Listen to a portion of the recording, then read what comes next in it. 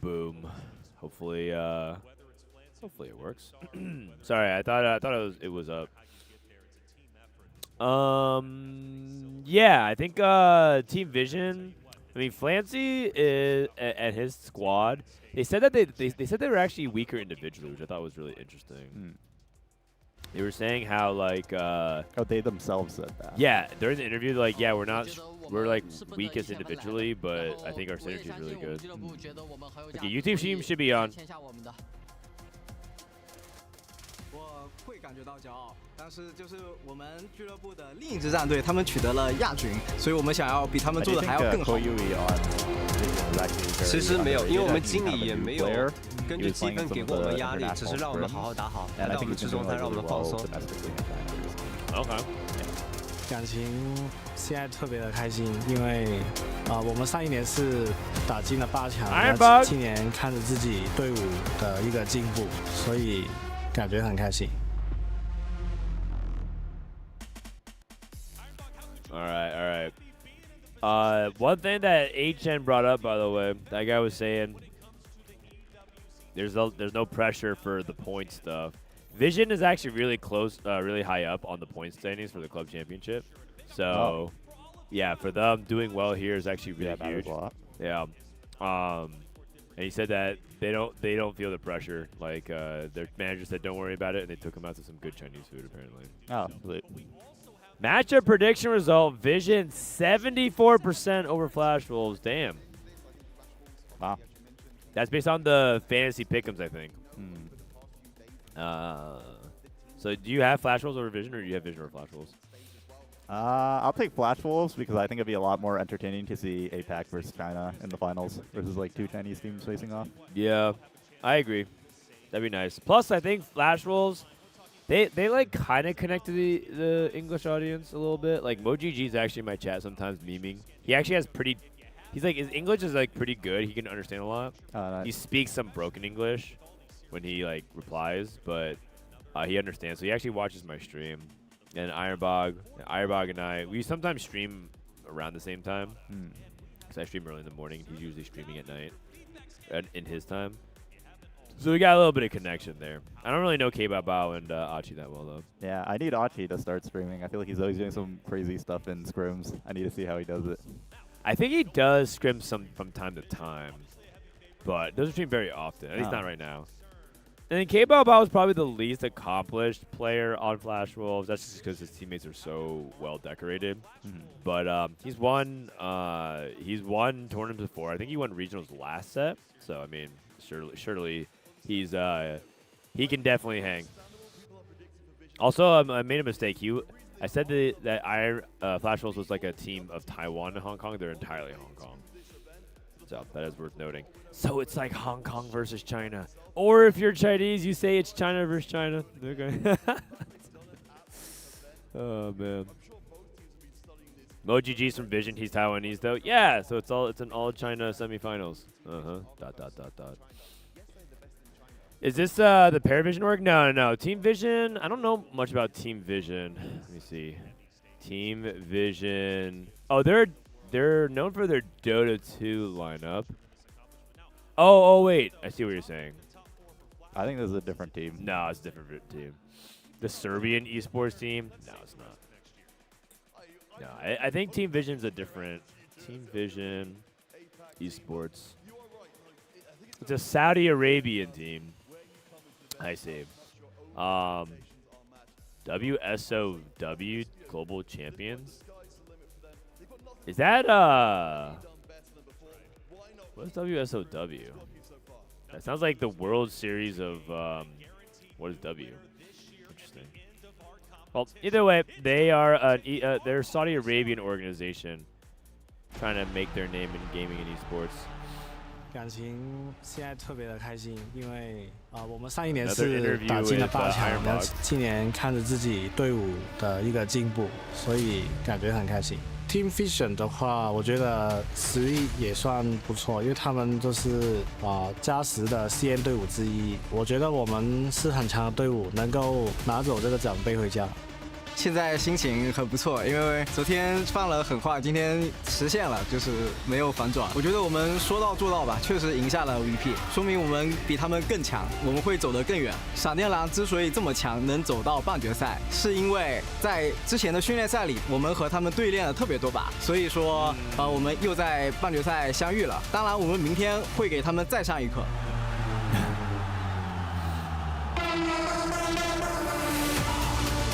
I'm cheering for this team. AGL 纯靠签运队吧，他们对手都已经在小组赛淘汰了，纯靠抽签走到这里的。我觉得我们就是最强的战队，然后接下来无论谁碰到我们，都将被我们碾碎要死。AUR 虽然很强，但是我们的训练赛也是有输有赢，所以我觉得我们不是很畏惧他们。如果 AUR 觉得自己真的很强的话，就不会频频约我们训练赛了。我们从预选赛开始，我们就没有败绩了，我们不会让 AGL 的粉丝们失望的。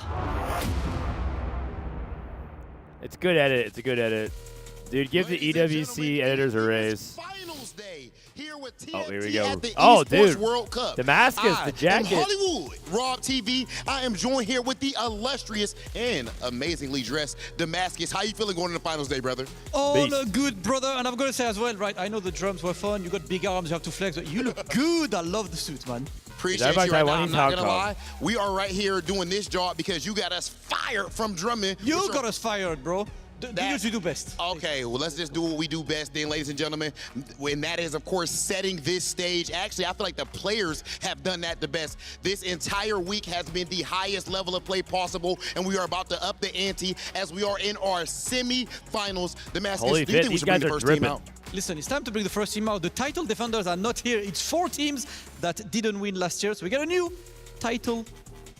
So far that one step away from really this trophy right here to my left-hand side. Ladies and gentlemen, welcome to the stage. An absolute I think Weibo. I didn't see any big mistakes out of them.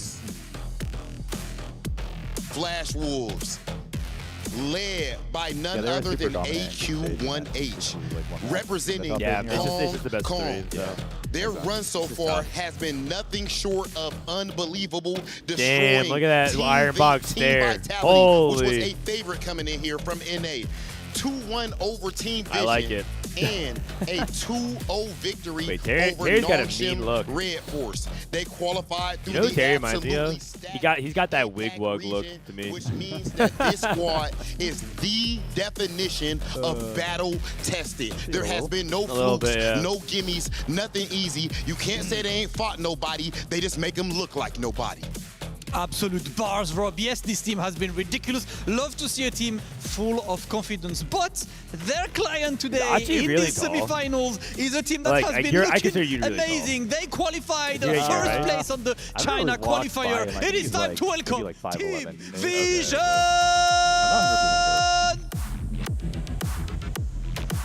The top seed team I think Flashwolves got out to beat in of that the category. China It's the jacket. One The of the jacket hardest make him in look the hella world, tough. and they had a long run, 2-0 over Koi, and they lost 1-2 to Flashwolves earlier on the first stage. Flashwolves is up 1-0 already, man. They won the walkout. 1 over Virtus Pro. This is a run back. They might have lost earlier, but sometimes losing means you have more information. Led by Flancy, absolutely ridiculous. Wait, that was kind of Koyo sick, and actually. Emoji as well, looking very confident. They said they already had eyes on these semi-finals because they were okay with Virtus Pro earlier. It is time for them to show and deliver. And with these both teams with us on the stage, I would like to start talking to Team Vision this time. You know, like let's get Team Vision first and have a very simple question. Koyui with me. Koyui, I know you guys have faced this team before and lost us more data, but I just want you to tell me, why will I see you next to me in a couple hours for Grand Finals? 柯玉，我们也知道你们在小组赛当中，闪电狼曾经击败过你们，但是能不能跟我们说，为什么再过2个小时，我们会在总决赛的舞台上面见到你们呢？因为一次的失利算不了什么，只有走到最后的才是赢家。A single loss to them means nothing, especially when we're still in the tournament. Whoever that walks to the grand finals will be the ultimate winner. I love that. There's still respect for the team, but a loss means nothing, Rob. Okay, a loss means nothing. I feel like this team over here might have a different opinion of that. Jin, if you could please come to this side. So, On the other side, we just heard that the loss to you guys earlier means nothing. Do you agree with that, or does that win that you already got against them in this tournament give you more confidence that you'll do it again? 刚才他们的回复也说，一次的失利不代表任何什么都不代表。那你是否赞同这个看法呢？还是你觉得已经成功的击败他们一次了，这次只是重复一下历史而已？我觉得我们能赢他们一次，我们就能第二次把他们按倒。We've beaten them once, we can certainly beat them once again here. Yeah.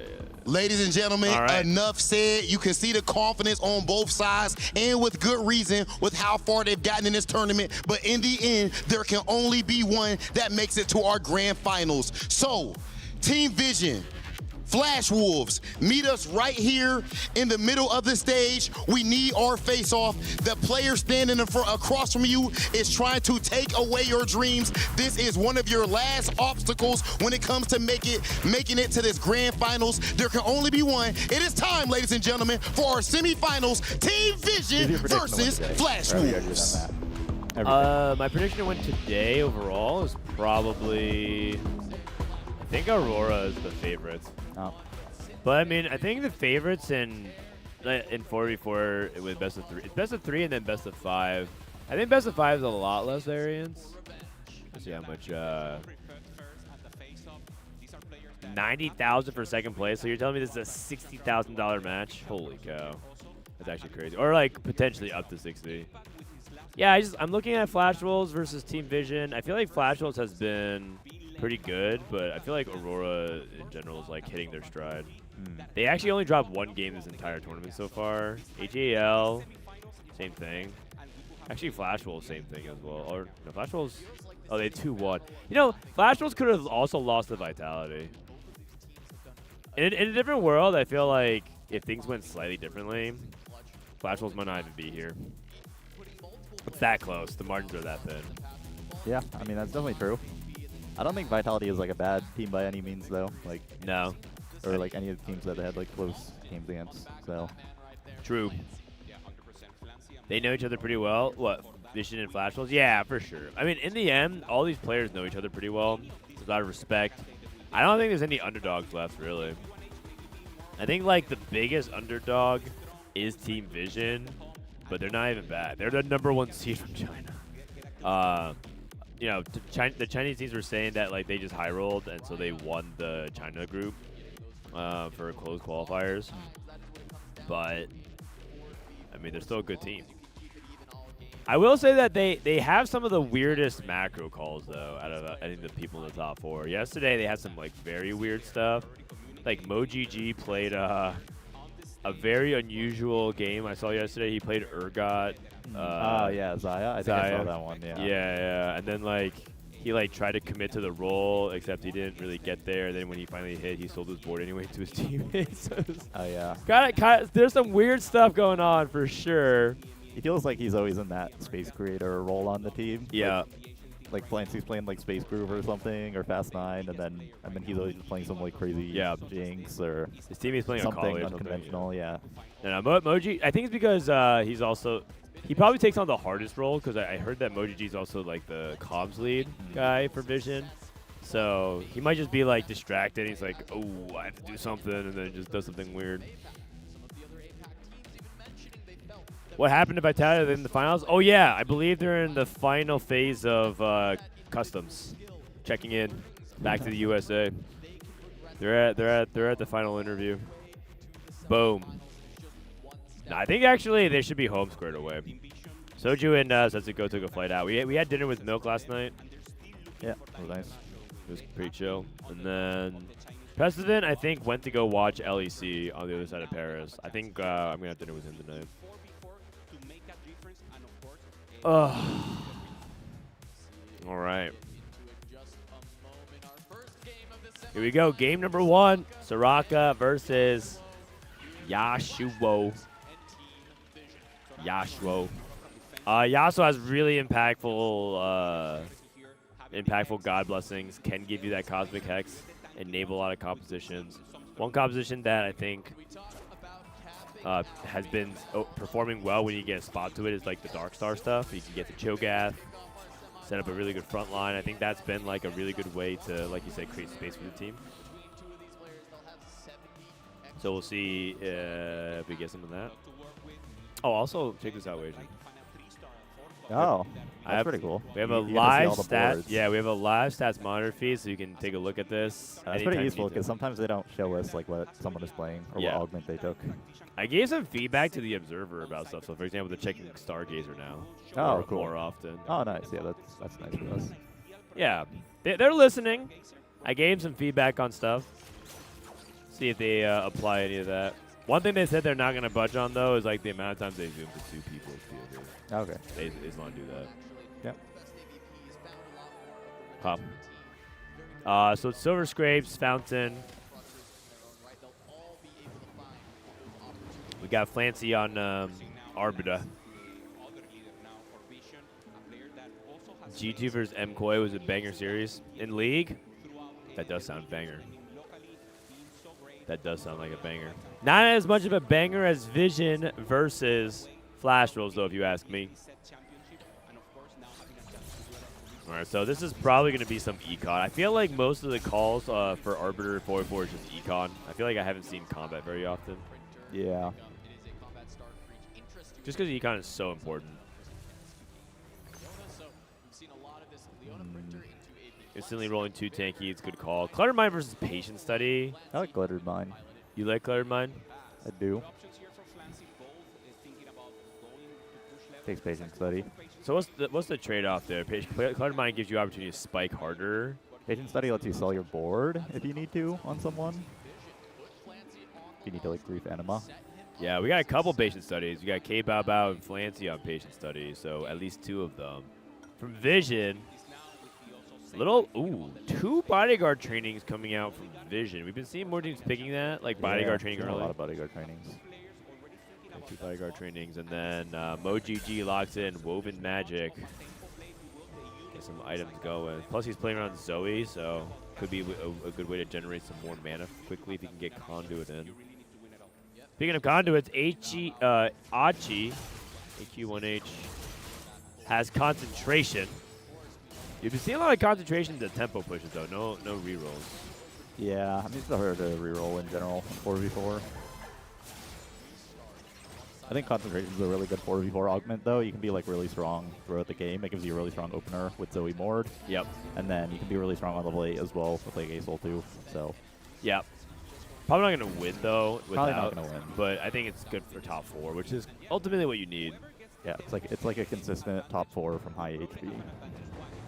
Interesting enough, it looks like both Genbai and Koyui are looking at like Akali. I think Koyui has Akali already, but Genbai I think looking like he might do that. And the reason why that's interesting is because they both have bodyguard training.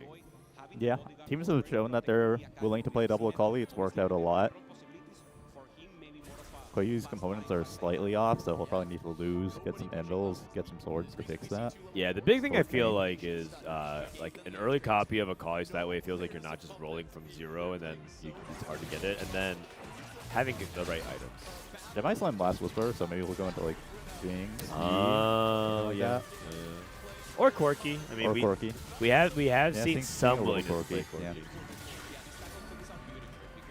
Outside of that, though, don't think there's anything else. Fountain, we saw some people try Fountain Xayah. We saw MKoi try Fountain Xayah.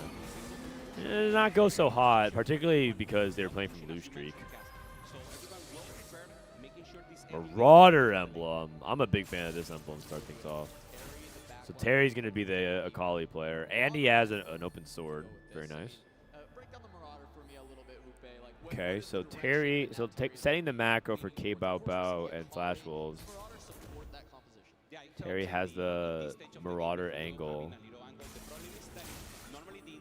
Ironbog, K Bao Bao also with just like primordial openers as well. So I guess only we know what Achi and Terry are doing. Ironbog and K Bao Bao are pretty open-ended at the moment.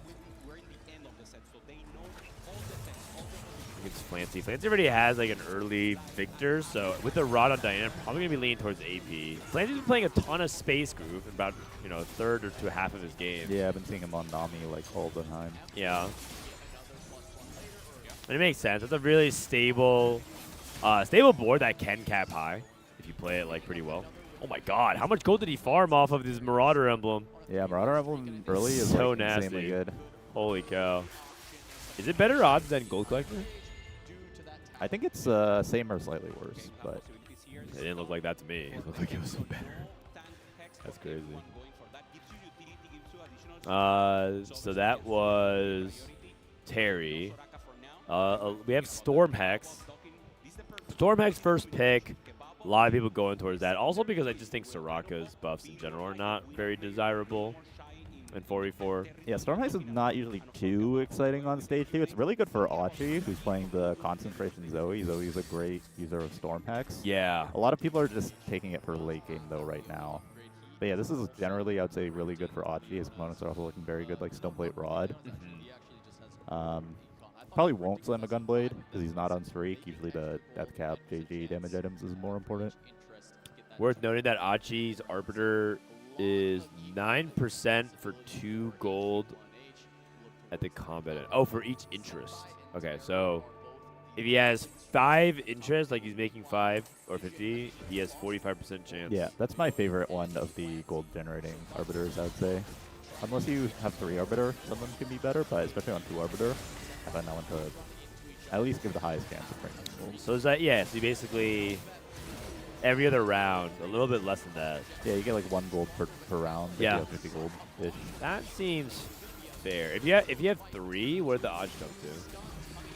The odds don't really jump at all. It's just the gold. You get 3 gold instead of 2 gold. Okay, got it. So I think that one's actually not that good with 3 compared to like a mana where you're getting like extra gold and you're getting like extra chance of proccing it.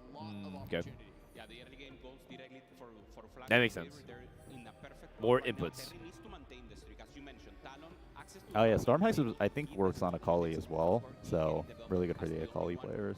Yeah, actually, there was a question. Was it you the other day that said, would you rather have Storm Hex or Solar Hex on Akali? Like if you could choose, you have both hexes.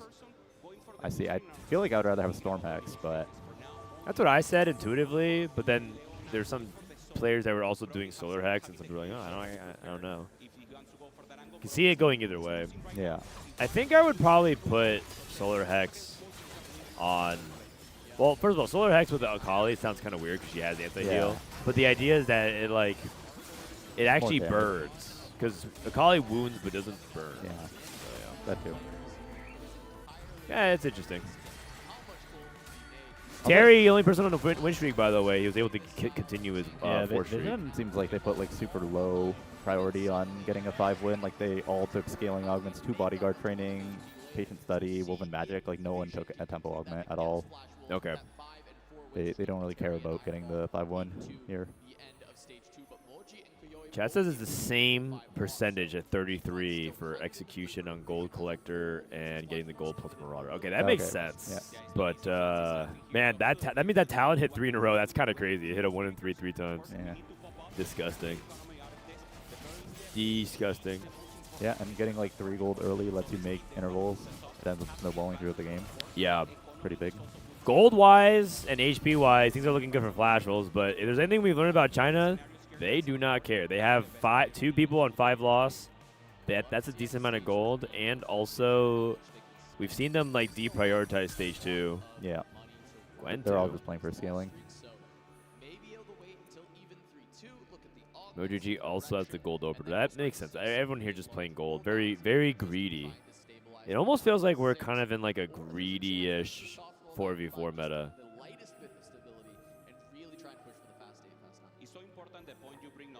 Terry not going to slam his strikers play out. Just good 4v4 fundies. Just making sure not to slam until he sees who he's going up against if he doesn't have to slam. Dealing more damage to his teammates than necessary. Going up against Ironbog, who's level 6. Oh, because he has advanced alone. So he has to slam because they want to keep his streak going. Actually, both these guys are on streak. I think I would prefer to give the streak actually to Ironbog. I think he needs to go a little bit more. Ironbog is really rich, though. He's level 650 with advanced loan. Yeah. Probably doesn't matter too much. My thought is that Ironbog's comps are going to be a little bit more expensive because Akali's like cheaper. Yeah, that makes sense. So I feel like I'd rather have Ironbog keep his streak going. But, I mean, Terry could also win all. We saw Juanme yesterday, for example, 10 win with the Akali, and then that like really anchored Aurora for most of the game because he has so much HP leverage. So a lot of the time it's better to just let whoever's stronger win as well because they're just more likely to keep the streak later on. True, true. If you give a streak to someone who just loses it the next turn, then it's kind of pointless. Gold, which is really good for Ironbog. He picked up boxing lessons, which is quite a solid combat Yeah, silver. that's like almost like gold tier level. With Shepard. Excellent. Gunblade is available for Terry. But the thing is, he took replication. I don't know if he wants to take replication rod. That would be kind of sus, I think. But how important is that Gunblade? It's very important, but yeah, Rod is really awkward. He did it. He took replication Rod. With the open bow, it's a little better because he can go like Razorblade. Oh, yeah. And then maybe Crown Guard. Yeah, like Razorblade, Crown Guard. Okay. Second Gunblade, something like that. Wait, that's so funny. Because Rod's not even the worst component for Akali, I think. So, I like it.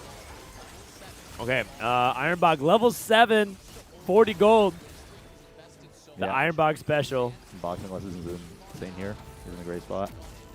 This is the Ironbog comfort zone as well. He loves pushing tempo. He might even be looking at Fast 9 if he can keep pushing the pace. Oh, Cosmic Restart.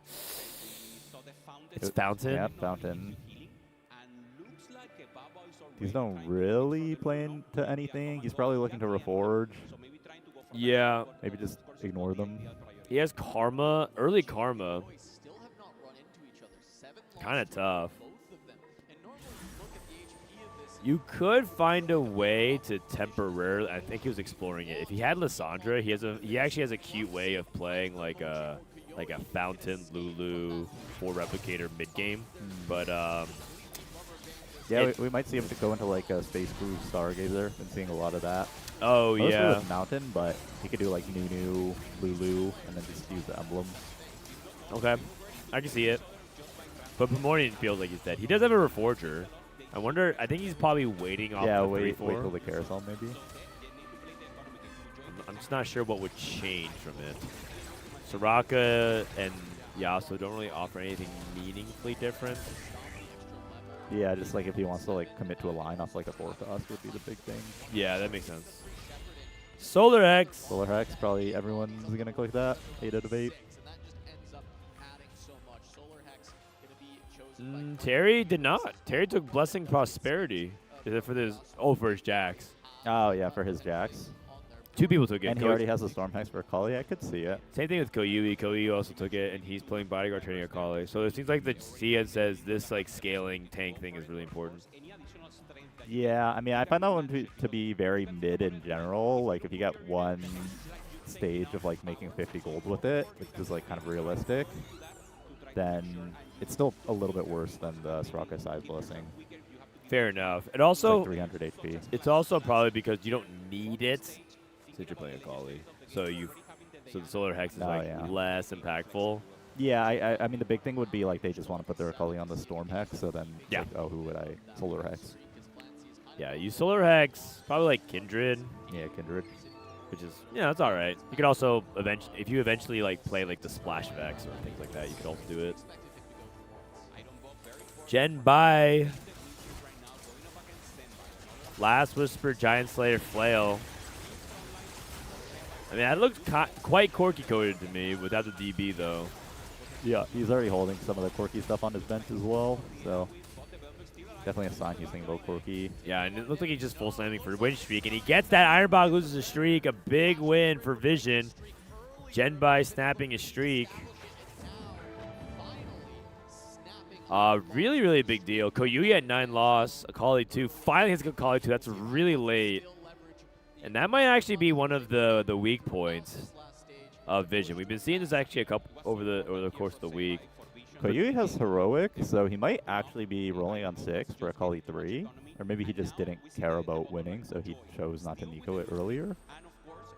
Yeah. One thing about the Akali level stage 3 dynamic is sometimes it's a little bit strange. You miss on your roll down, then you see that you have all your teammates in the pool. So you're like, should I be rolling and like trying to beat my teammates on stage 3 when I kind of want to give them the HP anyways? But then they lose and they're in a spot like this. where they're just like really low HP, and that kind of defeats the purpose of what Akali's trying to do, which is like to win stage 3 and then trade for your teammate later. And so yesterday, Dehua did that twice in the best of 3, and he went 7th and 8th. And I wonder if those kinds of situations, is that what are they okay with that, or is that something that they have to fix going forward? That part I'm not sure yet, right? Because I think we're still kind of figuring that out. Yeah, well, at least for Koyui, he didn't roll on 6 at all, so he should be able to make like a really good level 8 board that can win stage 4. Like we've seen Akali 2 win stage 4 very consistently, as long as you have like a 2-star forecast frontliner. Well, he took Blessing Prosperity, so is he actually going to be committing to the 2-star forecast? Did he use the? I think he did not use it yet. Oh, okay. Oh, that's even weirder because Prosperity's supposed to stack with your interest, so it feels like you got a lot of lost value. Might be one of those things where he also maybe used it on Akali, but oh yeah, he might have used it on Akali. That's true. No, he just kept it. Yeah. That's crazy. He's so poor, I think, for this. Oh my goodness. He needs a Kindred. If he doesn't hit a Kindred, it might be over. Yeah, okay. Oh god. He might have to Nico Jax here. I don't think Akali's realistic. He chooses not to. He's just going to go into Maokai. I think Jax is better than Maokai. Jax won. Oh, you're saying for duping Jax. Yeah. They're just like tanking it in this line. Yeah, I don't know. This looks terrible. Puts K-Bao Bao on his 4-1 K-Bao's is going into Space Groove. I think Koyui should definitely lose this round with L5 Nova. Yeah. Does not have the AoE burn. It looks very, very likely to go 8 Koyui. Yeah, and that kind of goes back a little bit to what we were saying before, is that this feels like a really bad sign whenever a team has their Akali player go 8. I feel like you gotta take Econ here if you're Koyui. Yeah, if he sees it, he's gonna take it. I mean, Gilbid's 10 gold, I guess. 10 is pretty good. Genbai rolling down. Yeah, we'll keep an eye out. I think Koyui's gonna play the Vex. Genbai has insanely good combat, but he is stuck on 1 stars because he didn't take any Econ. Yes. Very healthy, at least. He's uncontested as well. That's the one thing that's kind of nice about his setup is the idea that he can take triple combat and play an uncontested line.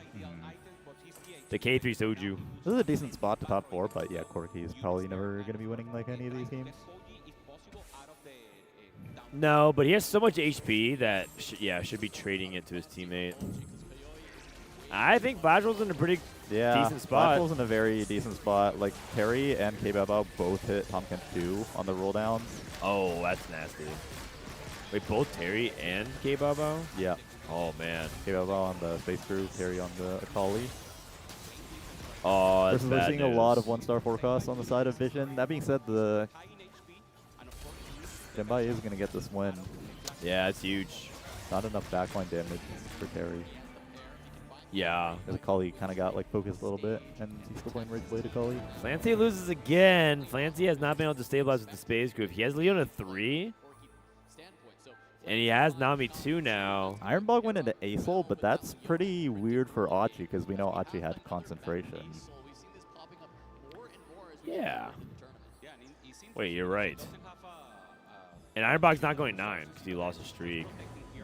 And OGG has Acel too, so so Achi's just not going to be able to hit. Maybe he has to like roll for Victor on 7. Well, Achi hit Bard.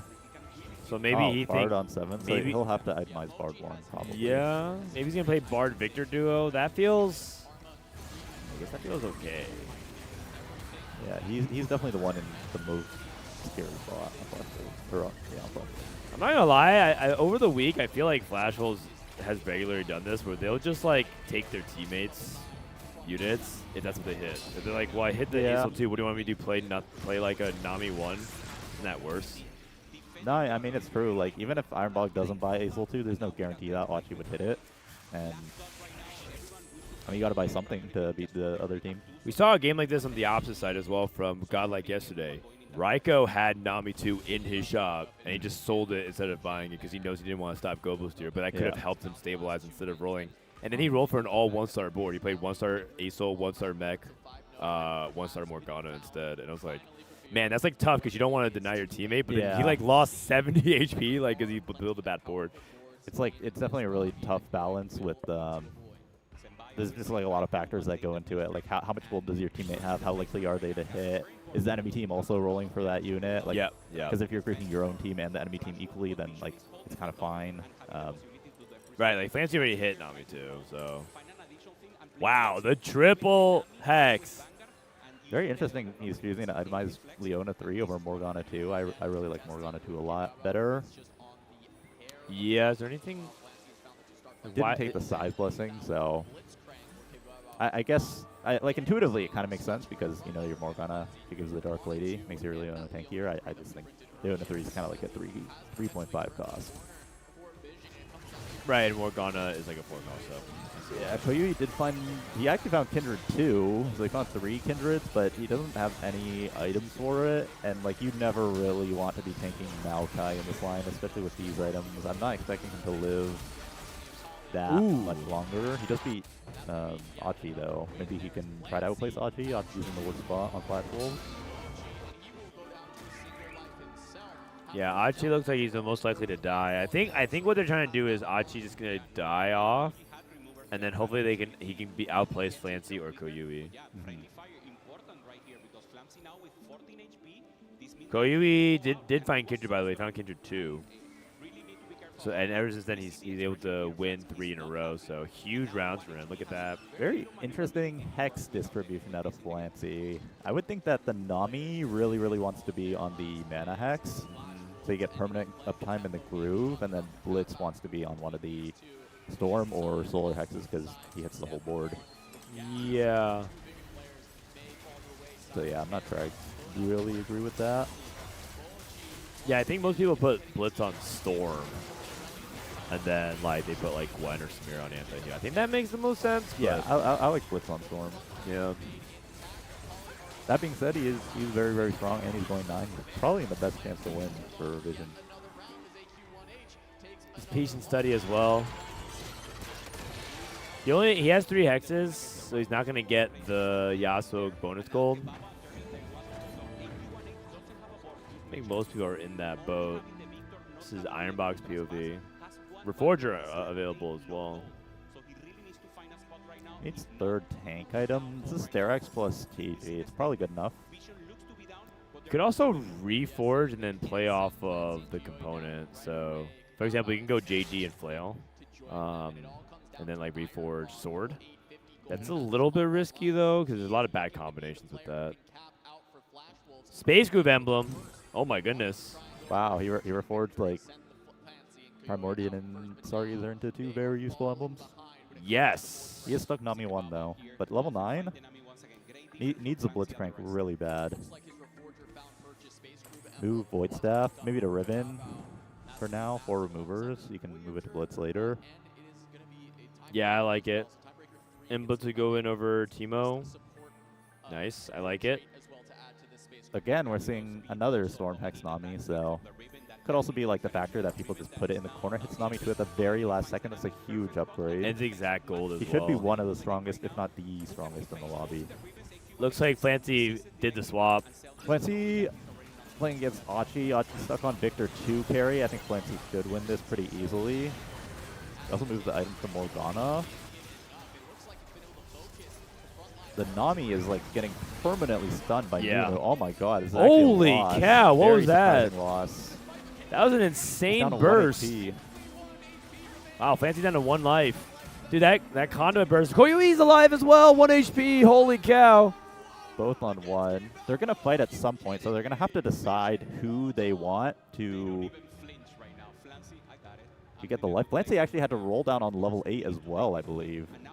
So he was like kind of on the way to 9, and then he had to resend it on level 8. He dropped out of the Leona 3. Yeah, that makes sense. 10. But that's going to make his, like, yeah. It doesn't really feel like there's anyone on Vision who can actually play for a win. Like, K-Bao Bao is level 9. He's going to keep getting stronger throughout the game.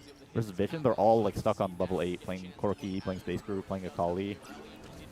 No one is going 9. Yeah, I think the only person that can is MoGG, but I don't think he has playing a high cap board. Yeah, he's playing mech, which does not really win very much at all. I think they were hoping Flancy could do a little bit better. Flancy gets to the back line. Oh my god. He just ganks a Nami out of nowhere. Rolled a really good Samira. Oh, K-Babao one live. Kind of important. Wait, Ironbug. Won as well against Wait a second. All 4 members of Vision beat all 4 members. Yeah, it's really going to just depend what placements Koyui and Flancy are able to get, I think, because I think someone on Flash Wolves should be able to win the game, but if they go like 7-8, like they might just not have enough HP to, they might just be triple buff or. It's like we're putting Nami, or putting Sona in. Mod is going to be the Burn Chill Wound on attack, which is not that good on Acel. Actually quite bad. K-Bao versus Ironbug, teammate kill. They probably want K-Bao to win this. K-Bao should have much more scaling. Yeah, I agree. And what is going to happen is this like everyone playing their teammate? Koyui playing Fancy, one of them is going to guarantee 10, so that means it's a guaranteed 8th for Vision. That's brutal. All the HP that they saved, one of them's going to die. Ironbog is dead. K-Bao gets the win. I think Flancy should be the one that wins as well, but Koyui might scam it here. Wow, they've actually executed a perfect 1 HP. Oh my god, he actually wins! So Flancy takes the 8th. Terry's dead as well. So if Koyui survives, he can actually escape with a triple ball 4. Yeah, triple ball 4 is seeming very, very likely. They have plenty of HP to give to Koyui. Like, Flash Wolves absolutely needs K-Bao or Achi to kill Koyui, like, right now. Yeah, Koyui needs to match him. And then they also need to win the game. It's one of those classics. It feels like China's like in a weird spot, and then all of a sudden, even if they go 8th, they just play for the win. And it could be another reversal from China yet again. K-Bao versus Achi. That's crazy. No. And so Koyui gets a sack. Yeah, as they sack for Koyui. It's impossible for Achi and K-Bao to both live with their HPs. It's over. Yeah, he removed his Rammus. Wow, what a comeback from Vision. Oh, Ironbog, I think, is really disappointed with that. Just see it, a little disappointment. Yeah, it felt like Flash Wolves could have been in the driver's seat because we saw like all 1-star forecasts on Vision and all 2-star forecasts on Flash Wolves in Stage 4, but that's crazy. And then Achi of all people ends up top 4ing, by the way, with the guy that like got his Aurelion Soul stolen. So yeah, and I mean Koyui as well. Like we were looking at his spot, he's like 1 HP, no Kindred. We're like, oh my god, this guy's like dead 8th, and then I mean he ends up in the top 4. Gets a Kindred 2 out of nowhere, and Kali is pretty broken. Yeah, Kali's really busted for Flash Wolves. It feels like they had it. You know, we didn't watch all the fights. I think the fact that they couldn't finish off Flancy and Koyui at that moment, because if it was 7-8, completely different game, it would force Genbai and Moji to 1-2, which they were in this position to do. Yeah, that one round where Flancy and Koyui both won their individual rounds against Flash Wolves, that was definitely the game decider there. Yeah. And I mean, they're watching the fight, but this fight didn't really matter. I feel like this is one of those things where the game was more decided on Stage 4 than the final fights on Stage 5. But I mean, I think the macro strategy that China has, which is to make really strong scaling augments. Like, I'm looking at Genbai's spot. We can screenshot this for you guys. Boom. It feels like all of them just played to be as strong as possible on level 8. Like, it's all taking augments that would let them hit their level 8 board, and combat augments that make them really strong on level 8. Yeah, I'm trying to see if I can pull this up for you guys. Here you go. So, just looking at the augments, right? We didn't get to actually see the rest of the compositions here, but China, like Genbai, combat, triple combat, Koyui, bodyguard training, heroic grab bag, and hybrid, like econ combat. But he took that because he needed gold. And then MoGG with a ton of items, and then Flancy. I mean, Flancy went 8th. I think he took a lot of things out of desperation as well, too. It's actually fascinating. I'm trying to see if there's anything else that like stands out to me about their augment selection. I guess K-Bao, like ever since he took Cosmic Restart, didn't feel like he got anything really going very strong. Yeah, it did kind of feel like it was up to K-Bao to win on the side of Flash Wolves. Like everyone else was level 8, and they were able to. He wasn't really, able to make like a board that could just beat everyone, even on level 9. Yeah, I'm also surprised Terry ended up losing so much because I felt like he had the. I guess did he never hit Kindred 2? No, he did. He had a lot more tempo than Koyui. Like he was winning like all the stage 3 rounds with Akali 2, but it seemed like he wasn't really able to get like a third Akali item. Like he was playing Ridgeblade Akali for so long, and then he wasn't able to cap very high. Even with the early Tompkins too as well, which is usually like you print a lot and you're strong, but and you're anchored. Yep. That's so weird. That's just wild. Yeah, triple bot 4. It is what it is. It do be like that. Oh man, now China's up 1-0. It's best of 3, guys. It's best of 3. Yeah, for triple bot 4, there's no combination of placements that you can get that would let you win the game. So triple bot 4 is always a guaranteed loss. Triple top 4 is always a guaranteed win. Inversely, so on and so forth. All right. So if you're backstage and you're coaching Flash Wolves, what do you say to them? I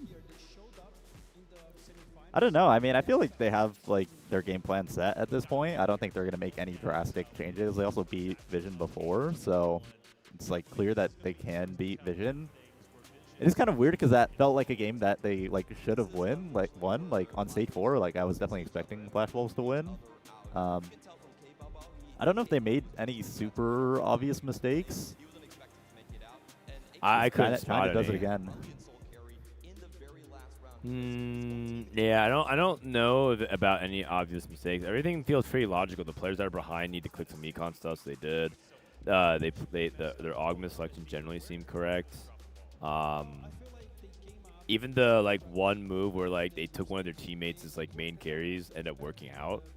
Yeah, like Ironbog would have just been completely dead without the Azel, and then Achi still managed to get like a pretty good placement. So yeah, I guess you can make the argument that like Ironbog. It just feels like they weren't able to build strong enough boards was the problem. Like, yeah. Even with upgrades, their boards were just like somehow weaker than Vision. Strange. Maybe not clicking, maybe not playing for scaling enough or something. Well, Ironbog clicked. I mean, it is kind of true.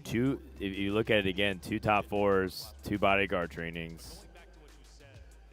Is that really what it comes down to? Like bodyguard training is that good? So just like really fights strong tempo. Because Genbai also still had a lot of HP, right? Like he was playing triple combat Corki. It just feels like a lot like what Soju was doing this set, which is like if you can play an uncontested line and get the combats going, you can roll an 8 really long time and like constantly farm good placements with it.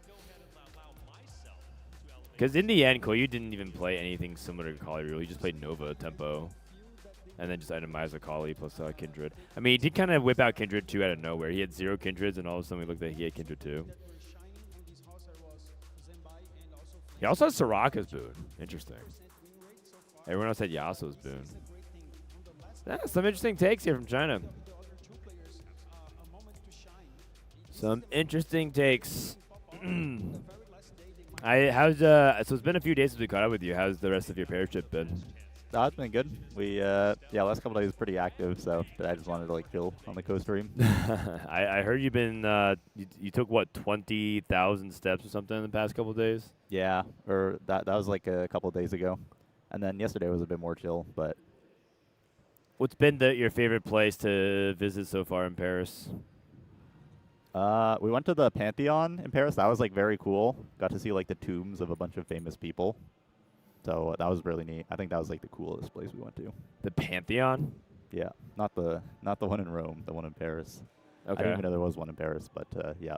Are you big in sightseeing in general?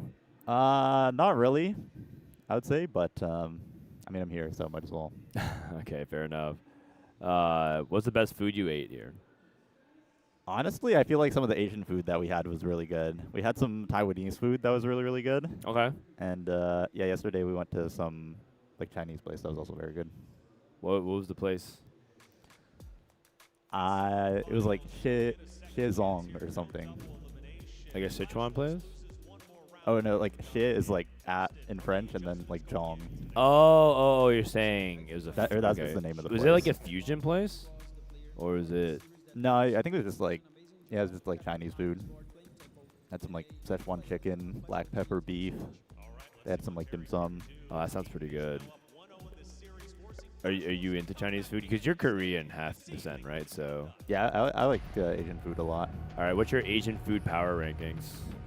Well, I would put Korean food at the top because I'm Korean. Did you grow up eating a lot of Korean food? Not like making it at home, but like when we like go out for food, we go out for like Korean food a lot. Okay, so it's Korean food and then what? Maybe like Japanese and then Chinese. But I like them all a lot. So Korean, Japanese, then Chinese food. No love for Vietnamese food, man. Oh, It's one of my favorites. I love Vietnamese food too. Vietnamese food is awesome. Okay, maybe. I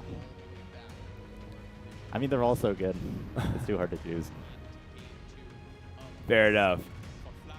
What's the worst Asian food? Like low tier? Oh. I find Chinese food to be like greasy sometimes. Like if you go to a good place, it's like really good. Oh, bad Chinese food. But like bad Chinese food is just like really like greasy. I find it. Isn't bad food from any country kind of bad though? I feel like Korean food is like very hard to mess up. Like if you just put like enough gochujang on it, it'll taste pretty good. Gochujang does fix a lot of stuff. I like gochujang sauce. I'm also a big fan of sriracha, but I think gochujang is more. I could have more of it. Sriracha's a little bit too hard. You know what the big sauce is in Chinese? What? It's like the no. I'm saying like have you tried it? It's like the I forgot what it's called again. It's like this. It's like Old Mother sauce. I forgot. What was the name of the brand again? It's like super popular. My mom showed it to me. And it was like, no, she's like, everyone in China, this is like replacing soy sauce for them. Lao Gema, yes, thank you. Yeah. Like chili oil. Yes, thank you. That's the one. That's the real shit. Lao Gema. You gotta add that, man. My mom just cooks that with everything now. And everything tastes the same, and it tastes good. It's like ketchup for America or ranch. I found out that they don't serve ranch dressing in France. Isn't that crazy? It's crazy, but it makes sense. How can you be the culinary capital of the world and you don't have ranch dressing? I'm not a big ranch guy, so. I'm not either, but like, how can you be the capital and not even have that? That doesn't make sense. All right, here we go. 2-1 rerolls. On 2-1. Well, I wonder how teams are going to use this, right? They're going to use it immediately, or are they going to level? Ranch is some ass. What are you talking about, man?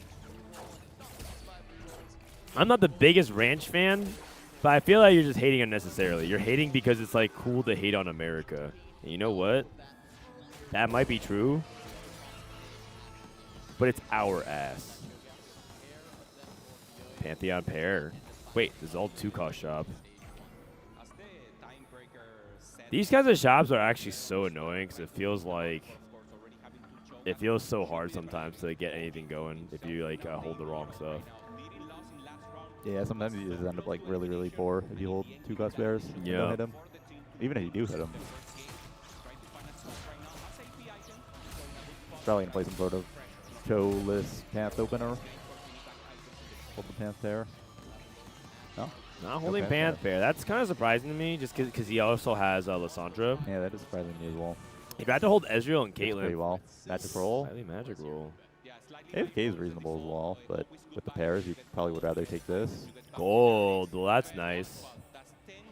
Has Rek'Sai I and think Jinx. he should just roll like right now. He's like Cho pair, Liss pair, 2 out of 3 Primordian, Velvet pair. That being said, China just, and he's 2 out of 3 timebreaker. Like he can roll like once or twice and literally hit so much. But China has shown that they just don't care about stage 2 at all. Do you roll on 3 or 4?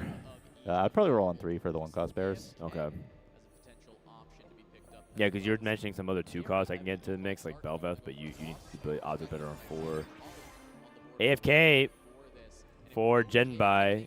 Positioning in a way that also has his bench. Like Akali, for example, here is going to be a next unit that's pulled in. Heads up. Probably just going to force Akali. All right. Slightly magical. I think we have 2 of them here. Achi. I don't know what he has off his magic roll. I don't see a 2 cost. What do you think about makeshift armor? Fancy took makeshift armor. I think it's very, very good in like Shepherd stuff. Also, it's just like one of, if not the strongest early augment if you have like 3 damage components. That makes sense. Branching out for K Bao Bao. 2 members of Vision took AFK. Genbai and Koyui. Or I apologize. Mo GG and Genbai. Yeah, so they're sticking with the exact same plan. Like, don't really care about winning stage 2. Although Flancy's actually playing a very strong stage 2 board, but they're fine having like 3 Lost Reekers. Yeah. It's actually quite regular to see 3 Chinese players in the bot 4, and then the other players, 1 player playing for higher tempo, and they try to play for a comeback. It doesn't always work, but it seems to be working quite consistently. And then from Flash Wolves, big time tempo. Band of Thieves, 2-star brawler tempo. Iron Bog, Carpet Pass, Sword Item Slam, tempo. Yeah, Achi leveled as well. Yeah, important to note, 3 people leveled to 4. Terry, Achi, and Flames. Fighting each other, and Achi lost, so honestly pretty bad for Flash Wolves. Achi might be like really 4 now. Yeah. Yeah, Flancy's just going to go into Lonka. I like the makeshift pick here a lot. He has 3 damage components, and it's just like really good in this comp, so it makes a lot of sense. It's like good right now and good scaling. Yeah, fair enough. What's the augment that Terry has? Terry has Band of Thieves. So we random Thieves Gloves.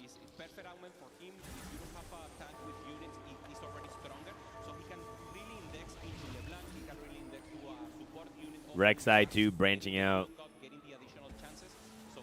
K-Baba with a sack. Trapping his own Jackson. We don't know what emblem he has. I can hide it for a sec. Oh, K-Baba got Nova emblem. So maybe Akali. Also, out of his teammates, didn't really look like anyone was trying to play Akali. Like maybe Terry or Iron Bog, but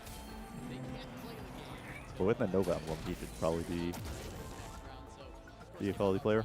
Yeah. If people are looking at this and trying to apply their game plan to solos, I was like the exact same blessing as last game. But yeah, it's Yasuo and it's Soraka and it's Stormfax at 2-4.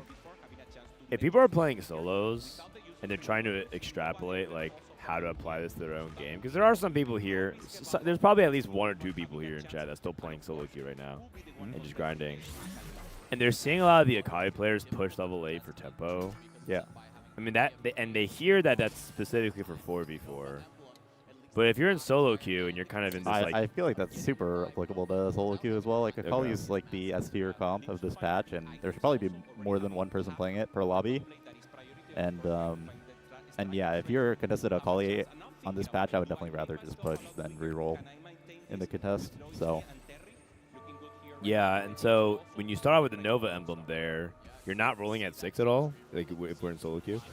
Or are you trying to like go roll on 6 to hit 5 Nova? Exactly, with the Nova emblem, I probably would roll on 6 because you're not reliant on Kindred to make a good board. You can just hit the 4 other Novas kind of guaranteed, and then even with the Kali 1, like with the 2-star frontliner or something, you could probably win rounds. So I don't think it would be like very expensive to make a 4, so I would probably roll on 6.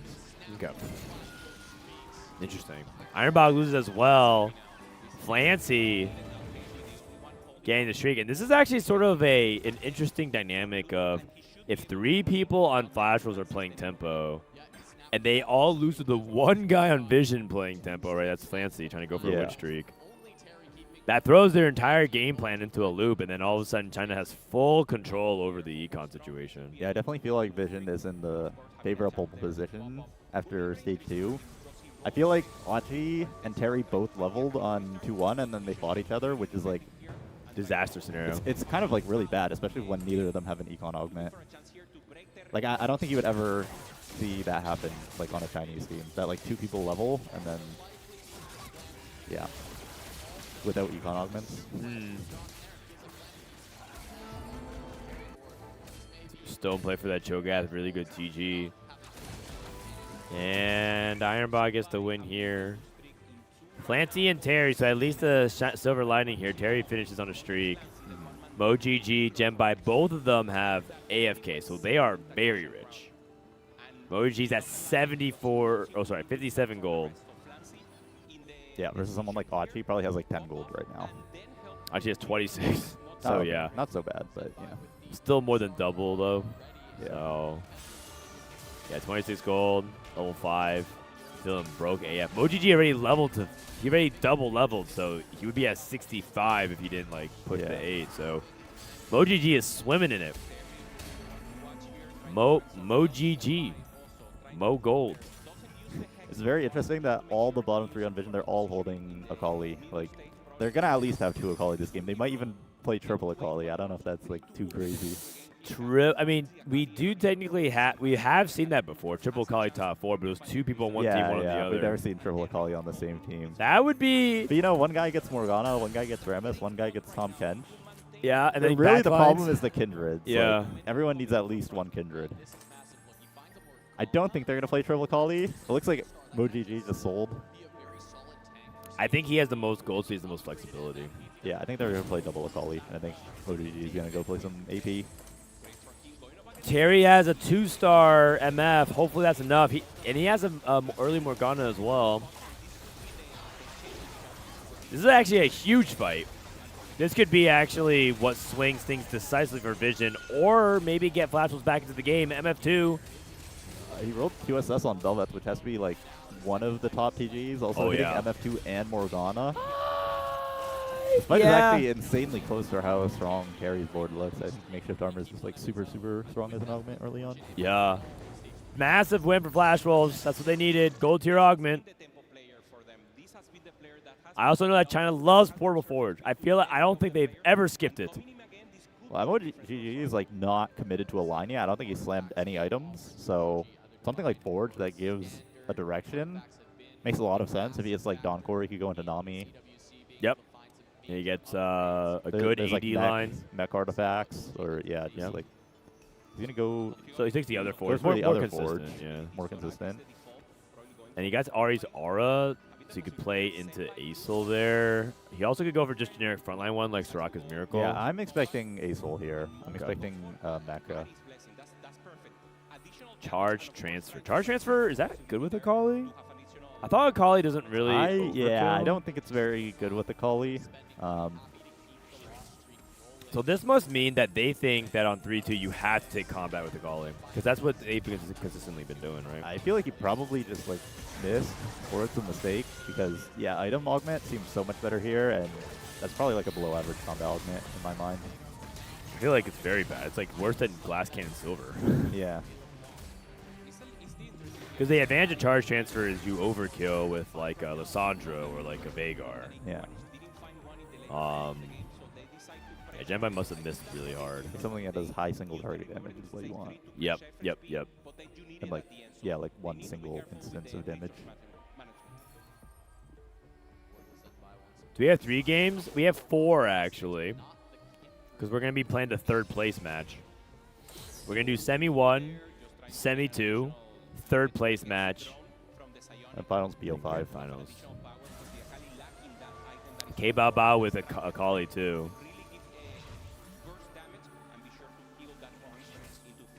Mo GG. It's interesting he's not slamming Warmogs. They valued Sterak's very highly on this line. I think he's trying to get a Sterak's. Yeah, Hysterics, and also could be Striker's Flail, but yeah. Striker's Flail as well, for sure. Yeah, makes sense.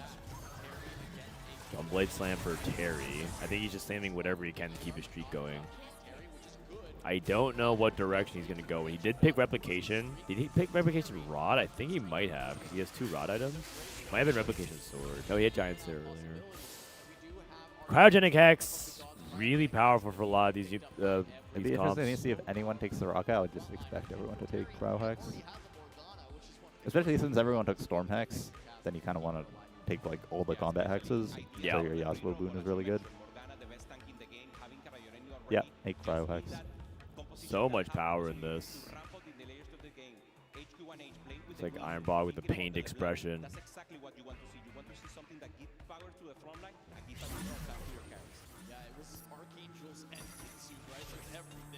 Okay, Bao Bao. This looks like a very nice spot. Like the Cryo Hex is so good for him. Mm-hmm. He should win the rest of these rounds with 5 Nova, Jax 2, Akali 2, and he has really good items. I would expect him to slam Bramble Red Buff here. Red Buff's like a little bit weird, but there's really just nothing else to do with... Oh, Giant Slayer, interesting. You could go Kraken.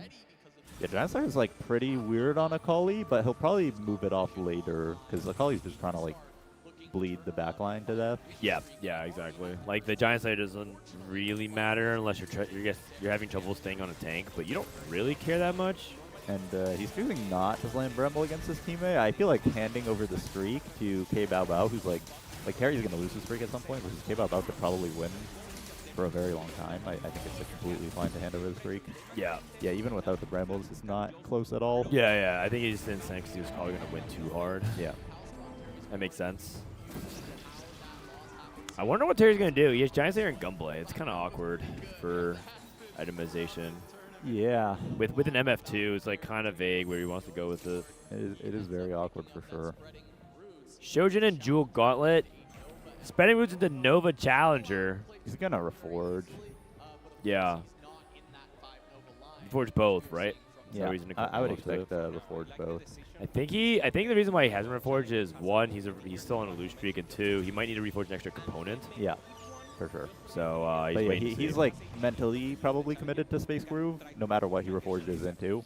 It's going to be a big swing whether he actually hits usable emblems or not, but I think almost no matter what he's going to play Space Groove. Right. To see it. Maybe if he gets like Dark Star or Voyager, he could play some sort of Karma Flex. Karma Flex. Lancey whip out the LeBlanc. The 4-cost AP line seems to be what AP Lancey's playing. Looks insane. Early 5 Shepherd, really good LeBlanc items. I consider Makeshift to be like a very premium augment in this line. Boom. Okay. The classic, we got China pinned. 3 players in the bot 4, and you're like, okay, and we have a lot of econ. We have our lines. I think I favor Vision in this spot, though. I think they have enough HP to work with, and I think their scaling is like way better. Yeah, but this is kind of what we're going for, which is I feel like China wins this spot almost always so far this tournament. Very consistently. Probably say like 80 to 90% of the time they've been winning from this spot, which is wild. But perhaps it shows that China just knows something about how they scale their boards better than we do.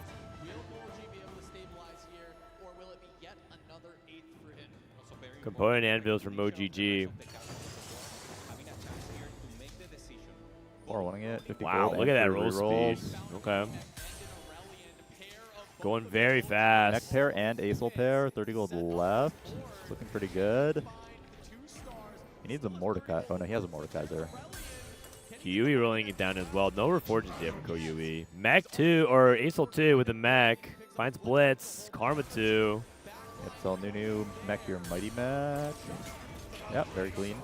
Nice. MoGG. Fast execution. He's going to look for probably like JG, Void, and like a tank item is like the next 3 items he wants to make. So this could be JG or D-Claw. There's a little weird. Players on the enemy team, so yeah, D-Claw and boost the 3rd stats. Yeah. Perfectly reasonable. There's 2 Akali players, also this player. Harry got a Kraken. He's still level 6. He might be playing Jinx, actually, because he hasn't leveled to 7 yet. That would make sense. It would make sense, but I wouldn't expect him to get like a high placement. But yeah. Gold tier augment. Last opportunity for big power spikes to stage besides the carousel. Second win with makeshift for Flancy, very synergistic. Heroic grab back for Achi. Oh, is he going Vagar? No, he's not. No, he's not. He's going LeBlanc. He's playing LeBlanc. He just needs any amount of money contested by Flancy, I think. Yep. It's Karma 2, but no. Only one LeBlanc. Finds a LeBlanc and shop. Well, neither of the LeBlanc players hit. I would expect Flancy to be like decently stable though. Like his front line is just insane. Oh, interesting. A 3 space group Shepherd version for Achi. This is Terry. How's Terry doing? Yep. But Terry, Evelyn's Instinct Velvet is decent, but level 620, no 3 stars.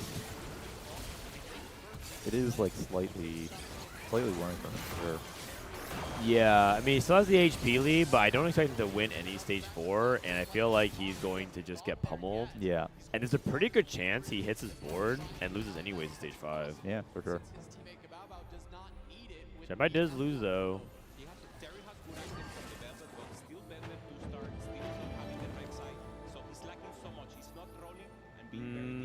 Looking at Ironbog's POV, Ironbog. Only on 1-star Rammus.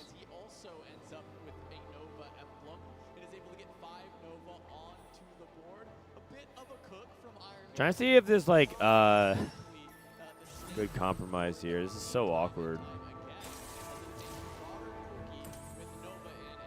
Okay, playing like 3 Marauder, 3 Bastion, 3 Meeple, trying to make it work with his Cosmic Restart. Playing Marauder Corki. One item. Definitely expecting Flancy to win this. I mean, it's LeBlanc 1 into Bramble, Rammus 1. He also has the Akali, but I think Akali might just be too bad of a matchup for Clancy at his core. Oh, wait, Akali on the back line. Shepard's still full HP. Oh, what the? Dude, the stun hex. Holy cow, everything barely surviving. That's a big win. I think as for Flancy. long as, oh. But the two at the bottom for Vision both lost. They can't beat K Baobao right now. K Baobao is on the Akali, pressuring. He's like Akali 2 Jax 2, but he's winning every single round against like the 4-cost boards. Yeah. There's I was trying to look at how many like people are trying to play the 5 Nova. There's Zenbai on Nova, K Baobao on Nova. Terry's playing reroll Jinx, but he has like a Akali and Kindred. Vision might need to let like one person go. Like OGG like hit everything, so he should be pretty much strongest in the lobby, and then Flancy has insane amount of HP to work with, so I think they're kind of allowed to like let one person go 8 here. Yeah, and that's what they've been doing. They actually let the like one person goes 8 a lot when you do this like triple loss streak. But then 2 people make it out. But then 2 people make it out, and then you have like one guy with HP. Terry hit everything. Oh no, he did not hit Velvets, which actually might be the most important 3-star with the items that he has. Yeah, when you have an artifact onto your carry, you need to make that the 3-star. I think K Baobao probably wins this. Like, there's no way he can kill this Bramble Jax with his Yeah, Belved's getting overwhelmed. K Baobao wins by like a landslide, but I mean that's a teammate. You want closer losses than that for sure. Yeah. Terry is definitely looking buff or Achi loses to the Nova player, Zenbai. It's again now the HP counts is evening out. Yeah, like Flancy's able to like give a little bit of HP back, and they're just like stronger.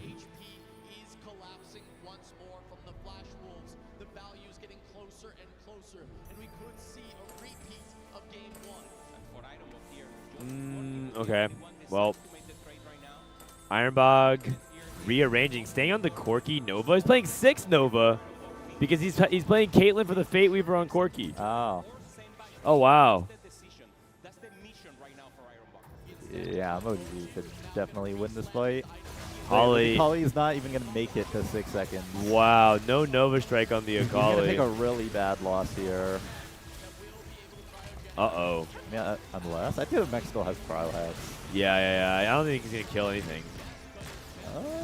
Oh. They end up getting a kill there. Yeah. 5-unit loss.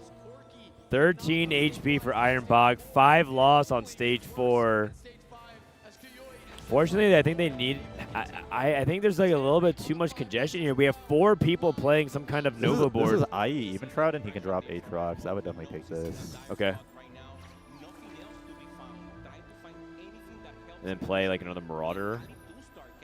Yeah, just open slot. No Belvet 3. No Belvet 3. So much very, contesting. very dead. Yeah, I think Vision's got it. Yeah, there's a 4-way on Kindred Akali in this lobby. Like K-Babo can give some HP back, but Iron Bog's gonna die at some point, and Terry too. It is possible for Genbai to die as well, though. So like, it could be one of those things where things play towards the bottom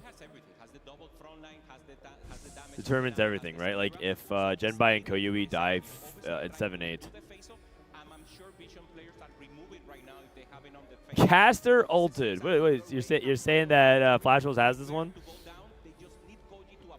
All right, we'll see. Brawler on Morgana. DP Vis. Yeah, Oh OG God! items. Morello Sunfire. D-Pay Bis doesn't slam it. This is definitely good out of Vision because they can easily send Iron Bog 8 here. Iron Bog needs to hold on. He needs to get this win. Yeah, but him fighting Terry is not good for them. Yeah. 'Cause now Terry's going to be the one to go 8 instead. Like, Oh, it's close. Okay, good trade no matter what. Terry is alive. Genbai's dead. He died at 16 exactly. He died to K-Babao, I think. Wow. Wait a second. That's huge. That is huge. Hold up. We're talking about like what if Genbai died exactly. Terry hits a 3-star. From 16. Terry hit Belvet 3. K-Babo also hit Jax 3.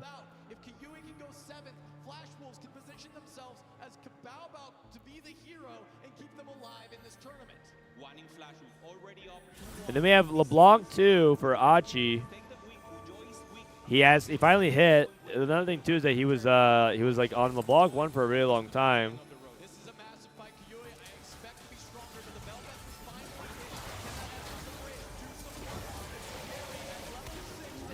I would definitely not expect Terry to win this fight. He did hit Belva 3, which is like the biggest upgrade on his board, though. But too late. Just not get through this Morgana. Oh, hold on. Morgana it still has Cryo Hex. Oh, you're right. No. Cast. Oh, you're right. Cryo Hex. That kind of thing. Yeah. Oh. Okay, so Terry 7th. Iron Bog. Oh wait, no, he. Wow. Oh. K-Babo on 11. I mean, K-Babo was winning out. And Iron Bog won a round somehow. Oh my god. I think it's because the nature of the lobby feels like a little bit weaker than it was because so many people were playing the same line of Akali and Nova. I definitely was not expecting like Jax 2, Akali 2 to still be winning on like stage 5. He just hit Jax 3 though last round. So Jax 3 is like a really big difference. And he has Jax 3 Cryo Hex, which is like really powerful. So MoGG and Flancy are now down at 1 life. Can they find a way to escape? Yeah, they're playing each other. Oh wow, that's really bad for Vision. So Vision's gonna guarantee another bot 4. No triple bot 4 available for them. Koyui, if he dies as well, could also triple bot 4. It's really an opportunity for Flash Wolves to end it right here. I think you'd rather have MoGG alive because I think he has stronger potential. Because I don't even think Flance's board looks that good. He's got like no AP on his LeBlanc. Yeah, and MoGG is level 9. Yeah. Koyui wins. But barely. Like, I don't think Koyui beats K-Babao. And obviously, K-Babao is the second to his teammate. Yeah. And now we might have the situation where they're playing for a triple bot 4. Yeah. They play for triple bot 4. If they don't triple bot 4 though, and they have to play for the top 4, Vision has to 1-3. Exactly. Yeah, and I don't know if their HP count is favorable for that, but it's possible.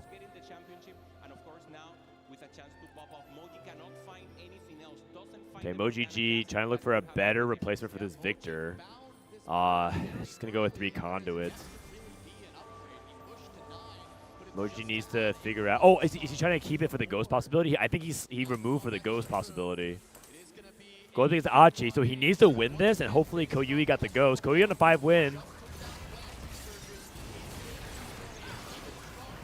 Achi does have LeBlanc, which could take down the mech directly, but Cryo is really hard. Oh, he lost.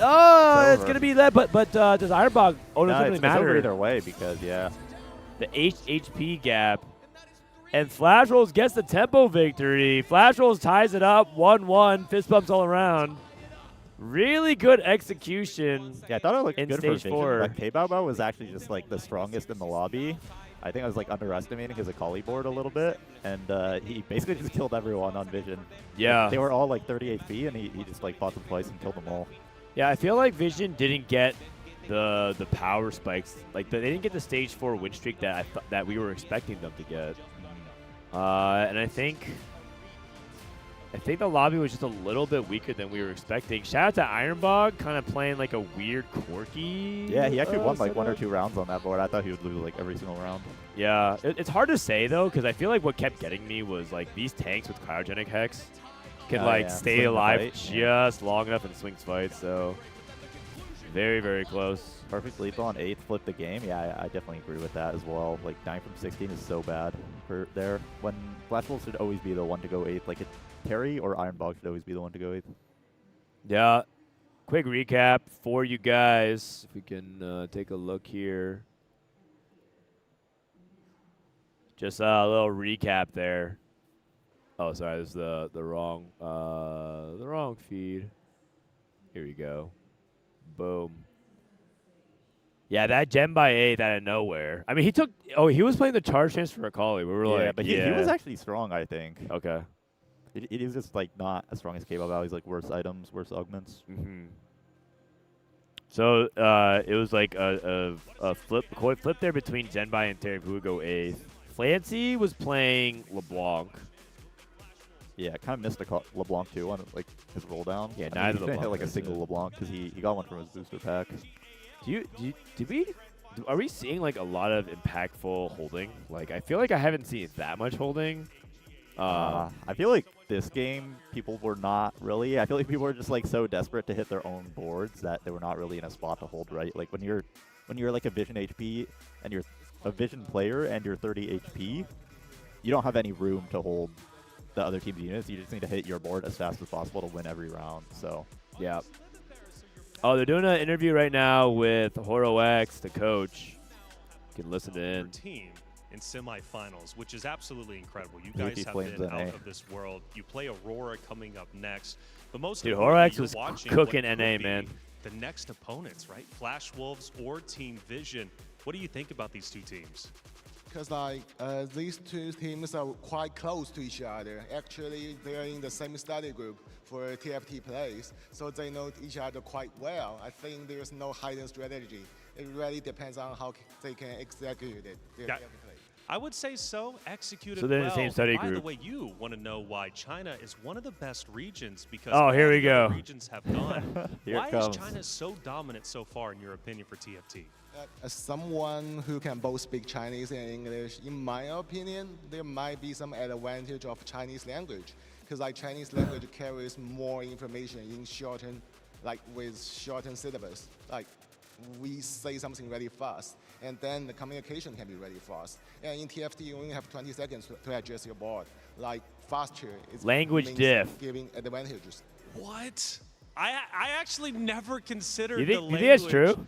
Being such an important factor. Did you he said language diff. Never. China is more That's dense insane. in information. What else do you want to ask? I feel like you as a player that has that tactician crown level, how do you I feel like they probably like help figured out the comms teams, better than us. being here and try to improve them as a team? How is your main role as a coach? Yeah, actually, because all my players have been to tactician crowns and they have 3 second place combined and 10 appearance together, and which means they are really good individually. But still, in 4v4 gameplays, like they still need someone who is not playing to like to see if there's any misplays and also miscommunications during their 4v4 matchups. So we saw the dugouts just a little bit ago as the players go into it. You know, that's your locker room, if you will, to talk strategy. You only have a 7-minute turnaround in between each game. So you're saying that every game is speed speedrun in Chinese. 20, Interesting. 30-minute game of TFT. What's the big things you're looking at? So English just yaps too much, is what I've learned. To maybe we yap too much. Going into the next game. I think just like if they make some serious mistake, I will point out. But if it's minor mistake, I would just encourage them, like no worries, because like time is really short. It's no time to really recap everything. So just, how to say that?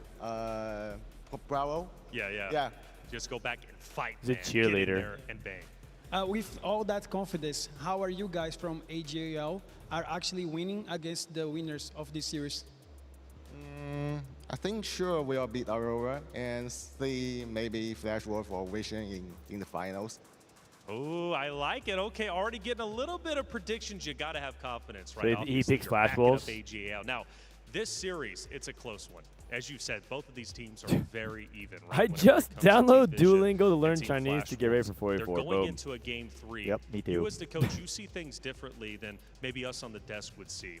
What did you see from game 1 and game 2 between both rosters in terms of maybe mistakes or adjustments that need to be made as they both head into game 3? Sorry, guys. I think the first game, Flash was made some mistake. I think Clement also pointed out because like they consider ASO as their carry. And I think this game they did quite well because like Terry was going to battle with Jinx and Ironbog also going for Akali, but he used his Corki as main carry. So they do not contest each other this time, and then they win this game. And yeah, feel so like, the thing is like finding Corki 2 with Akali 2 is very smart. I feel like the gameplay were similar from the first one, but differently. They were able to convert the win by playing tempo, but they actually played that a little bit well. And on the side of Team Vision, I think this is the first time we've seen Flancy actually playing ahead. He was like the one guy with a lot of HP, giving the team some HP later on. I feel like, especially for him, time to learn some Chinese. Ni hao. From the low streak and the high cap boards. So let's see if the last game Flash Wolf is going to be able to convert repeating the strategy, or if Flancy is going to cap the board very high. Yeah, Horo, from my perspective, you know, obviously this is such a unique format. 4v4, you don't see that often. It's typically 1v1. And in this case, coming into game 1, Flash Wolves put such a true emphasis on cons of maybe putting too much focus on one guy allows others to soar. I think the best team is that everyone can play every position. Just like everyone can go yeah, from I think I agree with tempo, actually. like they can do everything. Yeah, because like I think Flancy, Junbai, and Koyoyi, they can both play. They can play every position. So it doesn't really matter like who is the star player, who is the one to win out the game.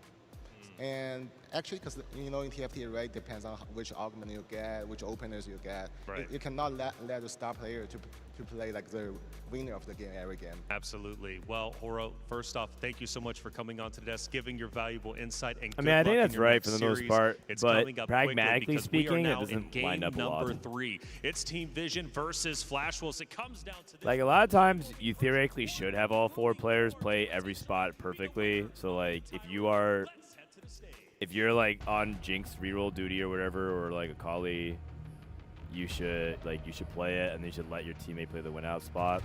However, we've seen a lot of teams not actually follow through with that, and also like kind of last second pivot basically they think is more likely to win out.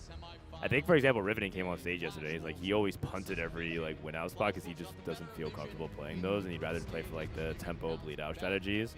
Because he says he gets like too nervous and mis-executes on his win-out positions. Not that Wei Jin or Iverson can relate. He's like calculating this, but Wei Jin plays his spot, whatever is asked of the team. At least is that how it actually works on your 44 teams? I would say so. I feel like I just play my spot. Like I'm fine to play like the high cap spots, and I'm also fine to play like some Jud reroll.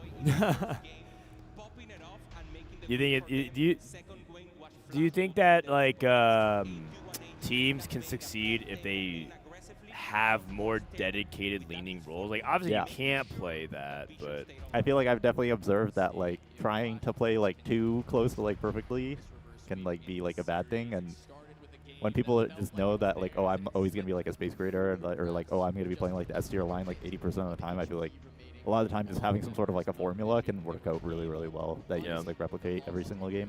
Yeah, I think it's just different. What just makes it easier. Yeah, it makes it easier. I also think it just kind of depends on like what your team's strengths and weaknesses are. Yeah, for sure. But theoretically, yes, you have 4 flexible, capable execution technical gods, and you give them all the spots that they line up. Their line selection is great and all fits in perfectly. But realistically, it doesn't work out that way. So, all right, guys. Last game of the series. This is game 3. Gray's prismatic finale. K Bao Bao. Hopping on his POV here. So this is prismatic finale. Prismatic finale. I feel like has there been like crazy swings off prismatic finale? I don't feel like there has. I feel like in the MKOI versus Vitality game, Sappho hit Money Monsoon, which is normally a bad augment, but it let him 3-star his Pink Sport, and then he made it to level 9, and then he won that game. Oh, okay. That was like one time that I can think of that. A third augment prismatic made like a huge swing. I think we saw someone catch out a golden egg as well, but I think that team was already like they had basically won the game. So. Catch that golden egg. It might have been RY on the AJL. Yeah. Yeah, I guess if you like desperately need X and you get it, it's like a pretty impactful swing. Okay, Achi with an early Akali.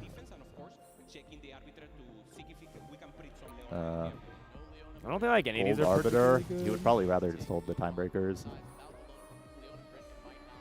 Yeah, out of all the gold arbiters, you said it was interest game was your favorite. Yeah. The other ones don't feel that reliable. Yeah.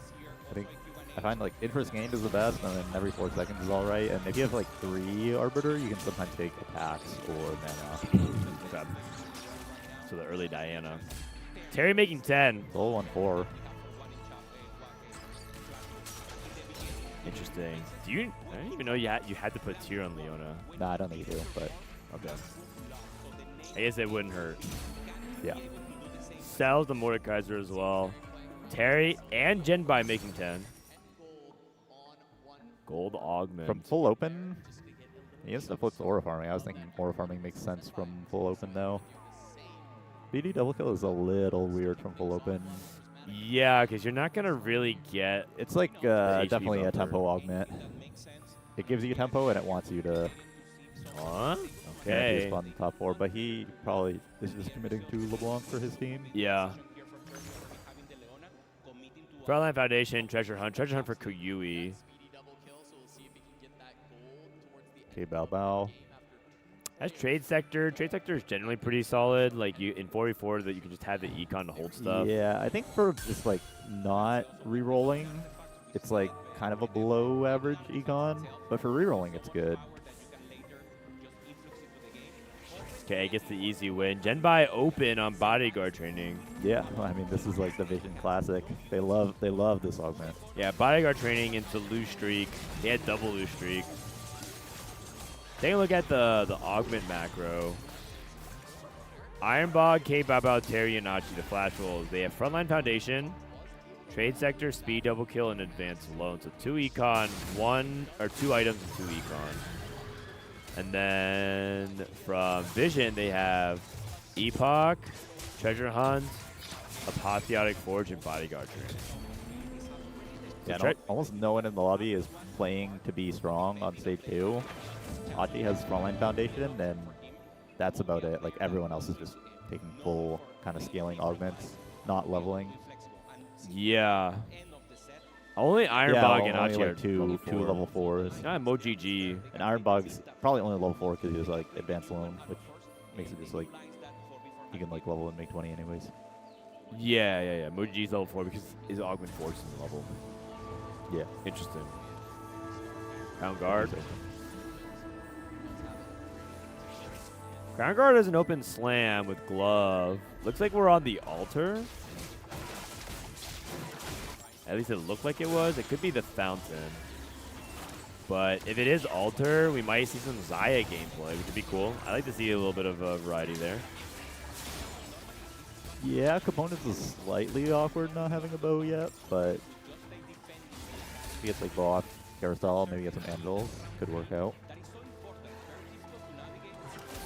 Yeah, I think Steadfast is like the glove. I'm sorry, IE is like the glove offensive item that you use, but a lot of times I end up using it for Steadfast instead. Two people open completely. Terry and Genbai. Yeah, I don't know how to feel about this speedy double kill open. Like, I think he's going to be too poor on level 8. Like, he's not going to be able to hit his LeBlanc board unless he hits some like Giga Econ on 3-2, especially if he gets his lost streak snapped by Genbai. Do you think he is LeBlanc guaranteed? I mean, I just don't really know what else he could play with like a speedy double kill. Like, Ridgeblade is not really an ideal item in like any other comp that's popular in the meta right now. Yeah, and you can't fast 9, right? Yeah, definitely not. I'm not sure.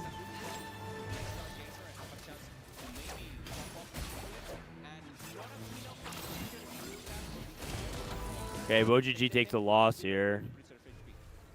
And Achi gets his streak snapped as well by Flancy. I feel like if Terry was going to play like this, I would rather just take aura farming, and then you can just ask for like a stage 4 sack to make it to your aura farming. Oh, Cosmic Hex. I wonder if that's going to change anything for anybody. If you're MoGG, you can start stacking the Cho'Gath, for example. But yeah, Koyui's playing some reroll with Treasure Hunt as well. He'll probably take it. Oh, yeah, that's true. A decent split so far. A lot of people taking the EXP on Ahri. Ironbog took it. Kind of suggests he's playing Xayah, because he might stack a Jax. He might also play like a Kali. Also possible. I really like it on Jax, because in Alter it buffs the flat Jax HP with like the percent HP. Makes a lot of sense. Okay, Caitlyn 2. This could still be a Kali. Could also be Jinx. I feel like one thing that we haven't seen as much of from Flash Wolves is like emphasis on Jinx. That's what they did the first few matches. Well, actually, they had Jinx last game. Oh, did they? Yeah, Terry was on Jinx. He went like 7. Oh, you're right. Yeah. So they're sticking to the gameplay. Yeah. That was one thing that defined Flash Wolves for me this run, was that they like have a heavy prio on Jinx Velvet. Yeah, I feel like it doesn't look good, but there's also just only so many lines, and like someone has to play something a little suboptimal. But it's funny because it's like only so many lines. Let me enter this 4-way for Kindred and Kali. Well, they're like slightly less reliant on them, I guess. Slightly. Yeah. No, for sure. You can definitely get away with like not hitting them or hitting only 1 stars. Full Opens must have already fought because they're both playing units on their board.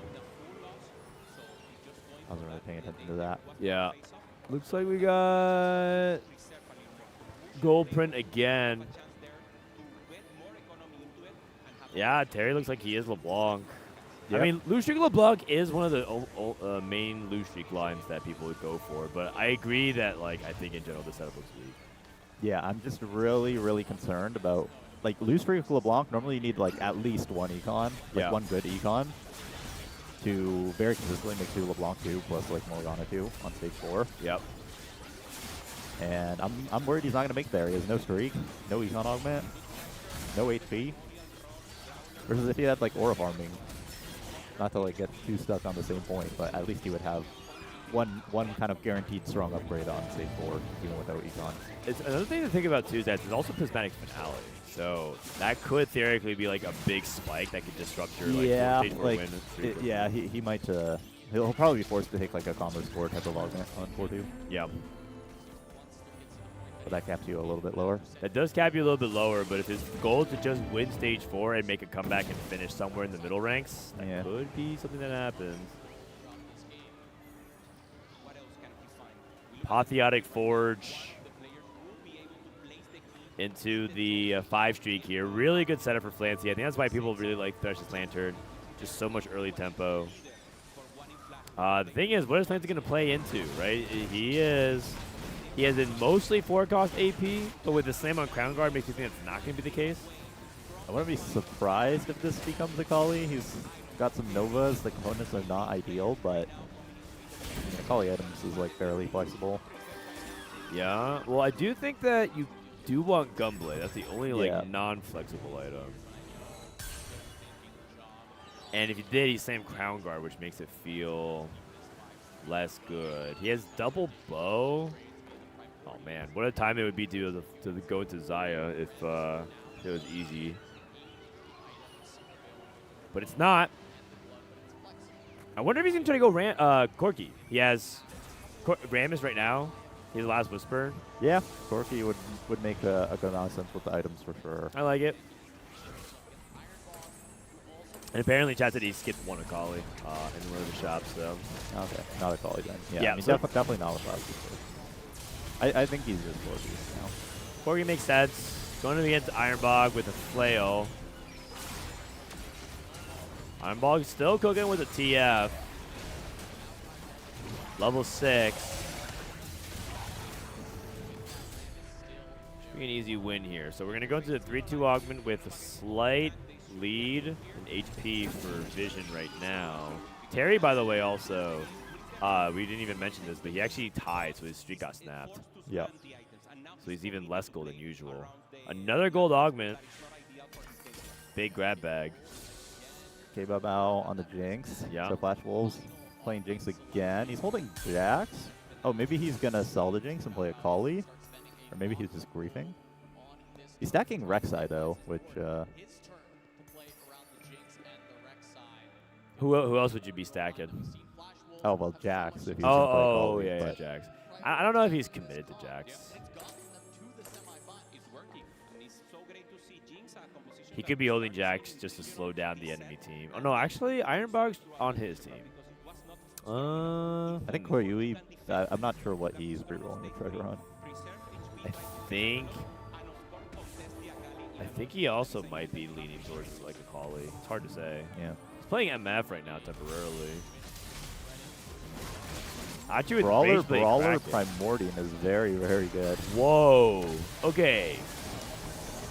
We're going to play 6 Brawler something.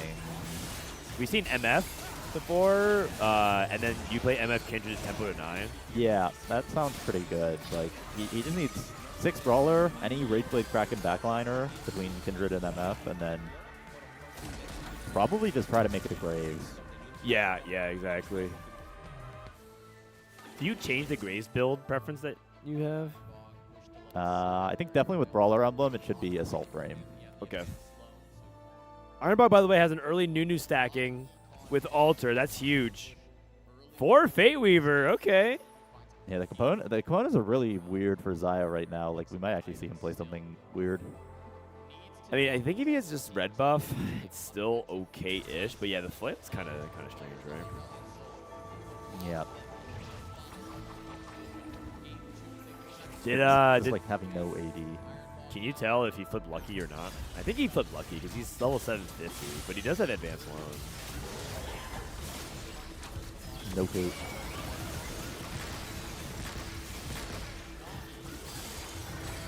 Okay, Talon ends up going down.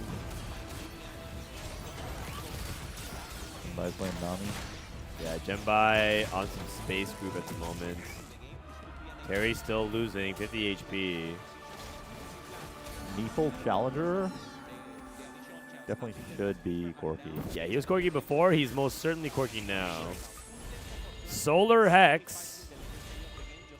Divine Investment's pretty mid. I'm expecting a lot of Solar Hex, unless people already slammed.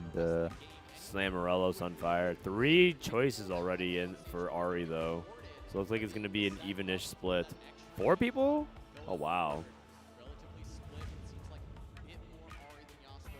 Well, Luigi, look at that. Looks like the majority of players took Ahri here for Divine Investment. I guess that's how much they value gold. Yeah, Ironbog taking it feels very weird because he had so much money when we looked at him, and I don't think he had anti-heal. Yeah. That is surprising to me. Yeah, I don't see it. Void Staff, Death Cat. We've seen a lot of Acel play off of this. That was one thing that I think the Western teams were saying that they weren't sure. This would be his 3rd game of Acel in a row. Like, oh, would it be? Yeah, okay. He's just on some like. Yeah, I mean he's always the space creator on Vision. Like. Challenger Emblem Titans. Oh, trying to hold the Sword for Deathblade. Vision has like a very, very clear game plan as well. Like hey. Just MOGG, like on some space creation, and then between Clancy, Genbai, Koyui, they have 1 Space Groove, 1 Akali, and 1 LeBlanc. Yeah. Every game. Yeah, it seems like they rotate that in, and then sometimes they're willing to play some other stuff, but it feels like that's like the core of their game plan if they can default to it. Okay, Rek'Sai 3 with Cosmic. Yeah, he can keep that for the whole game with the double brawler Primordium. Achi in a really, really nice spot. He's going to be like probably the main person playing for a win on Flash Wolves. It's interesting. The no Solar Hex is really fascinating to me. I think for Achi it makes like a little more sense because I think he wants to go 9, right? So he's actually going to be taking advantage of like the gold, okay, the +1 interest from Divine Investment. But a lot of these people that are just like 4-1, 4-2, and they're going to be like level 8-0 for the rest of the game, I feel like it makes a little less sense. But yeah, for him, I think his plan is to go 9 for sure. Yeah, I am curious about how it plans out there. It looks like Achi keeps it going. Terry ends up taking the loss. So this is Terry's, quote, 10 loss. I think he's a little healthier for a 10 loss. Oh, because he tied that 1 round, so he took, like, no damage there. Yeah. Okay. Econ's, like, better than I expected, but you're not consistently hitting both 2 stars. Oh, he has Epic Roll Down. That's actually a huge bailout. That's like the best augment he can hit. So maybe he is hitting consistently. And he also has LeBlanc already, which significantly increases the chance that he hits. Yeah, actually it's not looking too bad. I mean, he can't really play Morello Void LeBlanc forever. He needs some sort of items, but... That's probably why he didn't take Solar Hex as well. Plus he needs the gold. Clancy on a 10 win. Is any team ahead here, you think? I feel like it's still kind of evenly matched. Yeah, I think it's even as well. Like, I think Achi and Clancy probably both in good spots to play for win. I think Terry's spot is actually like a lot less bad than I thought it was. Definitely Epic Roll Down, kind of a bailout. It's like the best Econ augment he can hit.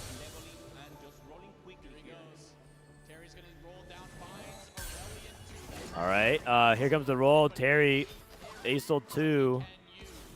I think he's just holding that Acel 2. He knows MoGG wants it. Yeah, exactly. Nami 2. Nami 2 from Genbai. Dang, he is on full grief duty. More of the same port cost that he's already griefing. He needs to buy his own units at some point, though. Okay, he gets a free round off his teammate. Okay, Bao Bao. Should be a free round. Yeah, I think so. Going a little slow. I think he's okay. Okay. The Shepard should be like 2 tanky. Yeah. Shepard is very tanky here. It's only takes 2. Yeah. Okay. Yeah, I feel like this is like super even. Iron Bog spot is like a little sus. Like double Econ Zaya with no AD on his Zaya. Koyui rolled and has a LeBlanc 2 on the bench. Holy cow. Koyui, yeah, griefing. A lot of griefing this game. Like, last game we saw, like, almost no griefing. This game, it's like everyone griefing. I think it's because people have a little bit more econ this time. Achi took a Irv's grab bag. He's going for Nova? Oh, I see. So he's going to play Brawler Nova and then make a Nova emblem and try to play around Akali. Oh, he's going to play like an Akali. I like that. And that's why he didn't take Solar Hex as well. Yeah, I like that. Okay. Interesting. Achi rolling on 8. He's rolling on 8. He's not going 9. Yep. But yeah, he's just going to play some level 8 Akali board. He's trying to hit Akali 2 on 8 probably. Yes. Clancy taking a really long time thinking about his lucky item chests that he got off the exclusives. He's going kind of a slow 8, which makes him a target to be griefed, but actually he should be like very likely to hit his entire board with like the current state of things with like all of the LeBlancs, all the Namis, all the Acels just being pulled out of the pool. Yeah, the hard thing about targeting Clancy is that he has so much HP. So it feels like for sure. even if you hold his point, Corki, exactly, he's still gonna like not gonna affect his game nearly as much. Yep. And it's very nice for Vision that on the turn Clancy is sacking, he gets to give his teammate a life instead of giving other team a life. We didn't mention it, but Terry did drop down to 16. Achi hit Morgana too. His front line is insane. He just needs to like solve his back line somehow. Yeah. Oh, wait, Armbach is holding Clancy's board as well. 2 Ramesses and 2 Ramesses and a Corki. Dude, there's so much grief in this game. It's actually crazy. I did learn this from Vitality. It's like when we were doing stuff, it does feel like you have to kind of create a priority order because if everyone holds like one other player's units, that's not as effective as like everyone holding like only 1 or 2 players' units. But we'll see. Anything that you can do to slow down the enemy team is helpful at the end of the day. Jinx 3 and Rek'Sai 3 removed for K Bao Bao. Sees that he's going against Genbai. He might win this. Commerce Core Nami won. Like, you're not expecting to win too many rounds on the board. He's kind of just expecting to beat the people that missed. But yeah, for Commerce Core, Genbai is looking really weak. So maybe Jinx is just too bad. I don't know. No, I think it should be fine. I'd be surprised if this is not enough to... Radiant Spark is not the Radiant you want on Warren. Oh, it's actually really close. Actually really close for how weak I perceive Genbai to be. Yeah. Achi another win. Terry gets a crucial win. Achi feels like Storm very, Hex. very likely to win the game. Achi? Achi, yeah. Yeah, with all his emblems. Everyone on Storm Hex except for Terry. Terry takes 1 final Econ juice because Terry needs to hit his LeBlanc too. So many people are holding LeBlancs. This is one of the things about LeBlanc that I think Dasik was telling me. He says that he finds LeBlanc very vulnerable to being targeted. Everyone just holds LeBlanc and your comp can't function. So Terry's sort of on the receiving end of that. Yeah, Vision does not have a LeBlanc player this time around. I think Terry might have to start dropping the units he's holding. Morgana too, that's a big hit. For sure. And he has D-Claw. Should be stable on LeBlanc too, but I don't know if he's very likely to find it. Tough spots. I don't think he can justify selling this Nami too at the moment. Look at this, Koyui. Frontline's a little weak, but his damage is not bad at all. Terry going up against Flancy. Flancy trying to see if he can take him out. He does have a Riven 2 as well. And the Rammus 2 upgraded. Yeah, this Rammus is like going to be really, really tanky against LeBlanc 1. Rammus is, like, prevents flat instances of damage, so I feel like it's really, really, really hard for Terry to kill this. Yeah. And D-Claw not great in this matchup either, obviously. Terry is going to be going down to 1 life here. Yeah, he's going to be like 3 HP, something like that, 5 HP. 3 HP it is. So Terry has to sell and roll. No point in holding on to the Namis anymore. Cannot find LeBlanc. And that is going to be most likely 8th place here for Terry, unless he can somehow get a win and Koyui dies. Koyui's on Earth's Grab Bag Treasure Hunt. Yeah, he was on the Akali Treasure Hunt, Akali 2. Definitely both players asking their teammates for sacks. Terry's really close to a LeBlanc 2 spike, so I don't think it's smart to let him go, especially when Koyui is 1 life. Oh, it's only Mech 1, maybe? Mech 1, not really ideal item. Stuck on like Void Ace-Hole, stuck on Adaptive Helm Mech. That being said, Mech's dead. I don't think the Mech can get through the Morgana. I think Terry should be good here. That Nunu stun was huge, though. Okay. No, he's good. Wait. The LeBlanc actually got sniped. The LeBlanc got sniped. Oh my god, he's dead. Oh, he's dead. He's in 8th place. Terry's down. The ASO target's like closest, right? So as it was flying closer to LeBlanc's side, that's actually nuts. Achi's going 9 though. He's the only player in this game who's going 9. I think could still go either way for sure. Wow. Wait, this is actually pretty good. That's actually very good. Yeah. Oh, he skips it. Oh no, he has Solar Hex though, which makes it a little more awkward. I see, yes. Wow, Mech 2. This is like AG adaptive, I guess. Trying to fight for extra places. That's a Karma 2. 4 Corkis being held by Ironbog. I mean, not the biggest upgrade, but he doesn't need to hold Zaya anymore. Ironbog already hit. Yep. Fancy hit, Corki 2 finally, so you can let it go. And Koyui and Genbai are both at 1 HP. That's the other thing to pay attention to. Can Flash Wolves force a tie at the bottom? So he made it to level 8, gets his artifact here. He's probably just looking for... Defiance? Defiance is great, yeah. You want Gunblade with Defiance? I would assume no. Yes, I like this. Actually, Ironbog somehow made it to perfect Zaya items, and Tomcat 1 is not going to be tanky enough in the front line. I think Koyui's probably very likely to go down here. He has to lose by 3, so there's a possibility he can stay alive. Akali got thrown. She's safe. This Nunu's looking very tanky, and the extra HP on the Zaya from Ultra makes it almost impossible for her to die. Wait, that was actually sick because Koyui's Akali's on the other side, but the Blitzcrank threw to the right side so that she walked up and got targeted by the Zaya. Genbai's dead as well, so it's tied at the bottom if one of the Flash Wolf members died. And it might very well come down to whoever wins. Yes, I think K-Bao is almost certainly like the next to go down. They have like 60 HP on Vision. There's like absolutely no reason to sack K-Bao. They should let him go here, and they should let Ironbog and Achi play for the win. Oh, apparently the Nova was on the Maokai, not the Akali. Oh, that's yeah. I was wondering why the Zaya was not taking down, but I think he would lose anyways. Yeah. I think that was like Ironbog is looking very strong, and Koyu is his front line's looking 2 weak. This Nova is on the Aatrox from Achi. Achi trying to make it. I think they're funneling Ironbog to be the win out player. Honestly, it could have been a strategic decision because that was Ironbog's ghost, right? Like maybe he didn't want to give a life to. Oh, was it his ghost? Okay. Maybe they didn't want him to like stay alive and give a free life to like Achi or Ironbog. Interesting. Yeah, it could be. It could be that they just like let him go. It could have been intentional.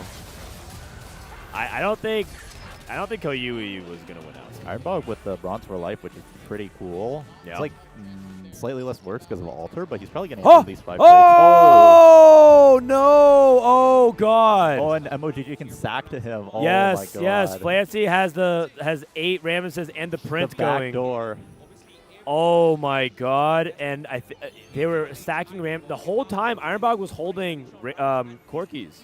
Yeah. And so Flancy went over the top with Ramesses and I think without this, like either Achi or Ironbog was almost certain to win the game because MoGG, Flancy both stuck on level 8 playing low cap level 8 comp. Wait, no, actually Achi did hold 2 Ramesses. That's crazy. Found the last one. That he actually found the last Ramess. Oh my god. That is unbelievable. It's not like they didn't try. Oh my god. Oh my god. Is Ramess 3 unstoppable? Like if you hit it? I've hit it quite a few times. Like you would need some absolutely crazy cap to beat it. Yeah, you can get a free round from his teammate. I feel like he should be almost guaranteed to make it. Slight misplay. He can throw in the big Rammus instead of the little one. Yeah. Doesn't really matter. Okay, so then question becomes, is there anything Flash Wolves can do, or are they just taking down they can go for their own 3-star, or they can try to outcap Rammus 3. Like, sometimes if you wrap the Rammus 3, you can, like, maybe beat it. Flancy could lose 3 top. No, I think he's guaranteed at least the... Like it depends on what his counter's at. Oh, that's actually so unfortunate. Also, it is worth noting at one point Ironbog was holding at least 1 Rammus. He was holding like 1 Rammus and 3 Corkis, something like that, 2 Corkis. But that was at the beginning of stage 4. Like anticipating that at stage and a half later is really hard. Yeah, like honestly, I feel like this is like such an early point in the game for Flancy to have like this many Rammus, especially when he didn't really take too many arguments. That's actually crazy. 6 Brawler, 5 Nova, 3 Primordial, gold for life. This is like a nasty board. It's a crazy board. But I don't know if it beats the Rammus 3. Doesn't even beat the wall. Doesn't even beat Acel. Oh, that's really bad news. That is really, really bad news. And Flancy's literally guaranteed to make it because he's fighting MoGG here. MoGG can just full sack. He can unmech. He can bench. Yeah, just bench everything. He's just playing like the weakest board possible to give him a turn. I mean, he doesn't even have to really do anything crazy. Yeah, you can just do this. Yep. Smart. And there's no fear of the ghost. Yeah, and like taking a bad loss doesn't matter either. 60 HP doesn't. You're sending Flancy to play for the win, but it doesn't matter how much HP you have. And Flancy gets a free round. I'm pretty sure he's printing this turn, right? Actually, he might be printing one more turn. It depends how many like prints he had. I think it might be one more. Okay. Oh, you know what it was? What? I think he was holding the 2 Ramesses, and then he printed the Ramess, the 8th Ramess. Oh. He was holding a 7, so he printed the last Ramess, and then it's now on 4 turns. So it was like they basically played for the 8. The 8. Like he printed, 8 rounds. Yeah. Still no Ramess 3. Yes, it has to be. So one more round. That's what I think. That's exactly. We saw the round he printed his 8th Ramess. That's so wild. You can see they're already holding for like a 3-star 4-cost out. Like he's holding Kindred in advance. Not trying to give Flash Wolves any way to get back into the game. All right, I think Achi's gonna drop out here, so it'd be down to the two stars of each team, Ironbog versus Clancy. But I'll just say, if Ironbog finds a way out of here, it'd be nothing short of miraculous. It'd be absolutely nothing short of miraculous. And Clancy's gonna probably go down to exactly 1 life as well. Hold on to Zayas, LeBlanc. Just not enough gold.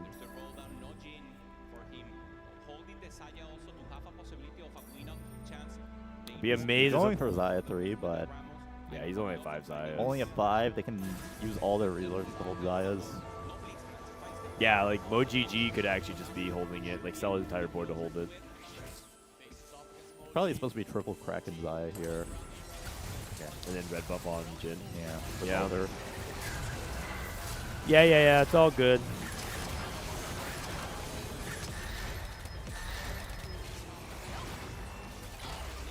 This is giving me flashbacks to there's a period of time when Double CT went on ladder this set. Back when Corki and Rambus was uncontested, he only played. Yeah, he's playing for 3-star. He played for every single game. He played for 3-star 4 every single game. And played specifically around Corki 3, Rambus 3. Boom! Here it is. Rambus 3 has arrived. 17 HP might even be 2 lives, even if something really unlucky happens 1 fight. Yeah, if he loses by like 1 unit, 2 units. And the rest of his board is not bad either. He's got some decent like damage in the back lines. Yep. Probably looking to move Thresh's Lantern off and get like a better tank item, last item. Yep. I think like stuff like Stone Plate scales Rambus 3's damage. Oh, I see. You're right. You're not gonna do the Titans B team, Rambus. I've actually played that one. Yeah, how'd it go? I think it's pretty good, but I think Tank Items is actually just better though, because he has a lot of armor scaling. For sure. Okay, well let's see it. Maybe something The miraculous positioning happens. is really good for Ironbog. You want Rammus like to be like kind of with the Zaya, because otherwise it won't do the damage to it, but it's just too unkillable. Nah, it's too hard. Yeah. Ironbog is gonna be cooked for this fight. Achi is also Achi lost dead. his own fight as well. Wow. So, MoGG really pulled out. Like, yeah, Flancy pulled out the 3-4 cost, but MoGG with like a really good assist this game. No, for sure. Yeah. Very, like, very good assist. The fact that he's even winning rounds now is super surprising. Right. On mech. Almost makes me wonder if like they would have potentially be able to pull out something even if Flancy didn't hit the Rams 3. All right. Good. The tension has lifted here. I think like MoGG and Flancy are just kind of counting down the rounds here, and Ironbog here probably just waiting to die. Holding 2 Zayas on the bench. Great tag team effort. How's Ironbog doing? Ironbog might be playing the ghost of MoGG as well. Why not Titans BT? I think it's I think Rammus scales really well off of armor, so tank items. Yeah, a lot of his I think his damage scales with armor. So yeah, exactly. Honestly, MoGG looks like he's the most competitive versus Flancy. All right, unless I'm missing something here. We haven't looked at Ironbog board in a hot second, but Bramble seems very good. Yeah, Bramble on Rammus. Oh my. Throw his Lantern. Oh my. More damage and really good in the Zio matchup. Oh, right. QSS, he's just making sure that can't get thrown. Nothing possible bad that can happen. Wait, I like that. It's pretty heads up by Yeah, Fancy. makes sense, for sure. Yeah, I like it as well. If a Blitzcrank throws it in the back and then somehow gets stuck. I don't know, like, his Rammus didn't take like a single point of damage this, so he's probably not doing very much here against Ironbog. Ironbog going for some cool, like, pull. Hard to see positioning, trying to pull the Rammus. Yeah, to the yeah. opposite side. You didn't even find Jin, too. No. I feel like even if Ironbog could get to 10 and play Jin 2, he still doesn't have a chance to win the game. Yeah, I agree. I think that would. All right. Be able to get this win over MoGG.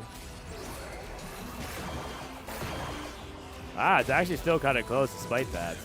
Yeah, I mean, he was positioning for Flancy, but... Flancy going to 9 as well, printing units. Finds Jin 2. Oh, for Voyager. I think 4 Bastion is super reasonable here as well, although it's, I guess, too hard to fit with the Meeple Emblem. Level 9, 4 Bastion. Or actually another Voyager, excuse me. Okay. So the Blitzcrank 2, what's he going to try to do with this then instead? Keep it on the left side. Zaya frontline. Whoa! Trying to see if he can focus fire on the other side. Cutting down his sniper value. Yeah. Ironbog's cooking. I mean, he's just trying, like, anything he can, but... I did not expect frontline Zaya. I think she got soloed by the VSN. He did dodge, like, the Rammus damage, but... Okay, GG. And that'll do it. Vision advances to the grand finals. Fancy clutch. Yeah, tough series. Yeah, very close actually. Yeah, very close for sure. They didn't hit the Rammus 3. I feel like it would have gone the way of Black Wolves. Yeah. Man. Flancy clutch. Really good stuff. And that's going to be Vision in the finals. Vision only 2 teams at EWC. One of them went really far, and now the other team is in the finals as well. I don't know if the other team exactly won. A lot of respect being shown. Damn, that's tough. That's tough. I feel like Flash Wolves really did have that one. But you know what, man? Really, props to Vision for finding that out. Ram is 3.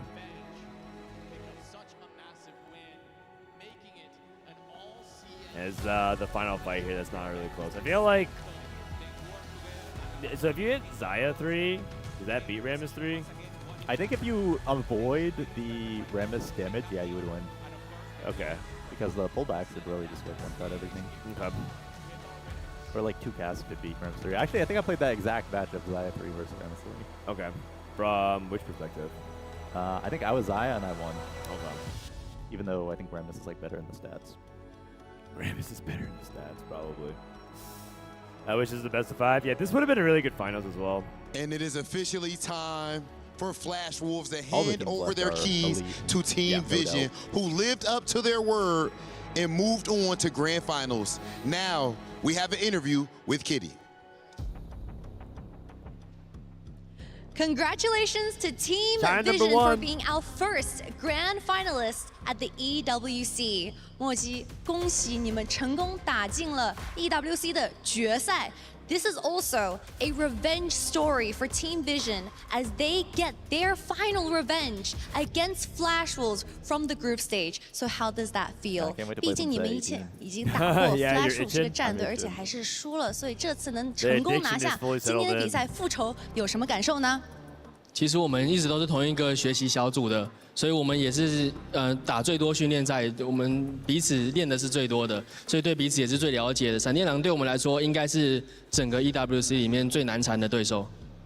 Because we scrim very often with each other, we understand each other's strategy very well, and we also think Flash Wolves is a very strong team. We are very happy that we are able to win against Flash Wolves, and of course, thank you for their practice as well.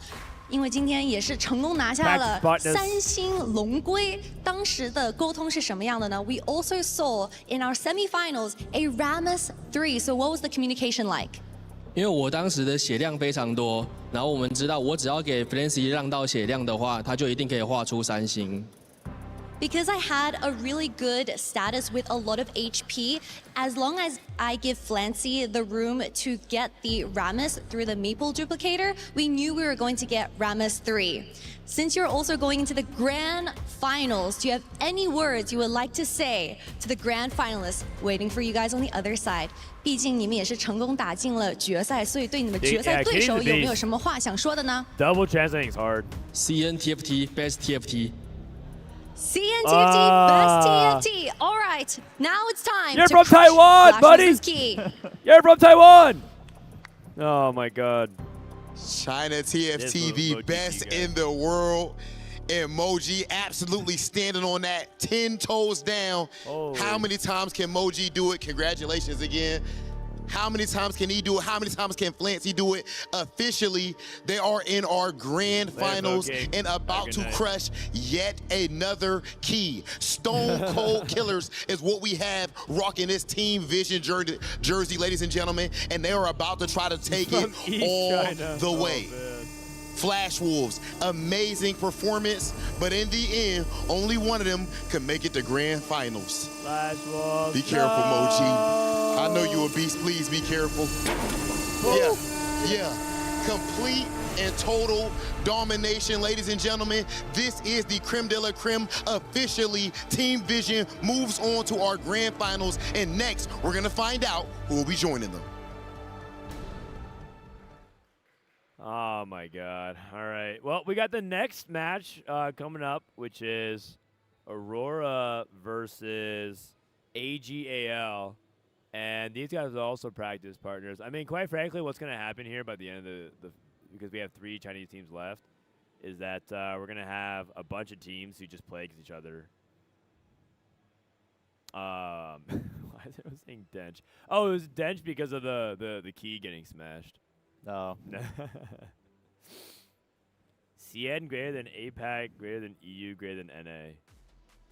I mean, that's true of EWC. But if you're thinking about like TFT as a whole, like real TFT, because 4v4 is not real TFT. It's like invented TFT. It's CN greater than NA, greater than APAC. That's it. There's only 3 regions in TFT. Why is CN so strong in 4v4? Apparently language diff. Why do you think NA sucks? Half our teams didn't sign up for the qualifier, man. And then the other half of like our top players were focusing on solos. The qualifiers were literally happening like as like TPC stuff. Like Asian was focusing more on TPC this stuff, right? Yeah, I think I was like visiting my grandparents leading up to the open qualifier. So we didn't have like too much time to practice. So yeah, boom. So NA, I mean the reality is NA didn't take it that seriously. Now, is that a lack of competitive spirit? Maybe. But at the same time, we couldn't even get our teams past the registration, which is our fault for sure. But just wait till Citadel signs up again. That was literally our best team on paper in terms of performance of the past year, right, Citadel? Yeah.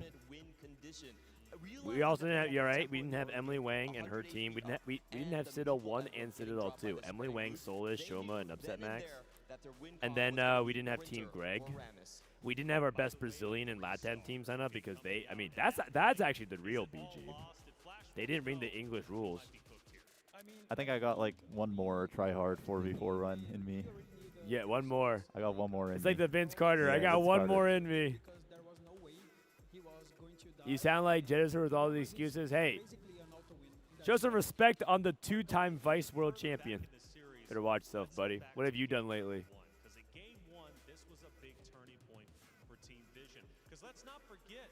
Does it have anything to do with not streaming scrims? No.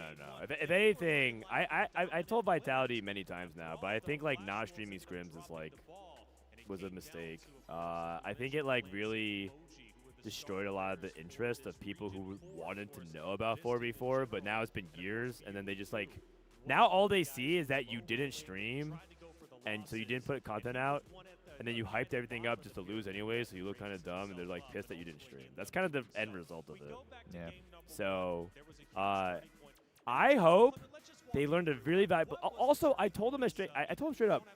I've watched. I coached Vitality, right? So I had a front row view to their games, both like in scrims and real games as well. And I don't think they have as big of an edge as they think they do in comms. They're like, no, we have like a huge edge in comms. I don't want to really hear out comms. I'm like, listen, guys, I'm gonna keep it a buck. I don't think it's that big of an edge.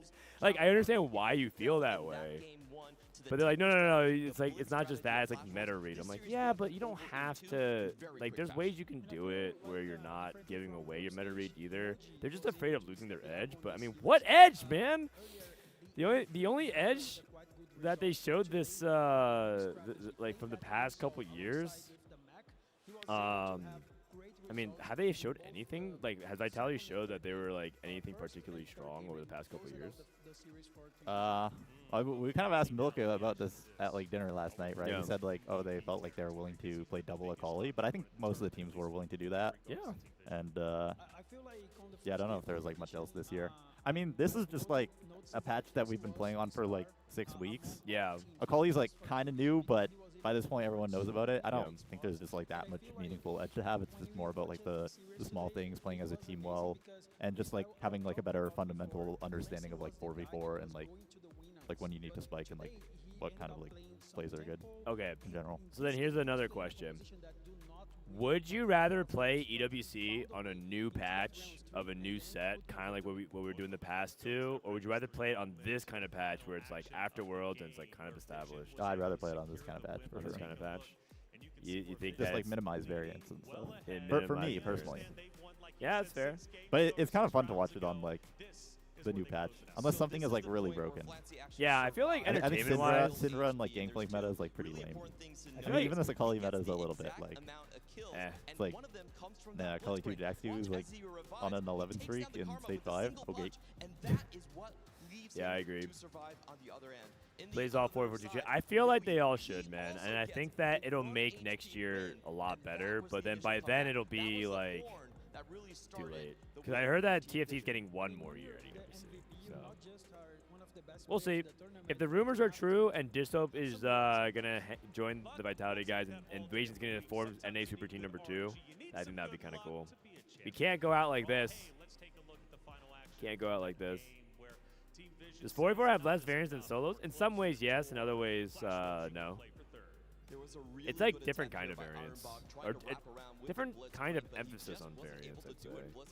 Like in 4v4, it does feel like you have less individual input relative to the output you're trying to affect, because there's only 2 outcomes, win-lose. But in solos, there's a lot of different like small wins you can get, right? Like if you know you're bot 2, but you can save it with a 5th, that feels like pretty impactful individually. But in 4v4, that placement can be big, but in the end, it just results in a win-loss that doesn't carry over. So there is like, there's trade-offs, I would say. It's not like strict yes or no. Yeah, like, I would say the amount that like one individual player has on the game is less than solos. Like, you're less in control of the result than in solos. But like, as a team, if like everyone on your team is like really, really good, then you could probably have some absolutely insane win rate in 4v4 that would not be possible in solos. So for sure. I need to go to the bathroom real quick. Do you mind holding down the fort? I'll hold down the fort. Okay, go ahead. Be right back, guys. And if they do interviews, you can just like. Oh, wait, they're doing it right now. Thank you very much, guys. Joining us is a very special guest from Riot. It is the EMEA America's organized play lead, Max Visho. Max, good to have you here. Thank you. Obviously, in TFT, there were some big changes that happened this year with the TPC coming on in, the TFT Pro Circuit. What were some of the big reactions to it and some of the learnings that Riot's taken away from it for the pro scene? Yeah, I mean, I'm super happy to talk about TFT Pro Circuit. I think it was a great success. Overall, I think the community and the players are very happy with it. We launched it, I think, last year in September. So this is the first year where we fully ran TFT Pro Circuit. Got a lot of learnings, obviously. We already did some minor adjustments to the format, but I think overall we are pretty happy. The main reason why we did it was, for the one thing, to provide more stability to our pro players. More like they don't need to grind now all the set, all the ladder. They can focus on getting better or becoming the best in TFT. And on the other hand, for us also, it's easier now to kind of spin narratives around them, because we know these players are with us for the full set. We can join them on the journey through the set, and yeah, this has been great. One of the big questions, though, is what is the biggest learning from competitive TFT from this most recent year? Obviously, a lot of changes. What is stuck, and what's the one big thing that you can hang your hat on? Yeah, I think it's really about storytelling and narratives. I mean, we really value the couch to crown approach for TFT. Everyone can join, play TFT, download it, and start getting better, and then hopefully join one of our tournaments. But in order to build this pro scene and also bring fans into it, you need these stable pro players, and we want to kind of have them with us for the full set and have the stability, and then tell great stories around them. Yeah, again, got to see a lot of that from the TAC Crown broadcast. Scan the QR code, figure out how to play, and hop on in. Yes. Now, one of the things here at EWC is unique, and that all of us here have enjoyed, 4v4. It has been such a unique format. It's been a lot of fun. What are the learnings there in 4v4, and what's the future of 4v4 look like? Yeah, I mean, it's great. I've been here since the beginning of the week. It has been great to see all the players play and have fun and enjoy. I think what really stands out for 4 versus 4, on the one hand, is the teams. Obviously, TFT normally is a single-player game, so just to see the team dynamic, the players coming together, enjoying themselves, seeing the emotion, the banter as well through the teams is really great. It also obviously adds kind of a strategy add on to it, to already very complex and strategic game. So yeah, it's just great to see how players are spinning this type of TFT tournament that have been really fun. And yeah, we might see some more 4 versus 4 in set 18 for our tier 2 players as well. And a perfect transition to set 18, Enchanted Wilds. What are you most excited about for our newest set that's coming out? Yeah, I mean, obviously most excited about us transitioning to Unreal. The team Global is working incredibly hard to make that work, and it opens so many new opportunities for us. So looking forward to getting that on the road. On the other hand, there will be Rift Beasts the first time in TFT, which I'm super excited for.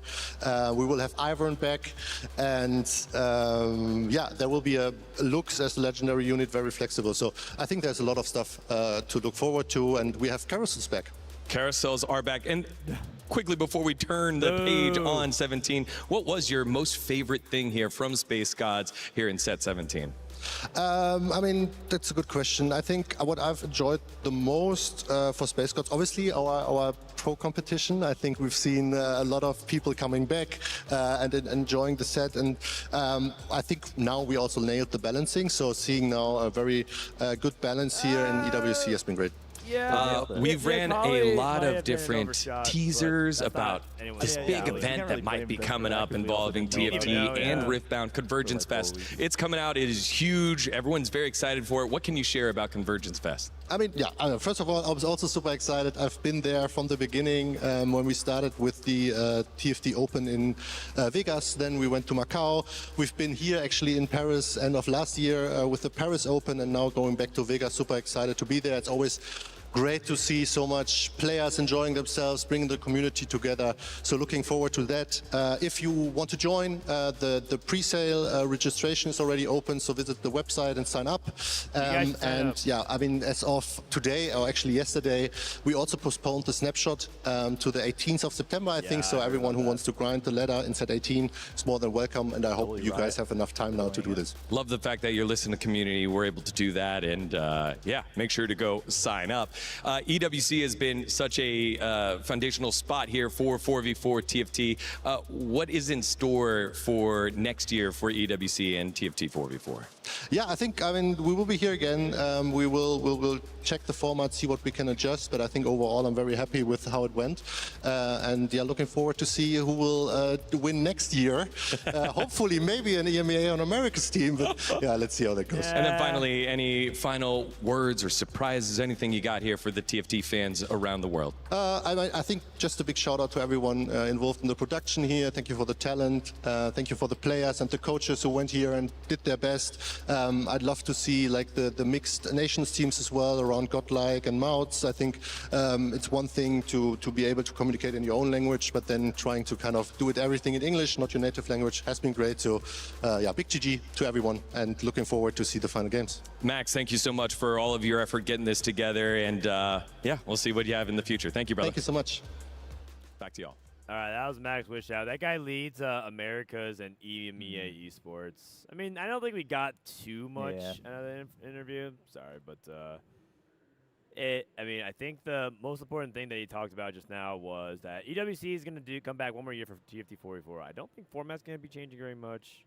Yeah, he said there might be some 4v4 stuff for Tier 2 and Set 18 as well. I don't know if that's like something they're planning on. I never understood, because do you remember when they did the 4v4 sub-regional? Yeah.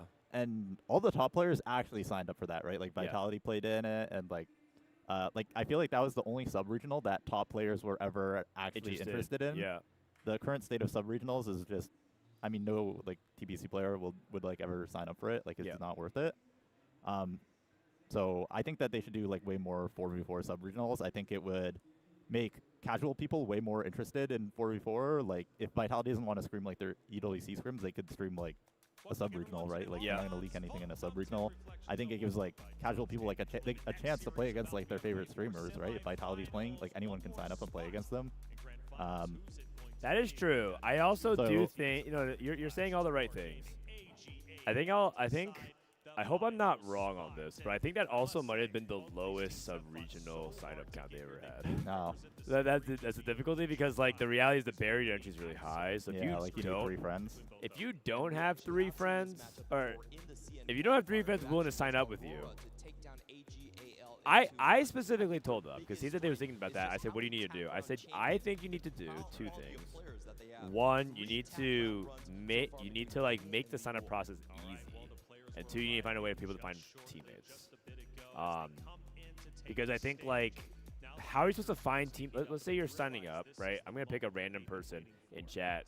I'm going to pick News TV. If you're News TV and you're like, well, I don't even know anyone. I have no friends who play TFT. How do I find a team of 4v4 and I'm just like a player that just plays ranked? It's kind of hard, right? You have to like ask random people you add. Yeah, I mean, I can understand that. Like, I guess it just depends, like, if they are happy with, like, sub-regionals just being this thing that is just, like, kind of, like, Tier 2 exclusive, I guess. Yeah, it could be. I think that, no, but I think there's, like, ways you could do that. So I gave him some suggestions on how to do team finder stuff. The first thing that I suggested was that I feel like they need to activate and energize the social media aspect of TFT, which is, like, I know a lot of people don't like the fact that social media is kind of just one giant cesspool of like really bad and hateful speech and things like that. But there's also a lot of good that can come out of it, which is something like this. If you're looking for a team, I suggested that like one thing they can do is create like a community on social media for people to like post actively to like look for a team member. And then that's where people can find other people who might be interested. And like these are the kind of teams that I'm looking for, right? Because people just don't know who to message. Like you just blindly scroll on Discord on the channel and just like scroll and look for people. You need to look for people who are also looking. So just creating more opportunities like that, because it turns out a lot of you guys are on social media. You guys just post nothing. You guys are browsing and scrolling infinite, pretending like you're above Twitter, but you're all on Twitter. I know you all are. You guys all pretend like, nah, I'm above it. I don't want to be part of this shit, but you guys all scroll and browse it. Pretend like you guys aren't part of it. No, you guys are on it. Okay, I'm going to go to the bathroom real quick, BRB. You entertain the chat for like a little bit.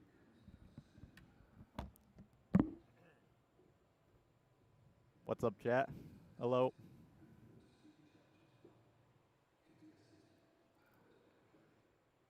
Anyone got any questions for me to answer? We got AGAL versus Aurora. Who do you guys think is winning?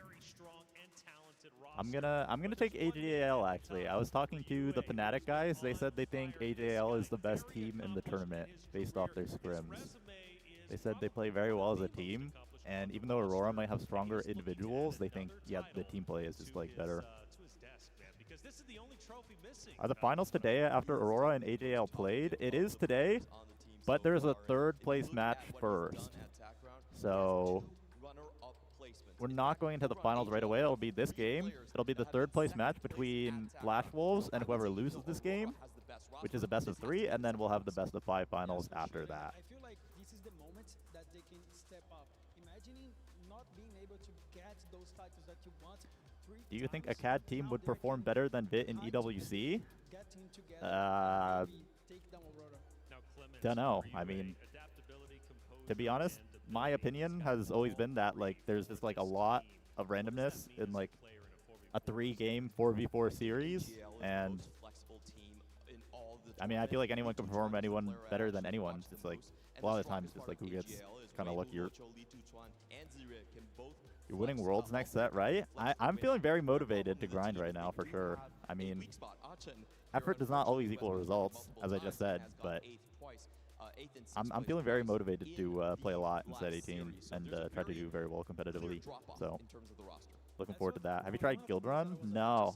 I want to play when I get back home, but I feel like it just got popular like right as we left. But it looks pretty fun. What do you think of TFT's future next 2 to 3 years? Yeah, I think Riot is definitely very, very committed to TFT. I think the fact that we're getting like our own TFT client and like the swap to Unreal is like 2 things that is just like, it's very clear that they're committed to TFT like long term, because it's something that it sucks in the short term, right? Like PB is delayed, the set is delayed. It's going to be super buggy, most likely. It's a lot of extra work for them.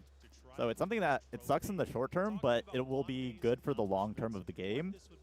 And the fact that they're committing to doing something like that, that's going to be bad in the short term, but good in the long term, well, it's not worth it for them unless they're just like very committed to TFT in the long term. So yeah, I think they want TFT to be a thing for like a very long time, like much longer than 2 to 3 years. I think even if they were like only like planning out TFT for the next 2 to 3 years, like something that's this big of an investment might just like not be worth it.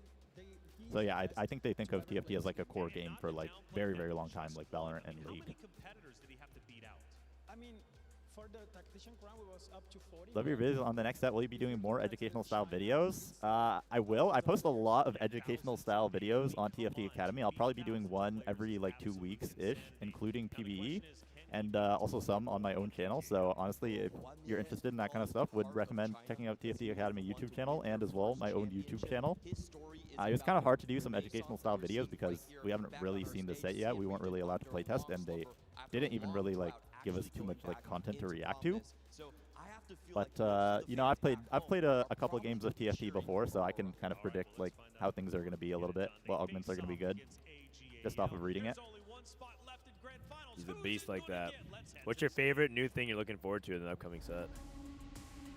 I think, honestly, the quantity of wisps, like, it's slightly concerning to me because having a larger quantity of wisps is, like, harder to balance.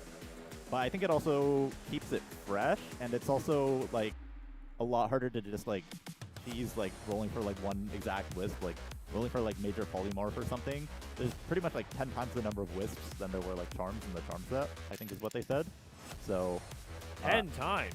Yeah, there's like a crazy number. So that's harder to balance, but at the same time, it's more fresh. It'll get boring less fast. And I also think the fact that, I mean, I'm definitely not worried about like the number of frontliners in the new set. Like that was like a big complaint that a lot of people had this set. There's like 5 4-cost frontliners this set, and one of them is like pretty much like a threat, like Malphite. he has some like a unique trait Monolith, which is just like a built-in stone plate, and then he doesn't really care about his other traits, so he's like pretty much going to be like a threat. And of course, we must figure out who will be the second team jumping on dope. that grand I'm glad to hear that because I think the frontline problem is so Sunday. Rob, how are the vibes for you, man? Oh, the vibes are absolutely immaculate, especially if you are a Team Vision fan. I mean, how insane was that performance? Flancy just seems to get it done every single time. That whole squad just absolutely stacked from top to bottom. But this next one is going to be different. Yes, sir. Second semi-finals coming, and it's the kind of the same scenario. One of the teams has lost once. One of the teams is still undefeated. Can you keep that clean record? I'm looking forward to this, bro. It's about to be amazing, ladies and gentlemen. And the first team we're about to welcome to this stage is arguably the most stacked roster on paper. Ladies and gentlemen, please welcome to the stage, Aurora Gaming. We'll see you in a bit. Aurora Gaming. Headlined by now Aurora has 3 TAC crowns overall. Kwame, of course, being one of only 3 players in the world with 2 victories. And then, of course, Liluo also has a TAC crown championship. But even though those 2 have the TAC crowns, remember I said stacked top to bottom. The highest AVP up to this point on this team is none other than 62nd. And then Ahau has also shown that he has been their win-out player throughout this entire event. So it is not a one-man army, but a squad of 4 Titans. Absolutely. Only Titans allowed, to be honest, at this stage of the competition, Rob. And you know Aurora Gaming will be there to put in work. But with this, it is time to welcome their opponents. And this is a team that has been looking unstoppable all week long. It is time to welcome to the stage AGAL.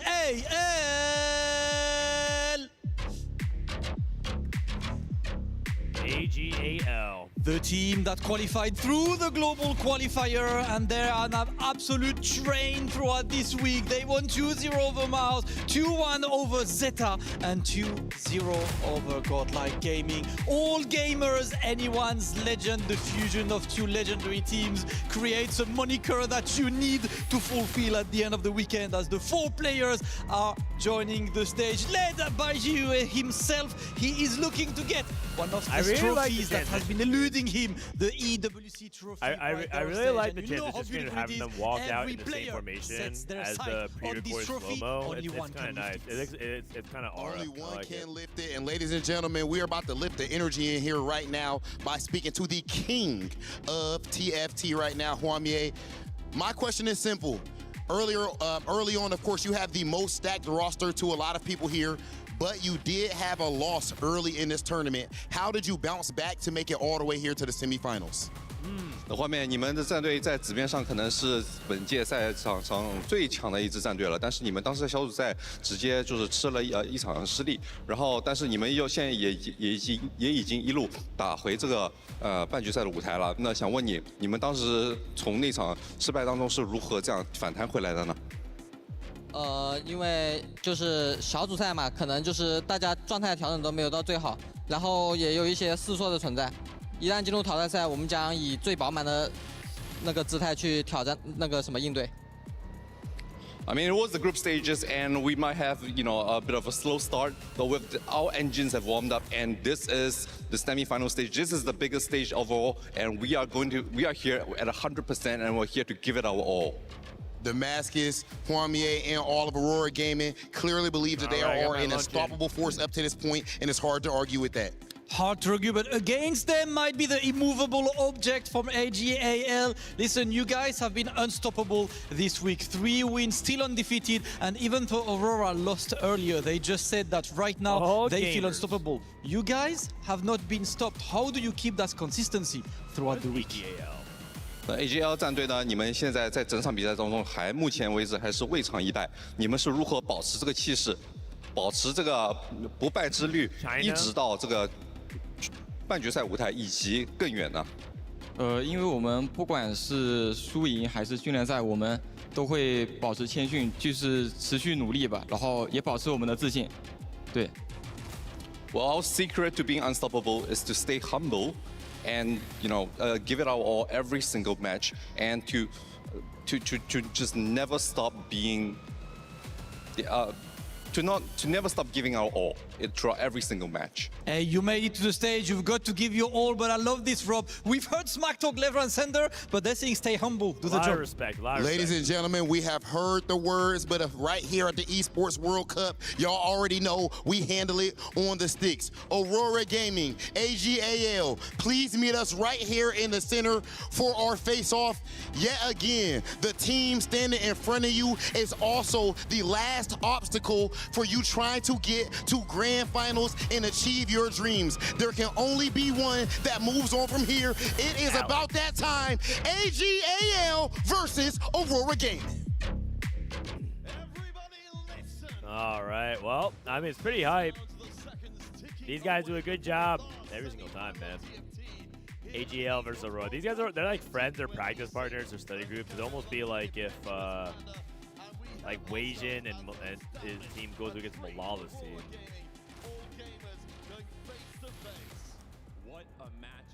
And so now we have the battle between two Chinese Titans. Where's my GOAT, Big Mikers? Big Mike. Big Mike's is back in the Big USA. He's back in the Big FL, Florida. Hibernating. Probably just staring at the ceiling. I was told that the dinner afterwards was like it was just a bunch of sad boys sitting around at the table, being like being sad that they lost to MCOY. Yesterday I had dinner with Milk. And Milk, he got to dinner the latest out of everybody, and he sat down. And the first thing that he said, because we waited for him, we waited to order, we waited for everything. He got here like 5 to 10 minutes after we sat down. And we hadn't seen Milk since 2 days ago. First thing he said when he sat down was, "Man, we lost to MCOY, man. Oh, man, we lost to MCOY, man." Oh. Just like on repeat. No tiebreaker, Shen. No tiebreaker, Shen. We're on the 17.6 Worlds patch, not the 17.7 live patch. I wish they'd let TFT have its own culture rather than trying to hype it up like a boxing match. Yeah, fair enough. I do think that TFT in general does have its own culture competitively. Our culture is online digital webcams. It's webcam versus webcam, and we bust out the notepad on Windows. That's our culture. That's what we grew up upon. Game 1, AJL versus Aurora Gaming. Here we go.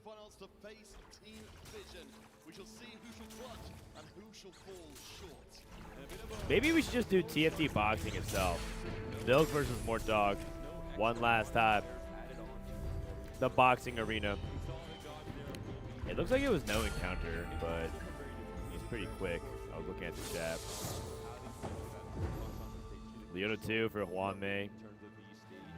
Huan Mei, if he wins this tournament, I think in a lot of people's mind will start putting him as the definitive #1. I mean, Dizzope already has given him props, saying that he thinks he is the #1. I suppose it's whether or not there's clear separation. This would start to do that.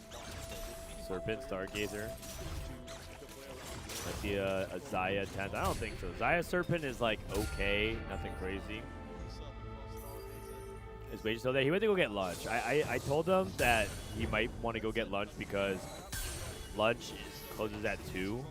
And this series could theoretically take the entirety until they close. And also, you don't want to go at the end of lunch because that's when like the food's been sitting at the longest, or like there's none left. Also, there's like no one there, so you're just eating by yourself. You know what I mean?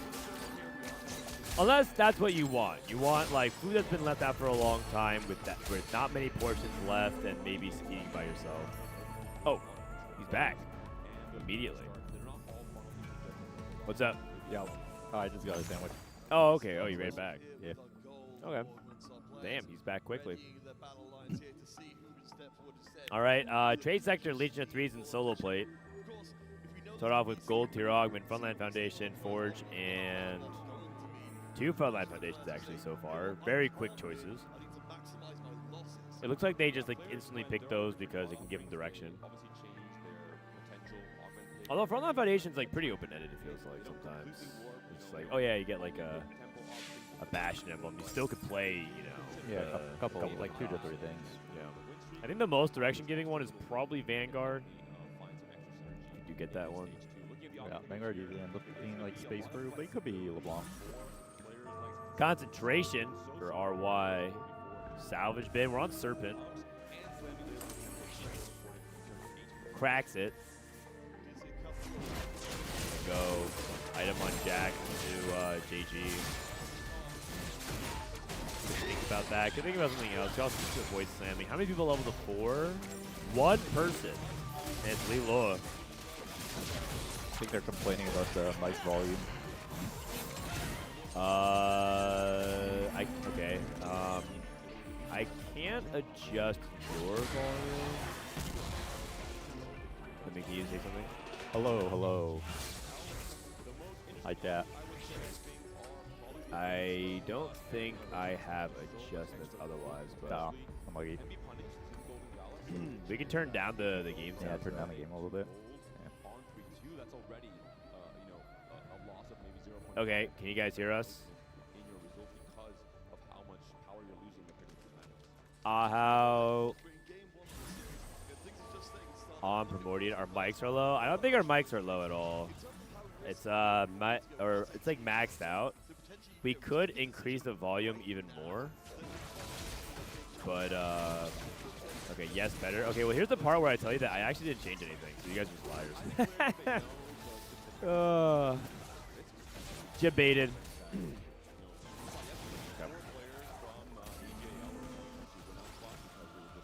Fine. Twitch chat will always find something to complain about. No, it's all good. It's all good. I did lower the game down a little bit.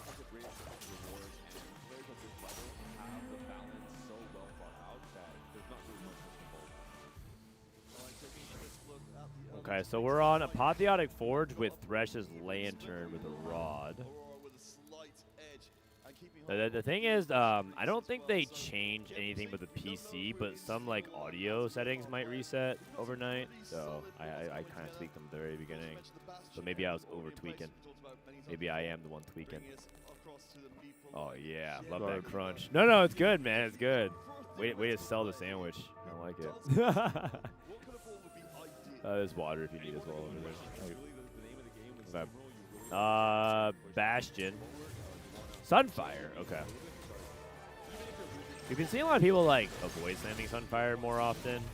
Feels like they prioritize making like Stoneblade and Warmog instead, and then going for backline anti-heal. I still think it's like reasonable considering that Leo was playing for tempo. Yeah, it's fun too. Playing for tempo.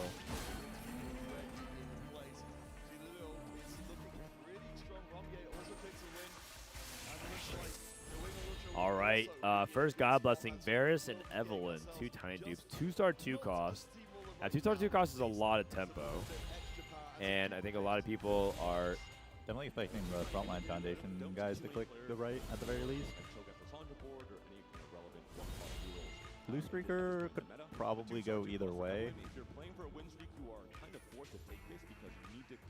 Okay, almost everyone clicked Evelyn except for one person. The 2-star 2 cost is kind of hard to stop tempo-wise. Quan, I think he has Leona Prince, so he clicked the 1 cost to get like a bit of acceleration on that. Wow! Okay. That's a spike. Yeah, Milito Pantu. Milito Pantu. The board doesn't have like too much cohesion yet. Yeah, but like raw power should be able to. Got a Gwen too, which is great for him. Nice. This guy just sold his. 3 people on 3 streak at the moment. Yeah, it could be. Looks like it was a really good blessing for Aurora. They all got usable ones, and maybe this guy's gonna lose his recount because he's fighting Gwen too.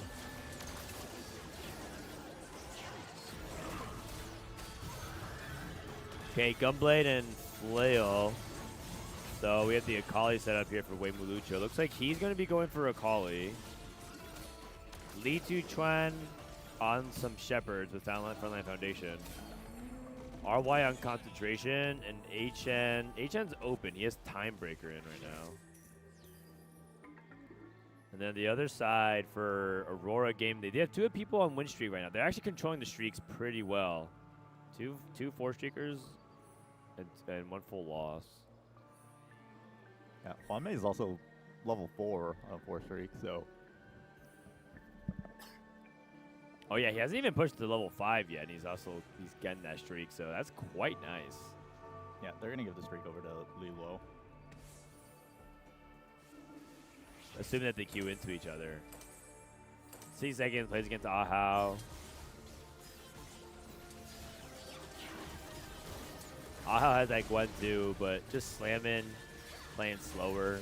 Yeah, he usually wants a 5 loss here. Yeah, and he got what he wanted. Slamming 5 loss. Wanmei versus Lilo, this is exactly it. And it looks like Lilo gets a very easy. Oh, hold on. Wow. Wanmei actually wiped the Gwen. Kind of close, but ends up going Lilo's way. Yeah, they probably would have been okay no matter who got the streak. They have the same amount of gold. Wanmei can definitely tech in Timebreaker on the next stage. Okay. Yeah, that makes sense.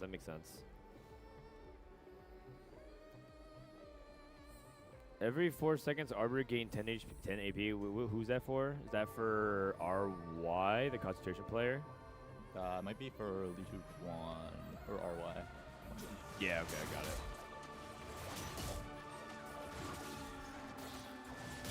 it. Okay.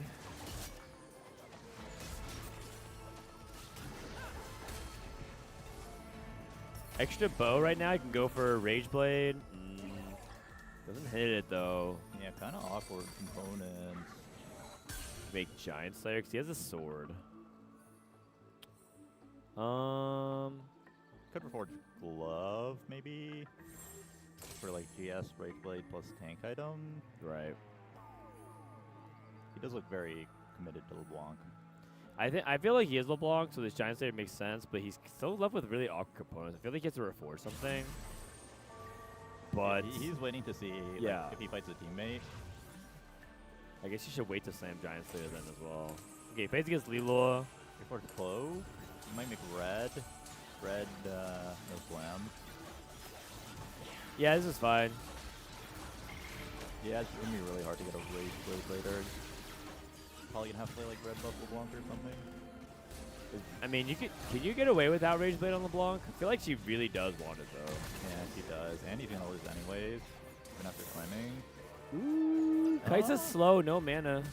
Guess it goes Rogue though. Oh, that's actually a really big win. Lazy trying on the 5 win. The only person win streaking on fire right now. Lilo lost. Prismatic on 3-2. Wait, no. There's no way he's gonna take Cursed Crown, right? Okay. That'd be the first time we see Cursed Crown. He's probably gonna take Radiant Rascal here. Oh, invested. Double Econ Akali is pretty interesting.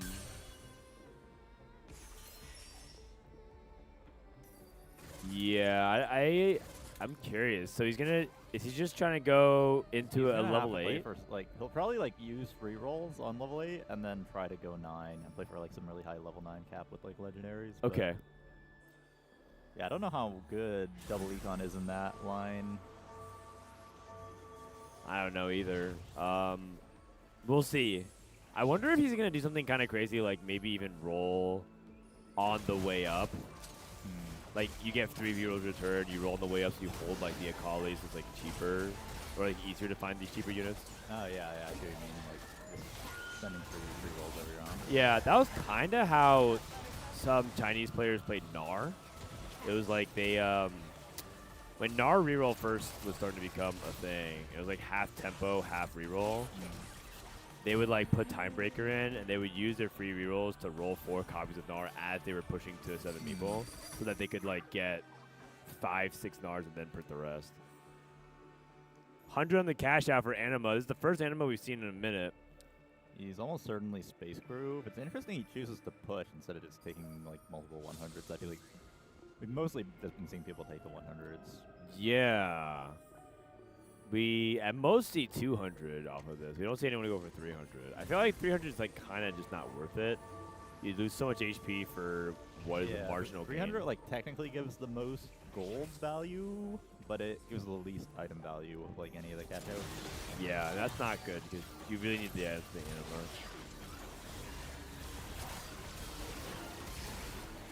Okay, Gwen 2 getting some work done. Radiant Void Staff. Then we have Trade Tree into Space, or Shepherd, Timebreaker, and Voyager. IE Jeweled Gauntlet, got the old... wow. Yeah, the old crit build. Old CN combo. Bis. Restart 1 cost. I do think a couple people could click this.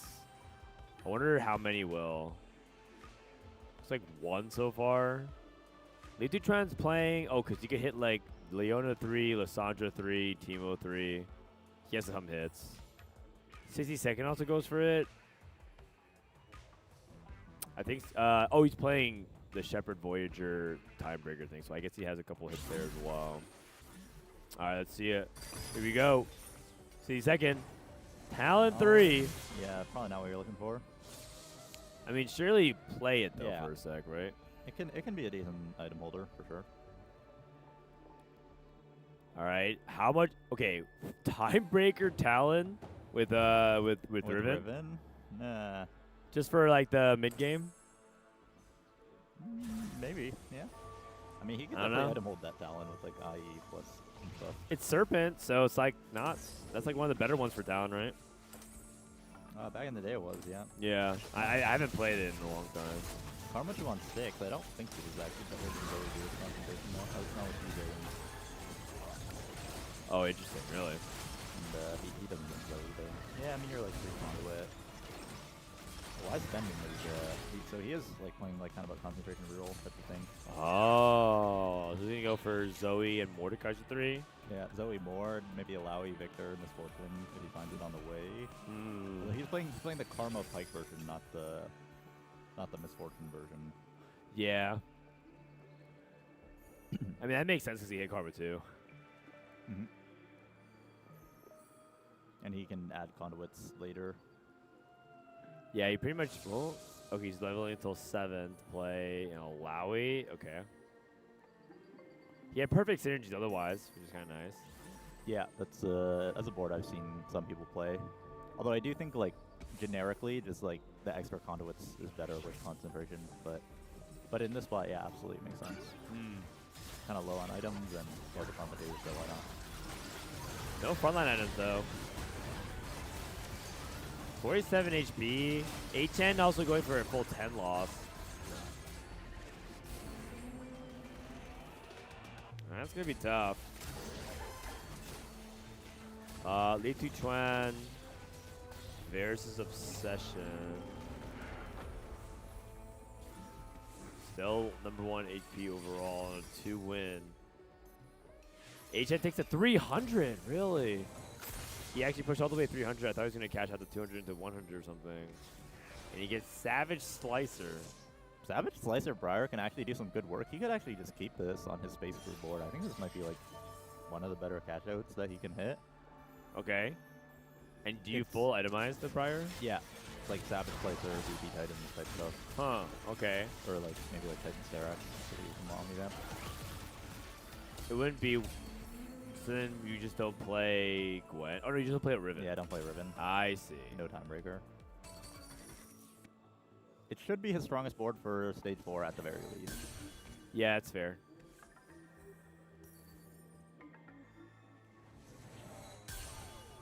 So you're using this to be a consistent second source of damage. If you get a Space Cube Emblem...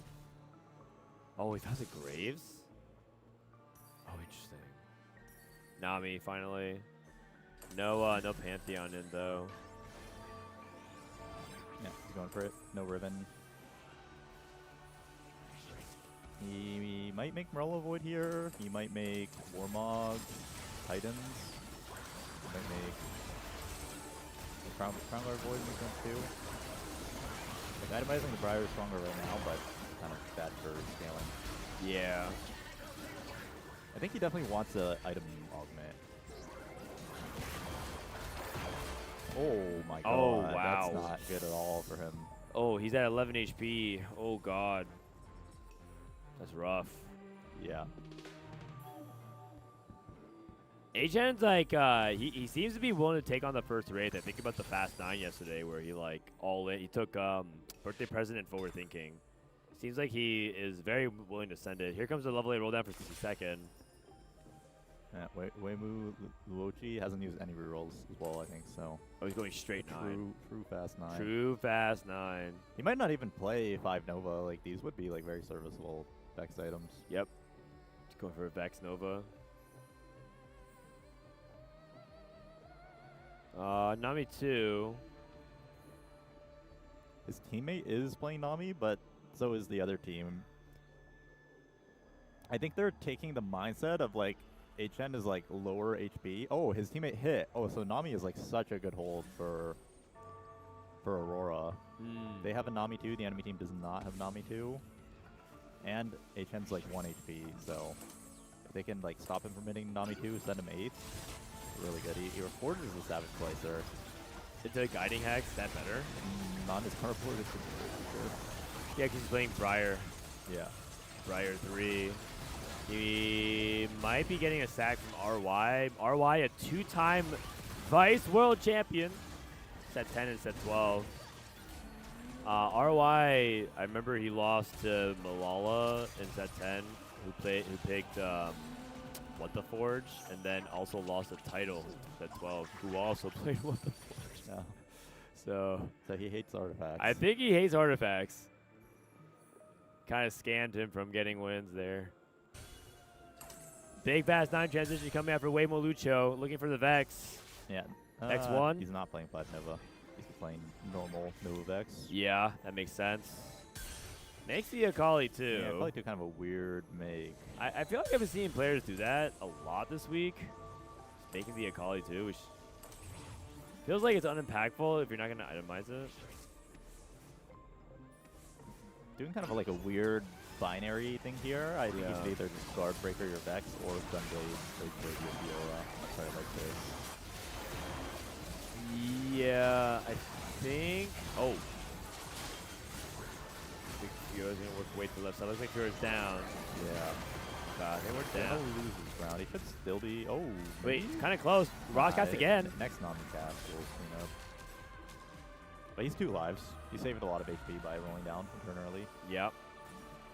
He also needs to not run to HN if possible. Varus, Super Parting Gift. That could be really swingy if he gets the 5 cost he needs. Yeah. Blitzcrank pair? Blitzcrank is good.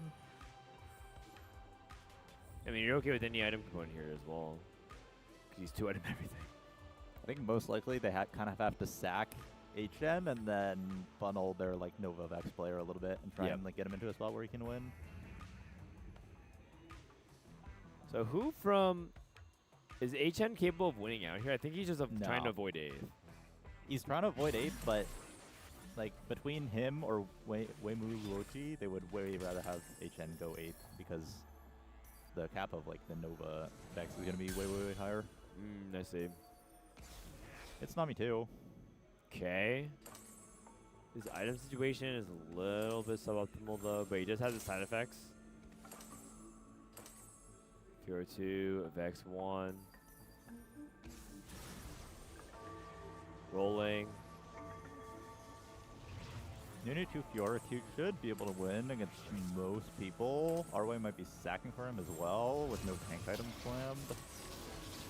So yeah, they are funneling the Nova Vex a little bit, which I think is smart. Ooh, that Nunu ult is nasty. Here comes Lilo's Riven. Yeah, looks like HN's going to hold on a little bit longer. Lilo might be soft sacking for his teammates. Can they get Ahau into the bottom, though? Is Ahau actually going to be able to stabilize? Looks like he is. Juanmei might be the player that's on the chopping block, actually.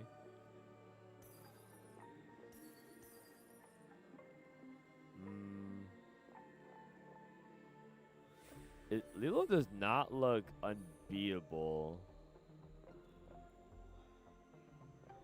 Yeah, he should be like pretty strong for this stage. He'll be like falling off for sure. Oh, Ramus. Li Tu Chuan looking kind of weak. His front line is really, really suspect. Yeah, so HN's gonna get the win here. AC's is like kind of not that good. They don't have that much AC to work with. Yes. They might end up killing each other off. Even if they're so strong. Let's see what happens here with Weimucho. Looks like he's gonna the Fiora down. Oh, the block's dead. Single Rage Blade Vex, does it have enough damage? Looks like it does. And Huame is losing out. He said that he was vulnerable from Aurora. Yeah. He's just kind of like the target for them to invade. All right, well, a lot of the players at the bottom are in difficult spots. JG plus Adaptive. Adaptive. I don't think Declaw's that good. You're looking for something for. He only has 5 gold left. Gotta take it, I guess. There's synergy between Giant Slayer and Jewel Gauntlet and Quicksilver. Yeah, I think you'd have the QS on the attack speed carry though. Yeah. No, yeah. I'm saying like, would you go swap the Giant Slayer QS onto Acel? Yeah. I don't think I would, but because I actually don't know. It's an interesting idea, right? Getting the crit going. I mean, the stats would probably like dislike it, but maybe, yeah. But yeah, I don't know. RY one off of Mordekaiser 3. I think that guy is kind of impactful for RY, so that is going to be difficult. I think Even Shroud. Uh-oh. What happened here? Lucho. Vex 1. Oh, they're fighting each other. Wait, they can, if they do this properly, then Wimo Lucho has like enough to lose 1 round, and then they can try and get HN over Huanmi. Okay.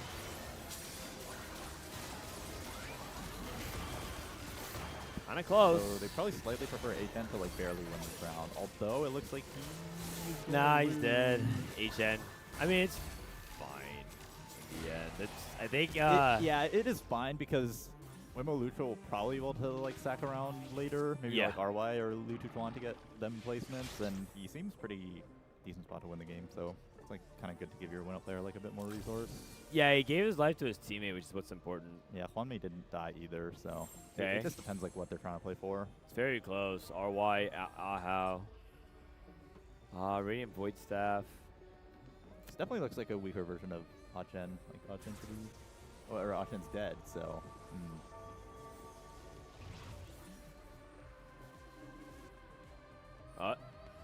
Looks like Ahau's going against the ghost of the quirky player, Dan Lilo. Huame also going up against RY. RY trying to survive and get it done with just Mordekaiser 2. Mordekaiser is about to go down. Oh, it's so close. Very close. RY's dead though. 7th place. That's a 7-8 for AJL. And Aurora, did they escape? They did. Aurora's done it. And Li Tu Chuan down to 2 HP as well. They have to 1-2. They have to 1-2 from Li Tu Chuan on 2 HP, and he's very, very weak with like full 1-star backline. Yeah. Maybe he can get 1 round off of his teammate, but it won't be nearly enough. Waymo Lucho hits Graves too. He is capping pretty high. Yeah. I mean, this game looks like very convincing, but I actually feel like if Achen had like 1 more life, it could actually have gone the other way. Like, I think him losing 4-1 was like really, really bad. Okay. For AGL. I like that. I mean, we'll see. Technically, I think it's still mathematically possible. Unlikely, but I think it's possible. If Li Tu Chuan can actually win his own rounds, then I think it would be possible, but he looks too weak. He's stuck on 1-star, no attack speed Did they just give up? I think his teammate's going home, or maybe his teammate doesn't have enough removers. Probably, Probably teammates ago, no removers or something. Yeah, it's also like the bad matchmaking. Triple bot 4, 6, 7, 8. Yeah. Aurora Gaming, dominant performance game number 1. But it's kind of like what you said. I feel like the lose streak by HN needs to be handled a little bit more delicately.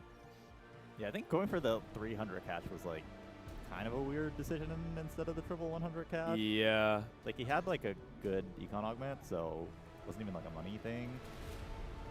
And then he hit like the Savage Slicer Briar, which was like the catch out that I thought he was looking for off 300, but then he just like reforged the Savage Slicer. So not sure entirely what the plan was. No, I feel, and I don't mean to say this, they are top 4 and they're doing great overall to get to this point, but HN's win out positions have been on average like not working out very well. And I feel like the rest of the team is put in like awkward spots because it was like HN 10 loss and they just went 8th. Yeah. And then the other players were like caught in really awkward spots and bled out. So maybe it's unlucky. You know, it could be variance coming into play. Yeah, I mean, he did fight someone that like happened to 4-1 it. But yeah, it's all good. All right, let's take a look at the post game here for you guys. K-Baba, oh sorry, other one. So this is the post game. In hindsight, that trade tree was also kind of nasty for 60 seconds to like get a lot of tempo. And then Lilo, I feel like it was just like a solid execution game from Aurora, and I feel like AGL took like a unnecessary risk with like the anima that didn't pay out, and then they just kind of got punished. But it was actually crazy too because Waymo Lucho also was capable of capping high. I think what it was is this. I think they actually thought Liti Tran and RY would go 7-8. But it would have been okay because HN and Waymo would have been played for the 1-2. Because Waymo Lucho's board is actually quite good. The more I think about it, the more I think he was actually like basically about to win the game.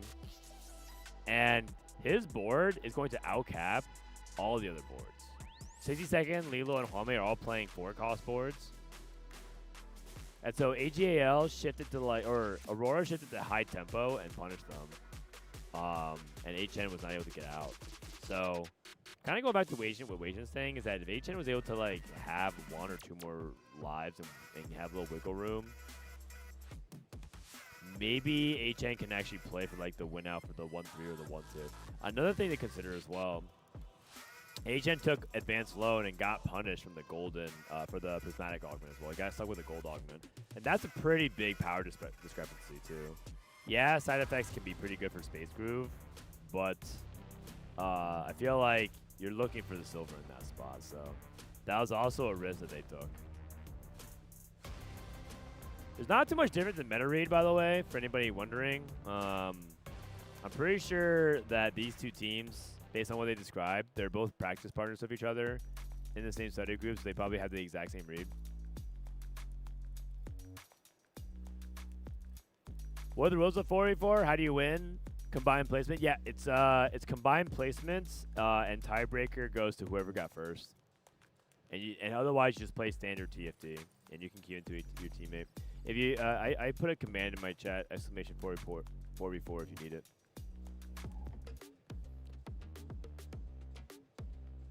China's so good at TFT. They're pretty good.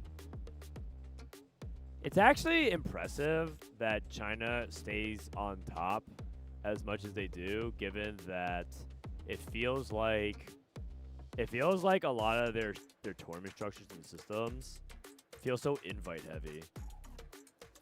But I guess they just have so many players, and in general, their tournaments are so high stakes. Like in general, everyone's trying their ass off for regionals because regionals have so much money on the line that it's almost like China will always be like in good form, because if you're not, you're going to get punished really hard. The criticism that I have against Chinese TFT is that their systems in place are always like favoring the popular players. You know how like TPC invited Soju for that first start of the season? But imagine if that was like regular commonplace where you would regularly invite people and get with one in Flash Wolves key crushed at the hands of Team Vision, this was just Team Vision up to 3rd place in the club championship with 1,500 points. This, however, is the last game they're going to be able to collect points with. With a maximum of 1,750, they'll only be able to tie 1st place today. And with so much of the Esports World Cup left to play, they really need to get those points on the board to stand a chance of staying around that top portion. AGL still left to play, so they might not be able to hold it. Aurora's With Team at Vitality 18. competing across 3 more games this week, they've got a huge chance of getting up to first place. Stay tuned as we keep you updated. Oof. All those crushed keys. All right, that'll be us, man. Next year, we're going to crush those keys. Oh, man. Team Liquid. Yeah, some clubs just don't have it some years. They try to qualify for EWC, and they don't. It is what it is, man. That's why they have to spread out the... That's why they spread out their strength, man. If we have Wajan, Malala, and Discipline on one team, CM will be cooked. True. True that. We would have cooked those frauds. Maybe we had a good comms guy as well, a glue guy. Locker room presence like Kiyun. Yep. Yep. Does he know? An IQ too high. Oh, Yubasan with a comb over. Usually he like lets his hair pull down, but add Emily Wang. You guys meme on Emily Wang. Emily's a 44 beast. Do you guys remember that Emily's team almost upset Vitality in the bracket years ago? It was Emily, Solis, and I think it was like 2 LATAM players. I think was it Tech Summers? Was it Tech? I think it was Tech Summers, and I think it was Life's Bad. Oh, I remember Life's Bad. Yeah. That's a name from the past. That's a blast from the past. A guy that has since retired. Life's Bad. That guy was a bit... I remember Life's Bad complained so much because people wouldn't scrim with him because they didn't want to like invite him to scrims. And he started complaining publicly on Twitter about it. He's like, oh, these Worlds players are so... they're just gatekeeping scrims. Which, of course, as you know, doesn't exactly get more people to invite you to scrims if you do it that way. People forgot to sign up for EWC. Yeah, good times, good times. On the bright side, he will be very careful next year with the Forbes. I hope so. If it happened back-to-back seasons, yikes, 2 years down the drain. I would like a Game 3. Aurora Gaming, I mean, I'm feeling like Aurora Gaming is looking too strong right now, personally. Or I just feel like AJL's game plan was kind of shaky at the beginning. Who are you rooting for? I think I'm rooting for Aurora. I think I've just, in general, want Juanmei to do well. Lilo, existing world champion. You don't think Juanmei's already won enough? Oh, I'm like a guy that thinks that TFT looks better the more the same people win. So, like, you know, when you won 3... like cups in a row, I wanted you to win regionals and worlds as well. Okay. Well, fortunately, I had to come back to Earth at some point. No worries. You just set up a record so that you can break it yourself. It's like the guy that does like the pole vault. He like beats his record by like the tiniest amount every time. Yeah, every time. You get money when you beat. That's funny. Just set the record a little bit higher. All right, gold tier augments. Kali and Bel'Veth, really good start for Wave Lucho. Probably going to be common immediately. Going to be looking to play in a Kali.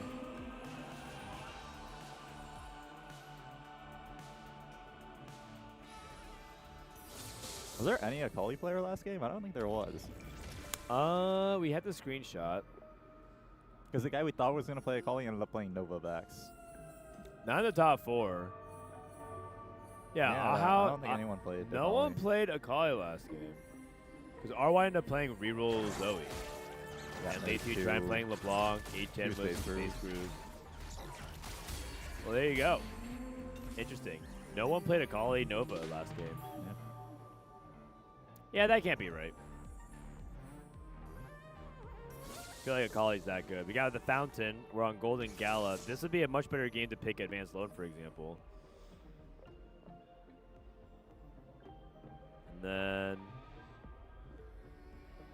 we'll see if either team is going to be heavily towards that. I mean, Waymo has a really good start for it. Lilo apparently has 4 Cho'Gaths right now. That'd be something to pay attention to if he gets like a no scout or like a loose singularity. I think loose singularity when you have 4 Cho'Gath sounds pretty solid though. 60-second. Here we go. One of the top ladder players in China for years. Big Peg. I think that's the best performing hero augment currently in the stats, but I don't think those are pickable. Knowing China, they're taking Bodyguard here. At least Team Vision would be insta-clicking Bodyguard here. Yeah, backline blueprint is something that I think they like as well.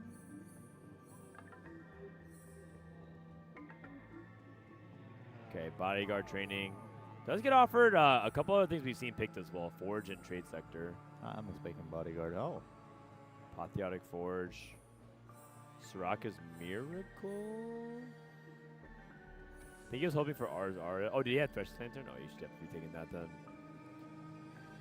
Other augments being picked. We see Anima Commander out of Huanmi. Oh my god. Wait. Huanmei took Anima Commander. He's at 105 HP. He instantly got full sold on though by a calculated loss. Seems like kind of a weird time to take Anima Commander when the other team has a calc loss. They're not losing like anything to do. Wait, How also is playing Anima with Spreading Roots. This is crazy.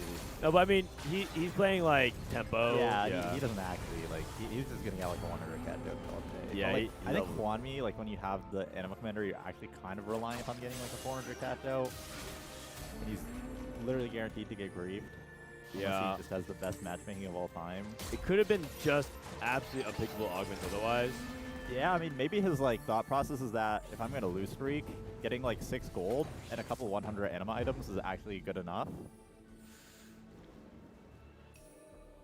And Waymo Lucio just big vibing. Open cell. So we have that to counter Huanmei. But maybe Huanmei has maybe he just understands it, man. Maybe he'll pull out his signature Aurora guiding hex. That's right. At Worlds, he played. What was the setup around it again? It was just like he was just a normal LeBlanc. Oh, he got him. But he was playing guiding hex Aurora duo carry instead of like Karma. Boom. All right. Well, Huanmei got griefed immediately by Waymu. That's probably bad for him because that means he will probably get griefed again on stage 3. Yeah. At the same time, though, theoretically he could restart it and then play for like 400. But in 4v4, that guy's never gonna let him get a 400 cat for Travelodge. Yeah. Like he will always get resold on. Oh man, it's actually crazy. Has Huanmei won every tournament he's been in? No. He's just won he's won the major ones. The major ones. But he won. But he didn't win regionals, right? Or did he won regionals last set. Yeah, he won regionals last set, but 60. not this set. No. But that'd be crazy, man, if he did. Because each of those wins is like over $100,000. So he's just stacking. Money. Space Group Maple Void Staff. Probably playing Space Group. All right, Wits End on the Teemo. Okay, so Space Group Meeple. I feel like I'm more inclined to lean to Space Group than the Meeple. The one thing about Meeple is that it's nice to sort of be uncontested. He may has voice that time though, so I know what his answer is there. I mean, I favor the Space Group line. HN. Expecting LeBlanc with the Witch Gun. Go for a Rage Blade. Carry the Teemo. Craftsmanship versus Artifact item. These are 2 of the top stage 2 boons. I think most people will probably take Craftsmanship though. Yeah, unless your items are already good. In that case, you could probably gamble. I know China likes clicking 2 like a lot. They all click 2! They all click 2. Except for a couple people.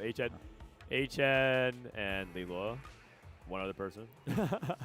I got yelled at for skipping Craftsmanship in this spot. By who? By Darth Nub in a VOD review.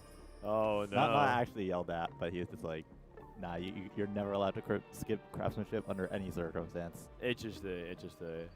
Well, in 4v4 it might be different.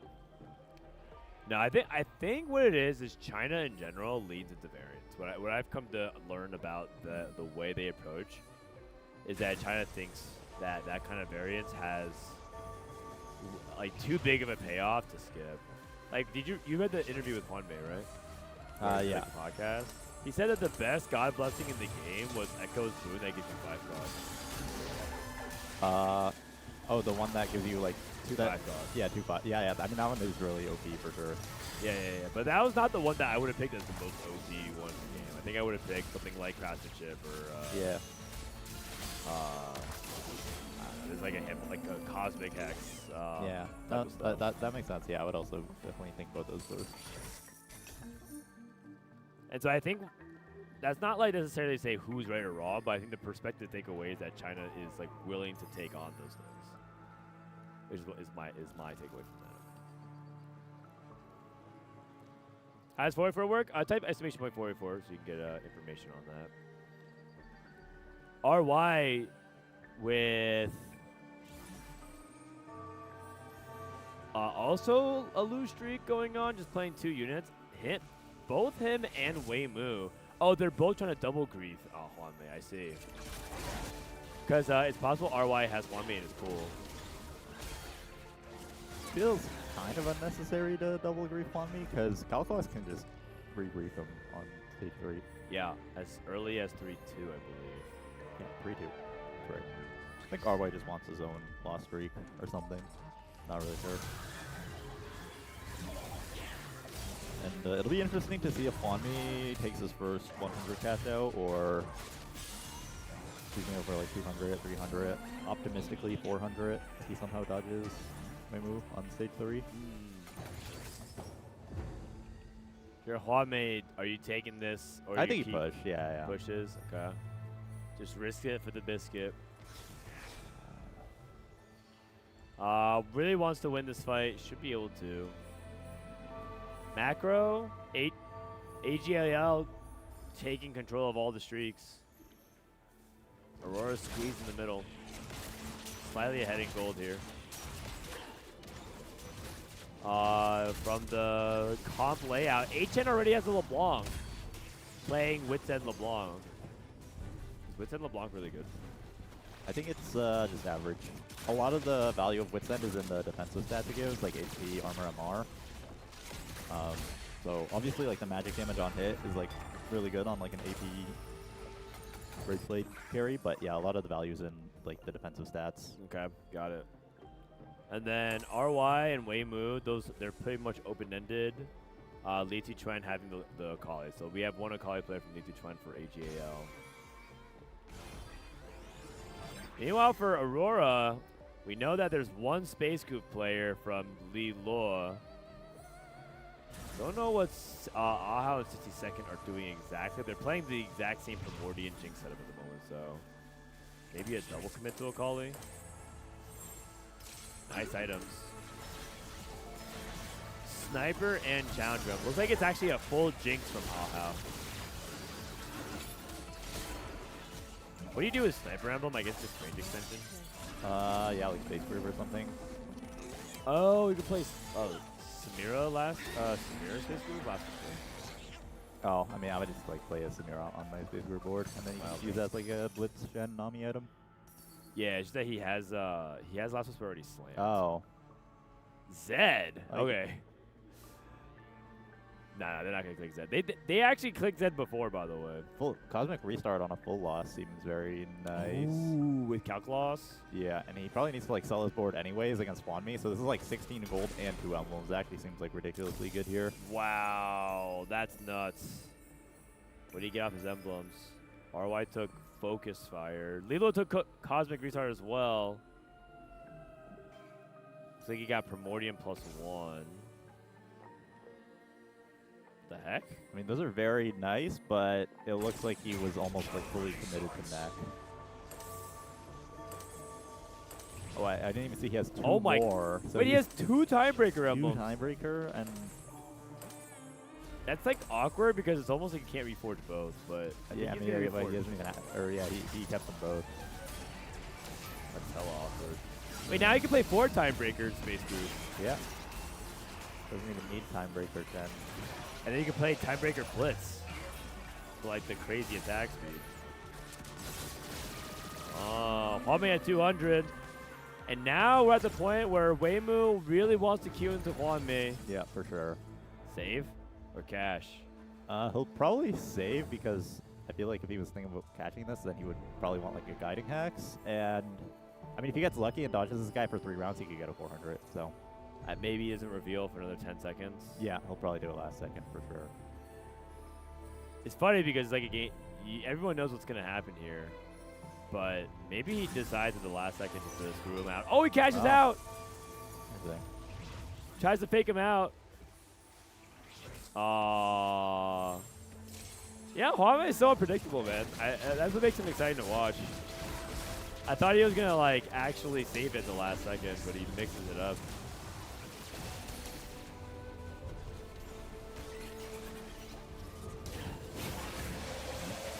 Okay, so now what's the game plan? He'll probably get one more 100 cash, and then I guess his teammate is playing. Oh no, that's Achen that's playing LeBlanc. I think he's going to play LeBlanc. Okay. Oof. Hey, his favorite blessing. It's Echoes. It's Echoes. The God most of Time. OP blessing in the game. How hilarious if he didn't click it here. How come 50% of the people didn't click the most OP blessing in the game? Yeah, that's a good question. Wouldn't that make him the true GOAT, though? He, like, plants seeds of doubt to mess with people because he actually doesn't think it's good. Oh, but he wants more people to be clicking that. Yeah. So that way it can, like... I mean, that's how you truly ascend, Wajan. You just start dropping the fake tech. Yeah.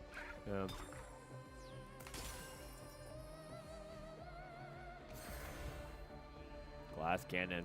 Glass Cannon's super nice with Zen. Gives you healing on your backline.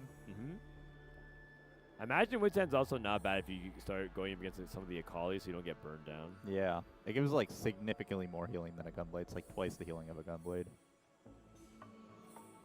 Did he reforge just spreading roots? I think 60 second may have. Yeah, I think. Don't remember what he had originally, but I would expect to play Akali here. I thought so as well. Or maybe Corki could be reasonable. Yeah, Corki could be very reasonable actually. That's tough. Mainly because I thought maybe Huanmei was thinking about AD because he had like so many gloves and bow and sword, but maybe Huanmei's gonna go to LeBlanc. Huanmei dodges Weimu one more round than he probably actually could have got on 400, but yeah, it's too much coin flipping though. I think it is very coin flip. At this point, he'll probably just take the 100. Yeah. Okay. Well, I mean, I think another thing too. It. Another thing too is I think Huanmei, because he like cashed out, Weimu played stronger boards and Weimu actually won. So it looks like Huanmei outsacked Weimu. Sterix Gauge. I think Weimu would just beat oh wait, no, RY also won. Okay, I'm not sure. Yeah. Yeah, it's hard to say. But I thought Huanmei would just fought 60 seconds or someone. Oh, okay. Yeah, it's possible.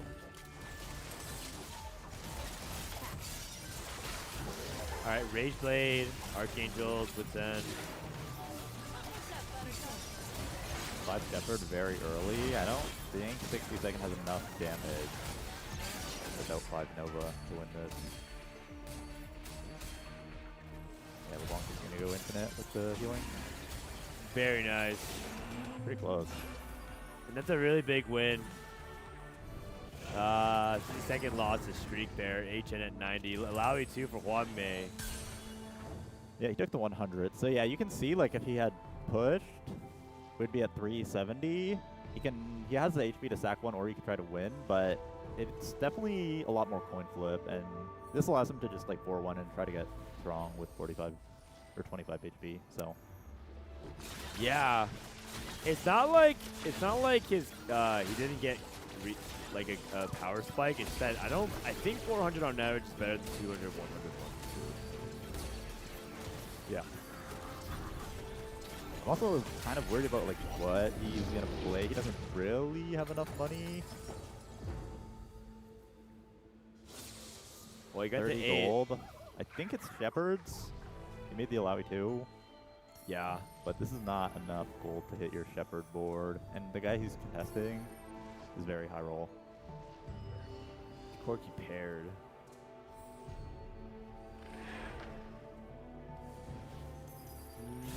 Sells. Needs to find something to stabilize. 3 mech. Just a mech for 1 turn. Oh, jeez. Maybe he's gonna go into mech. He didn't make a Rage Blade, and he doesn't have a single. Yeah, this is bad. This is bad. I think Huame is gonna get cooked up. He's going against Corky 2, Rammus 2 on the other side from RY. RY with a really strong board. Yeah, RY hit everything. With Focus Fire. He's down to 1 life. That's a really bad loss. Yeah. Let me see. Yeah, that's crazy. I think Huame may have needed to gamble. Oof. Here comes the augment. Gold tier augment.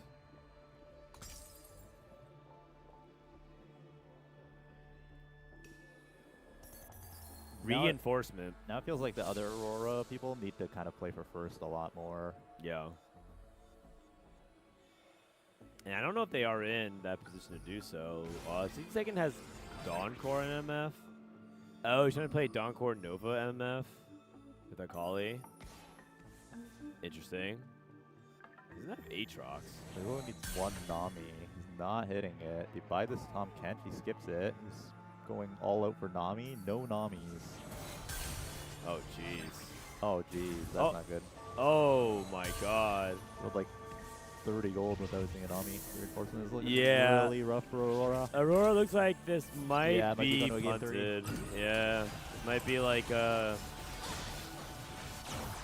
mean, I'm trying to say it as respectfully as possible. It feels like they just like flipped their game at this point, and they just like lost. So they're just like kind of doing Hail Mary plays. He's full slamming.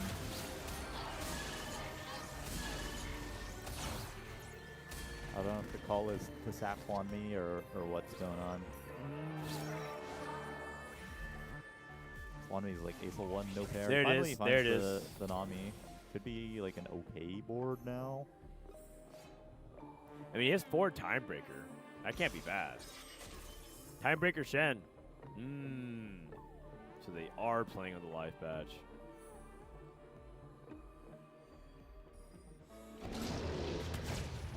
Huame still on 1 star. Oh, jeez.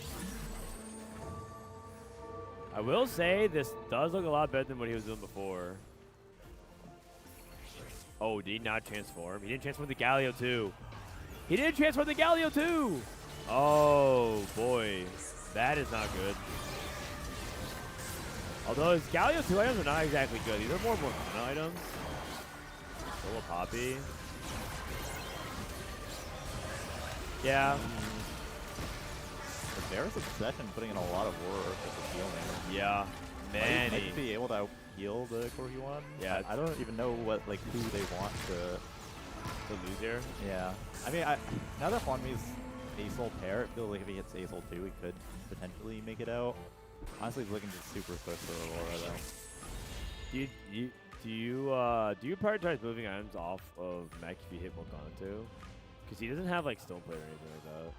I think I would still like the mech's got the bigger HP pool as long as you transform him. But okay, probably about the same. Looks like a 6-2 split.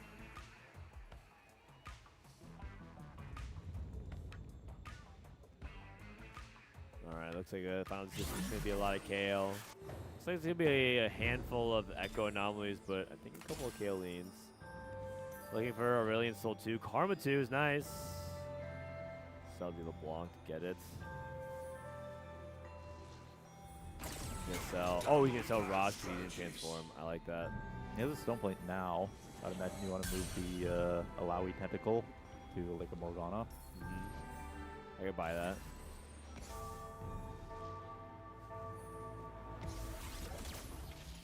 Okay, get the tentacle out the last second. Stoneplate.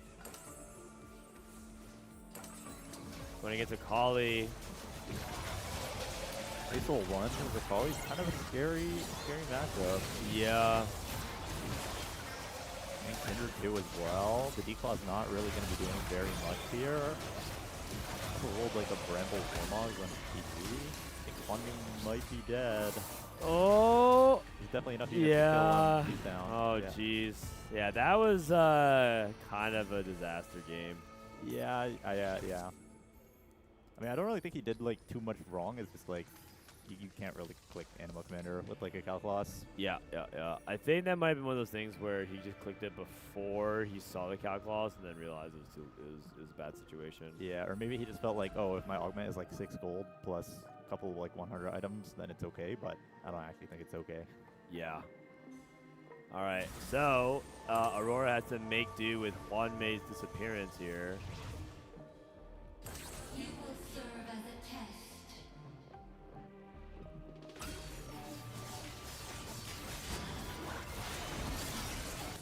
And this is A10 trying to lock it in. A10's in a really good spot.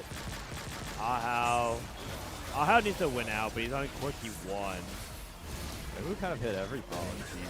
We're getting smashed here as well. Yeah, this is really not even a close match. Alright, let's go game 3. Yeah, let's go game 3. I wish you could just like FF. Like they also, I think every member of Aurora lost. Well, everyone hit their entire boards on 4. Yeah. I feel like it's gonna be a 5, 6, 7, 8. Oof. Yeah, if they even played out that long. Oof. Has there been a single good anime game this EWC? I think we got... I don't think we've seen a 400 cash out. Or not, I haven't seen one. I think 300 there might be the highest we've seen. We saw Briar 3 that one time. With the Savage Slicer. I think that's the highest we've gotten. People have won lobbies with like 100 cash outs. Like 100 cash outs, Fast 9, Nova Vex, win the lobby. Like we've seen that. But we haven't seen like a Battle Bunny Zaya or like a Ice Blast mech. It's just like, they'll just always get griefed. Yeah, it's too hard to pull off in 4v4. You even saw at one point there was multiple players trying to queue into Huangmie to grief his loose streak.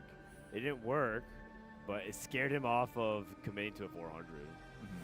And I think if Huangmie actually committed to the 400, he had a chance of going back this game. Not guaranteed, of course.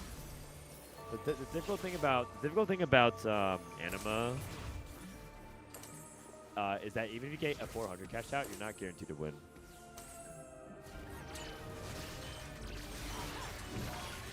We had one 400 win out? Okay. Which one was that? I feel like I don't remember that.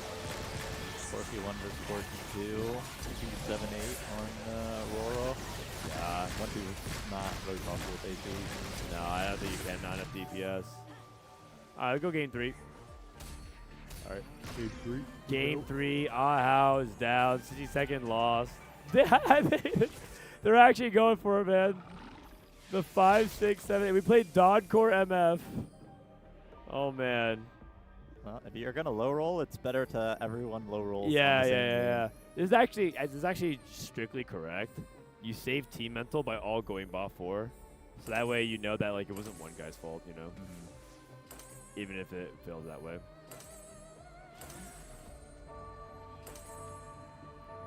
Do you think if Huangmie got the 400, the game would be different though? No. I think everyone on AJL hit their entire boards on stage 4. And I think everyone on Aurora missed their boards. I think even if Huangmie was like first instead of 8th, it would still lose. It's like watching Vitality versus MKoi. Oh my god. I mean, it was kind of close in game 3. 60-second lives. Big little one. It actually might be the fastest 4v4 game. Okay, if like 60-second lost right there, that might have been like the fastest 4v4 game ever. 5-2. Yeah.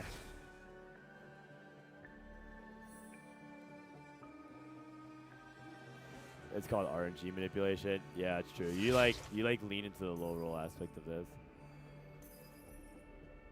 Nova Vex. Does it matter who you put the Nova emblem on? Nope, not at all. It gives a very tiny amount of stats. It gives like HP and crit. Yeah, HP and crit. 220. Yeah. Well, and a little bit of true damage, I suppose. Oh no, that's for like the entire team. No, that's really close. Alrighty, RY actually dies here. It's not A. You know what? Moral victory. Not a 5, 6, 7, 8. Not a 6, 7, 8. 4, 5, 7, 8. Anything but the funny numbers, man.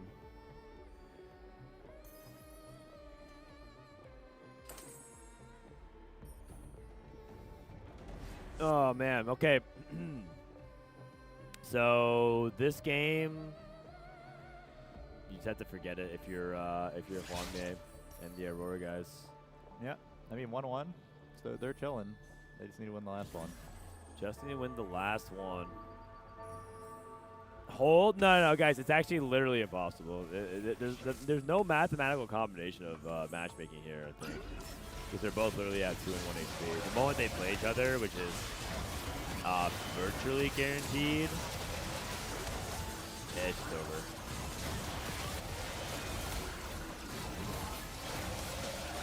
All right, Lee Law. Trying to put on a good fight. Oh, that's Aatrox 3, by the way.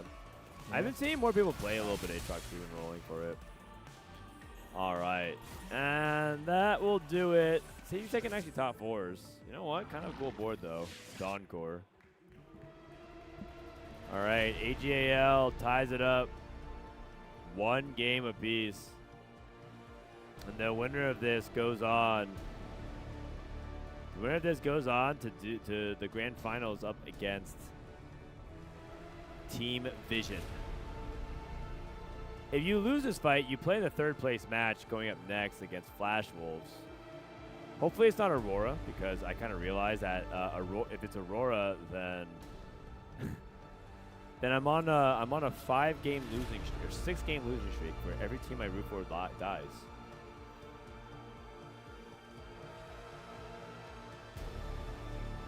Who asked for 4v4? I don't. Well, I mean, some people did ask for it. I think a lot of people actually like 4v4. Some people actually would go as far as to say 4v4 should be the main format for TFT. I personally don't think that should be the case, but I think 4v4 is pretty exciting. It can be. This, admittedly, that game was not very exciting, guys. That game could have been exciting. I mean, I want to be honest with you guys. Like, the casters are there be like, oh my god, what's going to happen? You know, like, does this thing happen? But the reality is that game was like super over the moment Hwangdae got his streak snap the way it did, and it looked like he went 8th. I was like, okay, this game probably is over. Also, to be fair, I think the first game of the series also was a little bit like that when HN kind of went 8th. I feel like this is me speculating. I feel like China is willing to take these like coin flip, really risky lines, and if it works out, they look really smart because they win out. But then sometimes they look stupid. One of those situations where a couple of coin flip lines end up just being 8th, and then you put your team in a really bad spot.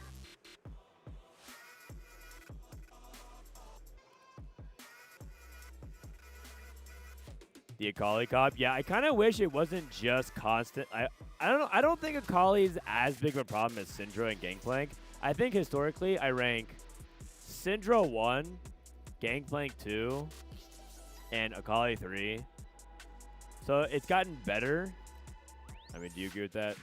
Syndra was probably the most problematic, and then Gangplank right below it, and then there's like kind of a gap in Akali. Like Akali is definitely a problem, but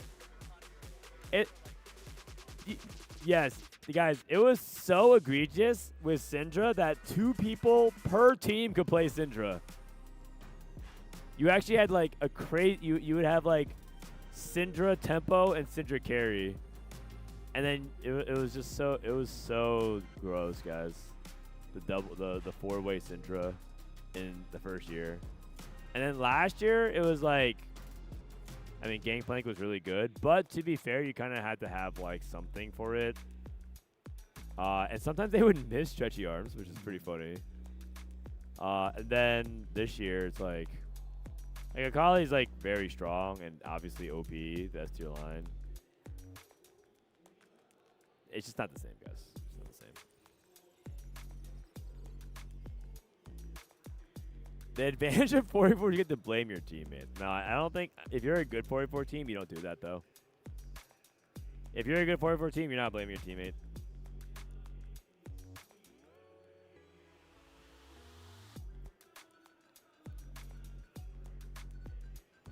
All right. Sutra's by far the worst. I agree. I feel like Syndra wasn't even a problem. In solo queue, it was 8 people per lobby on Syndra, so everyone just played 2-star in a different shell. Yep. Flex TFT, guys. Flex TFT. Syndra was the most flexible comp of all time. It's true. He's right. What was your favorite flex meta ever, Wation? I feel like we've had some pretty good like AP flex metas, like where you can just like buy all the AP forecasts on like the same roll down.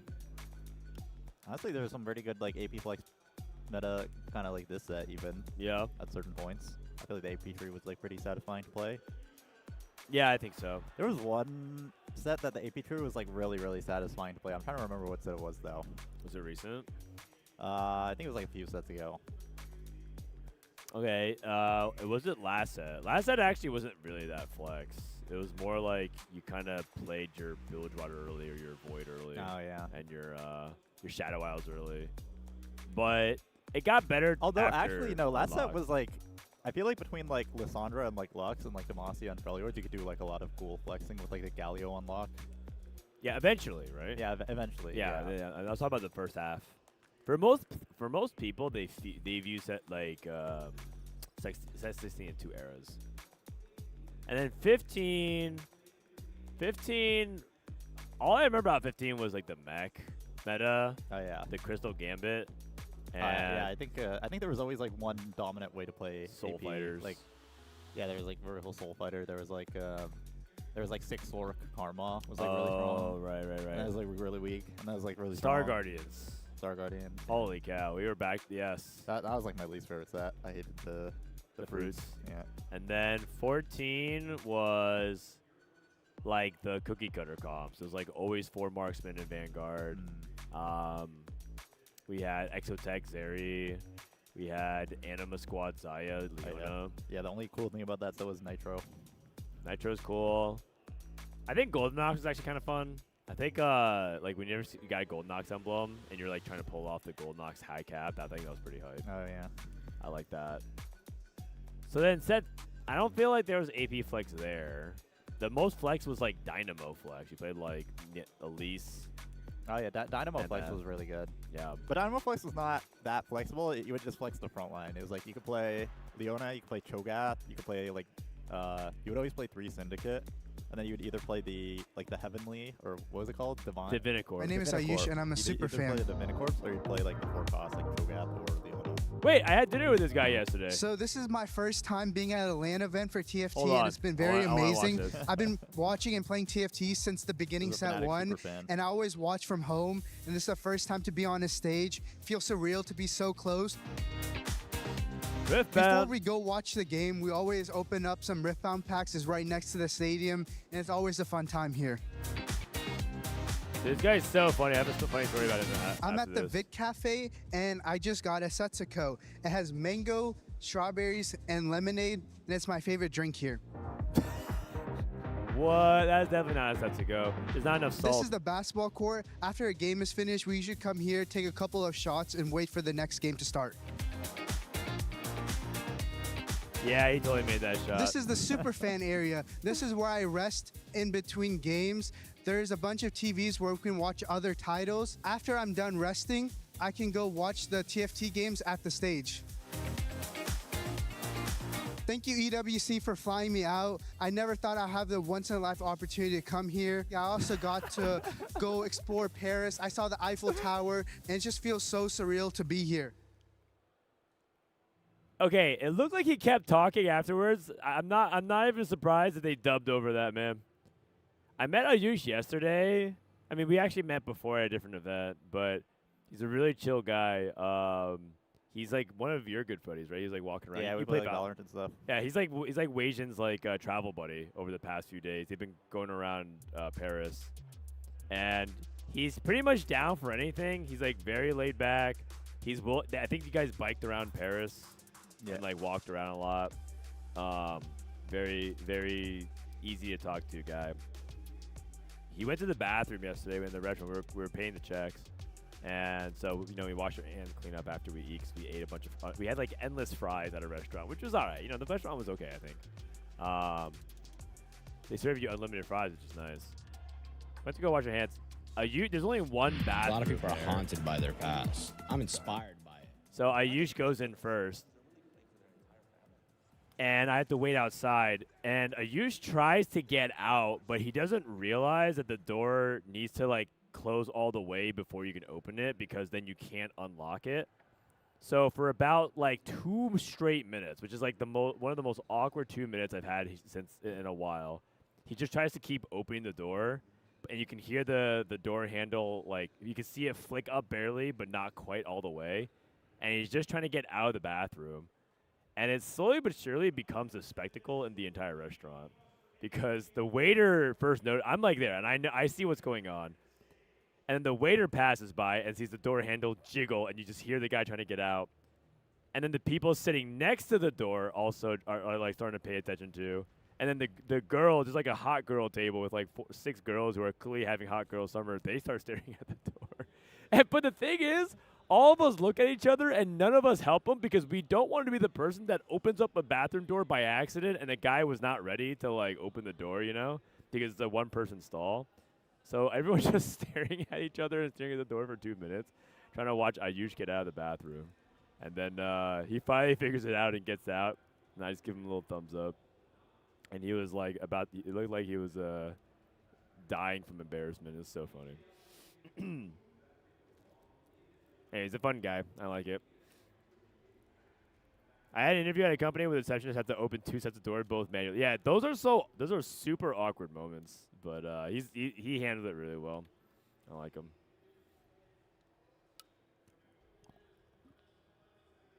It was funnier if you were there. Trust me. All right, game number 3, guys. Whoever wins this takes it all. Let's see it. Yasuo and Evelyn, game number 3.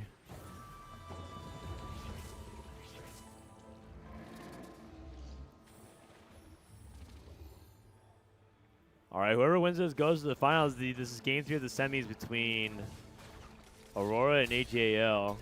I didn't see the encounter, so don't know what it is. Find out in a sec here. Huame gets dropped an Alawi. Have to imagine that he's a little bit less likely to play on Anima. Super hard to pull off Anima. The finals best of 5? I think so, yeah.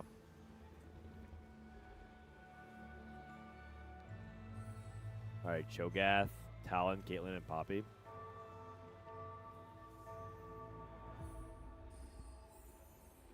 So I guess Huame is able to try to lean a little bit into this AP line. Probably keep it a little bit more stable. Play around Shepard to start things off. Yeah, like a good Shepard opener here. Looking at some of the other openers, Ornn with there's an early Ornn for Lee Tuchuan. Probably thinking about Space Groove. That's about it though. Wayman Lucho with a Aatrox 2. And then Ogden, maybe Akali. Yeah, he has the Akali, but he has Tyranny, he has Bow. And as far as I know, those are the 2 worst components to have. So I think he might be leaning towards AP. Is EWC cash out higher than Worlds? I believe technically the prize pool is yes. I'm not entirely sure if the distribution is better. We'll see though. Ooh, Golden Augment, Spreading Roots, start things off.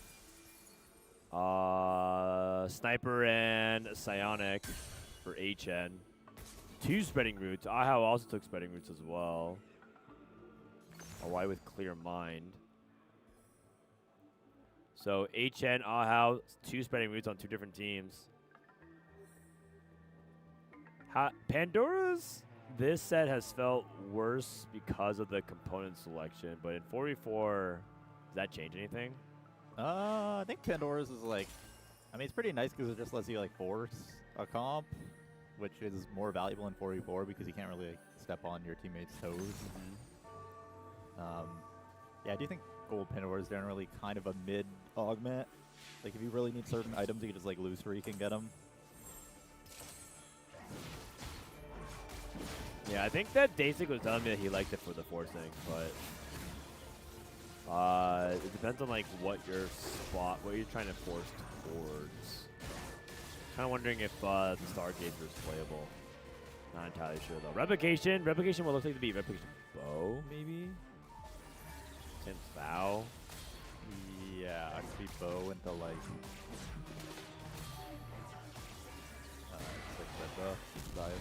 yeah, red buff, Void Staff, Rage Blade could also be something to think about too. It's a lot of bows. I'm not sure too many comps that want 4 bows. Buzai is one of them.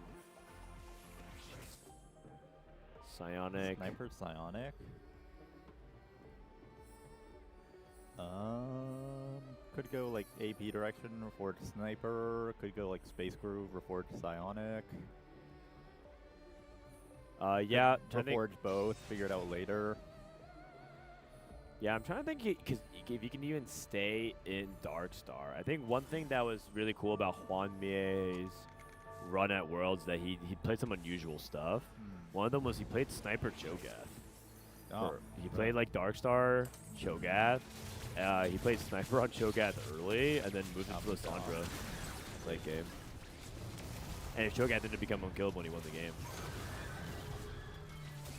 It was a very cool game. And he happens to be playing in this lobby, so who knows? Maybe he's got the tech. It could have also been a happenstance thing. Like, it only could have worked in that one game. Trying to replicate it would not work again.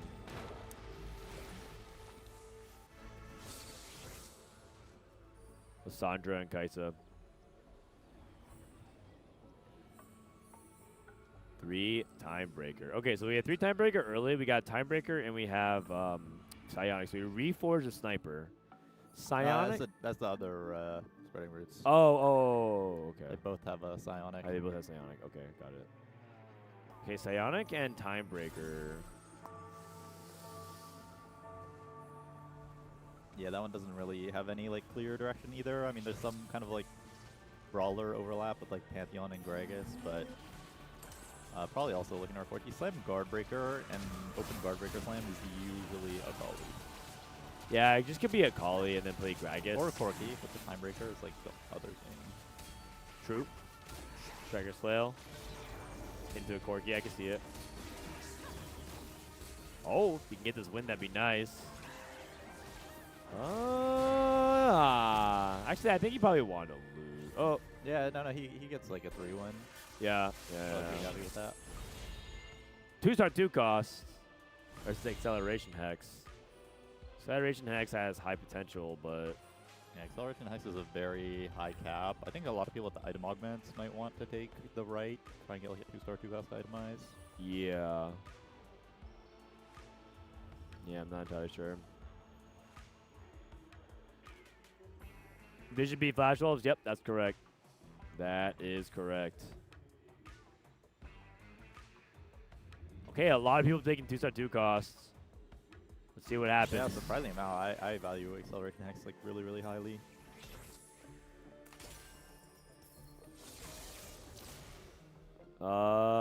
Two-star 2 cost, waiting for it to be shown here. In the meantime, Juanmei has a Laui pair. The funny thing is that the 2 people currently on a streak did not take the 2-star 2 cost, so maybe no one will get a 5 streak this lobby. Ooh, okay. They both took Acceleration Hex. Full sell. Open on both ends. Lilo and Litu Tren.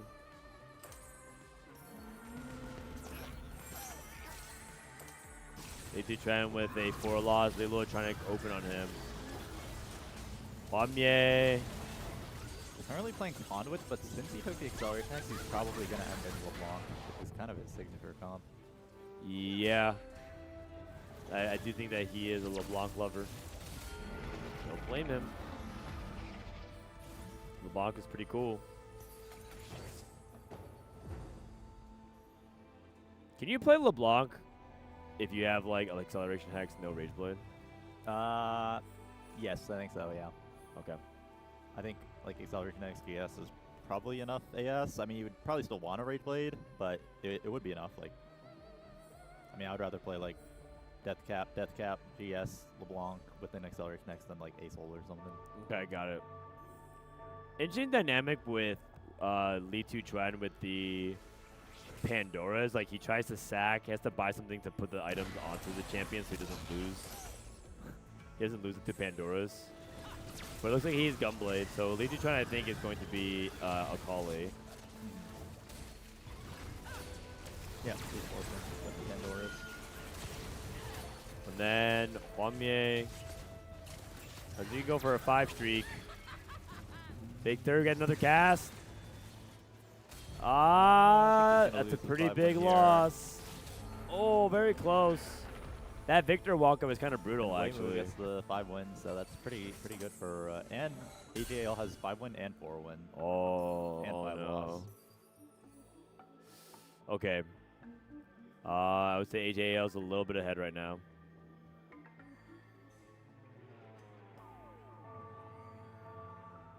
So he did go replication bow. He has 4 bows. He's got red buff Bobo. Yeah, if it's a decent Stargazer, then I feel like that would be pretty nice with the 4 bows. And he already has like the Aatrox and the Maokai and stuff, and he's getting like good econ with Primordial. He insta-slammed Kraken, so I think he's committed to Xayah. Yeah. Other components slightly awkward. It might be like a guard breaker. Go for like a Crown Guard and a Kraken. What the heck? Just 3 Leonas. Can't really play that right now, though. Nah, yeah, he's just trying to add like Marauder, Challenger, Bastion to his board, like Akali, that kind of stuff. Yeah. I feel like his items are awkward, but if he's really invested in win streaking, I'm curious if he'll slam anything else. Like, you could, I'm not saying it's necessarily good, but you could full slam everything here. You go Rage Blade and Flail. And you have Acceleration Hex, so it's like... Yeah, I feel like Rage Blade is definitely a lot worse with the Acceleration Hex and the red buff, though. Like, that's like so much attack speed. He's not going to need it here as long as it's not too strong. Sometimes I just flex the Flail. And yeah, I like this. Just Flail's like fine. Yeah. Unless he loses, then it's not fine. Velvet's got this. Yeah, I think so. Close. It's close, no Marauder, but... All right, 6th streak for Wei Mulucho. Finalist in Set 15 Worlds. Made to the top 8. Li Tuchuan on a full loss. Construct a Companion can be like very nice to like bounce back in Stage 3. Exclusive is also just good scaling. Not really concerned with winning Stage... Oh, he's he's playing Akali, right? So Construct is not too useful there. I mean, you could buy like an Aatrox 3, but... Dude, he had a triple Gragas shop. That's hilarious. Yeah. Choosing a roll here. Kindred. Kindred's a big hit. He's Akali, though. No Akalis, though. You might have to go to like 10 or 0 here. The Miss Corky 2 on the bright side, usually Akali 1 can be like kind of stable if you have some front line with the Kindred. No Maokai. Finds Maokai. Yeah. So he's choosing to stop here for now. Stone Plate. Stone Plate. Double Stone Plate. And he has open belt for like Flail on Akali. Maybe he'll go for like tank item like a Warmog or something. Yep, there you go. Can Wei Mulucho keep the streak going? He's level 7 now. Took advanced loan. Oh, this would be kind of brutal. Looks like the Velvet's got aggroed on. Briar got locked out. Close. 2 members of AGA. Oh, actually has his teammate. Could be a level 7 diff. I'm really surprised not playing the Master Yi. I feel like Marauder is super impactful on this board. Yeah. Versus like Bastion or Challenger or something. Yeah, I think Marauder is definitely very valuable, given they have so much attack speed. Yeah, and Nova. Like a little bit of healing on this Velvet to go infinite. Okay. So better forge the emblems, and here he gets Nova. Oh my god, a second Nova. Is that even that good? We can play 6 Nova. Okay. He lets you play 5 Nova right now because he doesn't have Kindred and he doesn't have Caitlyn. I think it's pretty good. I guess it lets him flex in something else if he needs. Like you could flex in a different brawler besides Maokai. Yeah. Or like build Last Whisper and then do like, I don't know, Shen Rammus or something, or just no Bastion. Yeah. There's like, there's some options there. Yeah. Is this the final day? Yeah, this is the final day. Here we go, Evelyn and Yasuo again, Starlight Hex. Blood Pack's a lot of gold. Now, are you sending 1 or 2 players? Depends how much you need the money. Probably 1 player. But if people really can't use the Starlight Hex, it would be totally fine to have 2 people take the Blood Pack, because you're taking like almost equal amounts of HP away from your own team and the enemy team. 4 people took it. Yeah, 4 people, makes sense. Probably just anyone who's playing like the... I mean, Akali can't really use like the Mana Hexit at all. Wait, I think 5 people took it. 5 people took it, interesting. That's... So we're gonna have a fast game. They're all... That's a lot of HP, man. Yeah. Oh, man. But yeah, if you're like playing Akali, you really just cannot use the Mana Hex at all.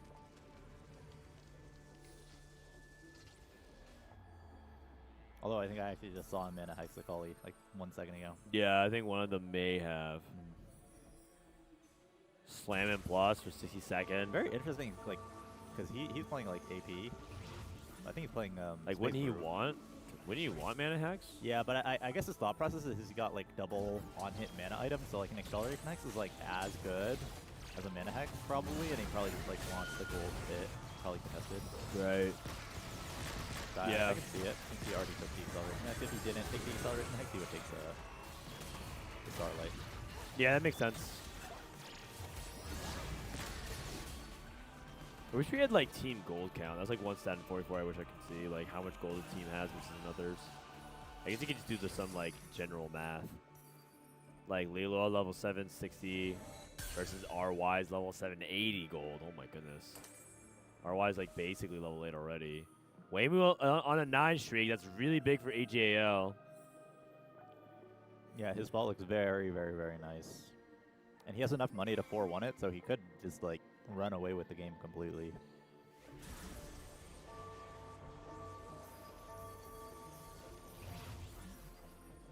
Okay, 76. Lilo might go into mech if he gets the stone plate on 4-1. Yeah. I think so. They've also played some Vanguard ASO Flex. Yeah, pretty Vanguard as well. You got like some different stuff.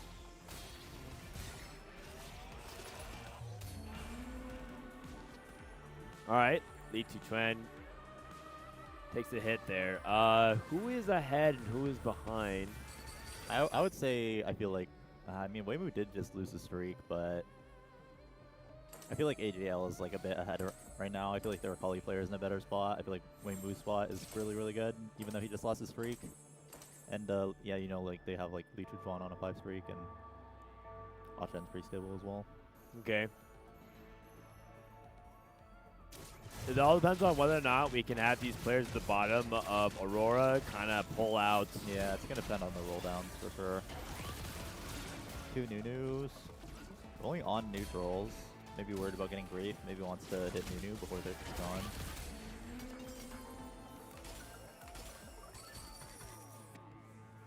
Okay. Roll down with about 35, 40 Jim gold. is big, but no Xayah yet. He had like 50 gold going into this roll down, and he doesn't have a single Xayah God. yet. It's like really bad. Got a couple more rolls. He's griefing the Mighty Mechs in advance. We saw someone on the other team Xayah. Mighty Mech. 1 Xayah. He can sell Samira since he has Jhin. Okay. This is Serpent, by the way. Yep. He's going to... Will he slam the Rage Blade? He will slam Crown Guard, probably. Yeah. He can slam Crown Guard. He'll go for Kraken.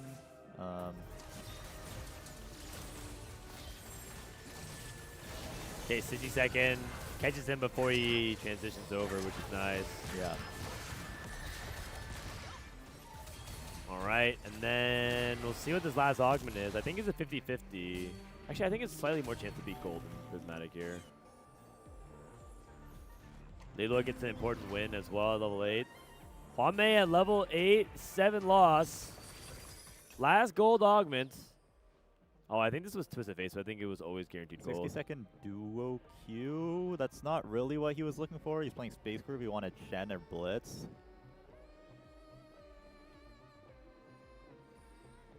Okay, rolls.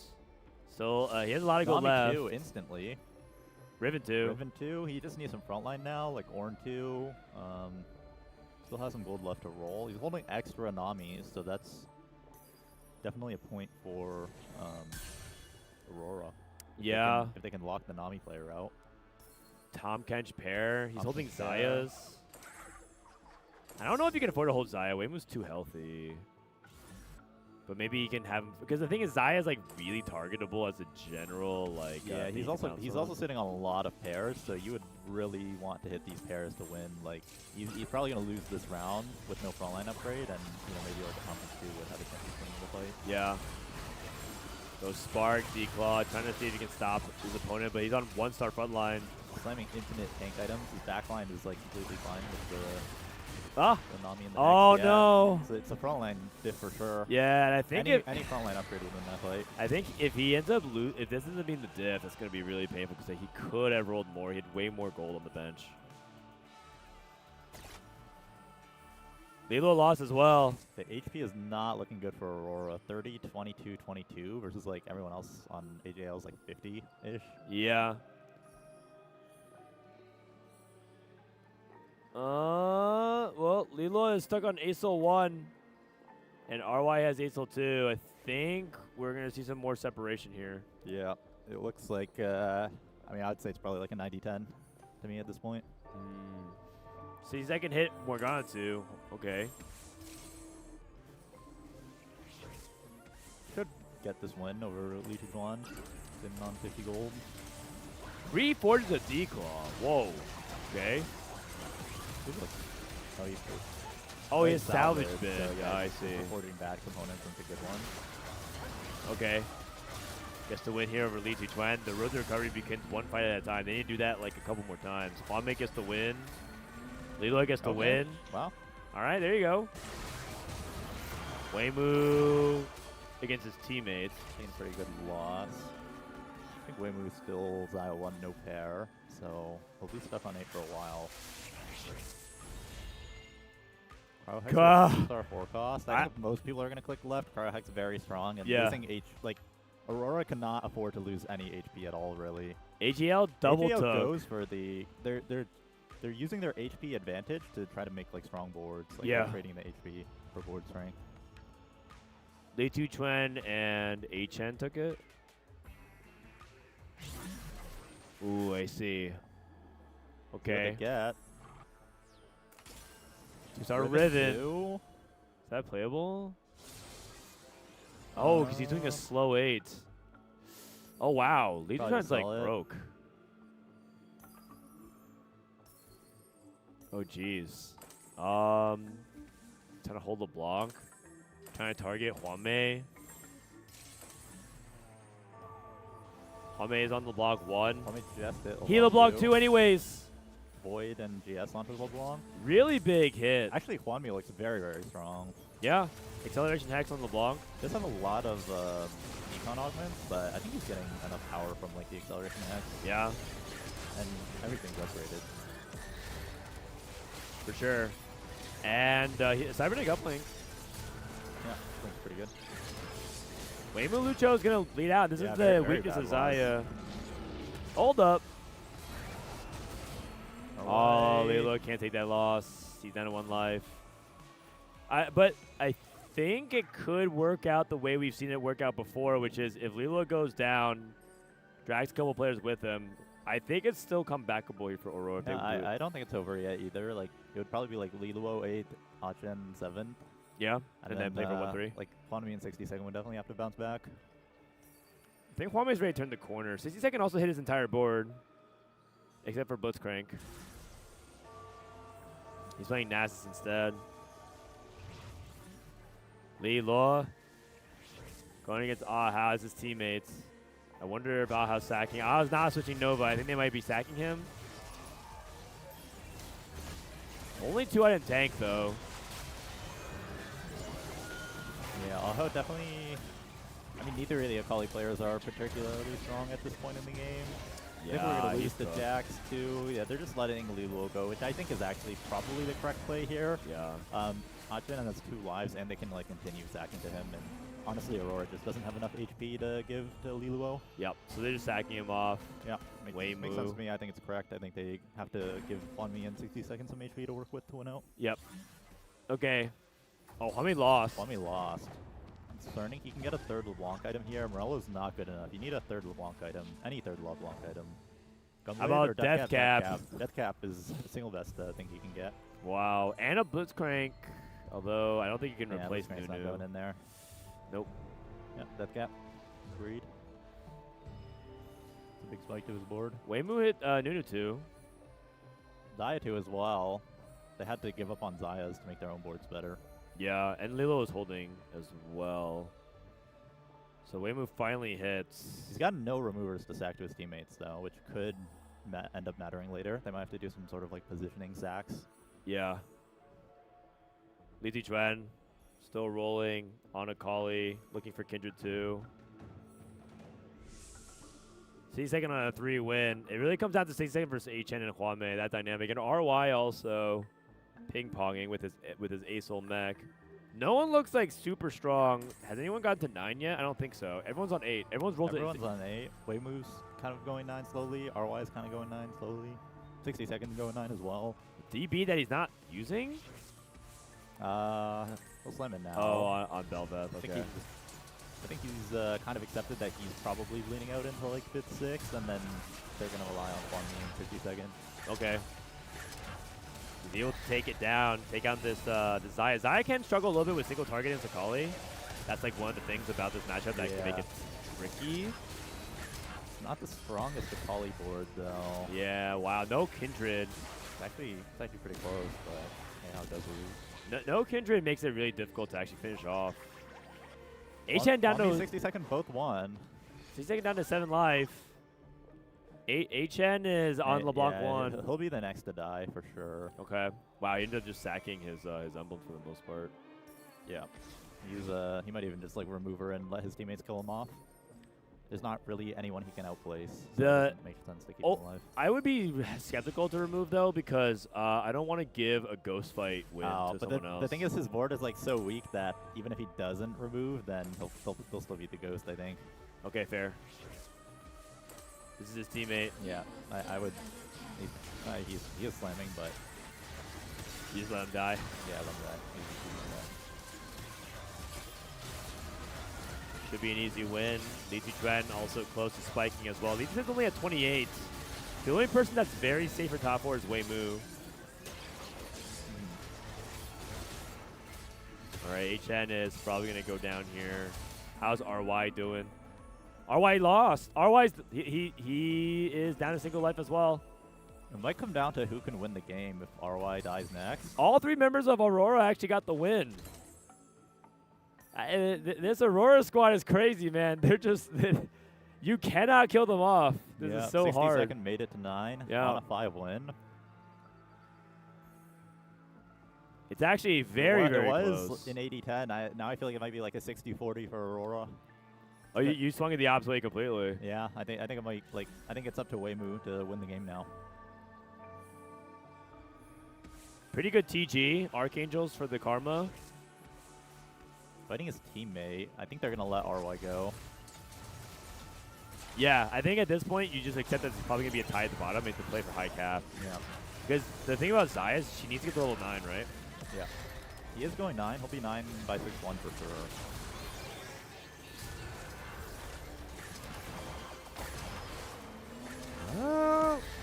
Yeah, looks like the Zaya's gonna get through. One more burst of Acel.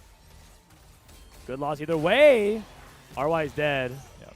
Okay. I think that's a good call to let him go. And then now Huame can die as well because he's playing LeBlanc's not going to cap that high. 60 second get to 9. He's already at 9. He's looking at Blitzcrank. Actually, like, now Aurora is almost playing for the triple buff 4. If Li Zichuan loses the next round and they sack to Huanmi, then it would just be over. He still doesn't have LeBlanc, or still doesn't have Kindred 2.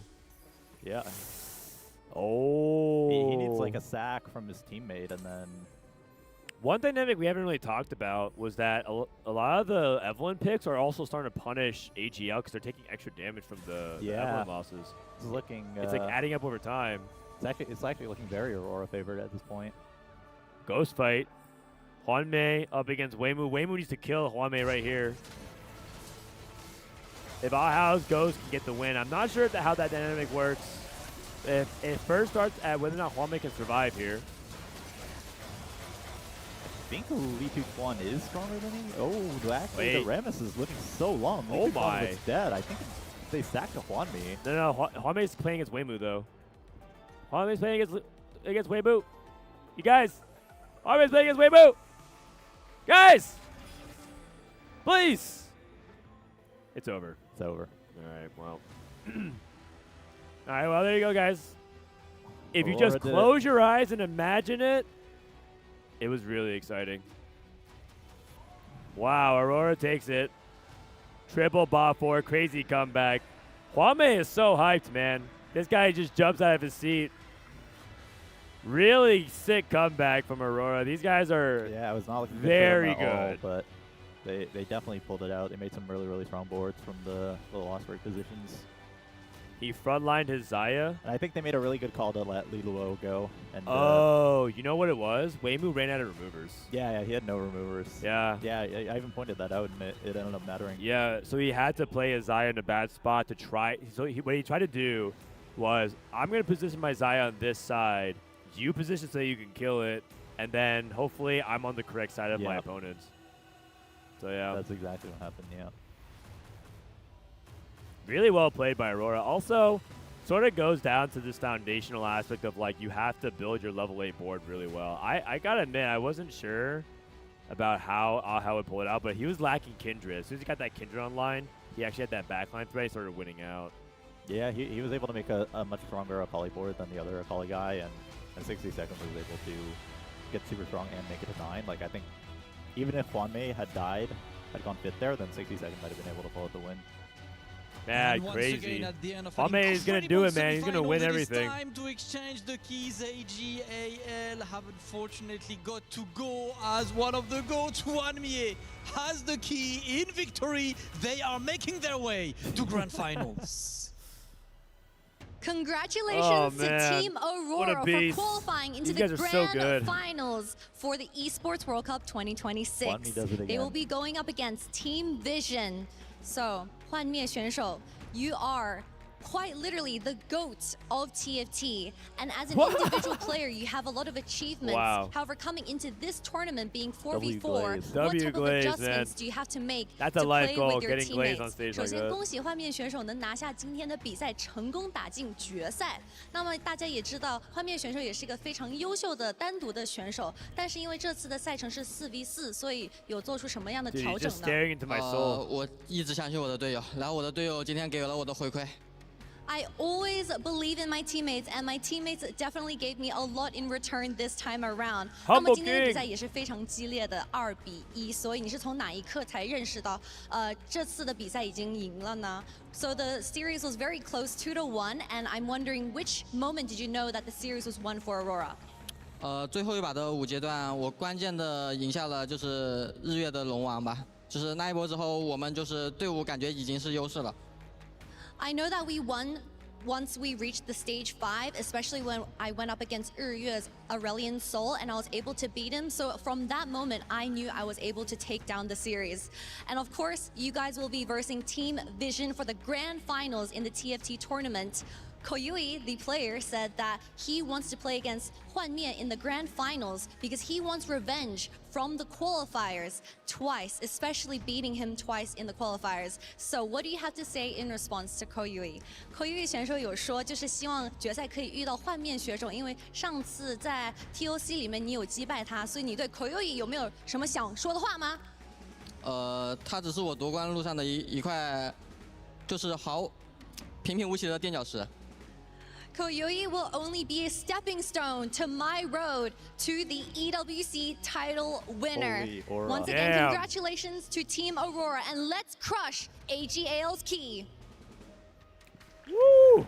Okay. He's got the performance and he's used to crushing the competition. That is just another step in the way that separates Juan Mie from the EWC trophy. Getting ready to crush and he's not willing to wait. Wait for this to be on as we are ready to get that key destroyed and go get ready for grand finals. Juan Mie in there to end the dream of AGAL. Oh man, AJL 07. Snapped! Yes, sir, snapped. It was not completely snapped just yet, but now that the key is destroyed, ladies and gentlemen, Juan Mie will move to grand finals, leading Aurora Gaming to what would be an incredible win. Dude, he just holds the pose. Grand finals, excellent performance. Everyone's waiting for this guy to step on the stage again. We'll see him a bit later. Congratulations, Juan Mie and Aurora Gaming for moving forward. No, it's so funny, man. He's so camera trained. He's so camera trained. Like, no matter what, he always just holds the pose as if they're taking a picture. Oh, man. That's my favorite part. He's so used to winning, and when you win on the China stage, you're supposed to hold the trophy like this, and they always say, hold, hold, hold. Like, you keep holding. So he's so used to doing that. So whenever he's doing anything media-related, he just holds the pose. What a beast. It's so funny, man. That's only a product.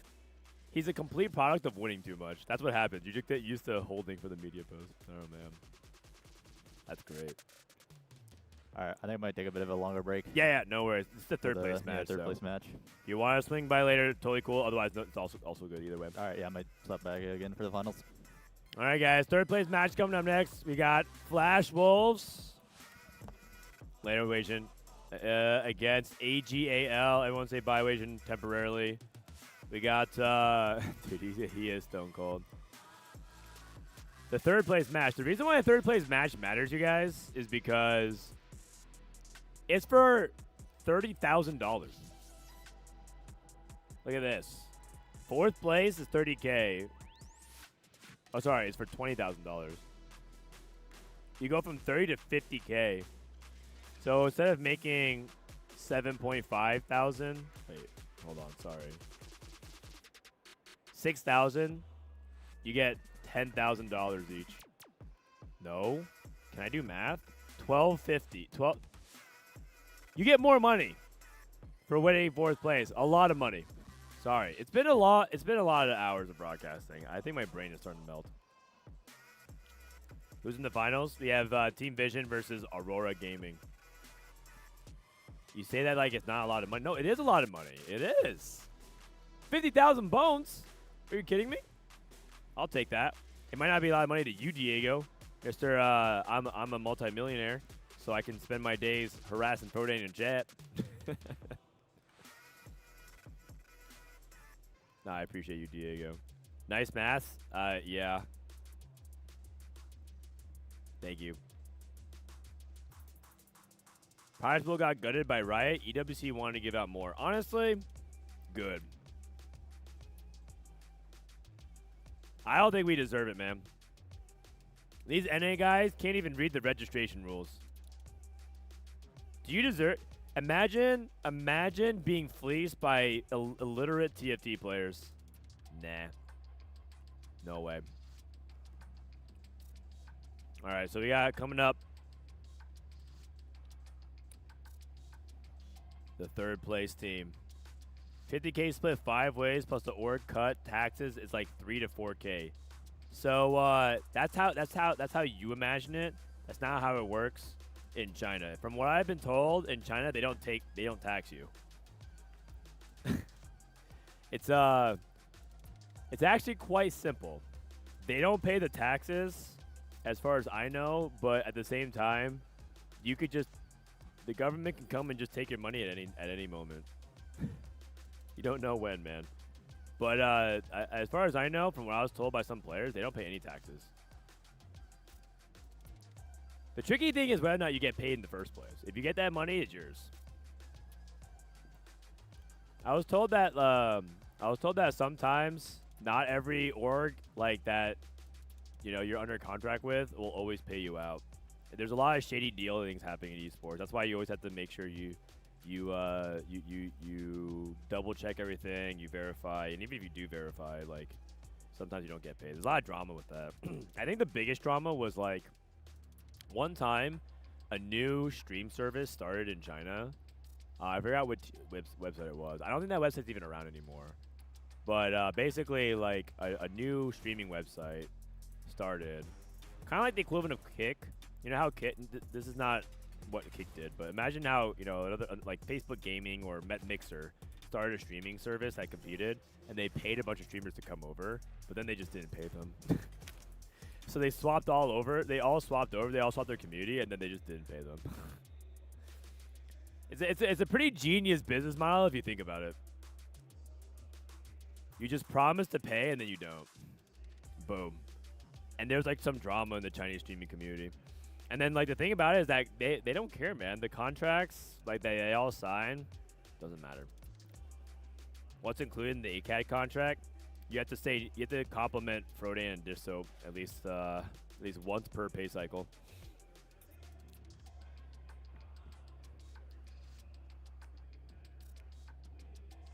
Most orgs don't take a cut. I don't think a lot of orgs take a cut, yeah.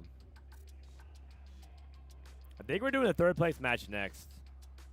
The finals, no. I think we're doing a third place match. Play my game. Let's go. He knows nothing. Let's go. Tyler won. You're done. Tyler won. This is my ladder. You can't climb it. That's an L airline. Somebody better hold me. Okay, yeah. Do something then. I've actually really appreciated Tyler 1's Street Fighter arc in a way because I just find him to be hilarious of like how he's trying to like bullheadedly learn to grind ranked.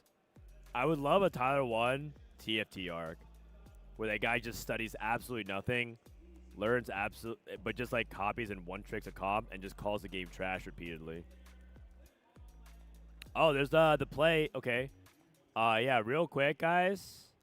It's a good reminder about joining the pick'ems for EWC World Cup. You can't really do the pick'ems for the matches that already happened, but you can do it for the stuff coming up. For example, I'll probably be doing this myself. Street Fighter pick'ems opens up in a day, and then other games that you care about, like if you want to play Fantasy for Counter-Strike coming up in a couple weeks, those are some of the big ones. It's actually really cool because what you can do is you get Fantasy, you get a budget, you draft. I'm actually inspired by this. I probably want to do something like this as well for my own project for fun. In fact, I probably want to build it like this for our own TFT projects outside of EWC. But you get rewarded. It's free to sign up. All you have to do is hit register, sign up with like any of these. Or if you want to give your real information, that's cool too. If you don't have Discord or Twitch, but a lot of you guys are on Twitch. And join the pick'ems and Fantasy, and there's a lot of rewards. You can get quests for like watching and logging in and playing. But you also can get things for predicting, right? So if you correctly predicted Aurora versus AGL, right, you get the points. And each of these are worth points. The last thing you can predict is the semifinals and the finals. But yeah, you just want to submit your picks. How many people? 98%, 96% team vitality. That's actually insane. The prediction markets had Movie Star Koi at 4%. That is bananas. What? 4%? Who have you got? Were all of you guys on Vitality? That's insane, man. Actually, I'm kind of curious what the prediction line was. 60-40 T1, well, Weibo won. Nongshim 65 Aurora. JD said, I'm starting to realize everyone who they predicted, the underdog won, the under won. AGAL won. Okay, no, that was correct. 76% Fnatic. Damn. 20% Movie Star Coin. No, that was correct. And the Space Gods, we're here to Hi, Levi. I love you. Have a good day. See you tomorrow. One more sleep. Mwah. My wife was filming a video for us. 8% flash rolls, 92% vitality. That's rough. That's rough. Anyways, you can check it out. I'll post a link. esportsworldcup.com/play. 心情就是很兴奋，然后今年也是第2次来到这里，就希望有更好的成绩。 Now we can relax. We're going to have a wholesome chat, so you can lean back, be present with the moment, And now let's just have a chat. What is one positive quality about your teammate? 我觉得他游戏的天赋很好，就是他会在可能训练的时间比较少，但是他可以在游戏内找到一个适合自己的一个打法，去打出自己的。I like the way he's sitting. Sitting like one positive quality about AQ1H. 我觉得他就算在不同的版本都会有自己的理解，然后每个版本他都会做得到接近。就算可能每个人都会有自己不太适应的版本，就算在他不适应的版本，他 I couldn't be happier as a hate watcher. For Vitality? Thing you admire about your teammate that you don't have. You hate on Vitality? Oh, really? 我觉得没有，就是我们互相学习交流的非常多，所以我觉得对方身上的我也能够学到，所以我觉得我们目前来说是几乎是能做到同步的。Completely in sync. 他对不同的版本的理解都是都会很准时跟得上那个版本的理解，所以我就觉得很多时候 Archie has really good meta reads, that's true. 就是会跟不上那些进度，然后他都会可以跟我说到不同的版本理解。I want you to think about a moment where you were very grateful to Kebabao and you never told him. 我是一个比较直接的人，所以基本上我会就是能说的我都会说了，就可能像平时游戏里面的一些他打得好的地方跟打得不好的地方，我都会直接跟他说，这样，所以就是以往的我都说掉了，所以目前就没有其他话题。Oh wow, okay. For you, Kebabao? Give me some time. 就是我觉得自己有时候玩游戏会有些失误，可是他都会比较包容我。The way Archie's looking. Thank you. Tell me one word that describes both your teammate and this secret lab chair. Okay, hashtag ad. Perfect. All right, well, there you go. I like that interview. I like that he says Archie always tells him what he did right and what he did wrong. Like, this was good, this was a mistake. True though. When is the West playing at Chat? I think the West is playing the same time next set. In about 4 days from now, we're gonna be playing PB together. That's when the West is gonna be playing again.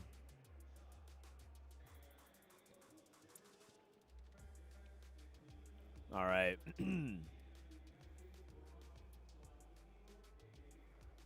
Is there any news? What's the latest drama everyone's talking about?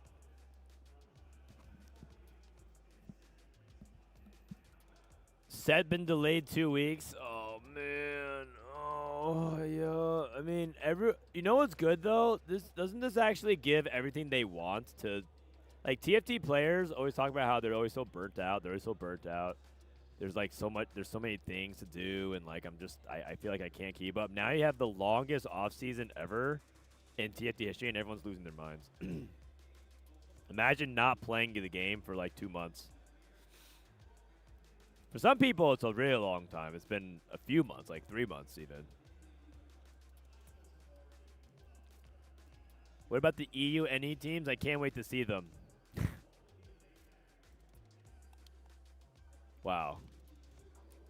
Shouldn't EU be working together? Why is there so much trash talk between EU NE and EU West? You guys both suck. Let's make it clear. You guys are both winless. As a Ripbound player going to Singapore RQ and also a rank Masters TFT, this delay is a godsend. Hey, I'll be going to Singapore RQ as well. I have to make a post about it, but I did get my tickets to Singapore and LA RQ. I'll be going to both. So the break is actually good for me as well. Unfortunately, I have some bad news. I think Singapore is during the first Riftbound. I think the first TPC is during Singapore, so I think I will be missing the first TPC. You guys are gonna have to. You guys are gonna go watch it with somebody else. Maybe I'll get Greg to co-stream instead.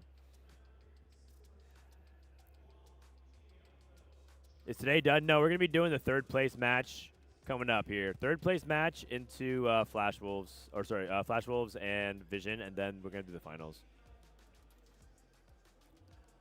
NA is ass. No, you. Your ass.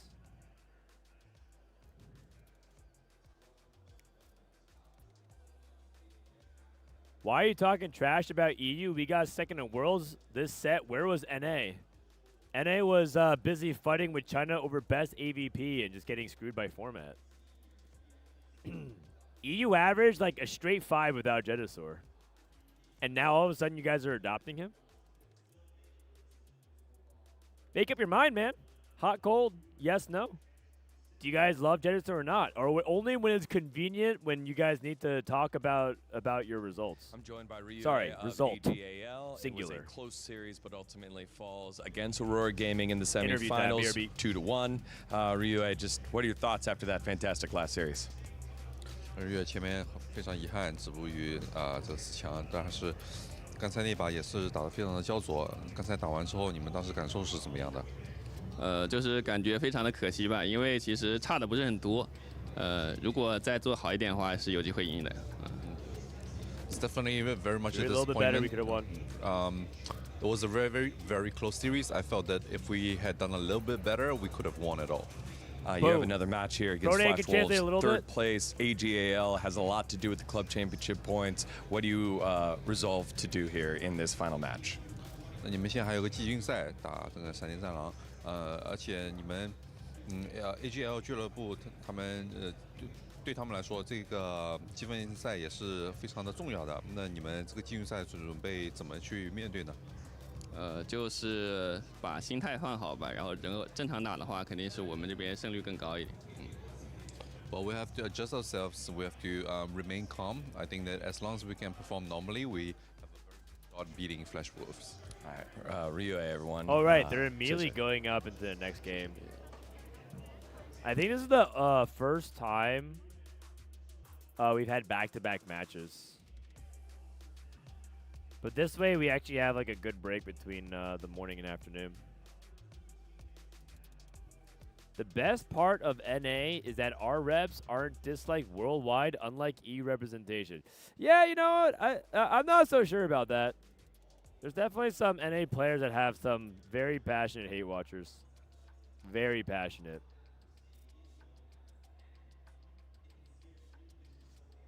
Did you get French Riftbound cards? I did not. I think I found out that French players don't even want French Riftbound cards. They want the English ones. When they released Riftbound in France, the prices of English went up because the French buyers all wanted the English ones.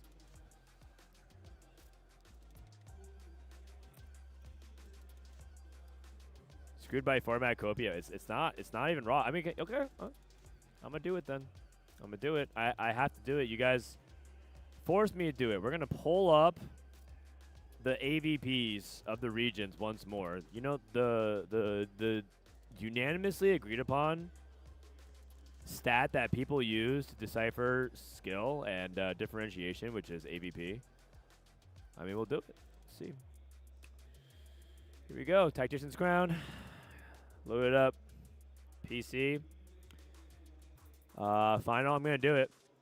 I'm going to do it. Sorry, guys. What is this? Well, do they have the stats? Oh, they hide the stats because they want to protect people's egos here. ... Let me see. Boom, boom. Day one lobbies, leaderboards. You know what? Maybe I'll do exclamation point scores. Here we go. Exclamation point scores. World's final day scores. Do we have our lobbies? Oh, I think we do. Regional AVP. Wait, what's that? America's basically tied with CN? That's crazy. How does CN make it so many people to the final lobby? Oh, it's because they barely like made it past the cut, and then all of us got cut at the very end of group stage from like 9th to... What is this? 1, 2, 3, 4, 5, 6 America's players in the top 16? EU only having a couple good players. Who's the most represented region in the bottom 8 alongside APAC? Bottom 9 even. Wait, 1, 2, 3, 4 EMEA? Well, I mean, surely they have a good AVP to compensate for it. Wait, what's this? 4.7? Single-digit win rates? That's wild. Got cleared, I see. Interesting. Well, I guess they teach numbers differently over in EU. NA Education wins again. Sorry that my eyesight works. That's crazy, man. That's crazy. Yep, must be imagining things. You right. You right. Chat, you right. What can I say? Chat was right again. Celebrating the average. Well, that's I'm pretty sure that's how you measure regional strength. Unless I'm misunderstanding what region means. So you guys are bad at math and English. Vice World Champion, never see. That's right, because we never have to settle for second. We only settle for number 1, baby. We only settle for number 1.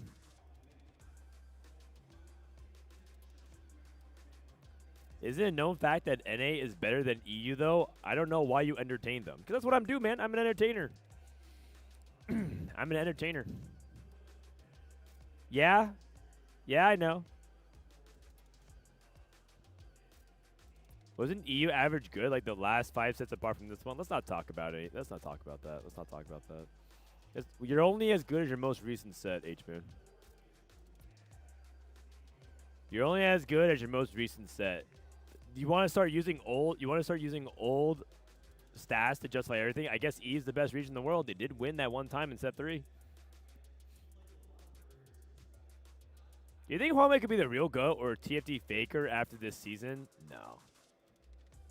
No. I think people who there's people who use it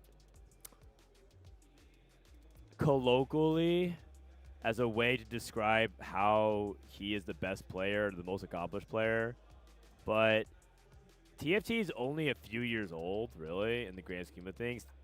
League has been around for a while now, like a long time. And so now you can actually start saying things like that. But in reality, the story is still really young. We have no clue what's going to happen a few years from now. If Dissoap wins next set, then all of a sudden, Dissoap's now the Faker of TFT. It's like, there's no such thing. Faker is so far and away in League, kind of like where some other people are. Like he's in like the Wayne Gretzky class, right, of GOATs, in terms of like what his separation is to the second closest person. Huamei's separated by a tournament, like 1. So nah.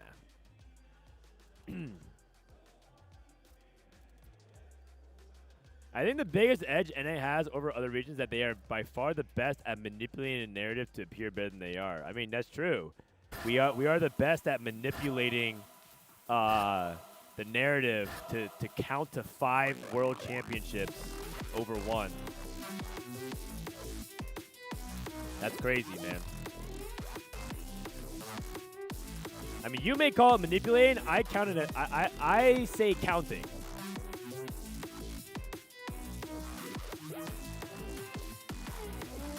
Manipulating the narrative.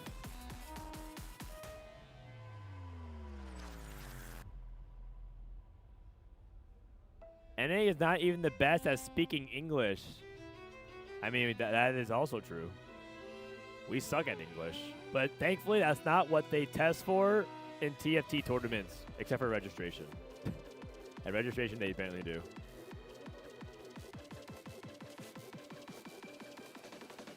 You are kind of easy to rage bait today. Am I not allowed to reply to chat ever? Ladies and gentlemen, it is time for us to continue. Am I supposed to just like not allowed to reply to chat ever? We have 15 minutes between each series to kill.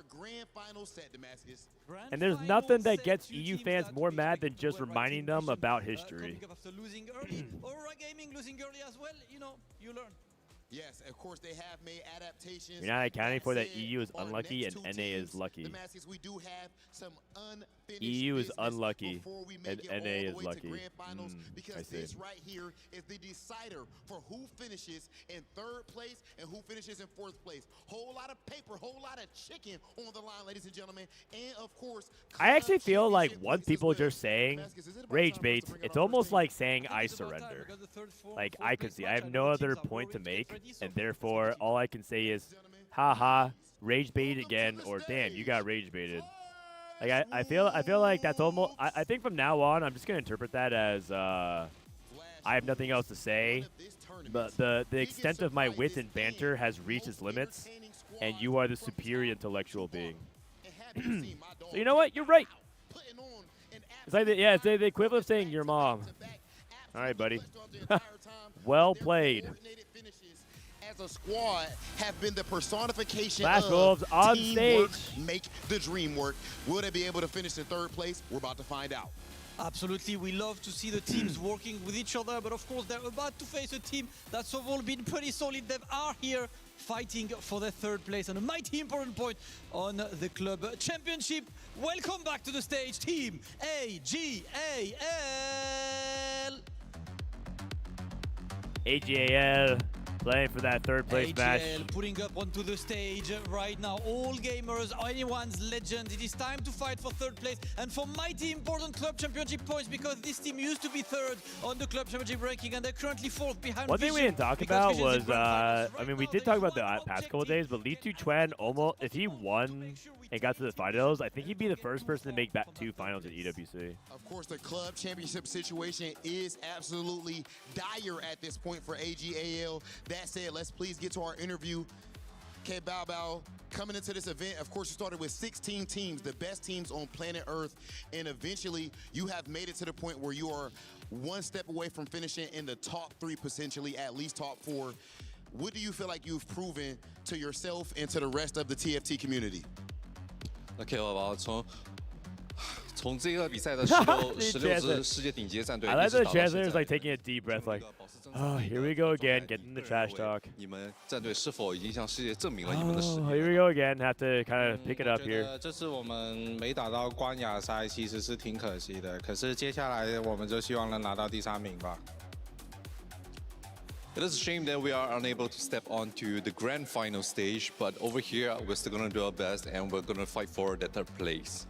Flash Wolves, of course, absolutely ready.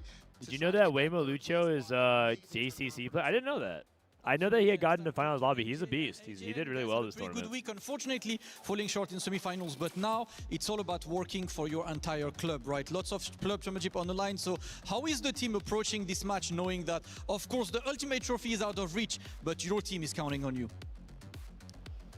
那 AGL 战队非常可惜，就是虽然一路战胜到这里，但是半决赛的时候还是差了一点点。但是你们现在这个也是同样保持争三的一个局面，这个第3名也是对你们的俱乐部来说是一个非常大的一个帮助。那你们现在是如何调整自己来面对这场夺3的这个战斗呢？ 虽然我们心情有点低落，但是比赛还没有结束。我相信我跟我的队友已经调整好状态了，准备迎接下一场比赛。Even though we're feeling pretty down right now, but the battle is not over yet, and we're certainly, and I believe in my teammates that we are all able to adjust and have, in fact, fully adjusted to face this competition that's coming right up.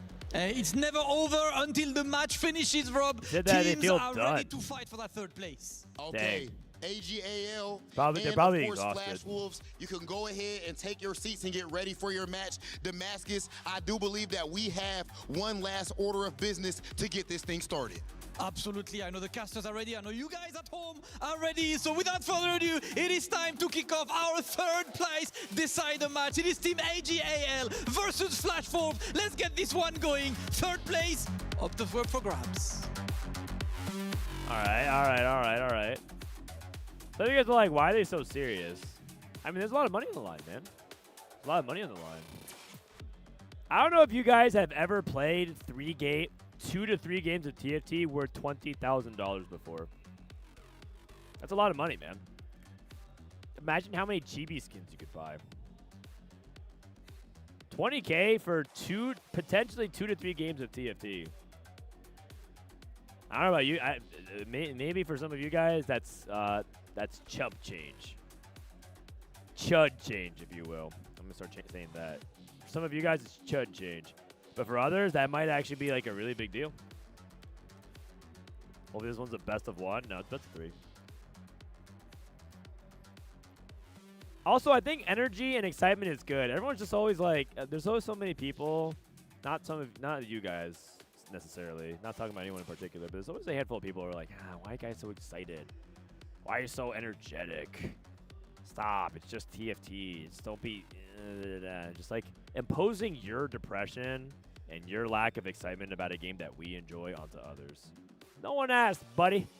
Let them be let people be excited about what they want to be excited about. Now, yeah, it might be manufactured, it might be over the top. Might be a little unnecessary, but I like a little unnecessary. It's the same kind of people.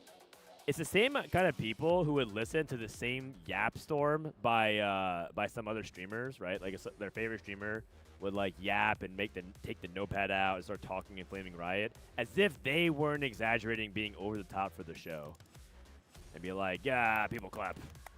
Finally, someone who's being authentic.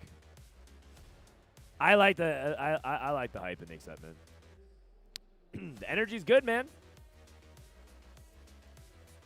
Same reason the DJs are energetic. That's true, man.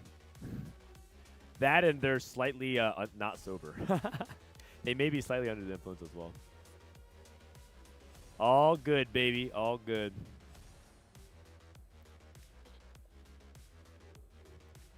I'm gonna be honest. These hosts are great. Imagine having to bring energy with the lack of live audience. I think they're doing well. Yes, there's not much live audience. I will say there's like more people today than there were before. I mean, look, you guys can see. There's actually like some people in the crowd. People over here, people over there. There's definitely some people vibing and watch some TFT. It's fun. TFT is fun. Now, it's not the most popular game for a live audience. Not yet. I actually do think if Vitality had gotten this far today, there would be like a decent sized audience.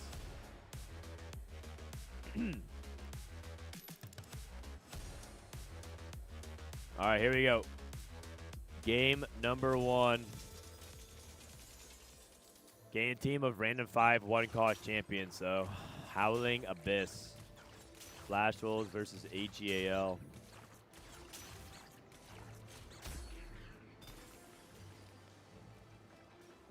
"4v4 is an unwatchable format for live audience." Yeah, maybe. At least for now. That might change moving forward. Who knows?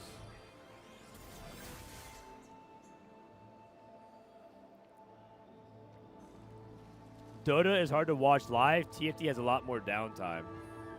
So you're saying TFT is harder to watch, or Dota is harder to watch than TFT? I'm not sure if I agree about that either.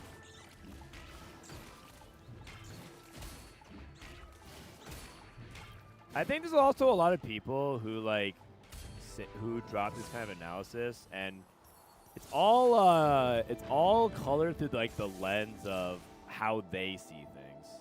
Which, I mean, that's kind of what they're speaking broadly in general about it. But like what I'm trying to say, like for example, I think there's a lot of people that say League of Legends is like an easy game to watch, and I'm like, I do not think that is the case at all. I think League is extremely confusing for a lot of people to watch. But that's just me, though. That's just me, though. All right, here we go. Oh, crap. Yes. Okay. No scout, no pivot, worth the wait. Trade sector. Sorry, a couple of settings need to be adjusted here. What's up, guys? I recently started playing TFT, and I have a question. If you're getting champion from Penguin's Gift, it'll be given to you from the total pool. Yes. It'll pull from the pool. Savings account, treasure hunt. Achi on spreading roots. HN on worth the wait. A lot of directional augments. Bastion. Psionic. So Ironbog going to go for Bastion and Psionic. I mean, Psionic is good now. Those are both playable at the moment, so you can formulate a game plan around it right now. Worth the wait. Looks like he has Teemo pairs, so it might be worth the wait Teemo. Shepard Darkstar. I know that Flash was like playing around Darkstar. So might be a Darkstar game here to start things off.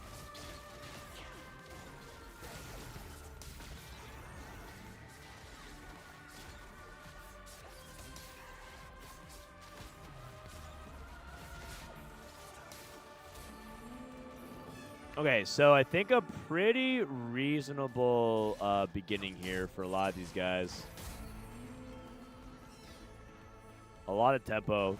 So I'm just reading chat. A lot of people just discussing about 4v4. I think 4v4's watchability can be improved a lot if they just simply supported it more as a format and made it so that you can understand what's going on better. I also think that I'm very biased in the way that I want to like observe and control things. So like I personally want to be able to see what's going on a little bit more often. But I mean I think that I think 4v4 is as equally confusing as regular TFT.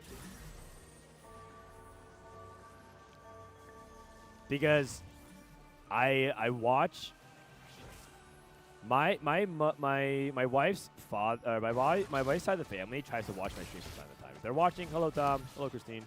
But if they sometimes try to watch TFT and they watch solos, they have no clue what's going on. But if they watch the 4v4 stuff, they actually have slight idea what's going on because like, oh, one team is beating the other team. The whole idea that there's 8 different players playing a free-for-all is very, very confusing to the average person.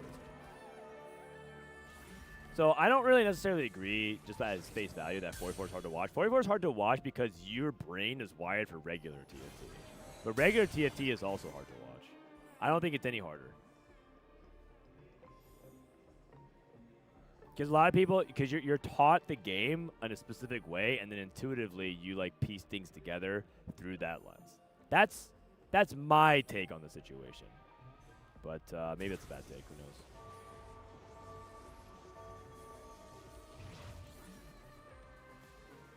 But following the teams in the best of 3 element of like one side beating the other makes it much easier because you're not point tracking. Like the whole like, well, he needs a 5th in order to like not get eliminated, but that depends if this guy goes 8th and this guy also is not gonna like get first because then he would beat him on tiebreakers, right? I'm just like, this is super confusing. Like the more you're explaining all this kind of like, oh, he needs exactly this, and then by the way, we have to wait for the other lobbies to finish so that way we can see if this guy advances. That whole dynamic is like kind of hard for people to follow too. I think it's about the same. Kale and Echo, Divine Intervention. Divine Intervention being pretty powerful, especially for the loose streak teams. 2 people clicking it immediately.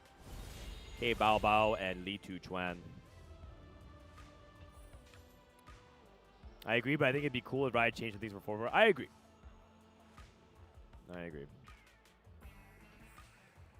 I think the best thing they could do for 4v4 is just create more ways for people to play it so that they understand it more intuitively, and I think that happens over time. So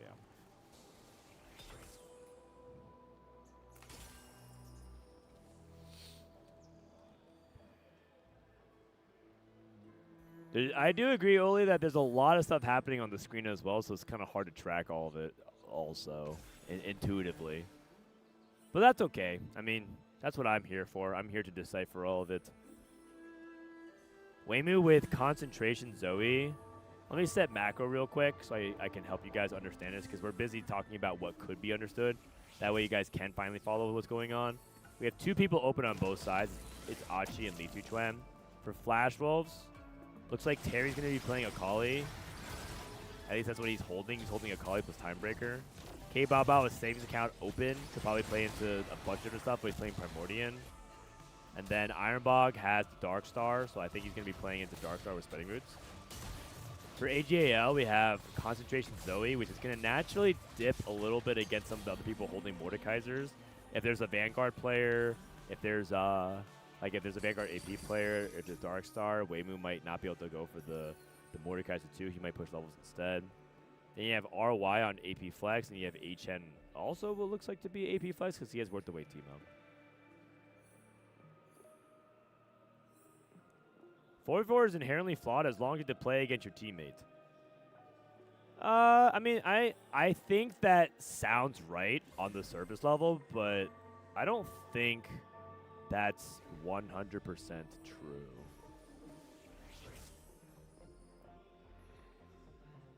Do you think that you shouldn't be able to, like, some games, some team fighting games, you're allowed to shoot your teammates? Let's say you're playing a shooter. Do you think you shouldn't be allowed to grenade your teammate? I think what you say makes sense because of the way you have learned and played TFT. So intuitively, a lot of people might agree with that on the surface level, but that's not 100% true. I also believe there might be a version of 4v4 that exists that where you can't play your teammate that could be good as well. But the problem with 4v4 is that the problem with 4v4 not being able to play your teammate is that it would just come down to hyper-funneling strategy.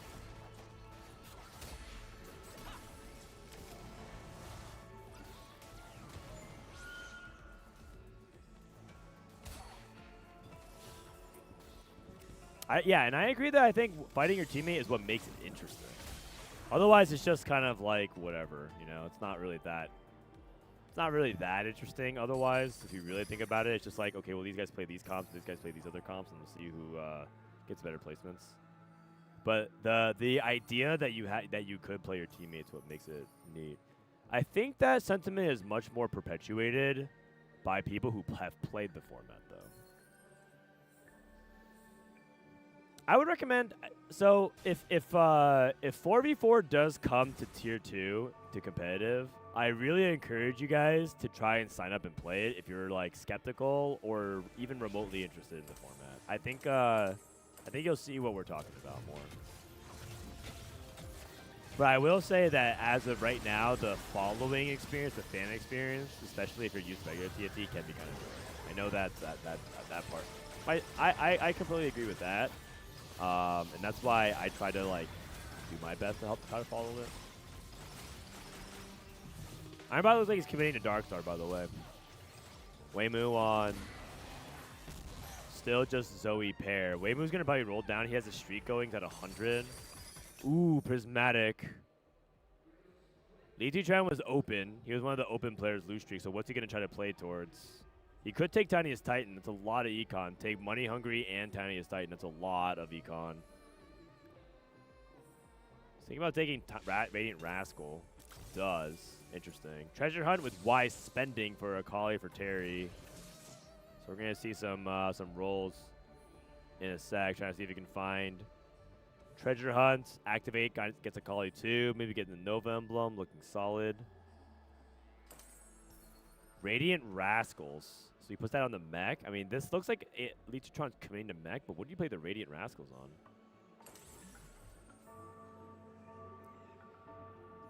Just remember to sign up, Drew. Bro thinks we know 3 other players who play TFT. Yeah, I mean, you probably, even if you don't know 3 other players that play TFT, that is why I told Riot that one of the things they needed to do is find ways for people to find each other. I personally think this is a good use of things like Twitter communities or like, I actually don't even think Discord's good enough. They keep saying like, oh, you can use the Discord server. I don't think that's a good thing because Discord is also where people chat and things get lost. And also it's like hard to find. How do you find Discord servers? You can't. You can't just like search up on Discord unless you're in the server and you figure it out. It just, there's barrier to entry there. I think they should use social media. And there's a lot of you guys that are on social media. You guys just don't engage. It'll give like a reason to do that though. This might sound like a stupid question, but why don't we have teams compete with an individual format? That way we can keep the format simple while preserving a strong sense of team identity. Because I think people, you're saying like have a team of 4, but they play 4 lobbies at the same time. That becomes a lot harder to follow, and it doesn't add that much more than individual competitions. I think that could work, maybe. if you were playing 2 lobbies, but that means the finals are like 4 players in 4 lobbies happening at the same time, or it's 1 final lobby but all individual point tracking, and that might not matter. Like, you'll have a lot of situations where it's not that exciting and it's complicated to follow.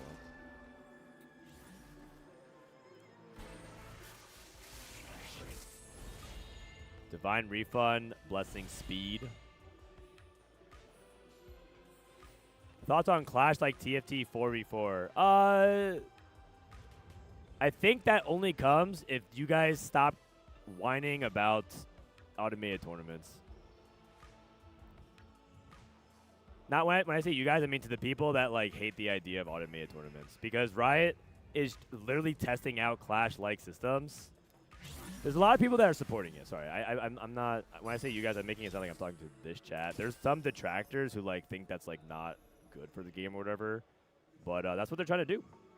Let me rephrase. There's Riot is trying to test systems like that. So, like, would that be good? Yeah, that definitely would be good. Radiant JG off Pandora's. That's actually one of the best possible hits he could have gotten, short of like Death Cap, I think. So that's really good.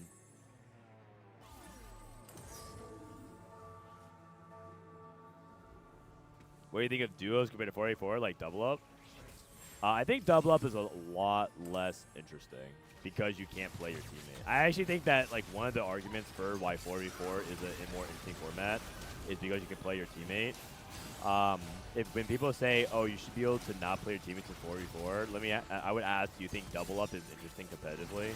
And for most people, the answer would be no. I think a lot of people would say it's not that interesting. And I think a big part of that is because of things like the shared health pool and because you can't play your teammate.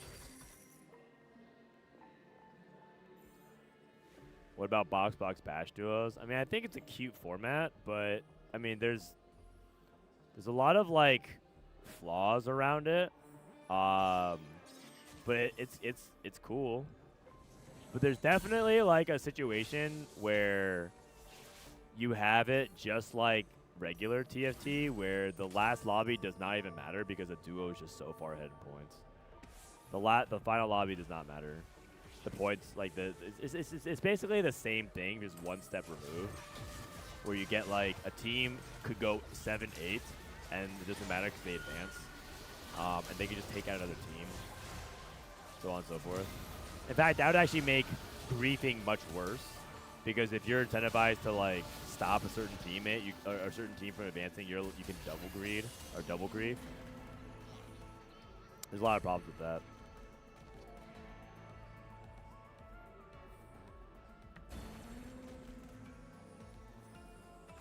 But I do think that it's a format that they could explore more. Savings account and cash out. Looks like we got Corky from K-Bow as a commit. Gonna level up and roll next turn probably. Do you want to roll on 3-7 or 4-1? It kind of just depends on like if other people are holding your units. Trying to look at it right now. Doesn't look like it at the moment. What do they need to do to make double up viable competitively? They have to make it. They have to balance it separately. Double up is balanced very similarly to solo up. And they just make like a couple of small tweaks, like, oh, now this bug doesn't work double up, but it's like the same as solos. They need to have a completely different balance team for double up.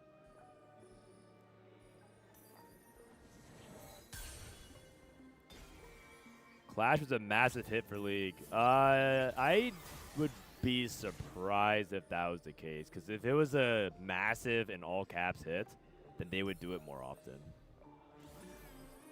Because Riot likes money. So I don't know if it's like a safe assumption to say that Riot was like Clash was a massive hit. It's probably one of those things where like the people that like it love it, but there's only a small amount of people that engage with it. Grace pair in the shop. Macaulay too. Okay, Terry K-Bao had the roll here early. 22 HP for Achi. He needs to pull it back. He's kind of on this weird he's on this weird line because of his spreading roots. Let's see if he can bring it back. Terry gets heroic grab back. He actually has a Kali 3 right now, but he might find Jax 3. Okay, Weimu with big grab bag rolling. He's actually committing to Zoe 3. Zoe and Mord 3. His bench has 4 Jaxes and 2 Akalis. Okay. Will Wei Jin come back for the final? Maybe. I think so. He said that he was thinking about it. I think he's kind of tired. Commentary, doing long forms of commentary is kind of exhausting. So sometimes they just say, "I'll be back," maybe, depending on how he's feeling. He might be back for the finals. It's a lot of yapping.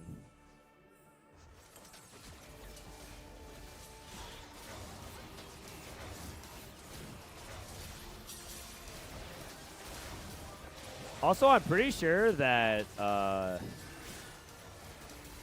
lot of times when people are on co-streams, you guys don't see it, but they're reading chat like very, very often, which means 2 things happen. One, if people are rage baiting in chat, they read all that stuff.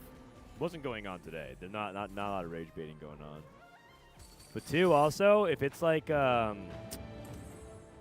do I say this? If people are not really engaging a lot with it, then they feel like it's like weird to say this, but a lot of people don't feel like they're liked, if that makes sense. Like if people aren't saying like, "Oh, hello," or like asking questions, like talking to them, a lot of people feel like, "Oh yeah, like chat doesn't like me." It's like weird. I've gotten feedback like that, like, "Oh yeah, I would join, but like I don't think your chat likes me." I'm like, "What?" It's like that too. So it's like weird. It's like they would want you to be active, but not rage baiting them. But rage bait is the only thing that gets the engagement these days. Ironbox hacking. Needs to give a life over to his teammate. Ironbox did a really good job preserving life. Hey, Bao Bao and Achi are both at low HP.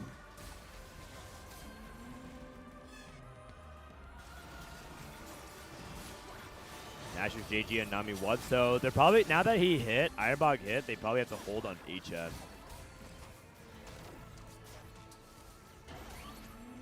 Dude, Achi actually kind of got his Dark Star going. He's on a 2 streak. Leafy trying to kind of in a bad spot. I think Achi's actually going to pull himself out. Achi and K-Bao both got their boards online. Corky 2, Acel 2 with 6 Dark Star. Cashflow. I think Cashflow's a little bit too slow, but some people who can scale long enough can take that. Actually, it looks like a split down the middle right now. A good number of people taking Echo and KO. It also could just be taking Echo for the anomaly here. Did I miss the final? No, this is 3rd place. They read chat. I thought TFT players can't read. No, they can read chat. That's like the one thing they can read. They're very fluent in chat. This is the 3rd place match? Yeah, this is the 3rd place match. If you guys look at the bottom left, that 3rd place means 3rd place match. Kind of hard to see, though, if you're not looking for it. Ooh, this guy got Luden's Tempest. This is the first time I think we've seen it in a while. Luden's Tempest JG.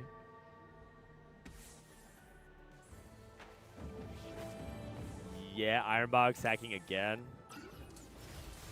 That's the nice thing about min-max. Ironbog going to re-slam because I think they feel like Achi is just stronger, so should just slam to get the best possible win. And Nitutron's down at 23 HP. Can they save him? K-Bao also looks like he should be competitive. I don't know if he'll win every fight, but he should win some fights.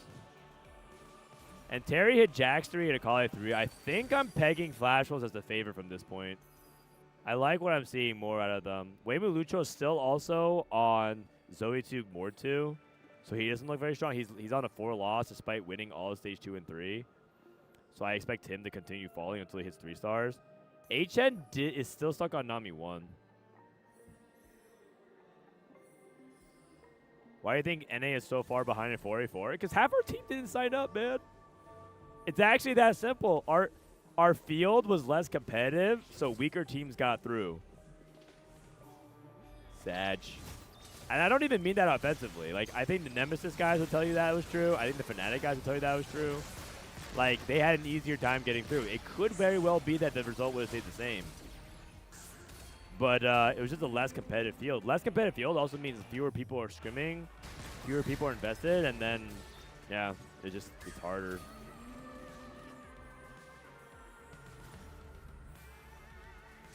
You're calling Vitality a weaker team.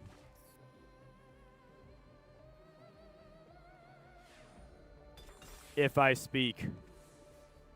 No, I think Vitality was actually fine. I think they were like a fine team that could have made a good run, but they were a volatile team. They were unfortunately a team that you can't really rely upon to be consistent, which sucks. Oh, this guy hit Victor 3. Oh wow, he all-in. He missed Mord 3, but he hit Victor 3. Holy cow. Variance and low roll. Yeah, but the thing is, some teams are just are more resistant to low roll than others. And also, quite frankly, Vitality could have won both the series they lost. They could have won against Flash Wolves, and they could have won against. They definitely could have won against Mad Movie Star Koi. Sorry, my brain's not working. I keep saying Mad Lions Koi because that one season.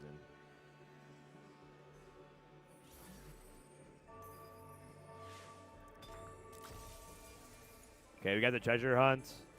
We got the artifact. Did he go frontline at him? Oh, he has Silvermere down for the Akali. Okay. That's really, really good for Terry. And then he moved.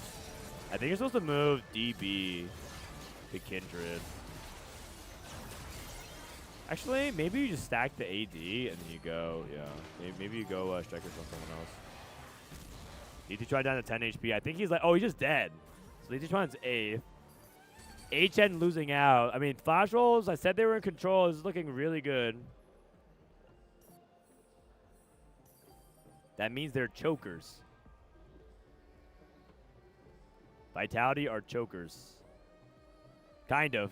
I actually think that's fair to say. I think that Vitality do choke their spots, unfortunately. Or in 3. Wow. Oh, God. Oh, that's so bad. Oh, no, I don't think you can do that. You're playing 4-space group now. Oh, that's rough. He also... Ooh. He also has Nasus 3. Maybe he gets a sack from Waymu. Nah, they're just killing him off and saying we're going to play for the 1-2. Okay, so HN's dead. 1-2 is kind of doable based on the HP counts. But is it actually pragmatic to aim for here? Terry down to 2 lives. Yeah, I mean you could. If things were to end right now, yes. Okay, so I think everyone kind of has played their role here. K-Bao Bao, who has the best chances of playing for the 1-2 split? Like to get second place. The second place here is good enough. Probably Achi. Because he has the 6 Dark Star. Terry on the low could also even get second place. He's actually doing a Nova Strike on the Caitlyn just to see if he needs a sack. And he'll play for Iron Bog. I think they're going to kill off Iron Bog and K-Bao Bao.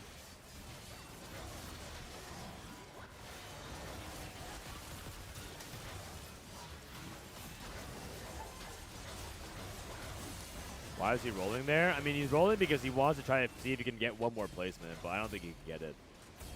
Okay, so they're sending they're sending Terry, and they're sending Achi. They're killing off these two. Waymu lost. Ooh, who did he lose to? He must have lost to Achi or Terry. Yeah, they didn't play only teammates. RY has Blitz 2 in the shop.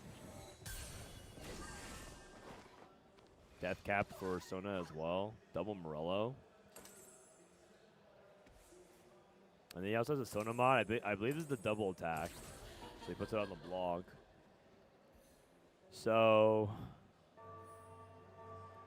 RY needs to find a way to fight against Terry or Achi and get the win here. This is a really, really big fight. He needs to get this win ASAP because those guys are not at 1 life. They're at 2 lives. This win would be massive. Double Morello, deep 8 Biss. Focus on the front line. Here comes the Nunu. Oh wait, never mind. Nunu already casted. Didn't get the second cast. Achi not strong enough. Gets a loss. How's Terry versus Wei Mu? Wei Mu lost again? Wait, what? How come he's not? Oh, was he not at 1 life? Oh, he must have not been at 1 life. Okay, Wei Mu has Acel now, so now he has 4 conduits. He leveled for 4 conduit, no Bard. Going up against Achi. This is an opportunity for AGAL. We haven't seen the 1-2 yet. We've actually seen a lot of 1-2 attempts. If Wei Mu loses here, it's over. Achi versus Wei Mu. First Acel beam. Leona's down. Now working on the Zoe. Zoe on the back line getting hit. Oh, that's a disaster. And Achi should be able to clean it up from here. GG's. Oh my god, did not expect to see that. I did not think that Acel was going to beam the Zoe right there. I think a little bit of a mess up there. He put the Mordekaiser too far away. He wanted to actually get... He actually wanted to get the Mordekaiser in front of the Acel, but at the last second, Achi swapped to the right side, so a juke. I think it's a little bit too greedy. Might have to solo frontline the Mordekaiser there. Tank, unfortunately, got blown up, and Flash was up 1-0.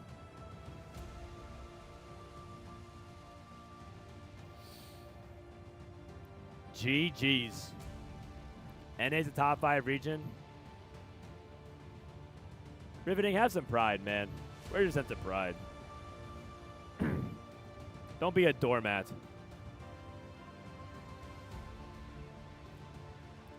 Were the semis competitive? They were pretty competitive. A couple games were like really landslidey, unfortunately. I think that the finals between Aurora and AGAL was like kind of flippy, where it felt like one team tried to play Anima cash out, cashed out 300 instead of going for a 400, and then went 8th. And I feel like they need to greed more. Then another team tried to go for like a super fast 9. Another game, they tried to go for like a super fast 9, and then they died. And then as a result, like the rest of the team kind of struggled and then kind of got blown up. A lot of like, this game was decided by this early, and this game was decided by that. But then the last game was like pretty good.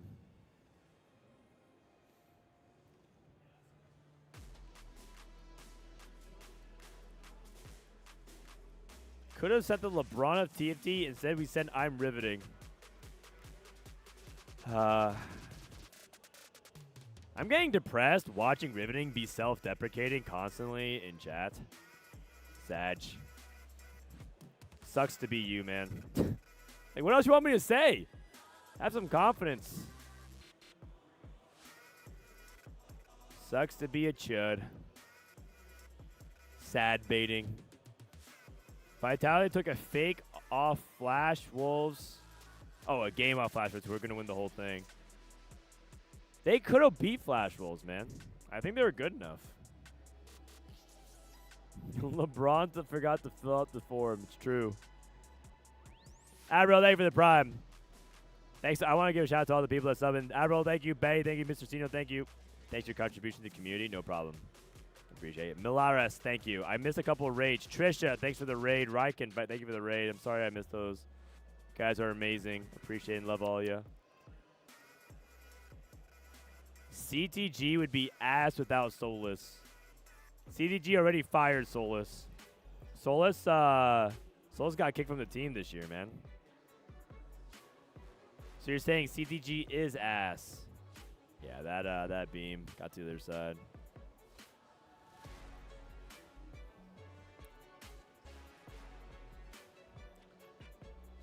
Google Forms 1, Citadel 0. Man. Now, the question is, do you think Citadel would have made top 8? Like, yeah, maybe they're the most accomplished team, but it's entirely possible that they would have also bombed out in groups. They might not even made it through qualifiers. Who knows? I will say that I think that Vitality was very likely to make it through quals, though. Vitality Wigwag. Sure, man. If they need someone to go fetch them some water between games, I feel like that's what they would make Wigwag do. For some reason, whenever Vitality talks about something, like whenever they want to use someone as an example, they use Wigwag. They say, "Oh, I'm just gonna load up and get cleared by Wigwag." Or if they get day one and they would say, "Oh, you got day one, they got beat by Wigwag." Or they're gonna be like, "Okay, I'm just gonna be out here playing in TPC without you guys and be playing against Wigwags, like the Wigwags of NA."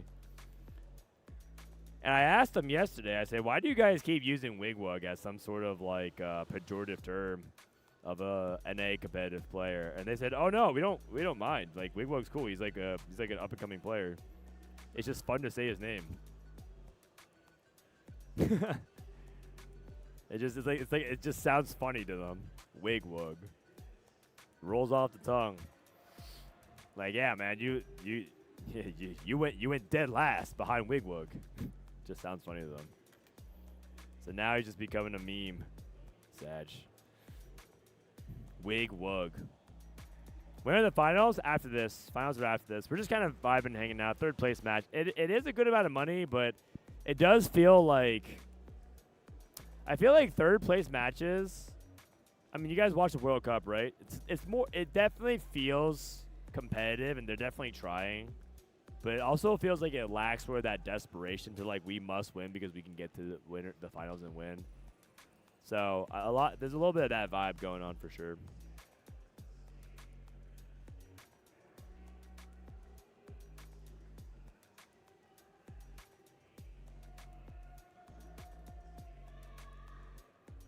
Michael calls him Wig Woo. Wig Woo? Wig Woo GG. Oh, man. Gooning Gragas is Aura. Yeah, maybe to the Gooners. But maybe there's a lot of people who don't know who Gragas is and don't know what gooning means. Next year it'll be Wigwag, their 2.2 carry. Vitality Wigwag. I mean, I'm gonna keep it real. TFT, but I've ran over to the Qiddiya City grid where PUBG's. I'm gonna keep it real. I'm pretty sure Wigwag and his friends probably would have done as well or better than Vitality at this EWC.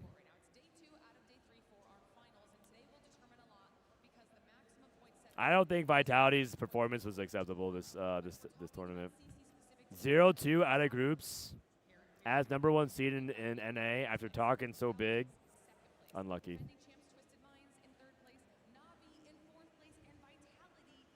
Now that TPC is not the same day as Tier 2, can you compete next set? I'll think about it. I think I'm actually going to be doing a lot more Riftbound stuff in the future with my free time. I'm going to be traveling to more events. I think I'm actually going to be missing the first TPC for the Singapore RQ. But that's not my fault. I didn't choose that. It's because TFT Esports does their thing where they don't actually post their schedule until like 1 month before, you know? I mean, you guys know. A lot of you guys are competitive TFT players or fans. They don't tell you anything until 1 month before when I already had like figured out travel and plans months in advance. And they're like, "Oh yeah, by the way, have our calendar with 72 hours notice. So yeah, good luck." And I'm like, "Okay." I can't make it. I'm pretty sure you can replace any VIP player with a random 1K plus LP player and they would do better. Oh, man, now you're just hating unnecessarily, man.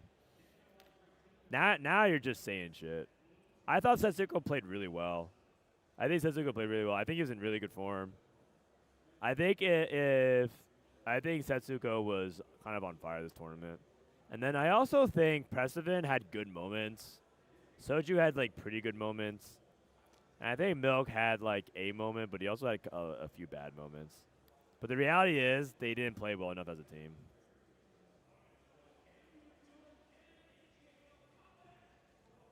All right, here we go. Game number 2. Are you on Twitch or Kick? I'm on Twitch as well. I'm on YouTube right now, but I'm also on Twitch. I'm not on Kick. I don't know if there's an audience for TNT on Kick. But I guess if Twitch died, would you guys watch TFT on YouTube or Kick? Probably more people would go to YouTube. Or maybe some people would just stop watching in general. Setsuko was unironically the best player for Vitality on the team. Why is that unironic? That guy's really good. Probably YouTube.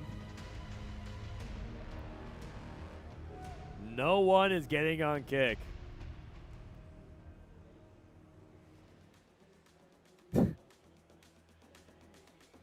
I mean, yeah, we'll see. I hope Twitch never dies. Because I feel like rebuilding the community somewhere else would suck. That's kind of what happened to Korea in TFT, right? They got banned. And then they had to like rebuild the community elsewhere, and that's literally why Bebe went off his rocker. Bebe, I think, had a mental breakdown because Twitch closed down in Korea. I mean, we could all sit here laughing and pointing at Bebe, be like, ha ha, look at you and your mental illness. But in reality, we're all one Twitch ban away from falling into the same vortex.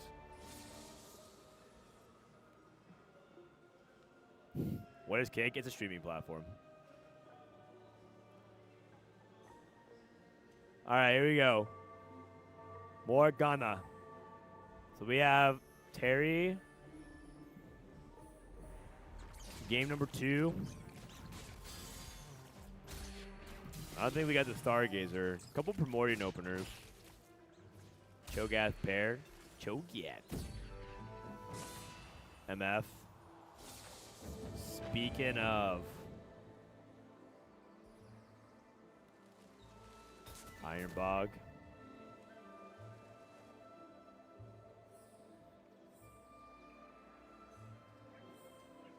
Bebe was right. What was he right about? I mean, he was right about one thing. A lot of us are just wasting our time.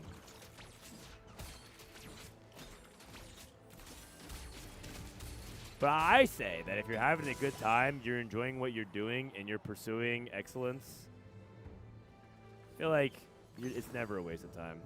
I feel like life is much more fun that way. Prismatic start. Hard commit, expect unexpectedness. Buried treasures.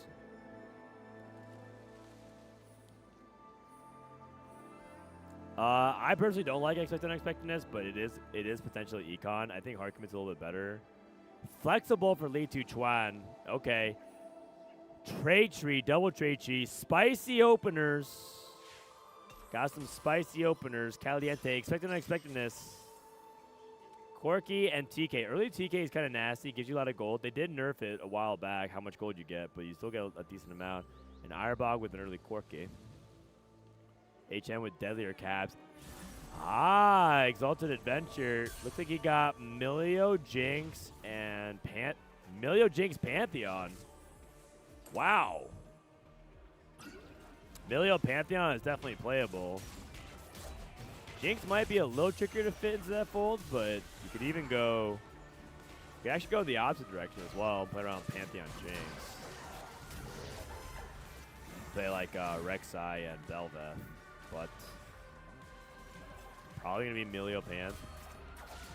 I like it.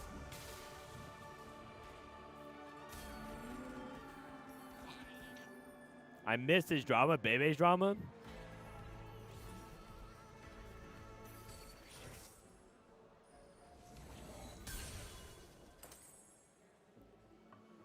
Kwiatkowski has way too much positivity for Twitch chat. Wait, what? Why are you guys flaming my chatters? Huh? Okay, we have flexible into anima emblem. Okay. That is interesting. Also, what are the gods? If the gods are Kale and offers craftsmanship, that makes things like flexible and trade tree like really, really insane. Death cap into Teemo. We have three people at level 4: HN, K-Bao, and Ironbog.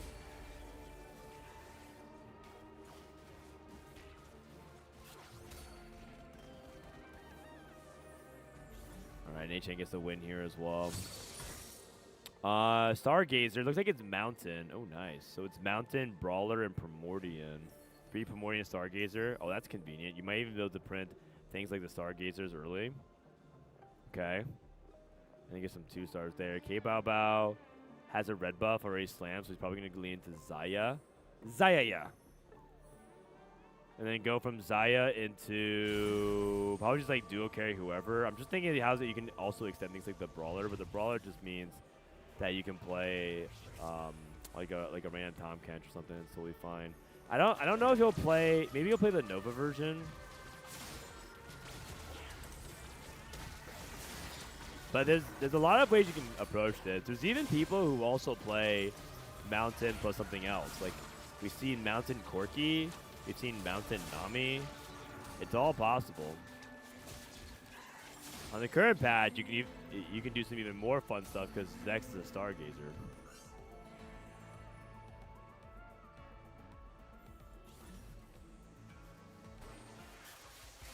Not the Stargazer? Yep, that makes sense. Ari and Soraka. Ari with a bunch of gold. Lulu, Aurora, and Samira. Everyone kind of focusing on Ari Econ right now because Soraka's Embrace, not very reliable.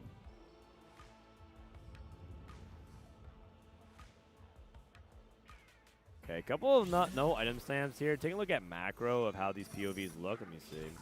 So, Deadlier Cap. So, HN and K-Bao are the only ones right now on HP streaks. The more that you can get that streak going, get the stacks for HN, the better. And K-Bao is playing straight tree. I don't think we've looked at everyone's straight tree. We saw the Mountain player. That was it. Terry is also playing straight tree, but he's loose streaking. He's holding Shepherd, which makes me think he has something related to that. RY has Hedge Fund. Very slow stage 2. Only 3 people leveling the 5. RY finally starting his Animal Loose Streak. He's done a 3 loss, so that's good.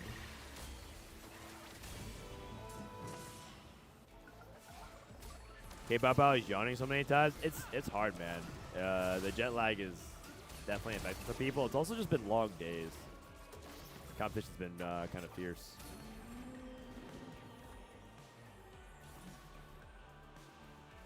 Okay, RY on a 4 loss. But it is important to know, maybe a little fatigue settling in. Gotta be alert. Gotta be hyped up. Where's the Red Bull at?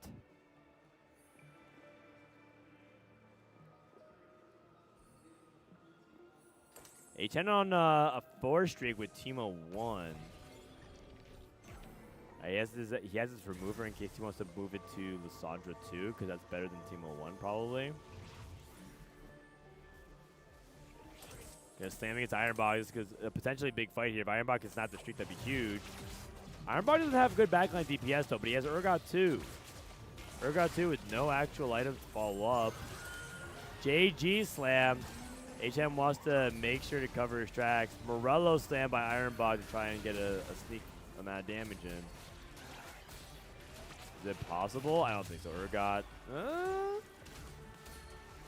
Kind of close. Slam div. If HM didn't slam that Jewel Gauntlet, it probably would have gone differently. Radiant Stone played over for the Ornn. Is the next match also semifinal? No, this is a 3rd place match. I'll change the title because I think a lot of people are wondering. 3rd place and finals. It's Flash Wolves versus AGAL. And then Aurora versus Vision.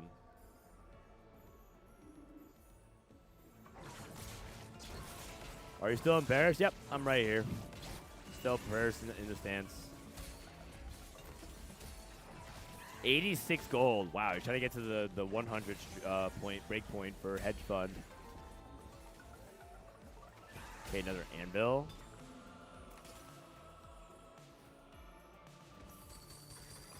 Akali. So this guy's probably looking for the Akali line. Anima player, Li Tuchuan, never actually got Anima in. His second, oh, he got a Nova emblem, so Li Tuchuan definitely going to be thinking about that. Nova Akali off of Flexible. Very nice. Gunblade already slammed, or something he can slam immediately. Looking good for Li Tuchuan.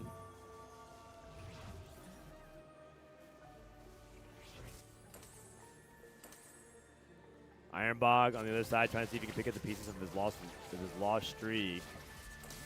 Expected unexpected. Looks like it gave him a Nami, so we have our line here for Ironbog. Ironbog on Space Groove.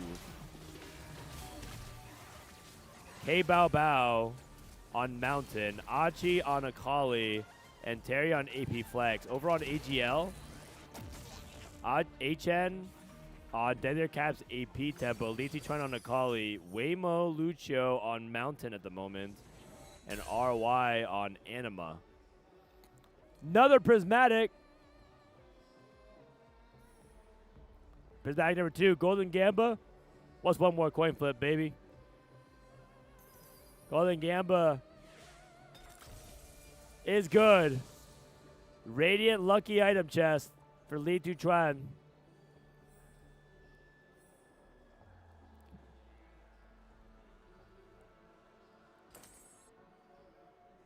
You know what TFT should add in?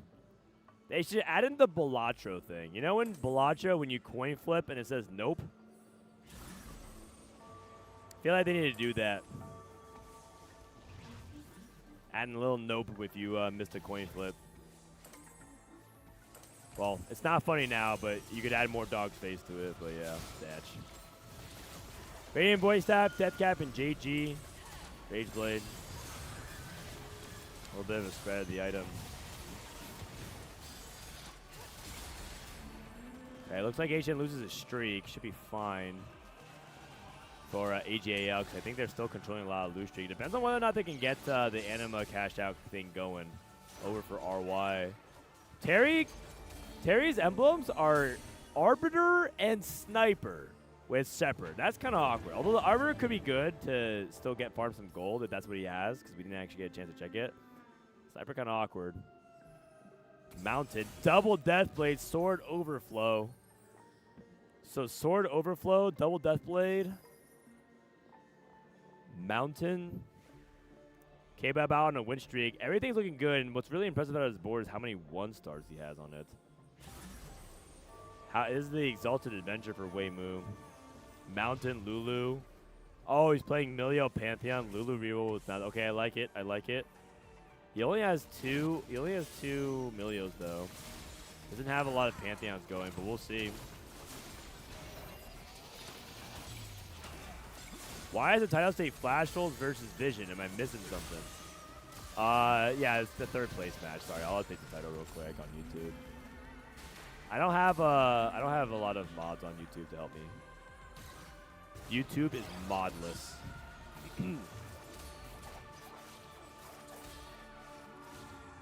Boom. Oh, big cast. Huge win here for Terry against HN, sending him further down. AGAL. 3 people in the losing streak position to see if their forecast can bounce them back. That's a LeBlanc and a Carmen and a Kindred. Who's that for? I mean, if it's LeBlanc with a Raw, that's going to be one of the best things you could possibly get. And then Waymoo. Waymoo needs to hit the 2 costs as soon as he can. Exalted Adventure is quite good, but it's a little bit hard to get. Exalted Adventure macro-wise in 4v4 is a little bit harder to justify because it can definitely invade the space of your teammates. Oh, he hit Kindred. 256 out of 300. RY. 133 gold. 133 gold. This guy's trying to go for a box bash bounty. There's like a bounty in box bash where if you get 1,000 gold, you get like $500. That is crazy. That's an insane amount of gold. Is it the finals? Oh, this is the third place match.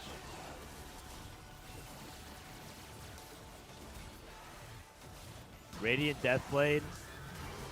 I want to see if RY can keep his streak going. Maybe he can go for the 400. But it looks like no one from Flash Wolves is going to grief him. All members of Flash Wolves just straight up playing tempo, playing their own games right now. K-Bao with another win. 9 streaking. Ember's playing from Talon. Oh, that's Shimmer Skill Lessons. We got Nasus too. 264. Oh, he got a streak snapped. Oh, who did he beat? He must have beat Ironbog. Ironbog must have opened onto him. Oh, that's devastating. Oh, that's devastating. Holy cow. I thought he was going to get it. Looks like Ironbog stopped it. And now Ironbog levels. I think it was Ironbog. I'd be very shocked if it was Terry. Can K-Bao really get a streak with Caitlyn 1, Rek'Sai 1? That'd just be so insane. I feel like in a double prismatic lobby, that just sounds so fraudulent to me. But I guess it is 4v4 where a lot of people are playing weaker boards on purpose to help their team. Talon killing everything. Oh my god, so close! 10 streak for K-Bao. Huge. Caitlyn 1, Rek'Sai 1, 10 streaking. That's bananas in a double prismatic lobby. That is not what you expect to see whatsoever. Unbelievable. That's a K-Bao win streak. Leona 3 print for Terry. What's Terry going to do? And RY, what's he going to do? Did he cash out the 300? I think he's going to be a little bit short. He has to play one more round of it at least. He's at 102 gold right now. Pre-pumping.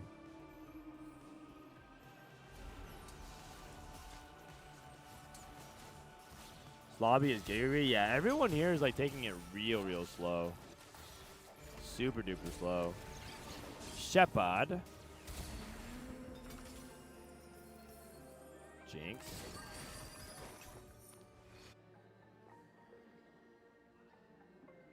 RY still stacking at 295. He's going for a true fast 9. 111 gold, level 8. Oh my god. Wait, he's going, like, what does he need to get off of his prismatic on 4-2? Maybe like Call to Chaos, something like that. That'd be insane. Commerce Core, probably. They probably need some items, actually. It's too much gold. I mean, no such thing when going level 9. Weimu Lucho. 6 Milios. 4 Pantheon.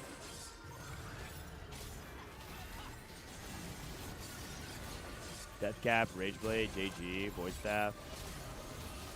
Got the Shen going.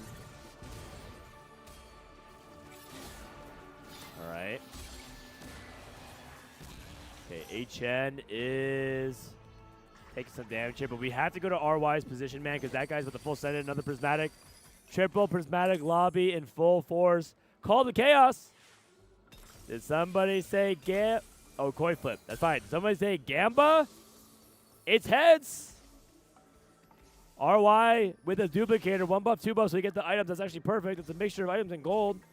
Vex, Blitz. Looking for Shen, Graves, Vex pair.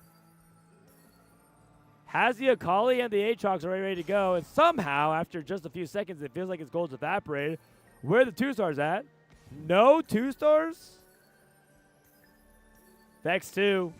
Has a duplicator. Who do we use it on? Get Graves in. We have Graves pair. It feels like you want to rip the dupe, but at the same time, you don't know who to use it on. Puts it on a Fiora. That makes sense with a Radiant TG. TG on what? Blitzcrank? TG on frontline? TG on somebody. Get the tank items on, buddy. Nice. Looking good. Nunu is going to cast. And Achi can't punish this. Fast 9 transition complete for RY. Just needs to hit 1 or 2 more 2 stars. Ollie 2 down for... K-Bao still on a streak. He's 12 streaking.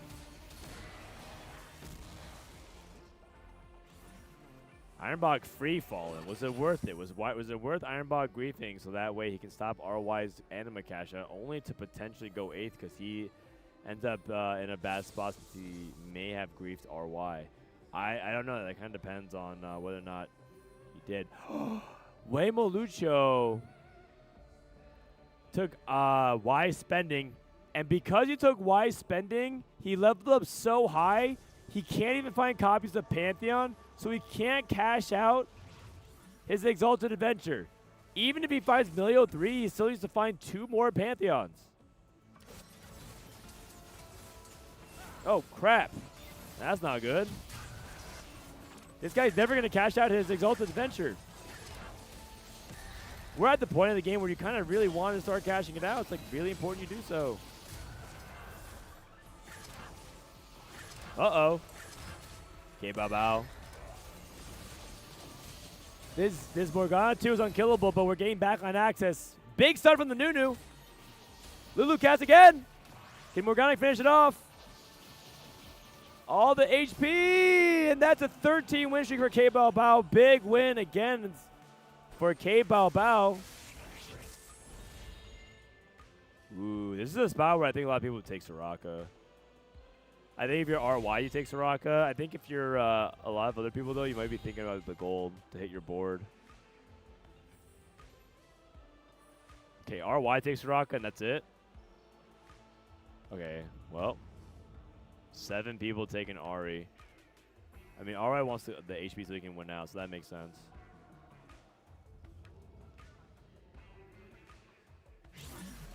Here we go. A moment's reprieve. Pantheon. No Pantheons. And you don't get any more dupes as well. Rammus. Rolls. It's 20% odds. Lulu 3. Found Lulu 3 before he cashed out his Exalted Adventure. This would be so sad if we just die and we don't never cash this out for Waymo Lucho. How's Ironbog doing? Terry. Hold the line. Hold the line, trade tree, playing Shepherd. Reforge his sniper into a Stargazer, completely useless. No shred. This is horrible. Terry's just dying out. Yeah, I think he's giving his HP to his teammate. This feels terrible. 7 Shepherd. It feels bad because he doesn't have, he can't stand his NXT, no shred. He wants to keep the rod and the bow open.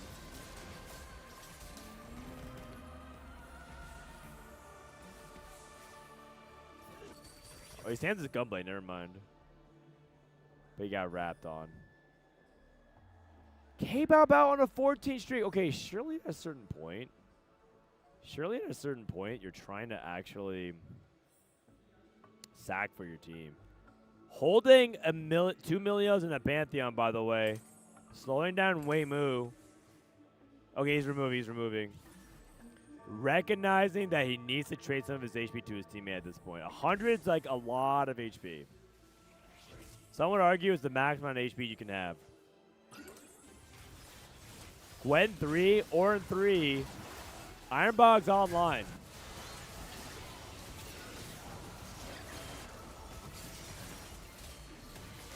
I don't think no one takes Soraka here ever.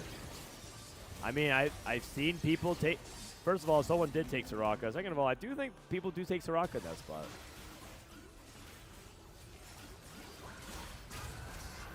Tell it to RY who's winning out. K Bao. Okay, he's playing for himself. No, he got the win. He got the trade. He got the trade to Ironbog, but Terry's now down to 11 HP. I think the win-out player is RY. RY actually lost just now, though.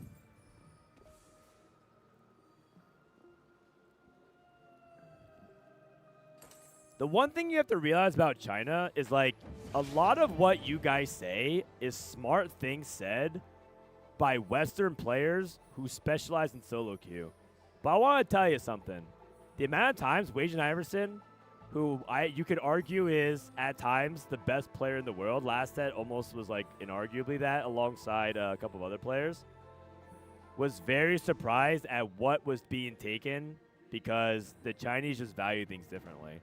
So you might be thinking, well, it's not smart because of all these XYZ reasons from what I understand about solo queue, and because like Distobe said this, Wajan said that. But the amount of times he's taken, he's like, oh, really? China evaluates things very differently, and I think we should be humble and learn instead of just assuming that China is wrong. All I'm saying is maybe NA play a little bit more like China and a little bit less like themselves, then maybe we would actually have a Western team in the finals. You know what I'm saying? LeBlanc won. Terry? I think he just cooked.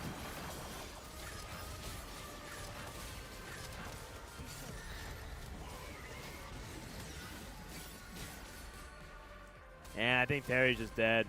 Oh! Oh, he's exact lethal? Oh, no, he's a little bit over. I miscounted. RY.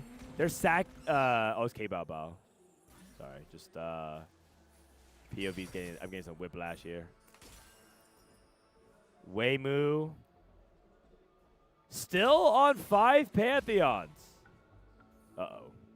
He's about to level to 9.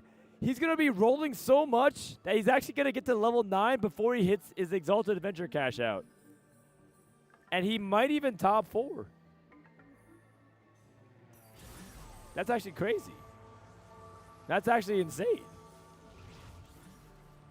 K-Bao Bao holding the odds of these Pantheons Emilio with an Iron Fist.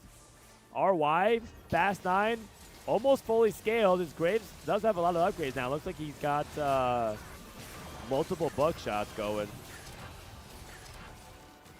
Still on Xayah 1 for K-Bao Bao. That is rough. Not going to be able to get it done with just Xayah 1. A lot of players from AGAL all are holding this. Wait a second. What is this damage? That Jin focus fire.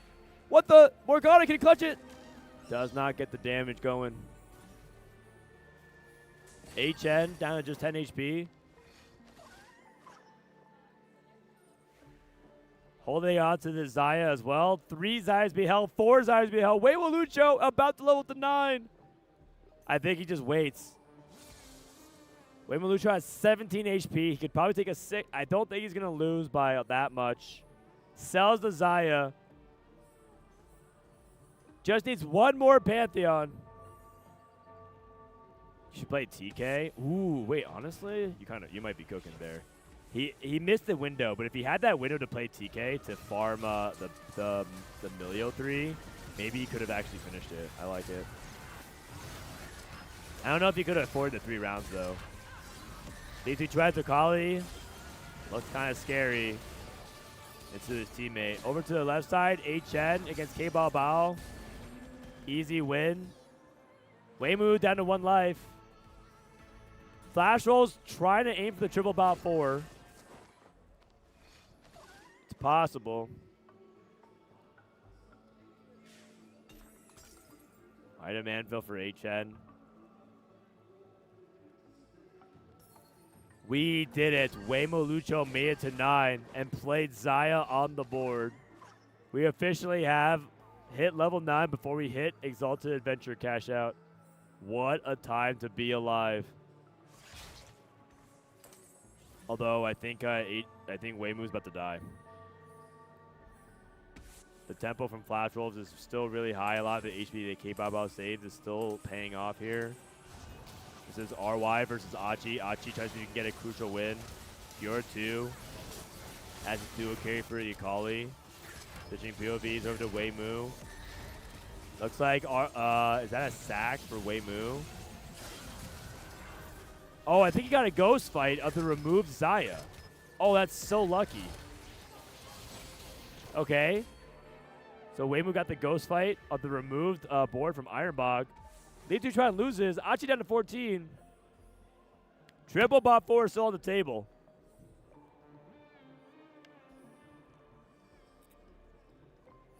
Decent TGs here for Li Tuchuan. He has Band of Thieves too. A lot of Thieves skulls with some reasonable items.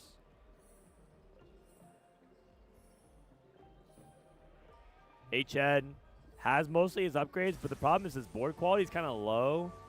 He just has like, actually he does have the deadlier caps, but he's tanking an Alawi too, and like 1-star Ross, 1-star Pike. Leaning towards Achi's side. Oh my god, the Tom Catch is dying so fast. Bramble does nothing against these double death caps. Zoom out, Li Tu Chuan going against Ironbog. This might be for the game. This might be for the series. Li Tu Chuan's gonna die. Big Nami blast.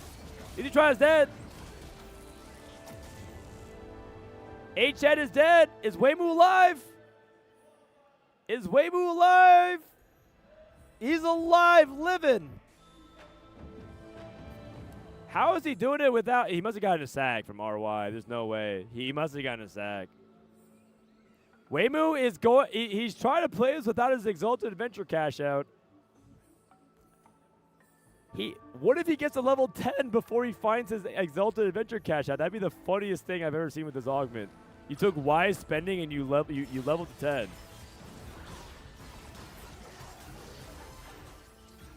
The margins are razor thin. K-Bao Bao hangs on barely. And Weimu and K-Bao Bao are both at 4 HP. So it might be whoever takes a better loss. Ironbog level 10, roll down, Ram is 2. We did it! We did it! Cashed out Exalted Adventure halfway to 10. That's huge. That cannot be understated. Double tank item. I want a real third item on Milio as well. Real third tank item? That's also okay. Double front line. Achi, Weimu. K-Bao Bao versus RY. This could be this game in the series. This also might be AGL keeping it alive.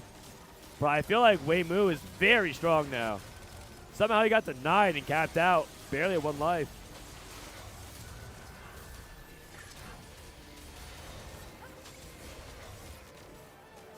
Achi hanging in there. Barely. Vex is not enough. Achi is alive. K-Bao Bao is dead. Whoever wins, wins. Whoever wins, wins. Ironbog. He can 11 Stargazer? Wait, you're right. Weimu actually has the Fawn from the Exalted Adventure. Wait a second. If he gets a 10, he can actually play 11 Stargazer. Can you even get... I think you need, like, stage 7, though?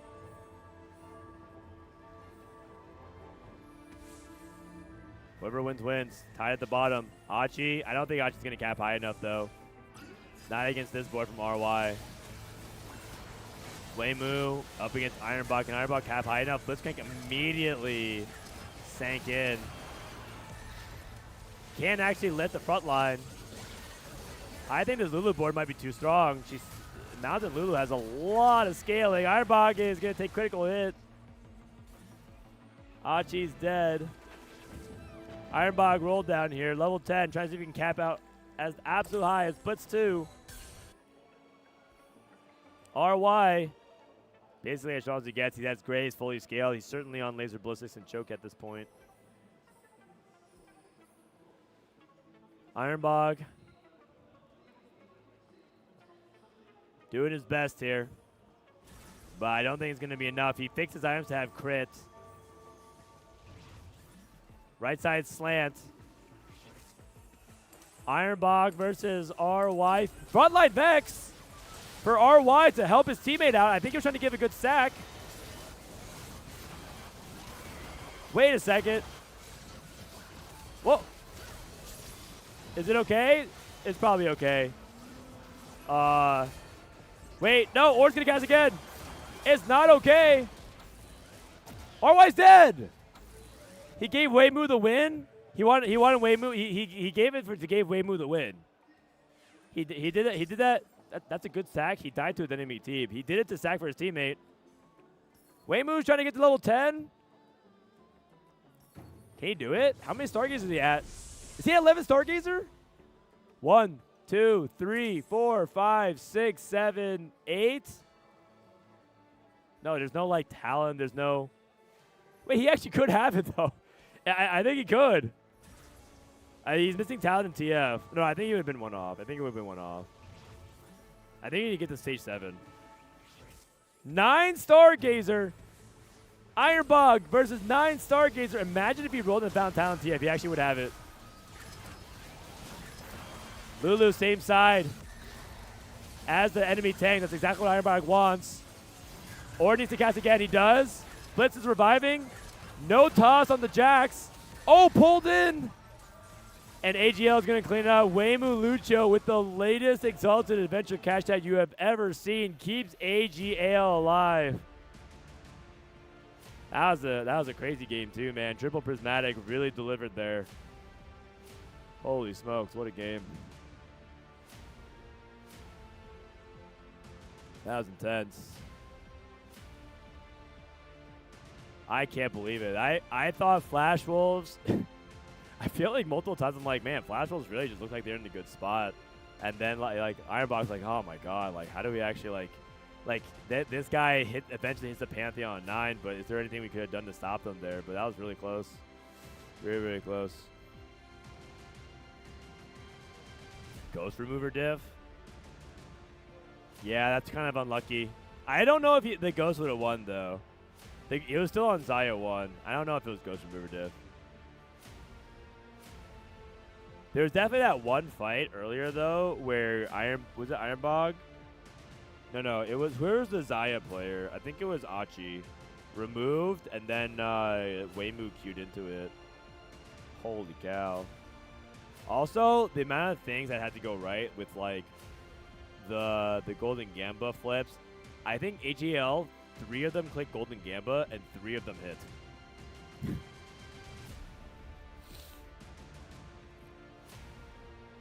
If Aurora wins this final, is Hwanmei this set even more dominant than Malala in set 10? No, I don't think so. I don't think so. It's up there though. It's up there as one of the best seasons. I think it's because it's not in the same set as Hwanmei. Because Hwanmei won the Pairs Open last set. You might be like rolling that over from set 16.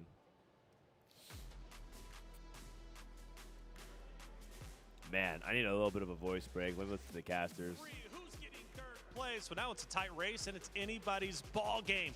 Hey, welcome back into the Allianz Vaults. I'm Taylor Reflections Noble, joined by Stuart and Panda. I couldn't tell who was going to win that, especially based off of your guys' reactions, Stuart. You were going so back and forth.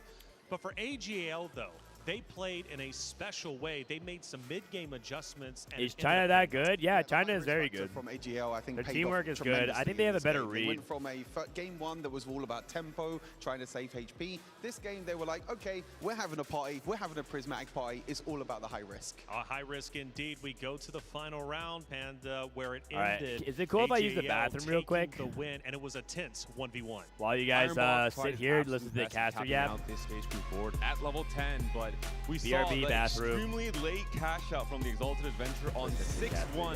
That Pantheon 3 finally coming through, and that next big spike that allowed Remolo again to be the win-out player for AGL as requested in that last test. Yeah, it was incredible to see the kind of high risk that I was mentioning as well. You know, it all came down to the wire, and us two were standing here as well. We were like, Flash Wolves are going to win. No, AGL are going to win. Like, it just went back and forth. But I think the big call out, the Exalted Venture coming in, the extra items that he got, the extra economy that he got, allowed him to outcap and win out the entire lobby. But there was a big moment outside of that 1v1 that ended it, where the commentators were losing their mind. We lost like 2 or 3 players at the same time. Check it out. Potentially, we could see 3 members of All Gamers drop in this round if they're particularly unlucky, which would end the series immediately. AQ1H, though, one of the vulnerable members of the Flash Wolves, playing on the left-hand side. Lisha Juan playing on the right. We do see the boards and the Fiora going forwards. The Edge of Night cuts it through, and that's the first elimination. I think we're about to see a second as well. We need to see that scoreboard, because All Gamers dropped 2 members in 1 round. Panda, what's going on in that clip? Because I'm hearing All Gamers drop 2 players. It was an absolute bloodbath, and I think you really have to look back at what caused this in the first place, which is really the golden gambles, the high roll factor. 3 players from AJL picked golden gamble. They all hit their radiance. ZUA as well went in for the super high risk hedge fund into one big 140 gold roll down, hit the Vex 2, hit all the upgrades, and he took over as the win-out player. Took over indeed. Now we go to our final moment of that game number 2. We go back to stage 4-2. Walk me through it. No, exactly that. I mean, this is the high risk that I was talking about with AJAL, taking hedge fund, going to level 9 at 4-2, which is something that you rarely see in TFT. But because Rue took the early hedge fund, went for the full loss streak as well, he also had Anima, which I believe was 300 cash out, if I'm not mistaken. So he went full high risk in this game. He was one of the win-out players for AJL, one of many with the Exalted Ventures. And this is just a roll down that happened. He was able to hit the Vex 2-star, the Fiora 2-star as well to stabilize his boards. So many things had to go right for AJL in this game. Even just Exalted Adventure into Pantheon Milio on the mountain, into a Golden Gamble Lulu item as well. We didn't catch it actually on the broadcast, but there was a round where Bao had removed items off of the Zaya. The Ghost board loaded in for Wemulucho, and he was able to win that fight before the Exalted Adventure cash out to stay alive on that final life. And I think that decided the win out in the end from that same player. Insanity for sure. AGAL had to dig deep to get that win. They weren't looking too happy after game number 1, but they find a way to persevere. Now, what does game 3 look like? We're going to have to wait and find out. But as far as Riot goes, hey, they're heading to Vegas.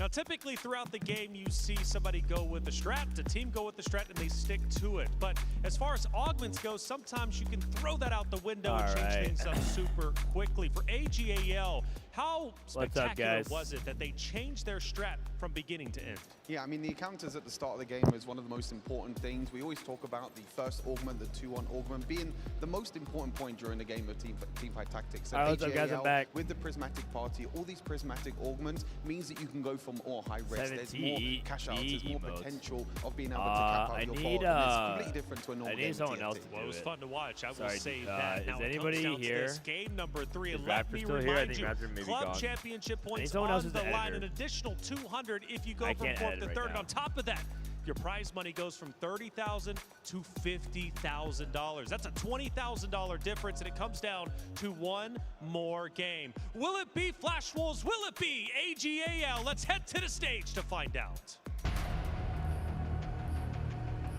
Okay, this is game number 3 coming up, guys, in just a second. The winner will be 3rd place. The winner will be 3rd place.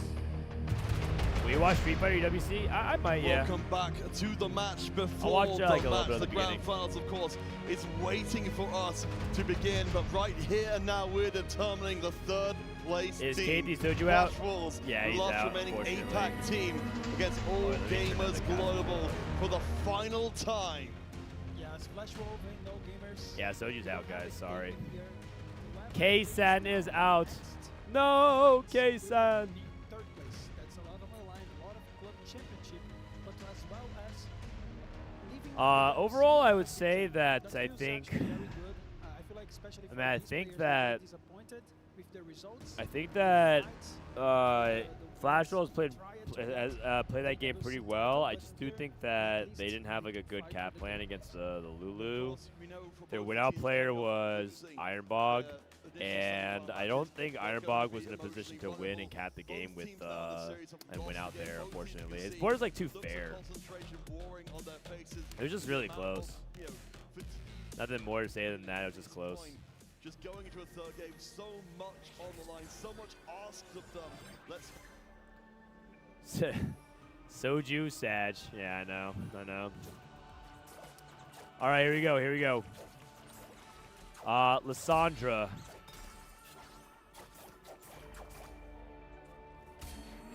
Take a look at openers. Make sure nothing crazy is going on here. Can we have Gamba again? Do we have any mods? Chat. When did Soju hype up how he's gonna go Giga first 44? Now he's dead last. I feel like you guys have to respect the way Soju gasses up because so many TFT players are afraid to like step out and be bold because looks like we have the altar. They don't want to be wrong. I respect it, man. Call your shot. He also has to hold that L. But there's so many players who be like, nah, I won't say anything because I don't want to look stupid. It's okay, man. Look stupid. Look at K3. Aatrox 2, Lissandra 2. A lot of upgrades being hit here.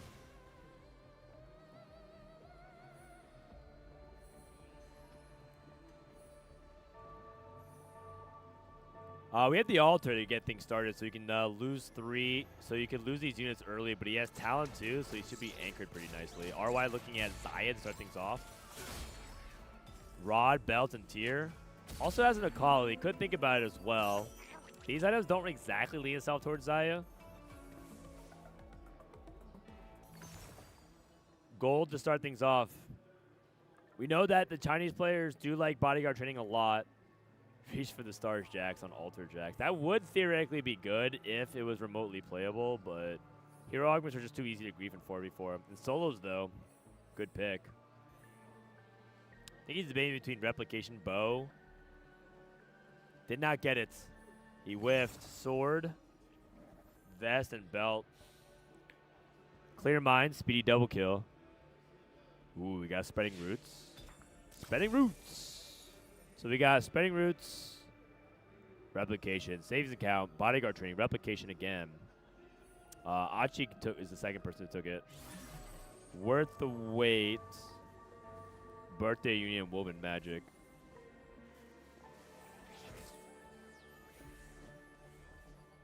Soju just spams, we will win, and we are low-key ass, so he covers all possibilities.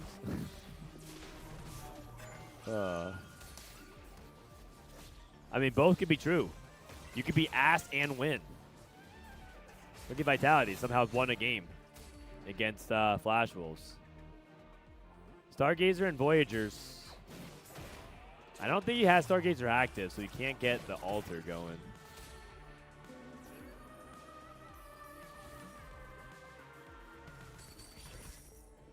Was it even Soju's fault this time? Looked like Milk got the 8th. You can't look at just who went 8th, though. Unfortunately, I will say that it does look like Milk had a pretty big influence on the result, but you can't just look at the 8th places. It's not just the 8ths. But yeah, the 8ths don't help. 4v4 is the only format in TFT where sometimes you can take an 8th and it's not even a bad 8th. You can take a good 8th if you help your team a lot in the process. But, yeah, the thing is, a lot of people don't have good 8ths.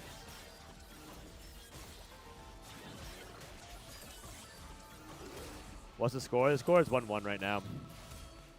Sorry, I moved the chat. The chat was just there to entertain you guys, entertain yourselves between games.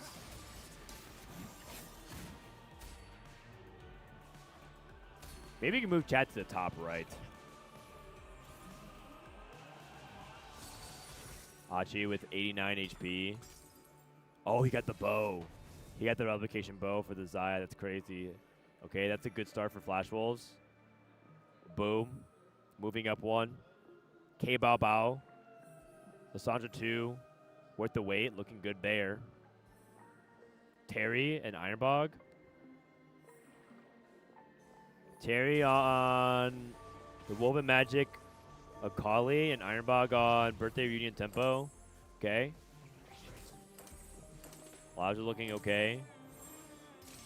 I like it. Nothing. I don't really see anything issue with it macro-wise. Are they going to run to frontline issue sharing? I don't think so. Zaya does tend to run into a lot of those issues though, where like you're borrowing Nunu from the Fast 9, you're borrowing Tom Kench, not borrowing, you're fighting for Tom Kench with other people, so it can be a little bit tricky. Also, there's 2 Zaya players, I think. Although RY, I don't know if he's gonna commit to. I don't know if he's going to commit to Zaya because he missed on his replication bow. Thresh, yeah, so Acceleration Hex. Acceleration Hex is nasty for the Zaya players if they want to go for that. Lot of attack speed.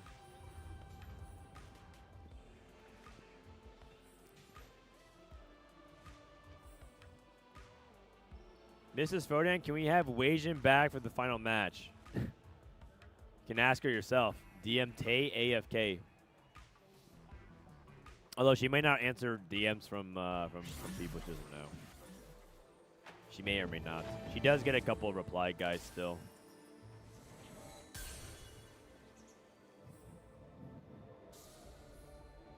Two Rek'Sai 2s. Double Poppy 2. Oh, interesting. Terry kind of naturaling 6 Poppies. Could also play into Corki.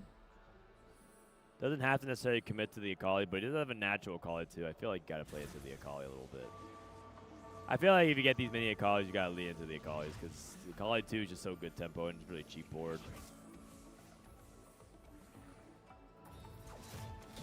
What did you eat today? I ate a salad and I think I had like some tomato chicken. It was like tomato sauce and chicken. And I had some breakfast at the hotel. The hotel breakfast is actually kind of nice. It's not as good as the hotel breakfast at Saudi Arabia because they always went super crazy with it. But for France, it's probably one of the better hotel breakfasts I've had.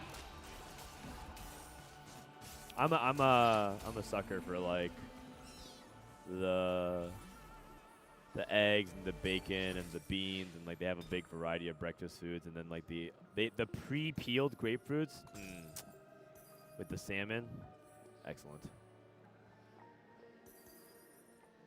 Oh, we got steamroll from Thresh. Oh yeah, you got the 2 cost there. Oh my God, you got steamroll. Holy cow, that's really nice. Yeah, the observer can't show us what they're not showing us what they got off the Thresh boons, but that's a really good one. Okay, Achi going for the full sack. Trying to outsack HN, but he didn't hard commit to the full sack, so HN gets the out grief, the 5 loss. RY and Ironbog and Terry, a lot of streaks on the line.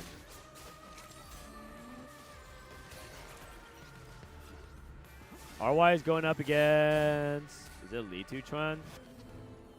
Which means maybe Ironbog is playing Terry. Yeah, so Ironbog gets a streak. No, Terry gets a streak.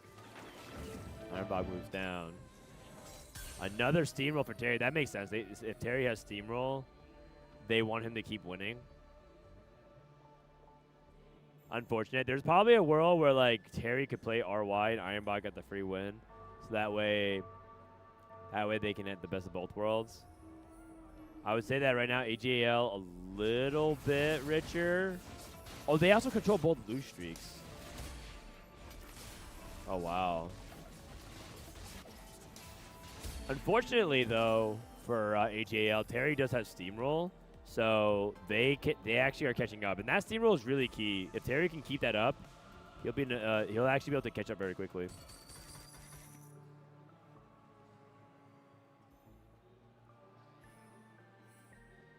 Six Poppy. I don't think he's gonna actually lean into it too much. Like Poppy, 6 Poppies. I don't think you can really like justify going for Poppy 3. I think I'd rather just like not, because the thing is Poppy 3 gonna be your tank for Akali? Doesn't sound very good. Probably better than Jax 1 though. Probably better than Jax 2 for a period of time as well. Levels to 6. Try to keep the streak going up against K Bao Bao. RY. Talon with Gunblade and DB. I guess he's going for Akali as well. Okay, so RY is tempoing Akali.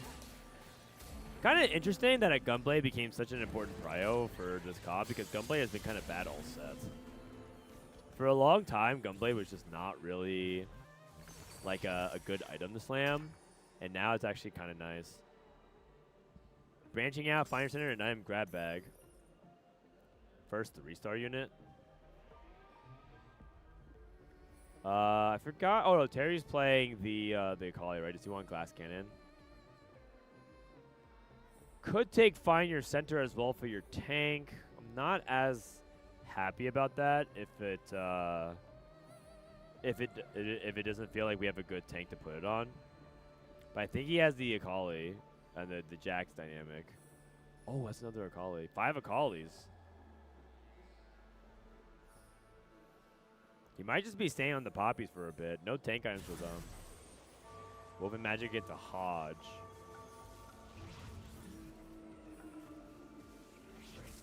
Alta Farachi still going strong. Wow, perfect items for Achi. Holy cow. That's exactly the kind of items that you want for your Xayah. Disgusting.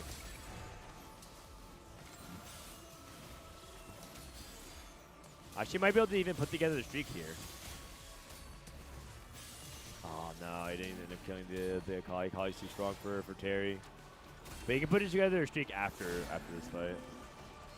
Wei Malucho down to just 49 HP.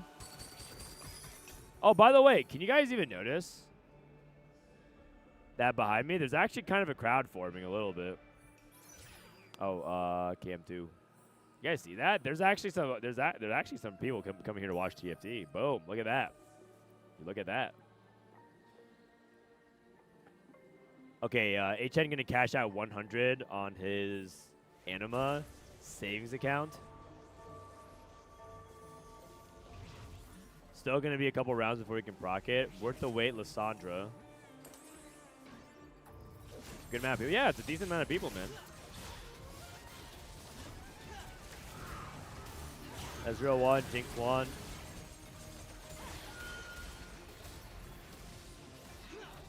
Alright, Li Tuchuan with that worth the wait. Kind of bowling stage 3, so he's gonna be playing for top 4 and bleeding out. So we have Akali, Lissandra.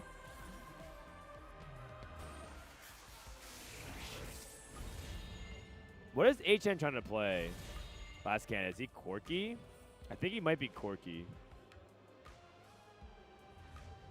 That means the AP flex goes over to the other guy then. A lot of Thresh pulls. Who's going for the Yasuo? Only 2? Terry finally lost his steamroll, by the way.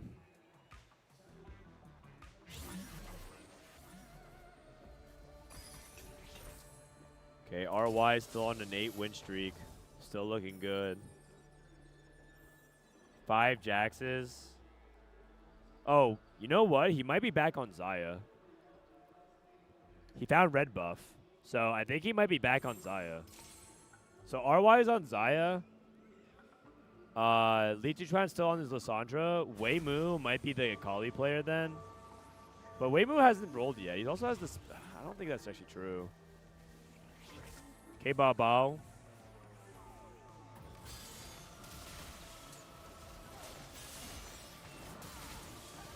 Trying to see if we can stop RY streak. This is actually a really important fight for RY. Trying to stop the China 1-2-3. Oh, this Talon is dodging the attacks. Oh no, it's looking bad. Oh, just barely. RY keeps the streak going. Oh, Li Tuchuan's playing Bodyguard Shepherd. Sorry, I have him and K-Baba mixed up. Another cash opportunity for HN. He gets the 2-5 cost. Jhin, Blitz, and Fiora. Wait a second. Could he play like 6 Anima for a sec? He has Fiora. Oh, doesn't have Anima Emblem. Just kidding. My bad. I thought for some reason I was like, oh, that's a really early Fiora.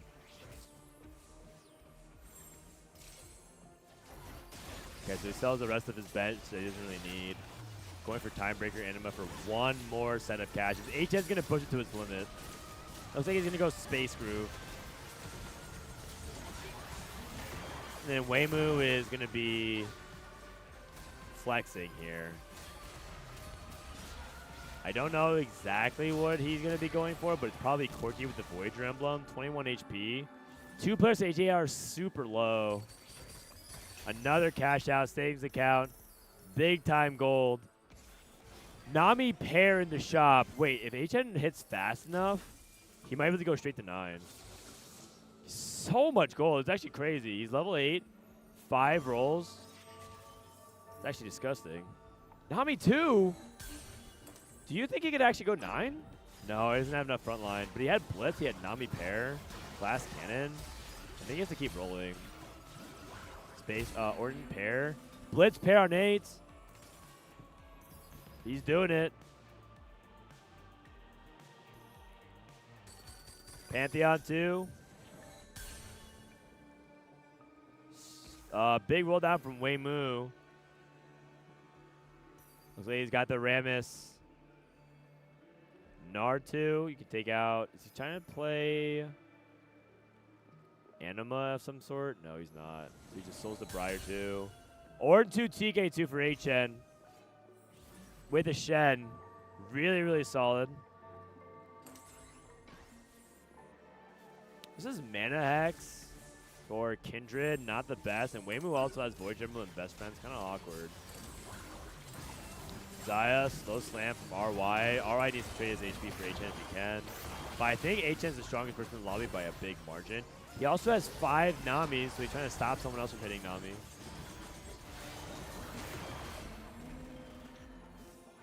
Ooh, okay.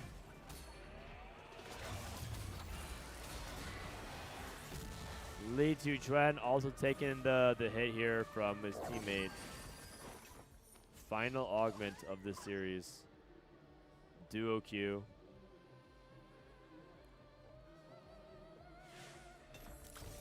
Staffsmith.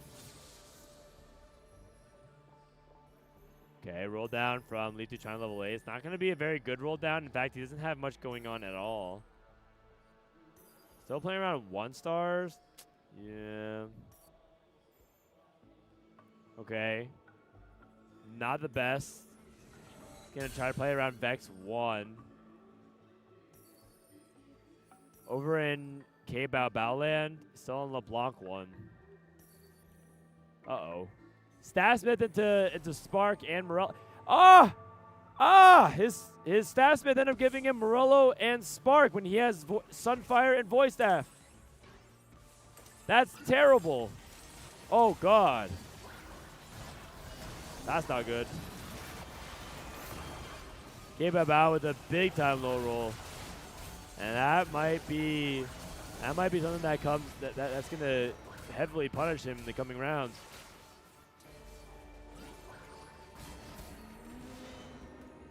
I take the loss. Double Deathblade, red buff, Gunblade. This is a game worth $20,000, by the way. 20. If you're able to get this win, RY over Weimu. If you're able to get this win for your team, it's worth 20K. Weimu, wait. He beat Weimu with all of his items on his bench? Really? That's not good. Oh, God. What's going on? What is going on?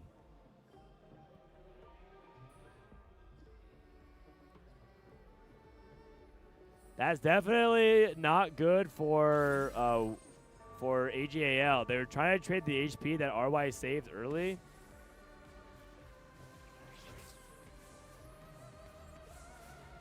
Hachi still on 1 stars. Oh, this is it Weimu. Weimu's still on 1 star. Hachi is holding 2 Rammuses and 2 Corgis on the bench. It's a battle between the 1-star 4 costs, but it does have Nunu too. Nunu 2 can survive. Tanky. He's going to go for a longer stun. This time he's not going to be denied. Ball rolls. And a third Nunu cast coming in hot. Weimu down to 1 life. Looking good for Flash Wolves. Achu with the clap. HN wins.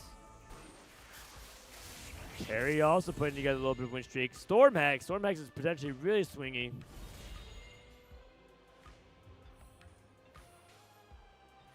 Misfortune, Ornn, and Mordekaiser.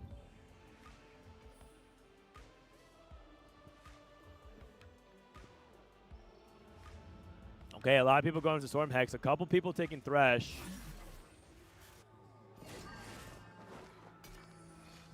right, LeBlanc.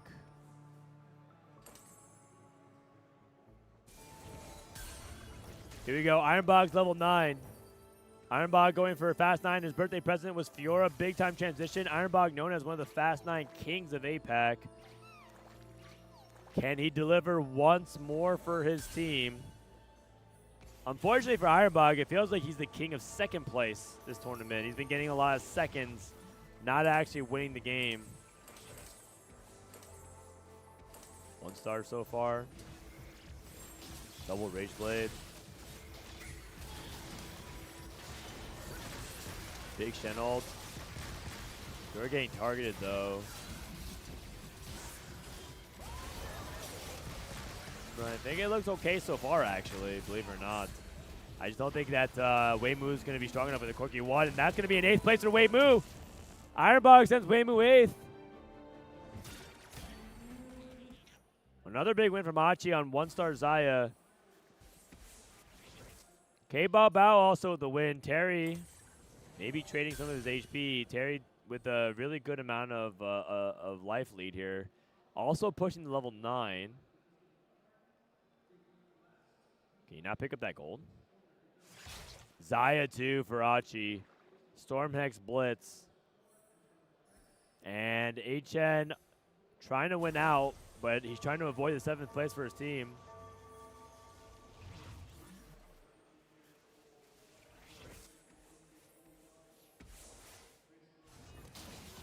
One star on the other side from Ironbog. Look at the new angle. New angle's good. Hits the top left, but Graves does have the Quicksilver. How scaled is this Graves? I don't think quite yet. I think he's just getting his first buckshots in. Okay, a loss here for Ironbog. Achi, I think Ironbog had more HP, so Achi was willing to take the win there. But if you're Ironbog, you kind of want your teammates to sack for you because you could be the win-out player. RY, lowest 9 rolls. Blitz.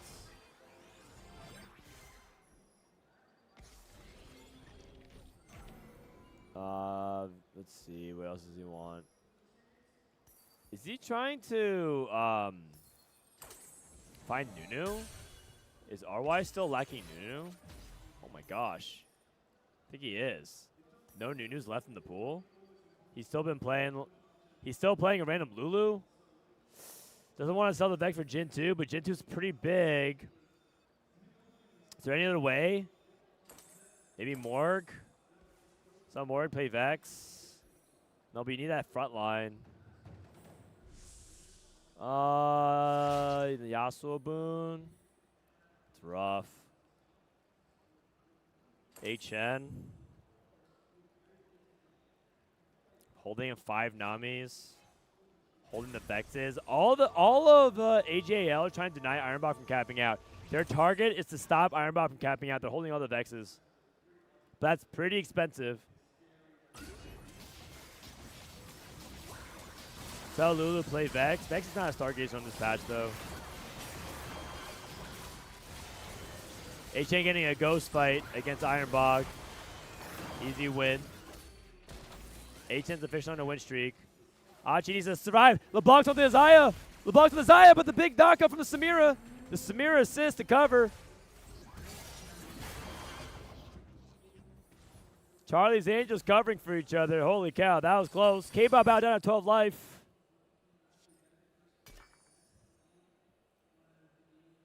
Another Thresh roll. He has a stone play he hasn't slammed. Terry trading his HP to his teammate if he can. Another Grave scaling. Is he at ballistics yet? Or is he taking choke?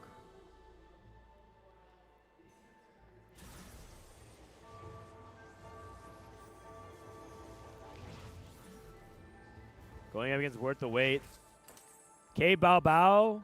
K-Bao Bao is inting, trying to lose to Ironbog. I think they're saying I'm too weak. Don't bother saving me. Please keep scaling. Ironbog needs a couple more rounds that he can really get there. And plus, he's dealing a lot of damage. Actually, that's really smart because Fiora gains maximum HP that way. Ironbog just heals a lot of HP. RY also bleeding out. I think Flash Wolves is just saying we're going to play for that first. RY is not looking good for AJL. Smart play. HN is doing okay, but AJL rapidly losing the HP. Vex pair. Still no tank. Li Chuan finally hits LeBlanc 2. Middle stage 5.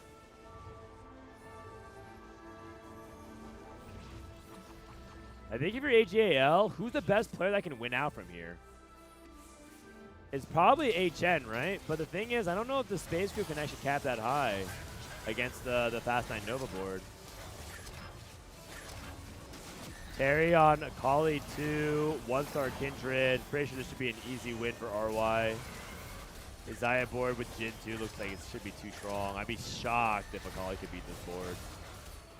So Terry's going to bleed out to hopefully what should be a 4th. Oh, that's a big hit. 24. RY down to single digits. No, sorry, that was just HN rearranging above him. Ironbog at 31. If I'm Ironbog, I want to make sure the triple ball 4 is off the table. Ironbog hit Vex 2. He has 5 removers. 5 removers. Item Anvil. Item for Fiora potentially here. You can take, none of these are particularly good. Are you supposed to take Kraken? Yeah. That's okay. Kraken's fine. Li Chuan. On the other side here of RY. I think they need to take a bite out of Li Chuan's HP. This is HN versus Achi. If Achi can get this win here, it would be a massive clutch for Flash Wolves. Achi is now matched. Achi's dead.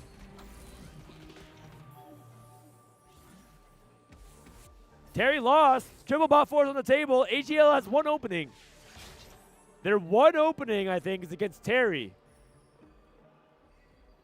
If Li Chuan can stay alive, if RY can stay alive, there's a possibility for a triple bot 4.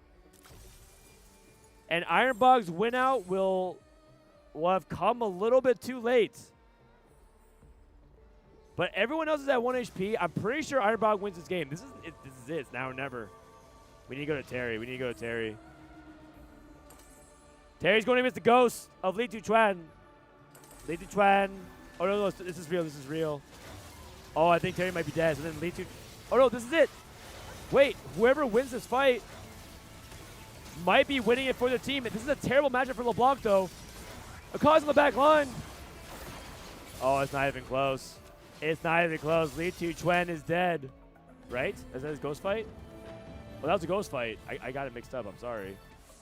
No one died. No, it was the ghost fight. Sorry, I'm getting mixed up. I can't see. I can't see. I'm blind. Ironbog lost? He must have lost to HN. Wait a second. Plot twist again.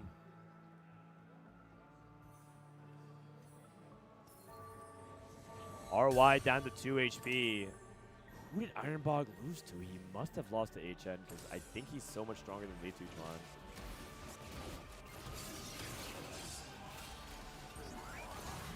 Oh, it was the temporary item that gave the D-Claw. That's what it was. I was like, why? He was equipping items halfway. Sona 2 for Li Chuan. Has in the Storm Hex.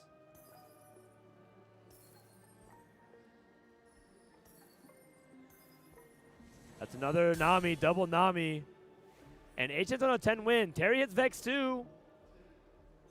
Everyone has Vex 2. Wait, that's crazy. Terry has Vex 2. HN has Vex 2. Ironbog has Vex 2. There's literally no more Vexes out of the pool. RY versus Terry, and this is the most important fight for both these guys for the 3rd place match. Zaya's positioning is good, though. Maximum distance for maximum sniper value. Nova Strike coming down. Vex and Kindred both got hit by the Nunu. Big Blitz ult. Whittling down the back line. And now we're on the back line. 1 more hit. Oh, my God. It was so close. And Terry gets the clutch victory. Ironbog down to 1 HP. Ironbog lost again. Wait a second. I thought Ironbog was winning out. He's losing out. One auto difference. Terry keeps Flash Roll's chances alive, but I thought Ironbog was going to win the game. He's lost against multiple players. Terry's losing, or Terry's selling. Terry's selling to try to help and grieve. Help Ironbog on the way. Positioning from RY was as good as it gets, but Terry ended up getting just a little bit too much damage. It might have been just one crit diff.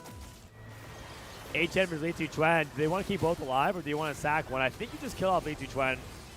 HN is at seven Namis. Li Chuan bites the death. Everyone has served their role perfectly.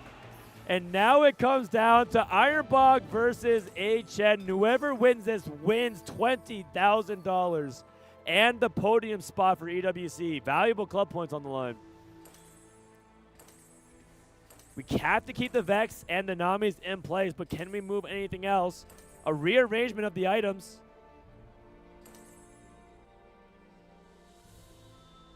This guy's also playing 2 Blitzcranks 2, by the way. Vex out of the Hex. Ironbog trying to trick HN at the last second. Is that going to make a difference maker? Is Ironbog a genius? Or will China take the podium? The Nunu-Cast is not onto the back line. Nunu-Cast again misses. It's looking very one-sided. It's looking like it's over, and AGL HN takes it. And Ironbog, the king of silver, once again falls just short.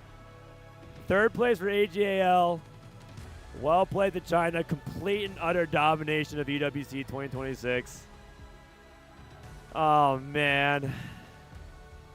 I was really hoping Flash Wolves can at least take it so we can get like one non-CN team on the podium. Rough. Hey, look at that. We got audience cheerful. Wait, we've got presence, man. We got presence. Here we go. Dude, you know what? AGL is probably pissed because they're like, damn it, we should have won this tournament. It's like bittersweet because like on the one hand you win the 3rd place, but on the other you're like, man, we're good enough to win. Flash Wolves is a good team. All these teams are good. These are all good teams. Ironbog, man. Oh, man, he looks like he's about to cry. That's rough. I think Ironbog has gotten second something like 5 or 6 times this tournament. The amount of times Ironbog has been asked to finish 1st place for Flash Wolves and the amount of time he's gotten 2nd place instead, at least 3 times today. And then that happened previously throughout the week as well. That's rough, man. That's rough. That's a tough pill to swallow. Is it because Ironbog messed up? I don't think so. I feel like he really played his spots as best as he could. I have a hard time imagining because this guy is one of the kings of capping out, man. Like, Ironbog is so good at playing for the Fast 9 cap boards. But I feel like he was just missing something on all his boards today. And throughout the week.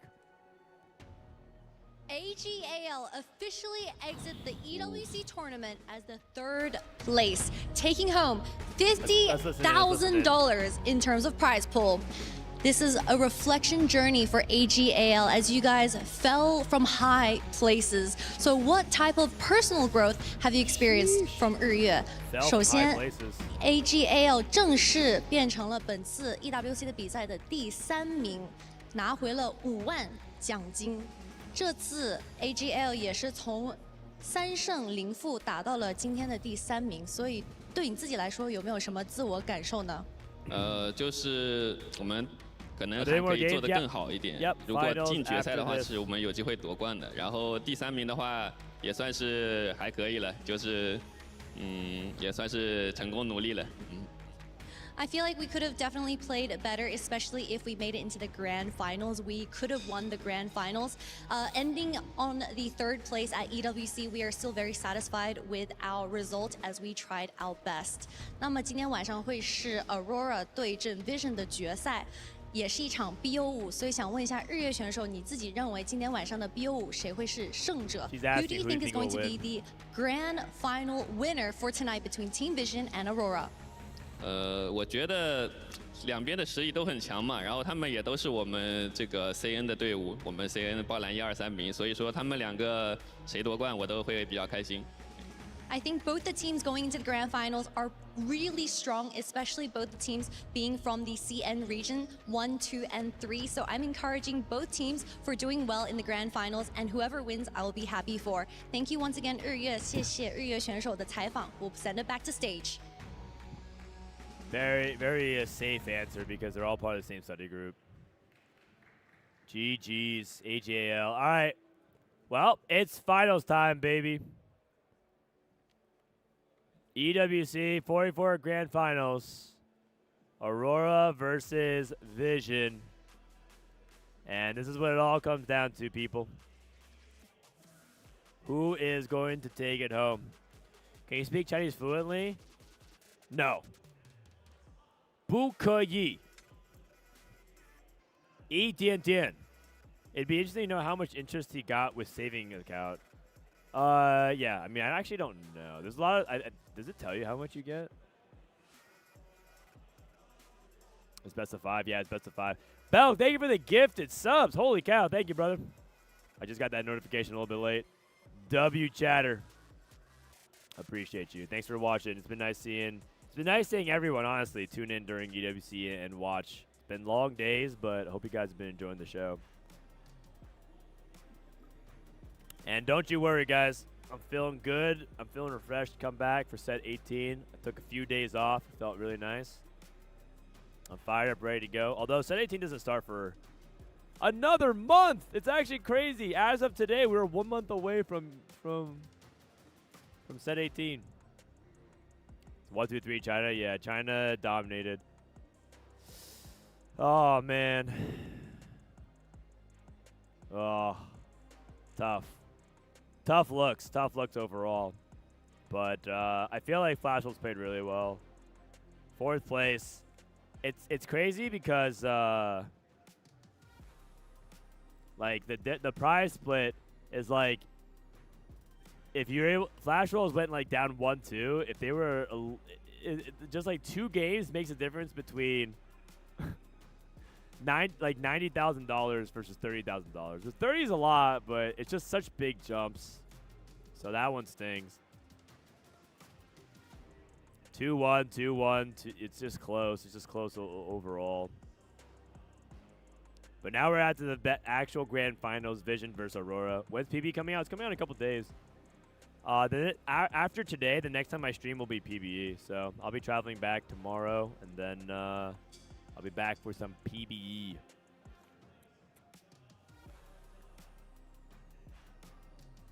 Enjoy your time after. Thanks for the hard work. No problem, buddy. I will. I think I do need to give my voice a break eventually, but I'll after this best of 5. Best of 5! My God. Best of 5. Is it on the 29th? PB's on the 29th? What?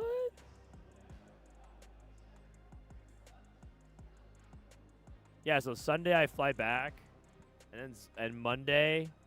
Oh, it's on Wednesday? What the hell? Really? Fell from the high places into 3rd. Yeah, I don't think she meant it like that. I think she meant like from the highs and the lows. You know, it's just like it's like an expression. It's just an expression. It's on the 28th. Okay, that's what I thought. We have been watching all day today was Team Vision taking down. They always say Wednesday, but it ends up coming on Tuesday. Oh, they do the thing. They don't want to disappoint. No, it's probably gonna, you know what it is? They keep saying as long as they possibly can, but they'll finally deliver and say, surprise, it comes out earlier. Thanks for being patient. A tremendous job and a job well done for sure. But grand finals is oh my God! Wait. So then, what do we? So what does that mean? To our creators, though, we've got several that are special, including this one. Creators. EWC の TFT コストリームやってたリーリです。いや、ファイナル楽しみすぎる。今大会、俺がずっと応援してたのが日本のデータディビジョンで、APAC の予選から勝ち上がってきて、もう配信でも日本のみんなで超盛り上がってたんだよね。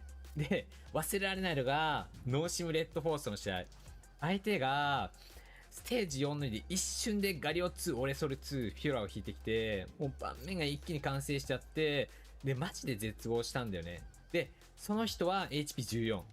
で、一瞬のハイロールでもう全部ひっくり返る。His voice is so これが TFT の怖いとこでもあり、面白いとこだと思う。で、今日のファイナルも絶対そういう紙一重の瞬間あるから、瞬き禁止。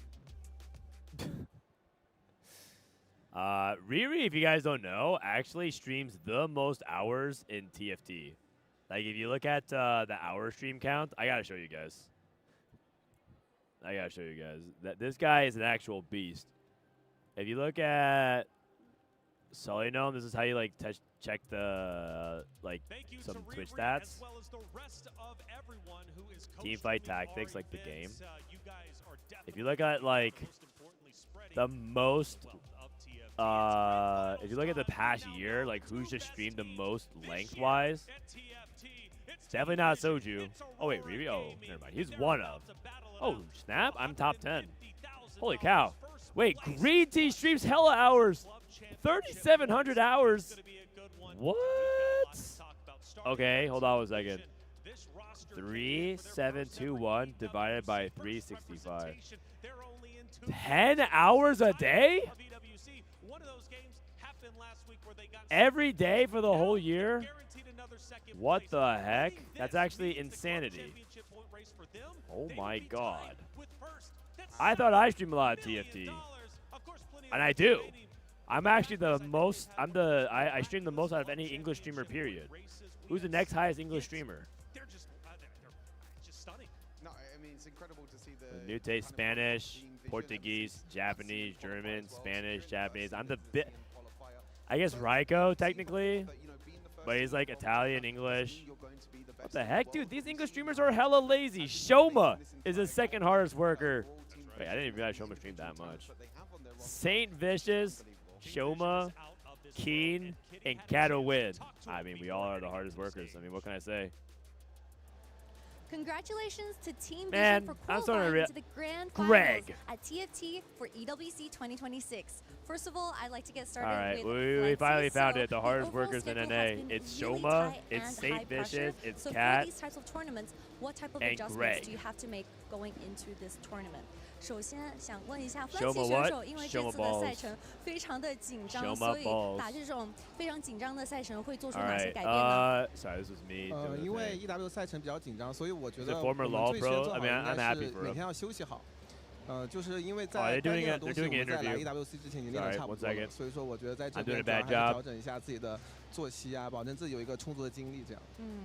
So I think the most important aspect going into a really tight schedule is our rest, because all of our practice should have been done beforehand before we arrive to the EWC tournament. So I believe that the most important aspect is just taking care of ourselves and of course getting enough rest. 下一个问题想问一下真白选手 My next question will be for 真白. So this tournament is mainly 4v4 and every single EWC has been 4v4. As individual players gathered into a 4v4 format, what would be the most important? 因为这次EWC 的赛程会是4v4，所以从单独的选手转成4v4的这种赛程，最大的改变会是什么呢？最大的改变主要就是个人的执行力上面吧，因为4-4和个人其实差别还是挺大的，就每一步都得执行到位，如果有一步出差错的话，其实很容易导致团队崩盘。I think the most important aspect for the 4v4 in comparison to solo play would be the individual adjustment that you make because of the team play, because when one player makes a giant mistake, it can also affect the rest of the team. So I do think individual performance needs to be consistent and of course adaptable for the 4v4 format. 下个问题想问摸鸡选手 So you guys are going to go into the grand finals, which will be best of 5. So from best of 3 to the best of 5, what would be the main point that you will be looking out for? 因为你们下一场的比赛会是总决赛，总决赛会是 BO5， 在 BO5 里面最需要看重的点是哪一点呢？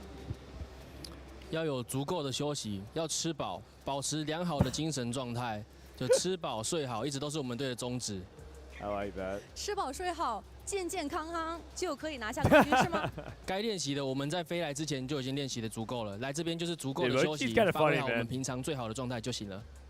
As long as we have our tummies filled and we are rested up, we will perform our best. Because for all the practice that we've done beforehand, it should have been done before arriving to the EWC tournament. So as long as we take care of ourselves and our tummies are filled, we will perform to our biggest potential. 最后一个问题想问口优一选手，下一场就是决赛了。Who would you like to verse in the grand finals？ 决赛想面对谁？ You understand Chinese a little bit? 我想遇到 AOR 吧，因为里面有幻灭选手，就是这个决赛对于而言，可能是他生涯大满贯的一个很重要的一仗。但是对我而言呢，我在上一届 TOC 的决赛，还有这一次 TBC 的决赛中， This is the finals. Yeah, this is the finals. 所以我想 this is the pre-interview finals. I would like to verse finals. Aurora Gaming in the grand finals because there is Huanmie on the opposing side. In my previous 2 international tournaments, I lost to Huanmie, so this time I would like to get my revenge against Huanmie. Thank you so much to all the players from Team Vision. 感谢大家的参与，决赛见。See you guys in the grand finals. See you. Man, so they don't know where to point, man. It's too funny. They're just like, bye-bye. Yeah, bye-bye. Wait, well, thank you for the raid, brother. W-Ig, W-Ugs. All right. Also, before you guys, I guess while we have an opportunity to do the second plug for today as well. If you guys are also a streamer, speaking of Wigwug, hey, Wigwug, did you do this, by the way? Wait, what, did you do this? Did you join the Esports Foundation Creator Program? 2 million in rewards. If you are a streamer averaging 50 CCV on any of these platforms, whether it's Twitch, YouTube, TikTok, Kick, some of these Chinese platforms like Huya, Douyu, Bilibili, etc., sign up and apply for the co-stream, get rewards, gears, a PlayStation 5, a trip to EWC. All you have to do is just apply. There's a bunch of FAQ about that kind of stuff. There's some co-streamer rules as well, but for some people who are streamers or who like want to co-stream in the future, I'm gonna go ahead and drop the link for you guys. Check out the co-streamer program rewards and apply, especially because there's other games coming up. So if you're interested in other games coming up like Street Fighter, Counter-Strike, etc., you can do that. So I want to just bring the attention to that while we had a second. All right. Boom. And boom. All right, guys, we're getting ready for the last game, the finals. Can you believe it? We're already here. Cody said he lost to Huanmei at set 16 regionals and set 17 TBC. Both are checkmate. Ah, I see. I see. Whoa. Whoa. Whoa. Is Wei Jin not coming back? He might. He might not. You're just gonna have to settle for me. Little old me.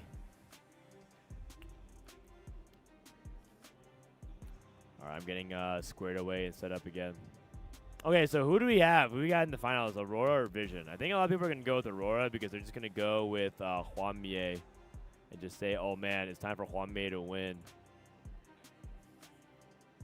What happened to Wei Jin?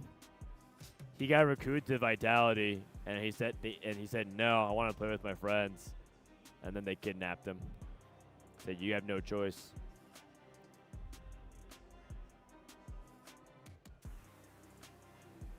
Oh wait, we don't have the caster audio.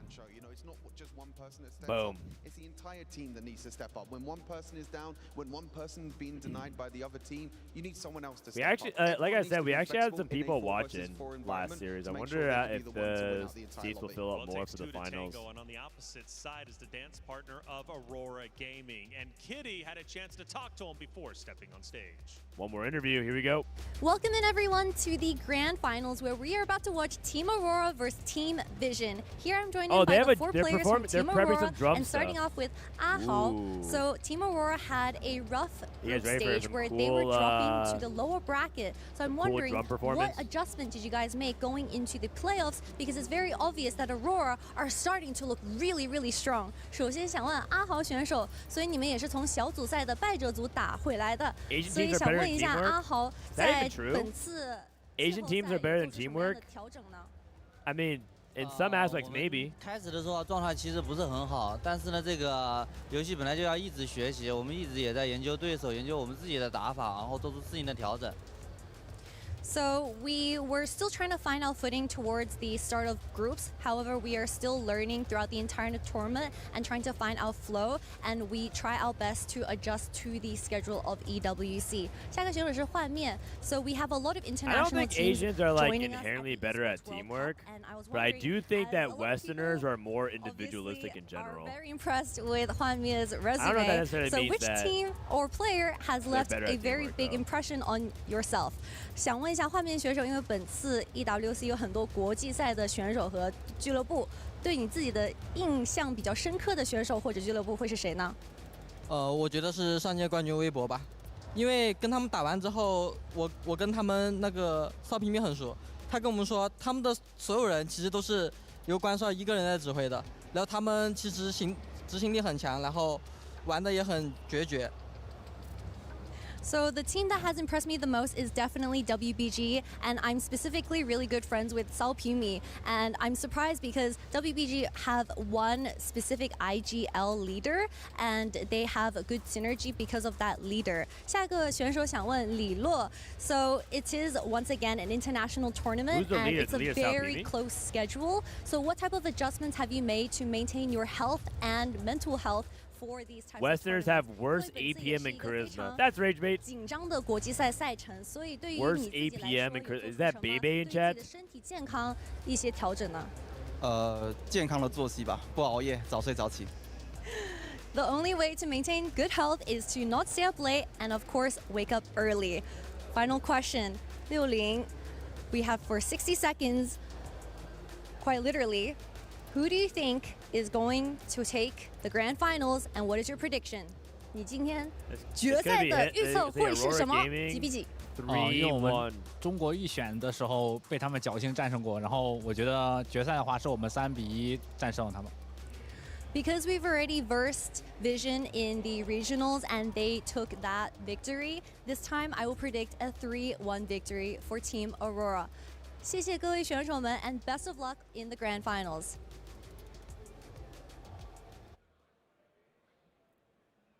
I think there's some inherent ego in Western teams that have players play for grief in top 6 comps. I feel like that's just speculation though. Like what is your what's the evidence? Like the evidence is like I listen to Western players yap. I feel like NA players and EU players play selfless when they need to. And I feel like they're like very you're acting as if they're like not willing to remove or like target you for anything like that. Listen, I understand that this tournament China is better, but it doesn't mean that we can make like wide sweeping generalizations like Asian people work together better. Even it's like yeah, like a lot of the teamwork and stuff for China is looking good, but I wouldn't say that Asians work better together, man. And Westerners, whatever, are not willing to play for the team. APM actually matters more in 4v4. Yeah, I guess maybe the remover and stuff like that does actually do. She didn't translate 60-second fully. He said they beat us by chance in the regionals. So he said they lost because of luck. I see.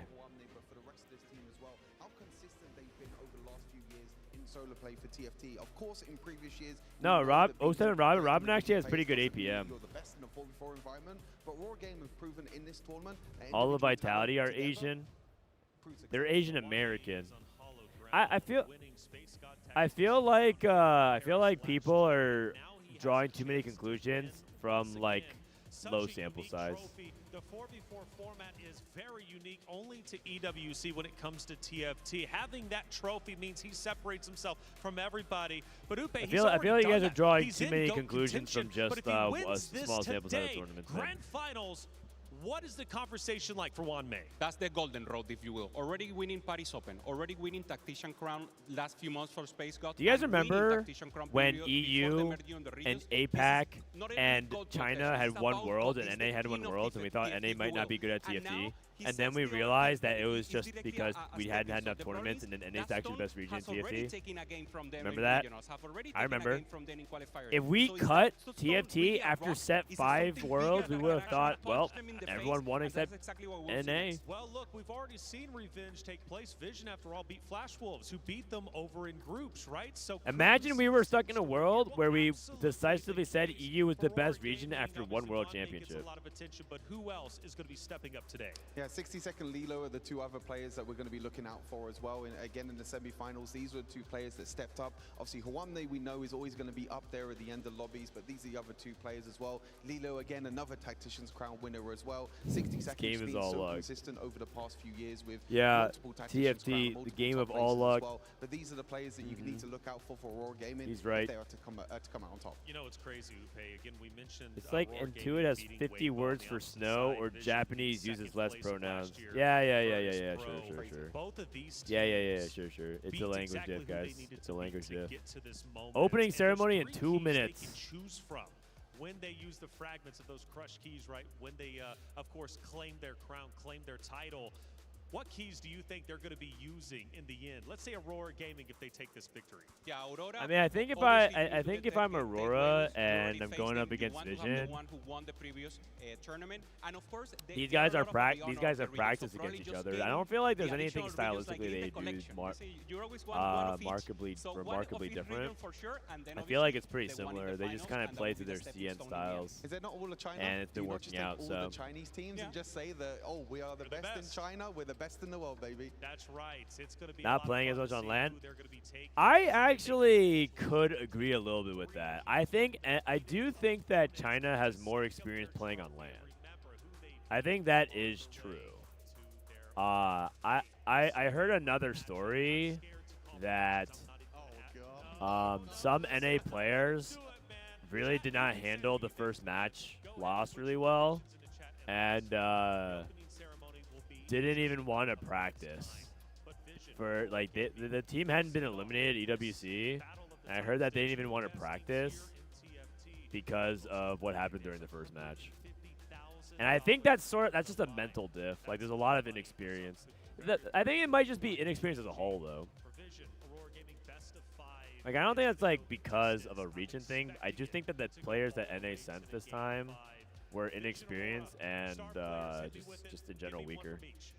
Hwamne has to be the guy who comes out. He has to step up huge in this one as well for Aurora Gaming for me. Yeah, 100%. The win-out player on Aurora is Hwamne. Who is the win-out player in Vision?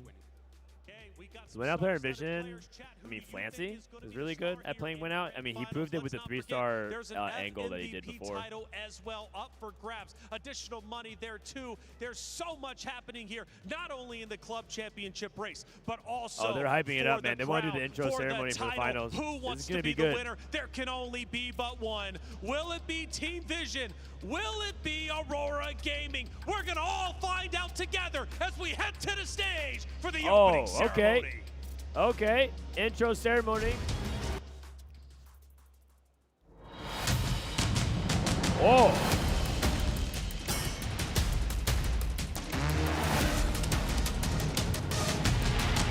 These dances are actually so good.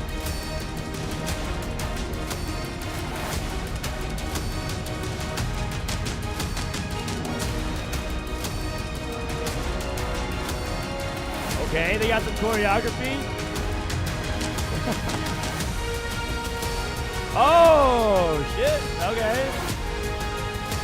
Got the baby mills.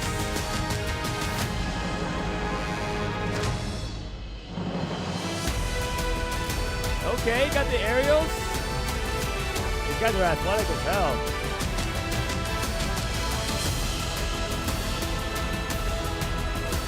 Damn, the 1990s. That guy's crazy. Whoa. Oh, they're not done yet. They're not done yet.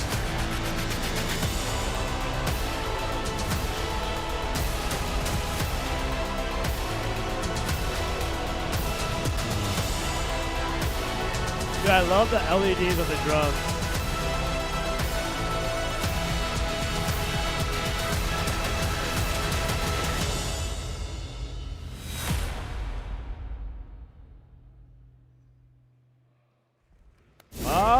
Okay. 16 teams. Open nothing. That was pretty good. Here, insane upset. Incredibly proud of themselves. T1 totally destroyed Zeta Division. Well deserved. The dark horses of the competition. Handshakes coming through from both teams. Respect has to be given. You have to be proud of these players. Now down to the final two. Team Vision. Aurora Gaming. Get ready for the final battle. This would have been really hype if Vitality made it. Damn. 现在心情很不错，因为我觉得我们说到做到吧，确实赢下了 VP， 没有反转。Massive stakes on the line as NCC1 takes the 7th loss in a row. 我们对我们目前的成绩当然是满意的，因为它体现了我们本该有的水平。但是我们还想要走得更远，我们还想要赢到最后。我觉得 Aurora Gaming 最令人瞩目的是他们的幻灭选手，因为他已经取得了大满贯，所以如果在今天的决赛中他又赢下了决赛，他就通关了这个云顶这个游戏了，所以我们会阻止这发生。Team Vision 跟我们交手的时候，其实都有点打不过我们的，但是我不懂他们为什么能走到这里，我不是很能理解。既然已经杀入了决赛，我将把握这个为数不多 EWC BO5 的机会，然后成功拿下。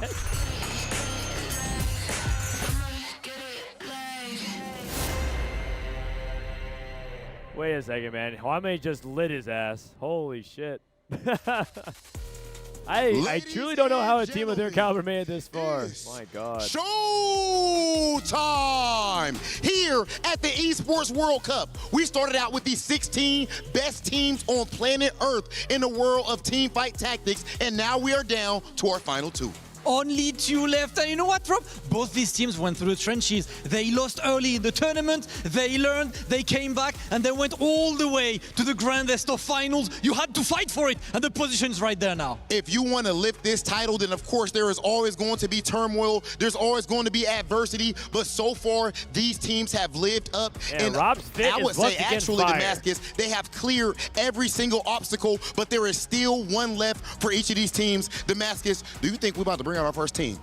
Is it about that time? It might be time, Rob. We have a lot of games coming, right? It's the best of 5 now, so longer finals, more games. Who do we got first, Rob? Ladies and gentlemen, please welcome to the stage, qualifying out of the toughest region in the world, Team Vision! Oh, he reached deep for that one. The Chinese Titans marching through the competition and leaving carnage in their wake. Some players would tremble at the idea of being locked in a cage with the best teams in the world. But Team Vision responded plainly, no, they are locked in here with us. Led by their fearless leader, Flancy, a TFT god, can they take the final leap and etch their names in history?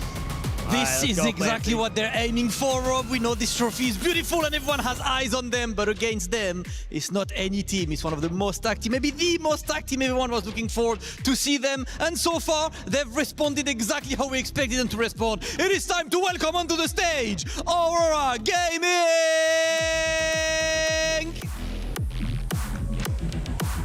The stack team, Little, Ahau, 62nd, then of course led by the absolute titan of teamfight tactics, Hwame himself, over 5 years of top-level competition, over 5 major solo titles. This man's absolutely ridiculous, and all he's looking for is to lead his team towards a massive victory. This team is massively experienced, and all they need now is to climb the final step to the absolute glory that is the Esports World Cup. Vision's fuck, it's over. Okay, now before we get into our grand finals, of course, we have to hear from the superstar that is Flancy, leading Team Vision.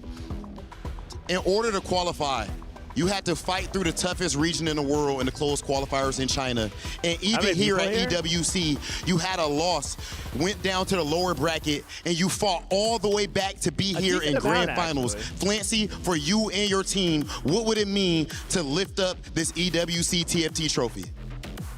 Flancy, 你们这 EWC 的之旅，你们从最难的赛区晋级到了本次比赛当中，并且从小组赛落入败者组，一路杀到这个总决赛的舞台上。那我想问你 ，Flancy， 在此时此刻，如果你们能赢下这个总决赛，并且举起这个奖杯的话，对你来说这个意义会是什么呢？我觉得就是证明我们是现在世界上最强的4v4战队吧，没有之一。This will prove that we are the strongest team in the world. Absolute dominance and absolute strength.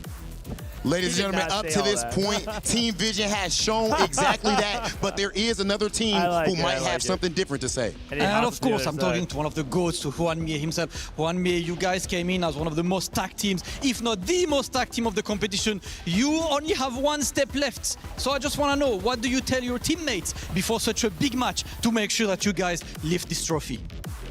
那画面同样，你们战队也是每一个成员都是独当一面的传奇。那你作为队长，你有什么话跟你们兄弟们说，来燃起全队的斗志呢？既然我们一路颠沛的流离的走到了决赛，那就尽情享受决赛的过程吧。结果一定要赢下去最好。Since we're here at the grand finals, we have to take it all the way. We just need to relax, we need to maintain our composure, we need to play to our best, and we need to win this. And we need to win, of course. We're aiming at that trophy, and we cannot leave without lifting this trophy. So without further ado, Rob, I think it's time to tell both of our teams to just go for the traditional face of Team Aurora. I will invite you to line up right in front of us as we are getting ready for the grand finals. We had 16 teams, and only 2 remained. And one of them went to the hardest region. The other one is the team of Absolute Titans. Ladies and gentlemen, it is time for the biggest, toughest and hypest grand finals. Please make some noise for Aurora versus Vision. All right, man. Hey, actually, I heard a roar from the crowd. Aurora versus Vision grand finals. I mean, guys, look. Look. There's people, okay? There's definitely people. There's a good amount of people enjoying TFT. This is an looks better from this angle. Between the heavyweights of Aurora, the #1 seed in Vision, Hwanmie. Oh my God, you're getting insane chills. Me too, man. Me too. TFT, man, there's nothing quite like it. So exciting. Also, this reminds me of. In one hand, we have this reminds me of a muse on his shoulder.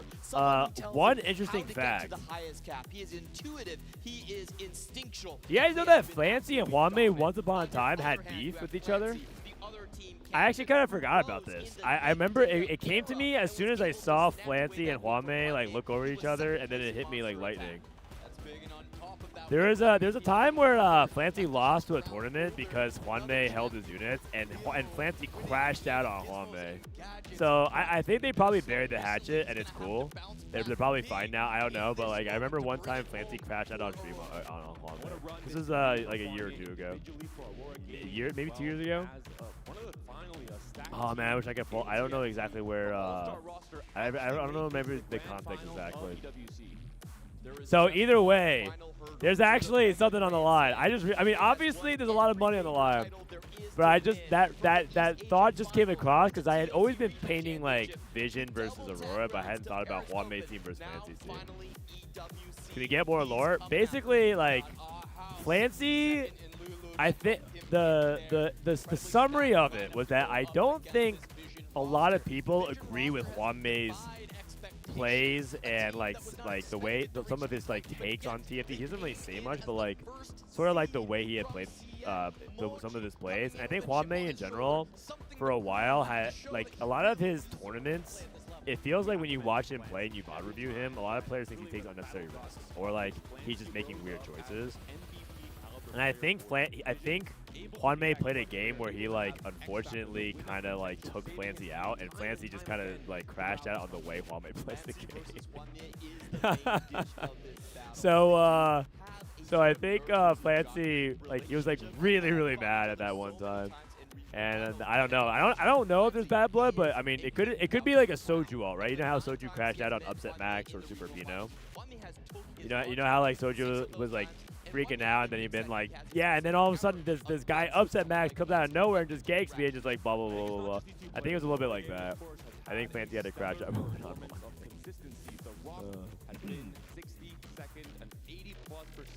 But now we get to settle at EWC with their squad. I like it.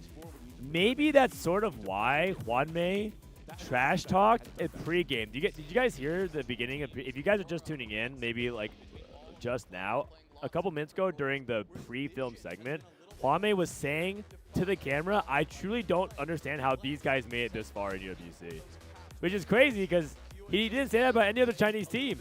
Every other Chinese team's like, "Oh yeah, we study, we practice with them. They're good, whatever." But against Vision, he was like, yeah, these guys, I don't know how they made it that far. So there might be a little bit of bad blood. Who knows? For the sake of the narrative, I'm down to say that these teams hate each other. GLHF except Flames. That'd be so fun, man. Oh man. Hwanmei has a soul to hater. I feel like Hwanmei doesn't hate on people, but I feel like he claps back. It's because they lost the Vision in the qualifier. Yeah, that's true. They did. They also did. So to add one extra, extra stick into the fire here, a little more fuel. Vision beat Aurora in the qualifiers, so they had to like earn it through the lower bracket. I'm first time seeing team on Team TFT. Is it always like this? Oh, this is just a unique format for EWC. How many games in the finals? The best of 5. It's best of 5. BO5. Is China the only like this to do this event? This is in Paris. We're in France. Can't you tell? This is the French crowd right here. Boom! Here we go.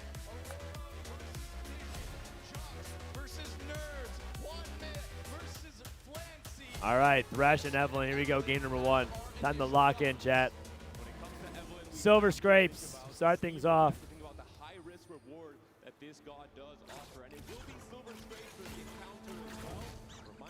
Kind of crazy. Has semis plus third and final same day. I know. I'm exhausted, but we might be here for 2 to 3 more hours. Who knows? Cat sitting very comfortably around a campfire with his friends XD and its Keck. Wait, sit. All right, here we go.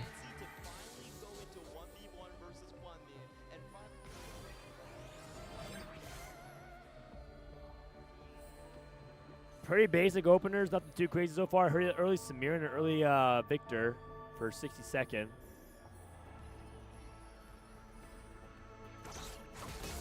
Space Group has been a pretty big anchor of a lot of teams' play. I think that a lot of Space Group play is going to be expected here. With 60 seconds opener, you might be thinking about it. It's a gold opener. Hold on, you can make 10. Makes 10. Hold on to Victor. Ooh, and he finds Leona pair as well. I want to bet for Hwanmei. We should set up a prediction, please. Can we get a Gamba? Let's get a Gamba. Early Gragas. Mod. It's going to be Huntress to get Biomatter Preserver. 60 seconds, a little jittery right now. Denbai has an early MF. I'm trying to look for any of 3 costs. We have Victor, we have MF. Everybody else holding 1 cost. Everyone who's making 10. 60 seconds making 10. Hwanmei making 10. Ahao making 10. 3 members of Aurora making 10. 0. 4 members of Aurora making 10. 0 from Vision. It's a prismatic start. Oh my God, these are all like, sometimes you can just, this is a hard spot. Worth the wait, Golden Gambit, Database, you can justify all of them. I think if I'm first to go for my team, I rip a worth the wait for tempo. I don't know if you can justify taking Deadly Blades if you didn't hold pairs, because you're not going to get that many kills. So I'm leaning towards worth the wait to rip to start off for my team, and that can give you a lot of direction. But it takes upward mobility instead. You're allowed to take upward mobility. Isn't this augment like giga nerfed? That's crazy to me. Skipping worth the wait 2 for upper mobility sounds insane to me. Full open. It's because they're, maybe it's because they need someone to be on full open duty. Everyone else can play tempo. That could be it. Moji G, Belbeth 2 with Deadlier Blades. That's gonna get a lot of stacks.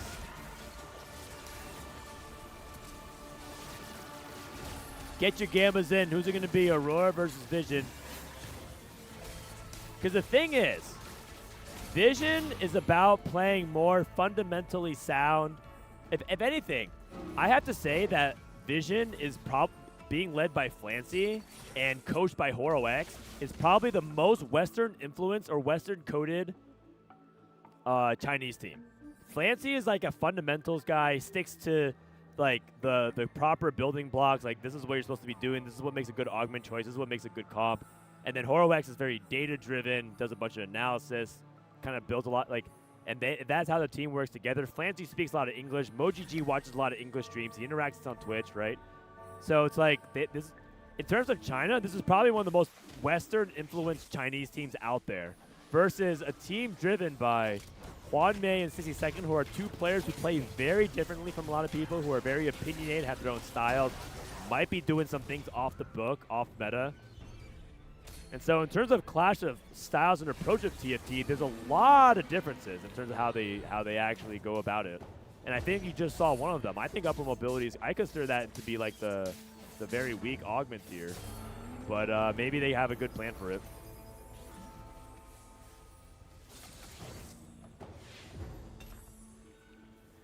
Okay, we have buried treasures. Oh wait, HoroX is AGAL. Oh wait, I think I saw. Oh, you're right. Sorry, I have the red jerseys mixed up. It's because I saw HoroX in the back and he's wearing the red jersey, and that's it. It triggered something in my mind that didn't exist. My bad. But you get what I'm trying to say, though. All right, comeback story for Flancy. Hey, that's an argument that I was told was also unpickable. When Milk clicked comeback story. And Vitality was saying that's one of the reasons why they lost. Interesting augment choices already. Scratch that.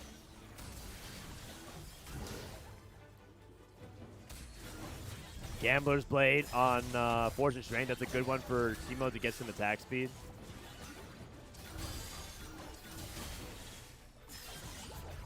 On a 3 loss here for 62nd. Makes sense as well. Flancy's full open. 62nd playing 3 Primordian. Fortune Strength, upper mobility, buried treasures, a second Fortune Strength. We saw the trade tree briefly. It looks like they're playing more AD focused, but we'll catch up with them in a little second. 2-star 2 cost for Evelyn. How many people are taking it? Moji G, Lila, Ahau. Aurora. Looks like it's an even split. It's 4-4. No, it doesn't. It also looks like it's split down the middle between teams as well.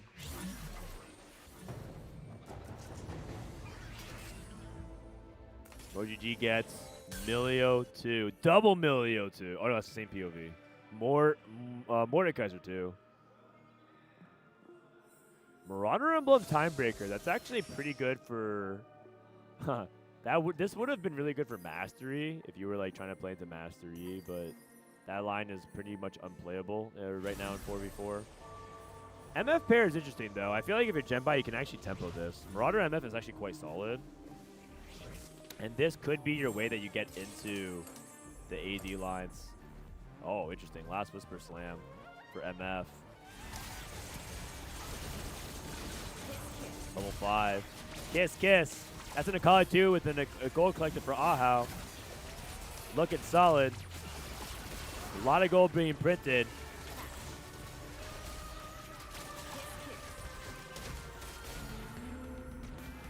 Good win here for Genbai.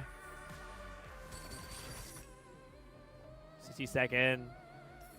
Trying to full sell. Flancy and 62nd both trying to play for the lose streak. Flancy only on a 3 loss, not a 4 loss. Oh, he must have tied. 2 open players. Flancy and 62nd. Huan Mei. Huan Mei also on a lose streak. Remember, Aurora all made gold and gave up tempo on stage 2. A lot of their philosophy is that stage 2 does not matter. Look at that, fan with a TFT sign, all colored and stuff. Why are we only 100 for TFT? Wait, that's actually some amazing art. What the heck? Wait, the fan kind of popped off there. That's why that's probably why they weren't here earlier, man. The fan art, they were busy making their fan art. Is this best of 3 or best of 5? Best of 5. Pike 2. It's one of the 2 costs maybe he got. And Koyui's going to get an easy win here as well. 3 members of Vision in good HP spots. Flancy going for the lose streak. 60-second got the 5 loss. Flancy and Hwame with the 4 loss. No tempo for Aurora. All of them committing to making gold instead. They want to play for the wealth. Holy cow. There are so many rich people. 40, 50, 50. These guys are 5 streak and they're 40, 50 gold already. And then bottom, they're also at 50 gold. Everyone's filthy rich. It's crazy. Gold opener on Prismatic. The poorest person's in the middle. He's going to have the toughest game. I think it's Ahau. Ahau might be the poorest, but he has a Kali too, so he can't be that poor. Also, Ahao's playing Force and Strength. Keep in mind when he cashes out and what.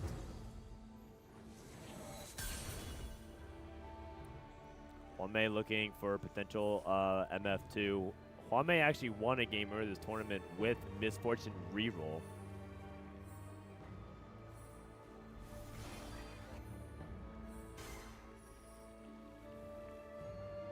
Looking at what items he can slam here right now. He has an AP set up. He doesn't have any swords. He's a pop open for a gunblade if he can get it. Kind of crazy to get buried treasures and can't even slam a single sword item. Gets a free win over 60 seconds. 60 seconds gets the 6 loss that he needed. Gem by. MF pair still. Going against Lee Law. That Pike does not get onto the MF. Should be a win for Gen Bai.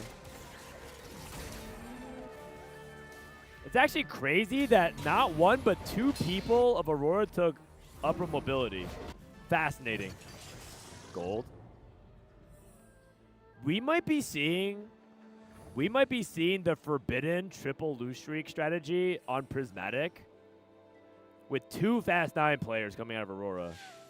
I don't know if that's going to be the case. Maybe they roll an 8, but I feel like it's kind of insane to me to take upper mobility and roll an 8. Advanced loan. Hwame has the MF pair as well. The gun goddess rolling on 6. TK. Jax 2. No Kindred on 6. Finds MF2. Rolls down to 50. Is he going to dip further? Finds Morgana. Belveth pair. Playing flexibly as he can. Does he have items for Akali? It's going to be really hard to win fights with Akali with no swords, though. It's got to be Hodge. Hodge Gunblade. Another tie. A tie for 60 seconds in Flancy. That's finally the open that they've been trying to prepare for. Lilo took Earth's grab that, or Earth's Gambit, so he's going to lose. He has a Reforger. What's he going to go for? So Lilo picking his direction. Is it Darkstar? Because he has Darkstar units. No sword. Reforges.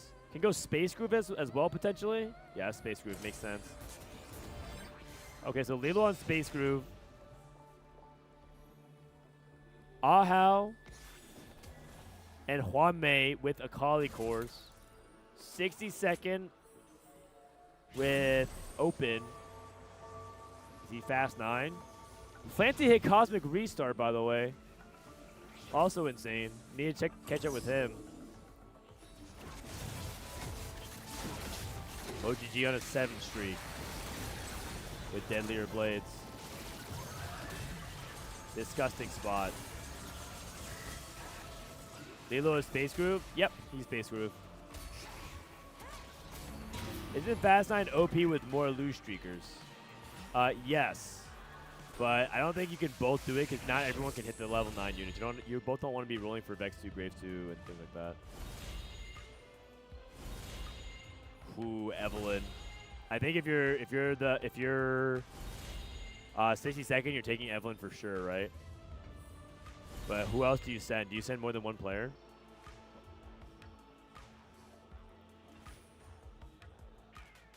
Hold up.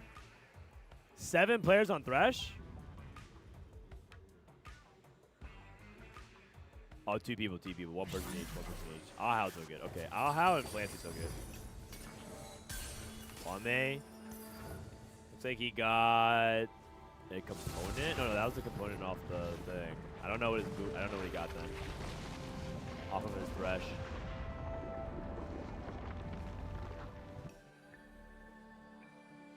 Earth's Gambit for 62nd as well, by the way. Wait, so they both took Earth's Gambit with upper mobility. And one's playing Space Groove, and what is this guy playing? He's taking an Anima.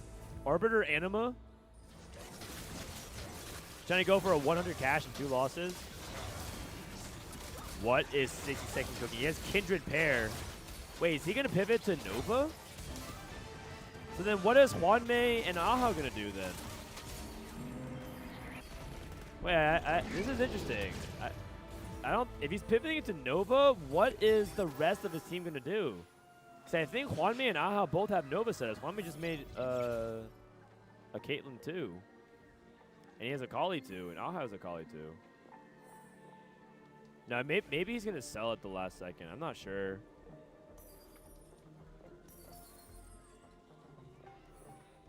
What team legend is Aurora? They are the Cannon Minions. Okay, our Cosmic Restart was Vanguard and Primordian.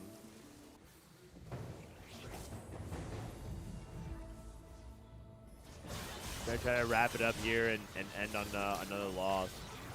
A 10 loss. Clancy is poorer than he liked to be, but he definitely has made a good amount of gold. Comeback story into Space Groove.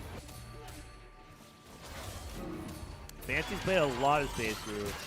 A lot of 4-cost comps.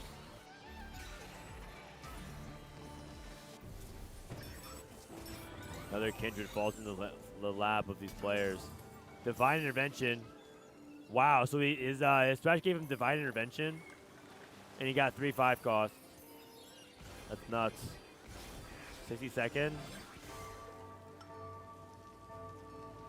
Looking like he's rolling for LeBlanc.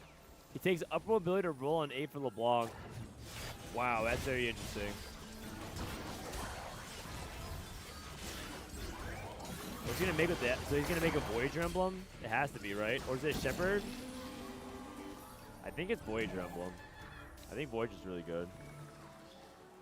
So he's taking 45 gold, some free rerolls. Fancy's a little bit poorer. Doesn't get the rod if that's what he's looking for. Nami pair. Big roll down coming in for Flancy. Big roll down for 62nd. Flancy looking for his Space Group pairs. Does not get it. 62nd still rolling. Still looking for LeBlanc. LeBlanc pair. Couple of frontline bruiser upgrades here for Flancy.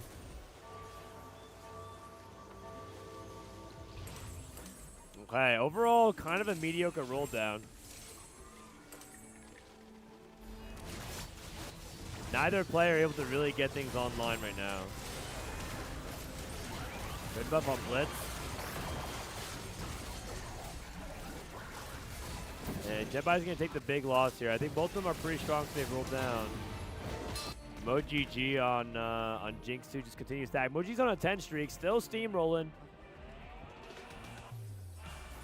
Hwanmei also snapped his loss streak and is on a 6 win.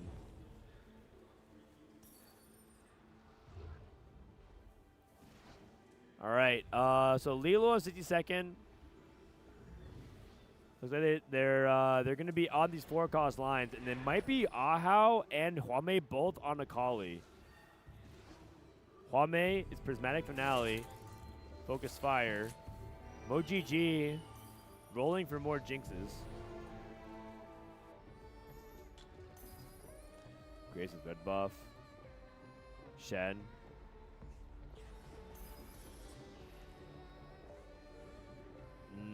He is holding so many things. He's holding so many things on the bench. It's hard to like track exactly what he has and doesn't have. But it feels like he's paired up with a lot of things. Dude, they're actually showing. Oh no, no! The fan in the chat, the fan in the crowds are doing 6-7. Stop it, man. That's the GSC fan cam. Nami gets the win over Lee Law.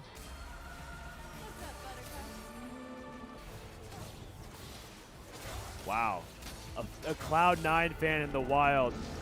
And as holy as well.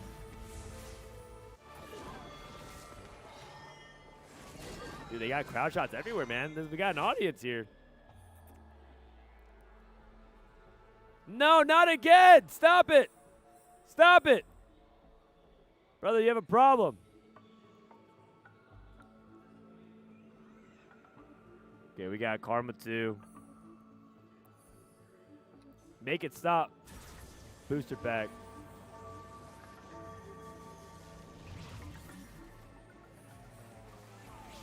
Okay, we got the stun mod here from early stunner. So we have 7 Shepherd here for 60 seconds. So we end up making a Shepherd emblem. That's a Blitzcrank 2 on 8. What? Where did this come from? Why does this guy have a Blitzcrank 2? Oh, and 60 seconds gonna live? 2 HP.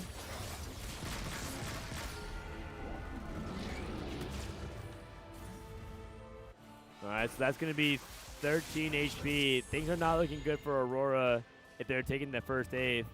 But Huame and Ahau, can they play for winouts? I don't think they're in winout spots. I think they're in high tempo spots. I think they're hoping Liloa or 60 Second can pull the comeback here. Well, how about the Force of Strength player? What do we get? Can we take a look at them? Maybe Force of Strength Koyui. 6 Blitz, 2 Evelyns looks like, maybe 3 Evelyns. Pray into the god of RNG. Force of Strength from Koyui. Hellfire Hatchet. Wow, these are so good. Fishbones on Corki is good. Light Shield Crest is good on Frontline. Hellfire Hatchet on Riven is great. That's pretty much as good as it gets.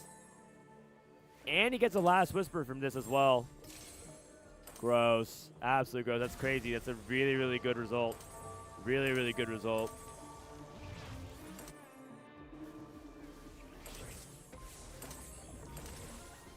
Rageblade Giant Slayer for 6 seconds. His last stand. Master E sighting in the wild. MoGG end up committing to Master E. MF Yi. Can he actually get a win with the first time we'll see? This will be the first time we'll see Master E all weekend. He's on the LeBlanc. Stays alive. Barely. If the Master E wrapped a little bit more. Koyui down to 1 life. The first player to go 8th will have a huge impact on this game. I can't tell who's going to play for the win out. Also because we still don't know what the Fortune Strength cashed out is for a couple players, or for one other player, for Ahau. Wait, why is the Fishbones on Riven? Shouldn't it be on Corey? Oh, because it's a 2-star? Okay, no, because he wanted to itemize on 2-star. Fishbones. Miss. Blue buff. Fishbones. DB.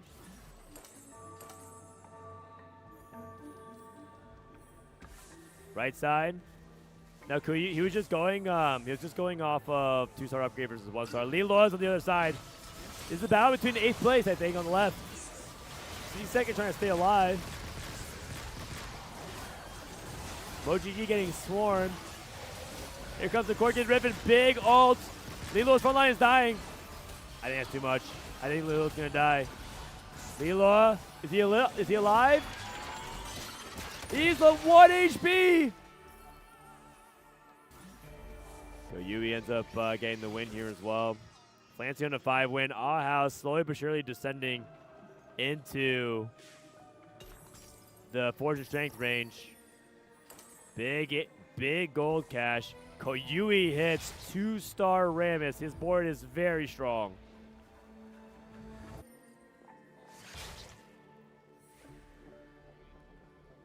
have an extra bow here for Lilo?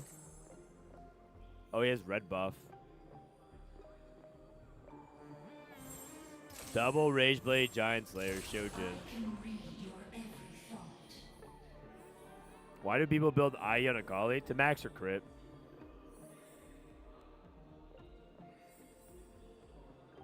Temporary item here on Nunu could be really impactful depending on what he gets. If he gets like another, it could get a useless tank item that has resistances for the wrong damage type. It also can give him the exact item he needs. We'll see. Oh, I just realized that this is a booster pack Nunu, which is shiny Nunu. Lee Law and 60-second both at 1 HP. If they can avoid the 7-8, that'd be huge. Going against MoGG. MoGG on Belvet 3. Jinx 2, still not at max cap. I feel like this is good for Lee Law. On the other side, 60-second versus Koyui. Loser goes bottom 2. Rivi got stunned. LeBlanc on the front line. Oh, Corgi got targeted. Koyui's dead. And Lilo survives as well. It's a solo ace for Koyui, a massive swing. He's a force strength player for Vision. They needed him to stay alive. And 60-second with a clutch victory over Koyui's very strong triple artifact cash out.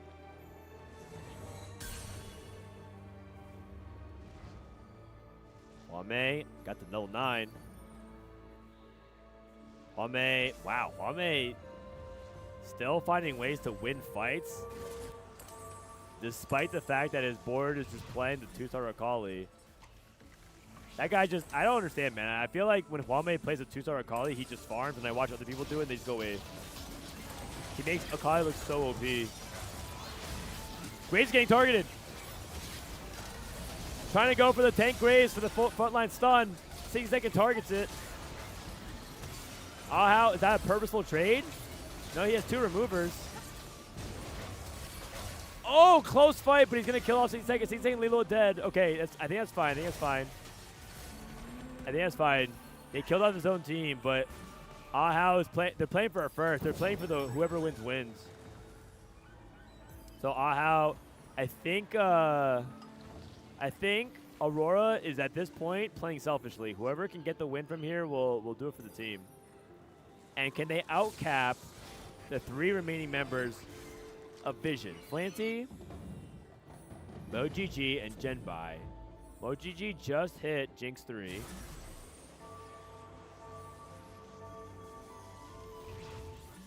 Deathblade's on the Jinx.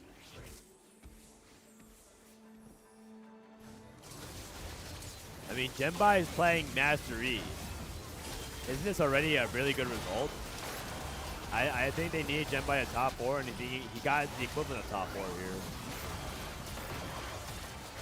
Graves getting targeted. This is a pretty big win for Flancy. MoGG down to 5 HP. I think MoGG is going to die here. Flancy's the win-out player. And I think I don't know. I don't think Hwame's the win-out player either. It might come down to Flancy versus Hwame for game number 1.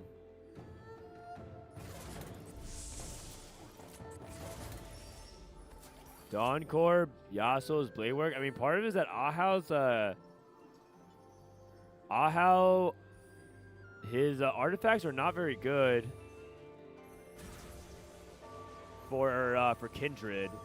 Wait, he went for tank Graves. Like, if he actually went for damage Graves, wouldn't his spot be insane? Wow, so weird, so unusual. He has Shockwave Graves.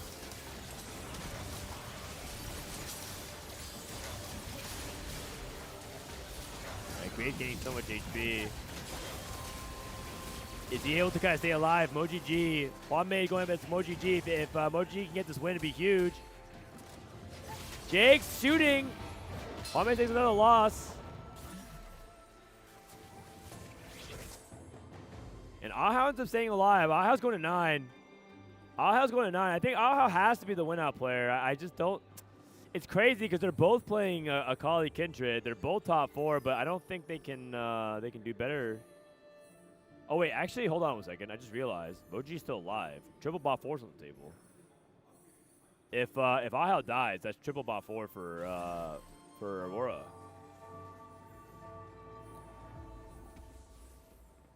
Can you start pivoting the buckshot? I'm actually not familiar with the pathing here. Big shockwave, stunning the left side, but the quicksilver is huge. Akali walks over to the other side. Oh no, the Akali separate from the tank though. Maybe it's okay, maybe it's okay. Ahao gets the win very cleanly over MoGG. MoGG's bottom 4. Okay, and now we can start playing for whoever wins. Wanmei. How does he do it? Genbai's at 1 HP. It's Flant. It really comes down to if Flancy can win out for Vision or not. It really comes down to whether or not Flancy can win out for Vision. Honestly, this Mastery performed pretty fine. This was like a really good performance for Mastery.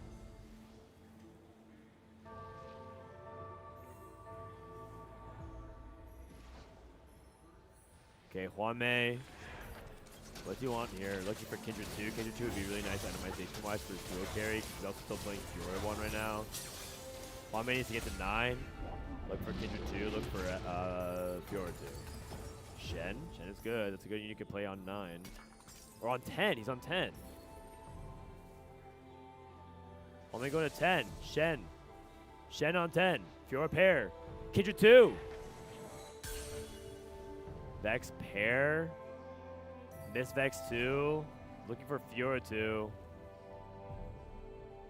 Pop the Anvil, his Last Whisper. You probably just make another item for Kindred. You should probably make Last Whisper here. It's not great, but it is what it is. He's going against Genbai. He's going against Fancy. Wanmei versus Fancy. Perhaps an opportunity for Wanmei to deal critical damage to Team Vision. No, I think all I got immediately splashed. I think this matchup's kind of tough. Wanmei takes a big time loss. How's Ahao doing? Ahao gets the win over Genbai. It's going to be Ahao versus Flancy for sure. How much does Ahao scale his Graves? Oh man, I wish they could just right click Graves one time. I just need to see what he's doing right now. I wish they could just right click the Graves. I don't know what his upgrades are.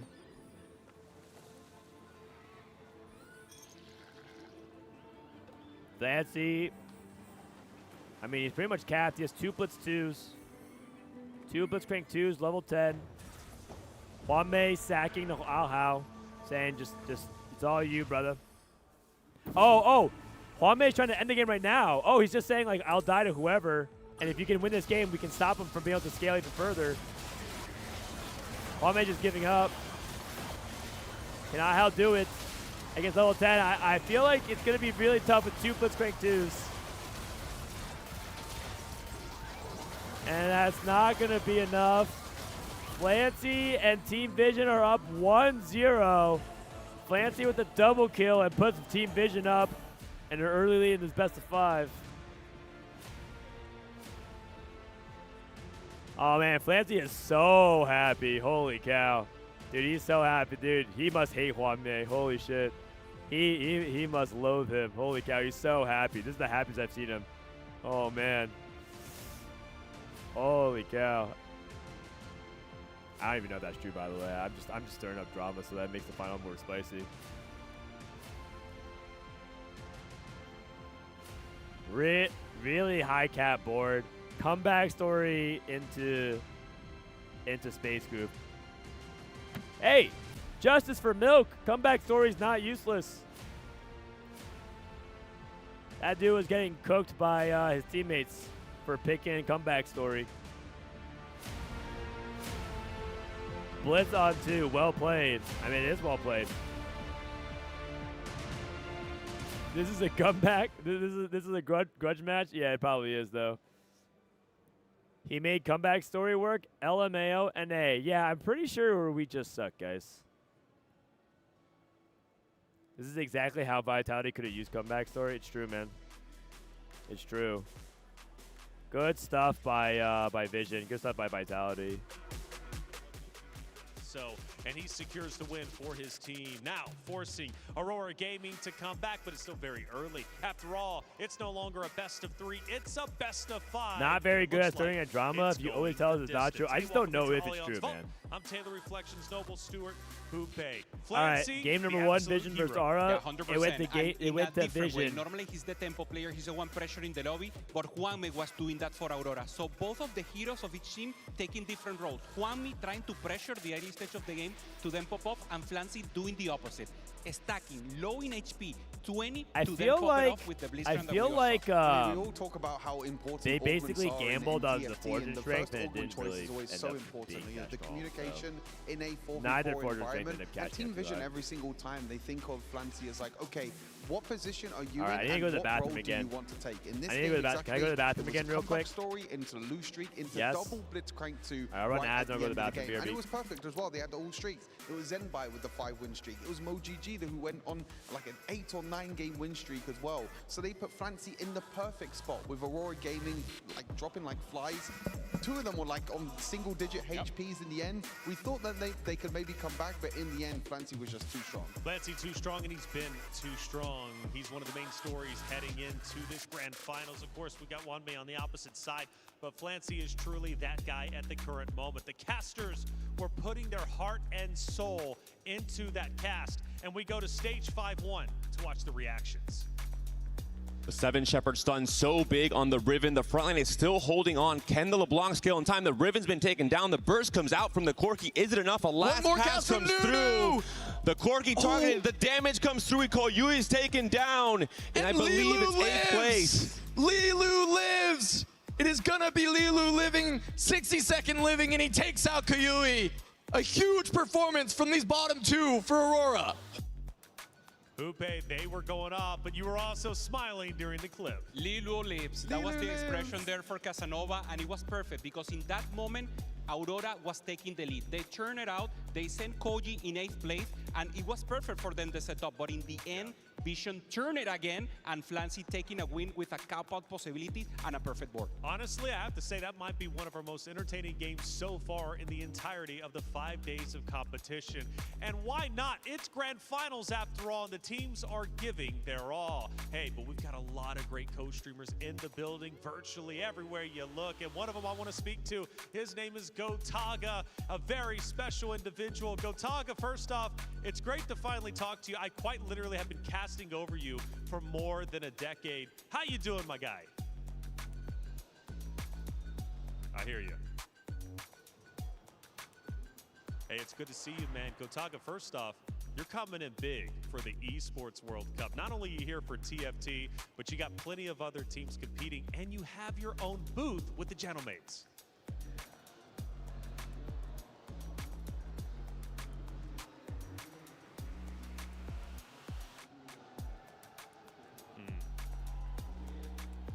You know, one of the things that I love about the Gentlemates, that they always bring the energy. I remember last year in Riyadh for various different games, the drums in the streets, the energy they have. You guys are hyped up because you've got some other titles you're coming for, coming up actually just next week. What does Gentlemates mean to you? Because obviously you're one of the leading faces and owners of that great organization.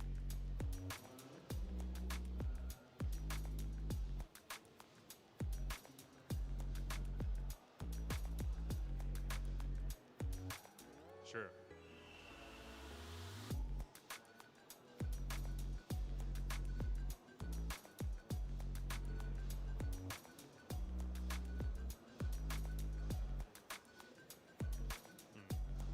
I did, yeah.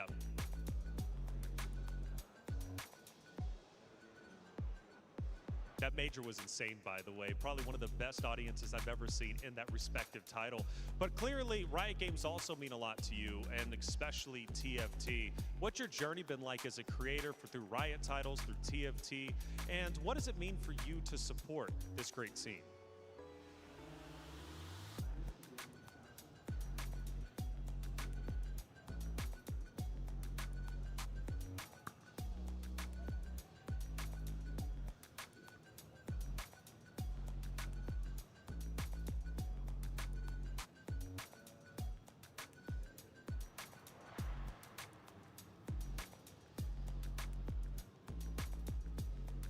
That's all, but I got one more thing for you. What do you want to say to the fans out there, Gotaga? Because not only are you so influential as a streamer, a player, but also now as an org owner, you're doing it all, and esports is greatly thankful for it. Yo, guys, that was me walking behind. What should I say? Actually, I don't want to ruin his coach stream.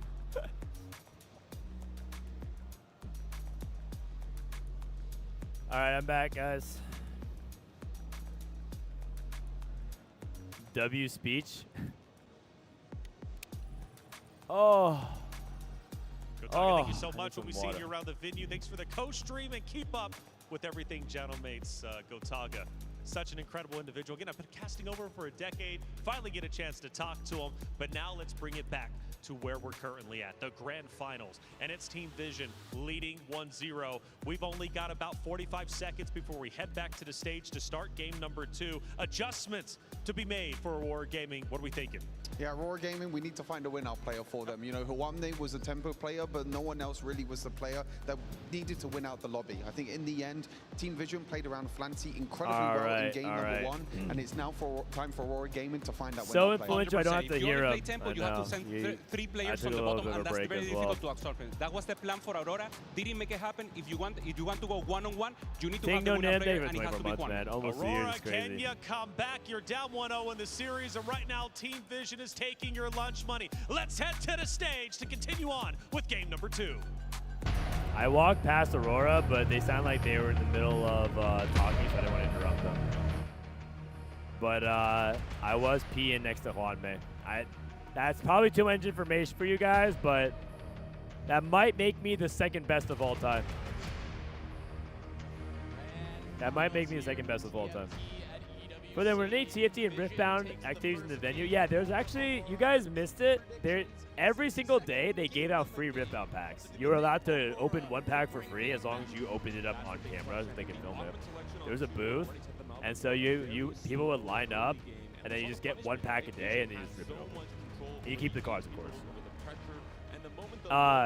I wasn't allowed to, though, because I technically have a staff badge, so they didn't let me rip open the pack.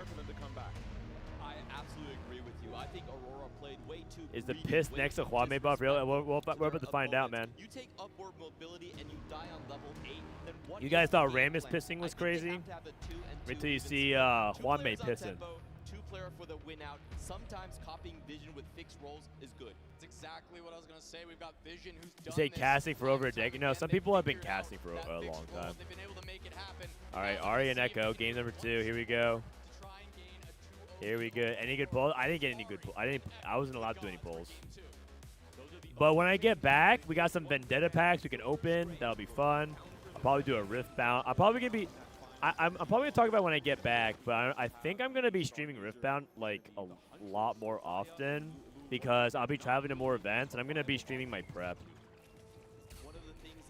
I'll prep with some players and I'll prep with some known players. I'll have them practice against me, teach me stuff. And then I'll also just be like practicing and doing some stuff there, so it'll be fun. Did anyone get any crazy cards? I don't think so. Weijin was opening in some packs. Huntress. Gamba online. It's time, guys. Throw in your channel points. Throw in your channel points.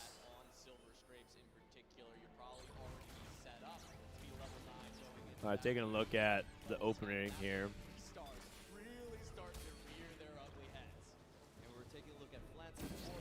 Pretty slow. Overall, it looks like Clancy's the only person playing around at 3 cost at the moment. Everyone else playing around 1 cost pairs or just 1 cost. 2-star Briar, 2-star Lysandra. 2-star Leona for Koyui. Pretty nice and basic. Sorry that my voice is kind of gone. I see a lot of people commenting in chat telling me they don't like the sound of my voice, but it is what it is. I've been here talking nonstop for 8 to 10 hours a day. It is what it is. Poppy 2. I think we hold Leona pair over Poppy. Okay, he actually goes the other way. Oh, because he has Caitlyn too. Never mind. That makes sense. And he has Kraken. Ooh. And Stoneblade options.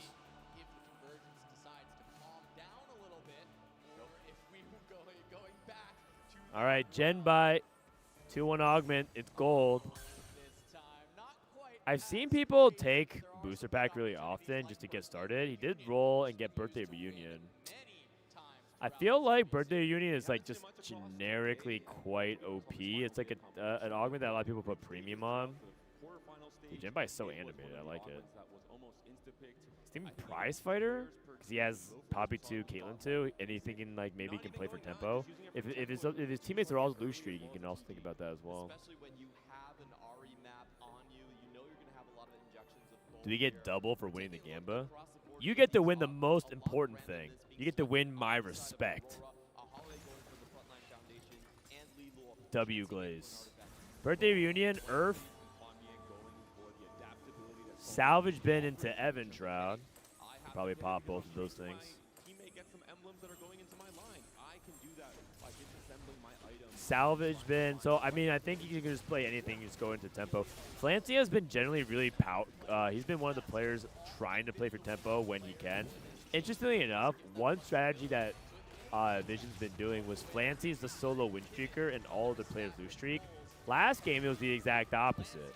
It was 3 tempo players from Vision, and Flancy was the only one solo losing. So that was an interesting observation that happened. A lot of specific tech is oriented around like what your 2-1 augments, whether you can play from win streak or lose streak. And I think Flancy taking comeback story there was an excellent call. I bet my entire house and net worth on Aurora last game. Well, then I don't respect you. Simple as that, buddy.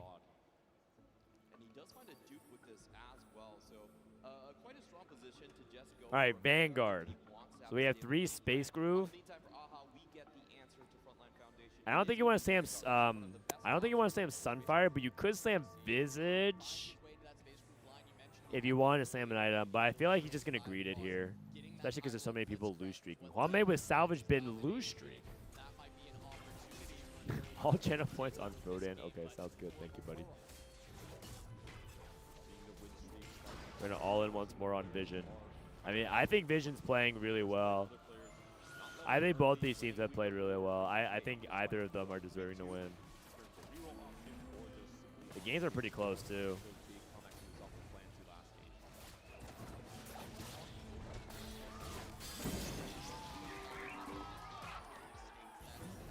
All right, so Flancy gets a 2 win with this fraudulent ass board. Very low tempo so far in this lobby. A lot of people are loose streaking at the moment. Earth with 3 Primordians, so that's probably going to be Nova. Aurora did the double Akali Nova setup last game. Man, I'm sorry, I think there's actually a decent amount of people here in the crowd. It looks kind of like that.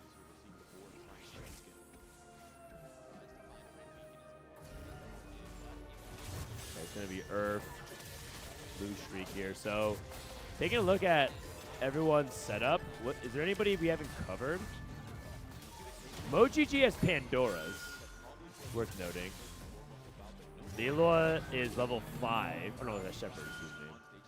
Leloa's level 4, but he has 101 HP. It's probably because of Soraka's Miracle.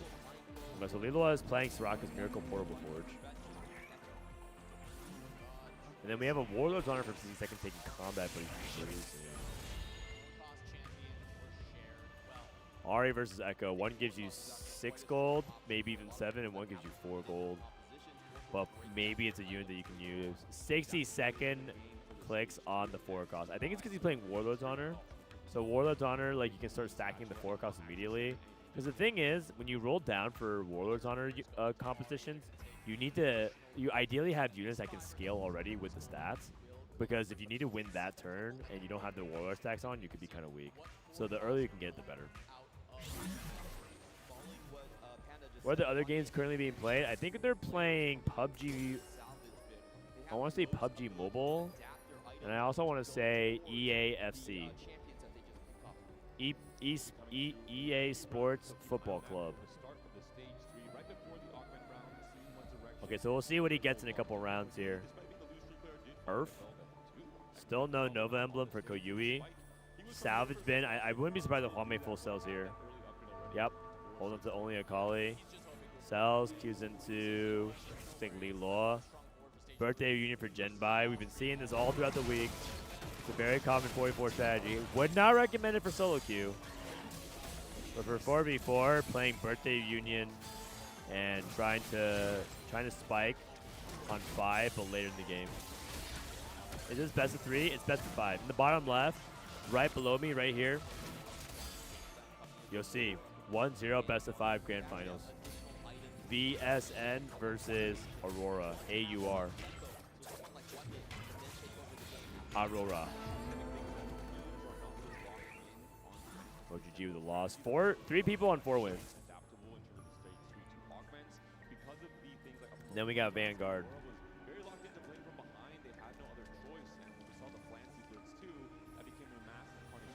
All right, I am feeling a little hungry. My wife told me she's gonna bring me some snacks. Excellent. All right, so for everybody who wants to streak, Aha and Lilua, I think Aurora Gaming would be pretty far ahead economically. They're actually playing for they're playing for both streaks.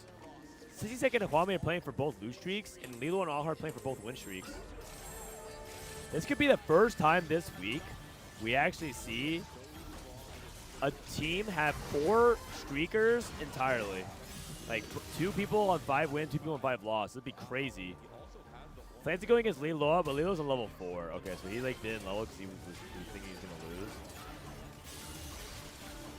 How go against Genbai. Oh my god, and then what if it's a disaster? They actually instead invert and they instead of 5 win, 5 loss, they all get snapped. Oh no. Oh, that's rough. Both Aha and Lilo lost their streak. But Juanme and 60 Second both got the 5 loss. It could have happened, man. That was actually crazy. Imagine if they controlled everything. That would have been so nasty. That would have been so nasty.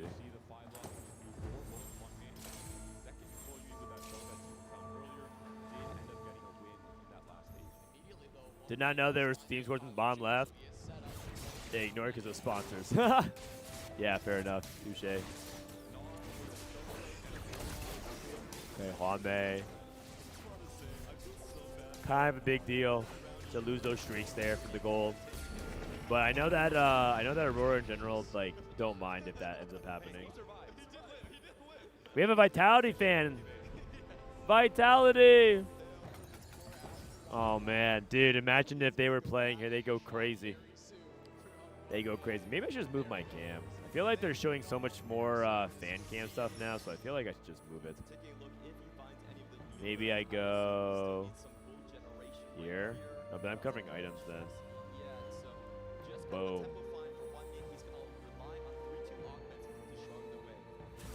All right. I don't know if you guys care about fan cam, but it's kind of nice. I feel like I'm covering a lot of the fans doing 6-7 motions.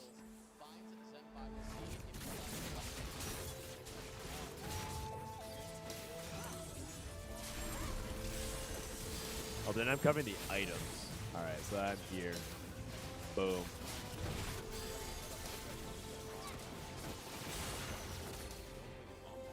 All right, here we go. That's good. All right. Juanme, continuing that loss streak here. We got the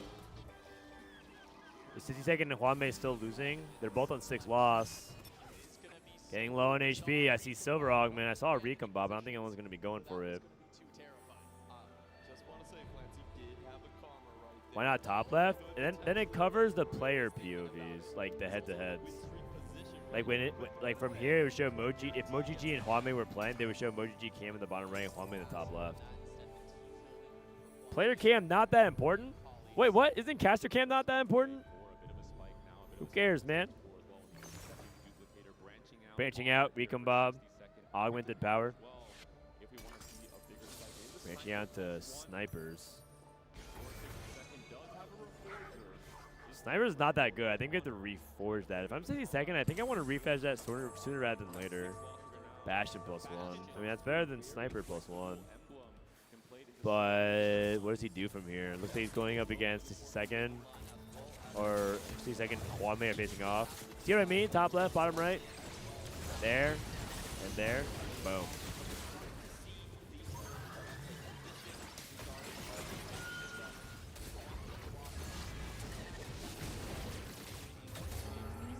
Okay, JG and a flail. So it looks like he's going to be committing to AP. Probably going to have to just splash into Bastion. Not actually make too much with it.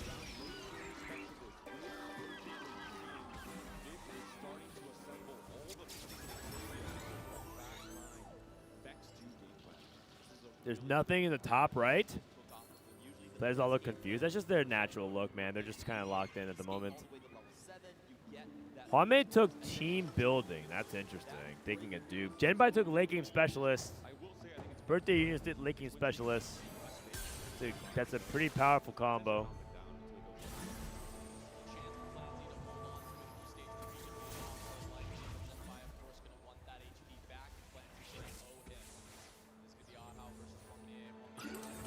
Five space groove. Cam in the middle. You want me just to put it straight in the middle of the screen so that way it blocks all the action? Man, you guys must hate other chatters.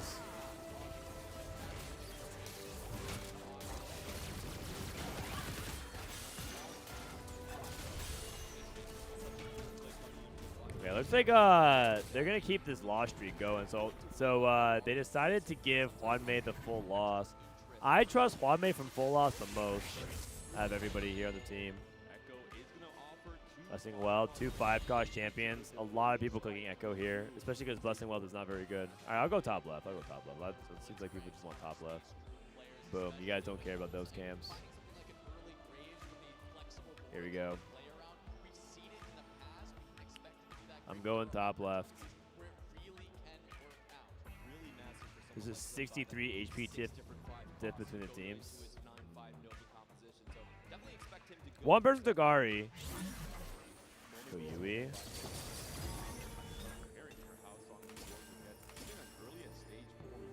Okay, we have Corky. Genbai is at 70 HP. When can he get to 9 is a question. He's not that rich. If he, let's see. He's probably going to get there at 4-3, 4-5, and then he's going to have 30 gold more. We'll see. He's going to be a little bit poor or low on HP, one or the other. A true fast 9 from Genbai. Teaming up from Liloa. He has a duplicator. Liloa is sacking for Hwanmei. I think they want Hwanmei to start turning his Luchik around. Looks like he has the Akali. Oh, I think that's what it was.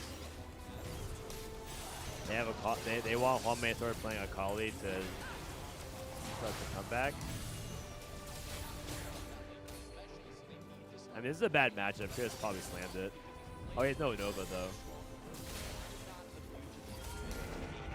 All right, so let's talk about a little bit about what's happening here.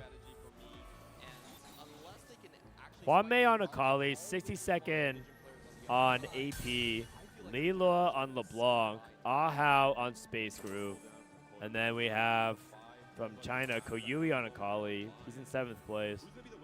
Genbai on Fast 9, MoGG also on Akali, so they're playing double Akali. There's 3 Akali players.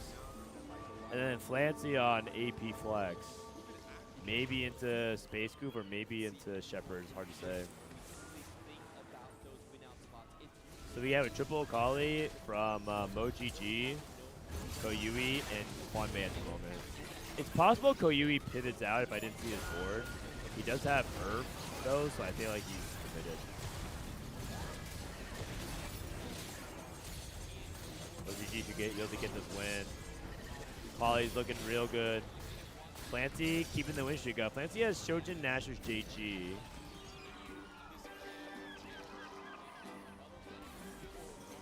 Three Akali, 20 gold is bad. I don't think it's the worst, believe it or not. I think Akali is just that good if you have if you find Kindred. The big thing is whether or not you can find that Kindred though in the first place.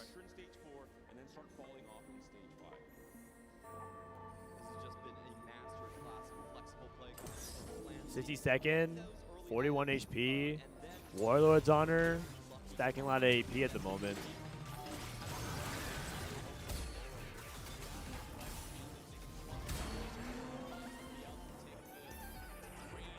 $47. So I think 60 seconds AP setup, he's a little bit poor. I'm actually kind of worried about 60 seconds. He took like double combat, and I think it's going to be really hard. Aw, cuties.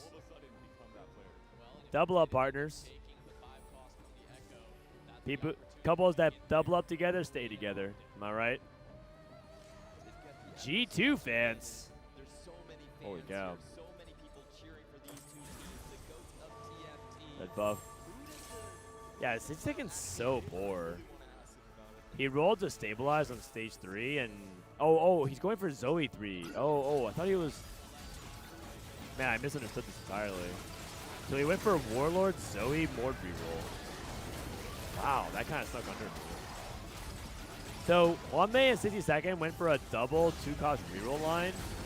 And I think it's because so many Akaws are being pulled at the pool that he thinks that he could probably get away with like sneaking a Zoe reroll out. Interesting. That's very bold. Warlord's Honor into Zoe reroll. Clancy's still on a win streak, 11 win. Here we go, last augment. Clancy saw Drew a Lotus. Pretty damn good. Reinforcement's also really good as well.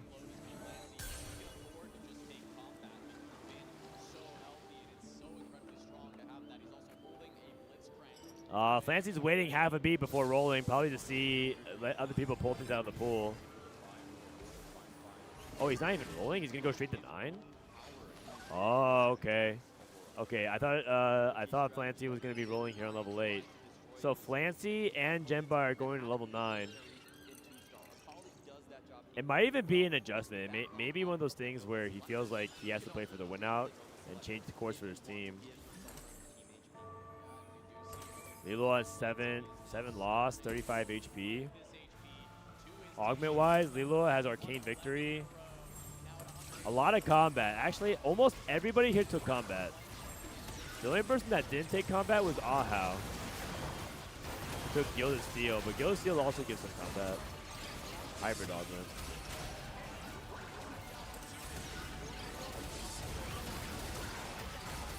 Ooh, and that's a good win from Ahau against Flancy, but Flancy knew that his streak was going to get snapped. How's Lilo doing? Lilo hit mech too. That board looks beast. 60 second on 30 HP.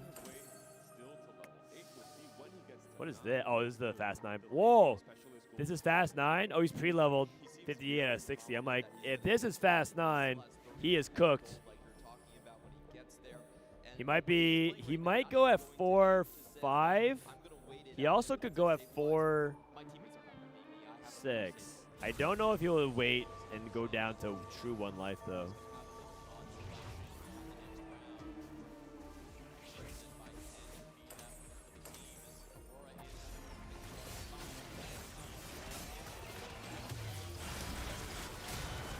We broke up over what? Double up?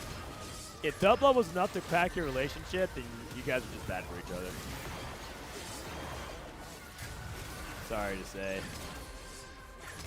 It was probably for the best. Wow, this win is massive, actually.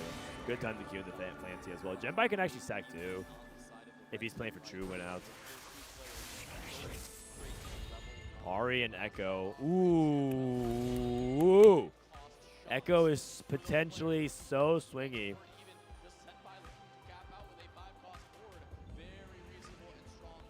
Dude, it's so swingy. It's actually wild. That's late game specialist? Yes, I believe so. Is it not? Would you ever play double up with your child? Yes. And then he can prove to me that he deserves to be my son.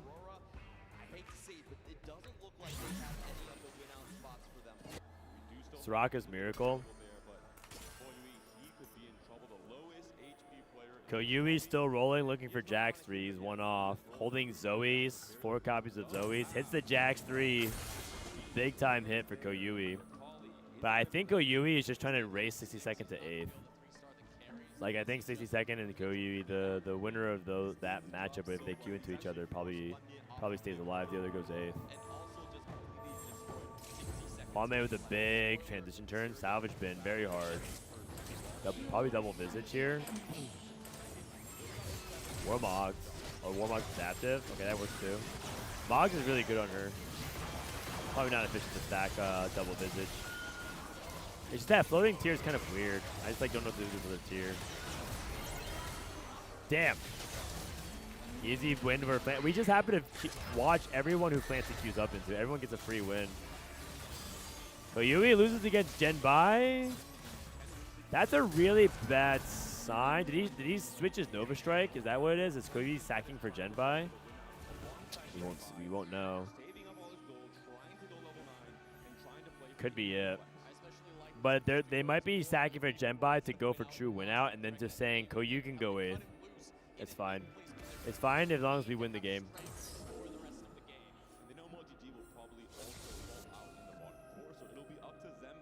So Genbai sacking one more. Actually got 2 wins. Incredible.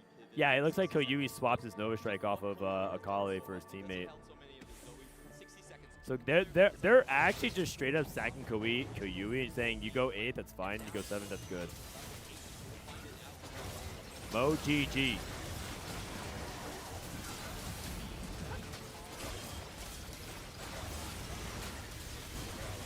Kali looks like it's burning down. And 60 second is gonna die pretty soon. Looks like 60 seconds going 8th. This is not looking good for Aurora. I think Vision's in full control. Genbai about to go to 9. We need to go to Genbai's POV. Here we are. Big roll down coming in. Fiora 2.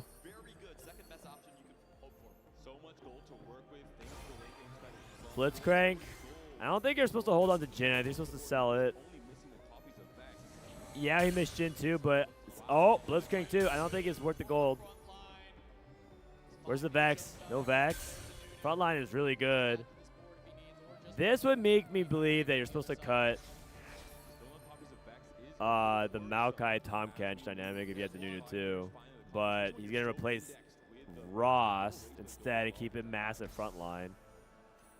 Yeah, so now he cuts the Maokai, which means it makes me want to play the Ross instead, because now we have the TK. Maybe he's playing TK for the resources. Flancy on the right-hand side. Flancy made it to 9, and also rolled, and he has Bard.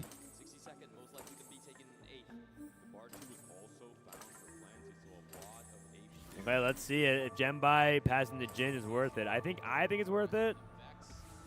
Because I think that you don't want to tie your gold up in Jin that can't actually deal the damage. I think Vex 1 is fine. If he has good enough front line. This is 62nd, who pivoted off of Zoe reroll, by the way. He pivoted off of Zoe reroll. He tried to go into Karma Flex. Oh my god. Look at his synergy bar, by the way. 62nd is 8th. An unsuccessful cook. He is dead. Liloa is also gonna lose here. I'm thinking it's very favored for Vision at this point. We'll see though. Just because I think the win out spots in Vision are better. I don't think Ahau is likely to win the game, but maybe he can if he hits Blitz 2. Wait a second. Hwame has Shen 2 with 2 items. Maybe Hwame the Magician can pull out his team from the trenches.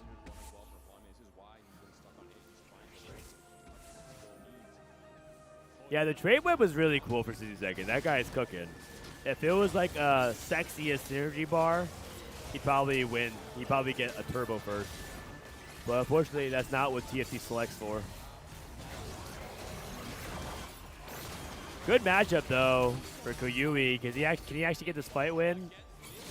Oh, LeBlanc! Ah, the burn! That's a critical hit to Liloa.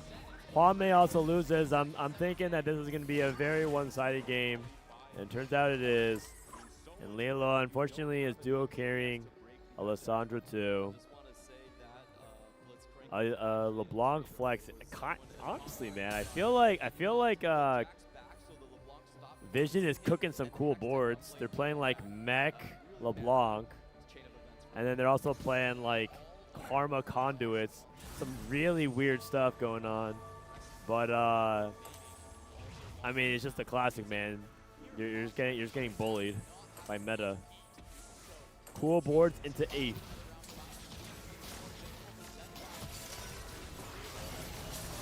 Gen Bai against Lilo. Lilo's last stand, but I'm pretty sure Lilo is cooked.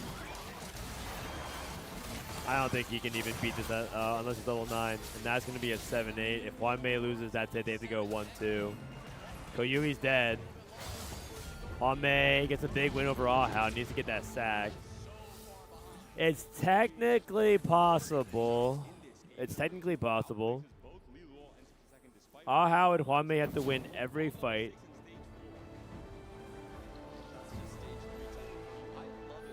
I'm thinking it's not going to happen, but it's technically possible. Save gold dupe for next game. Yeah, that's a true 44 macro strategy.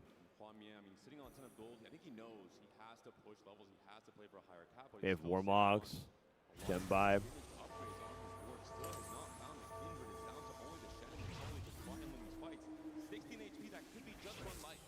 You know what the tech is to save mental? You use your dupe on a unit that you just use it for gold, and then when your teammates ask you about what you use the dupe for, you're like, oh, I just have to use it for like tempo. That way they don't see you with a dupe on your bench. Your teammates see you with a dupe on your bench. That is not a pleasant post-game conversation. Okay, Wame is dead for sure.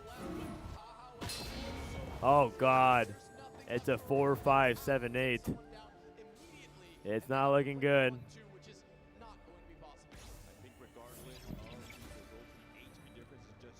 Well, we'll see if anything can get done here.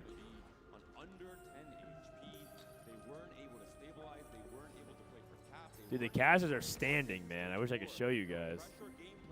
These guys are so intense. They love TFT. Hello. Oh, my wife brought me snacks. Thank you. But she brought me an entire bag of snacks. Wow, a Snickers bar. Must be my birthday. All right, Huame and Ahao. This is probably going to be the last fight of the game. Neither of them feel very competitive right now. Huame dead. Ahao barely alive, but that's going to do it. Top 4, triple top 4 for Vision. And Vision up to a 2-0 lead. Oh, my wife got me Cheetos as well. She got me Cheetos. It's got the original Gout Fromage. At least that's what it says right here. The Vision walking off. See? Gout Fromage. Gout Fromage. Ugh. Yeah, pretty uneventful game, guys. I think the problem was that I think Aurora is overcooked here. Quite frankly, it's just an overcook. NT, a cool cook, but an overcook nonetheless.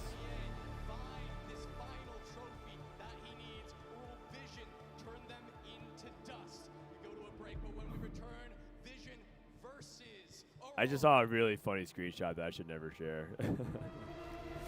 All right, well, the score so far is 2-0 right now. Pretty anticlimactic game number 2. I think that was like really not close. Yeah, it looked like a blow. What up, Brosef? You want to do the last game together? All right, guys, we got Brosef on cast. Come to save Frodan. What's up, chat? How's the volume? You're good. Long day, long weekend, long week actually. Yeah, long week. All coming down to this. How is Vision looking in the first 2 games? Dominant. I think the problem with that game was that Aurora just looked like they were overcooking. Oh, it's the coach. Dude, they're just on their phone shit posting. Huame typing, or Flancy typing Huame. Overrated. Flancy might be the new go-to TFT. God damn. The thing is, he's probably not posting on his main. For some reason, Flancy probably has like an alt account like Kevin Durant. You know, where he like shit posts. Yeah. And then he's like, no, actually, Flancy's the GOAT. He's actually in my Twitch chat right now typing LOL, Huamei's washed. I love the Chinese banter. It's been going on a while, I'm pretty sure. Is it? Yeah, yeah. Especially Flancy. I think Flancy's known for the banter in the Chinese scene. Yeah, what does he say? I think he's basically gone around saying like various like past rules, especially I don't remember the exact players, but he calls other players washed. He has the results to back it up in various sets. So he's like a shit talker. Yeah. He's like the he's like the Dehua. He's like the Dehua. China. Yep, but he's what the heck? I think. But like, imagine if Dehua was still in TPC. Yeah. Huamei is watched.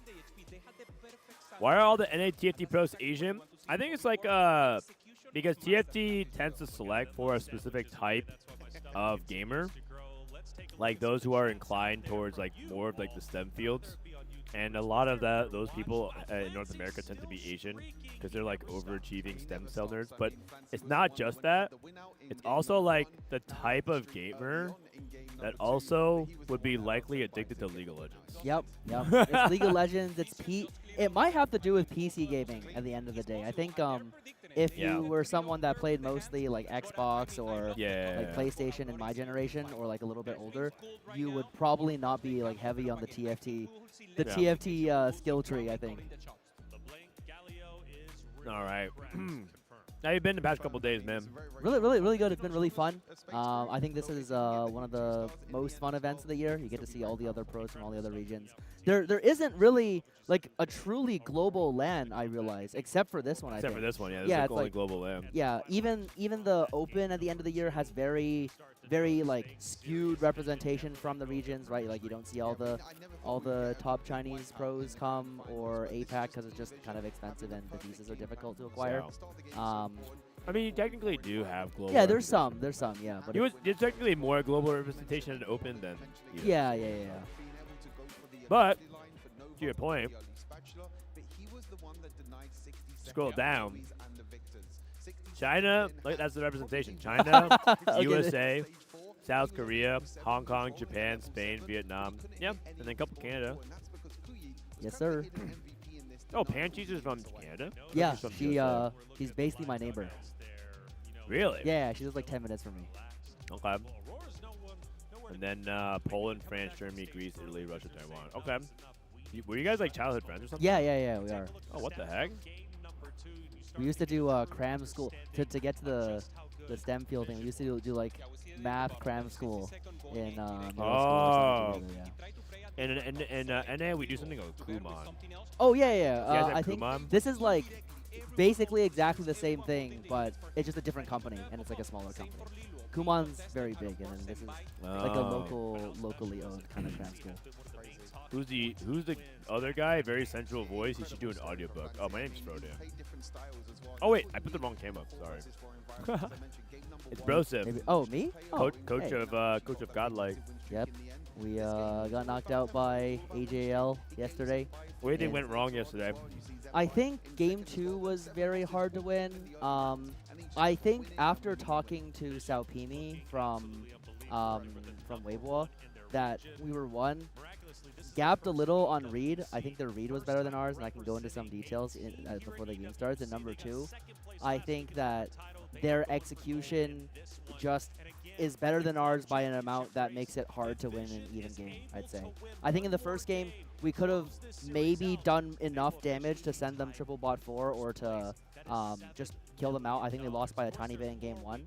And then game 2, I think they got luckier than us, and their execution's better, so they gapped us. Luck and skill, which is kind of what TFT is in a nutshell. Yeah. If you have better luck but worse skill, it's close. Yep. But if you have better luck and better skill, it's fucked. It's over. What can you do, man? Everyone. Holy, what's going on over here? I am surrounded by amazing cosplayers Volume with up. their talented work. Let's get started with this beautiful lady here. Where can we find you? Caitlin. What's your name and who's your cosplay? So I'm cosplay as Caitlin Kiraman. So I am Camellia Cos. You can with the K. You can find me on Instagram, Twitter, or TikTok. Yeah, mostly. I really love Caitlin. I cosplay her very often. I have been unlucky yet to have her chibi on TFT, so cross my finger next time we have Caitlin chibi. I need her. Fingers are crossed, and your makeup looks amazing, by the way. Who do we have here, and who are you cosplaying as? I'm cosplaying as Vi today from Arcane, and I really love the character, and I spend 200 hours on my costume. Where can we find you on Instagram? Enzairu on Instagram mostly. Amazing. And of course, here we have the cute Seraphine. So where can we find you? You can find me on Instagram as riceball.gpeach. And I'm cosplaying Seraphine. She's a singer.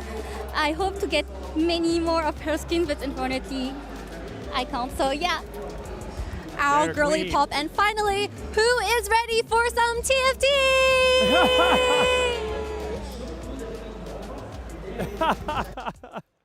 She just said, fuck all the rest of you cosplayers. No publicity for you. Sorry, we're out of time. No, it's actually so funny. Gotta get into the game. Like, sorry, we gotta cut this ad real quick. The rest of you guys, no promo.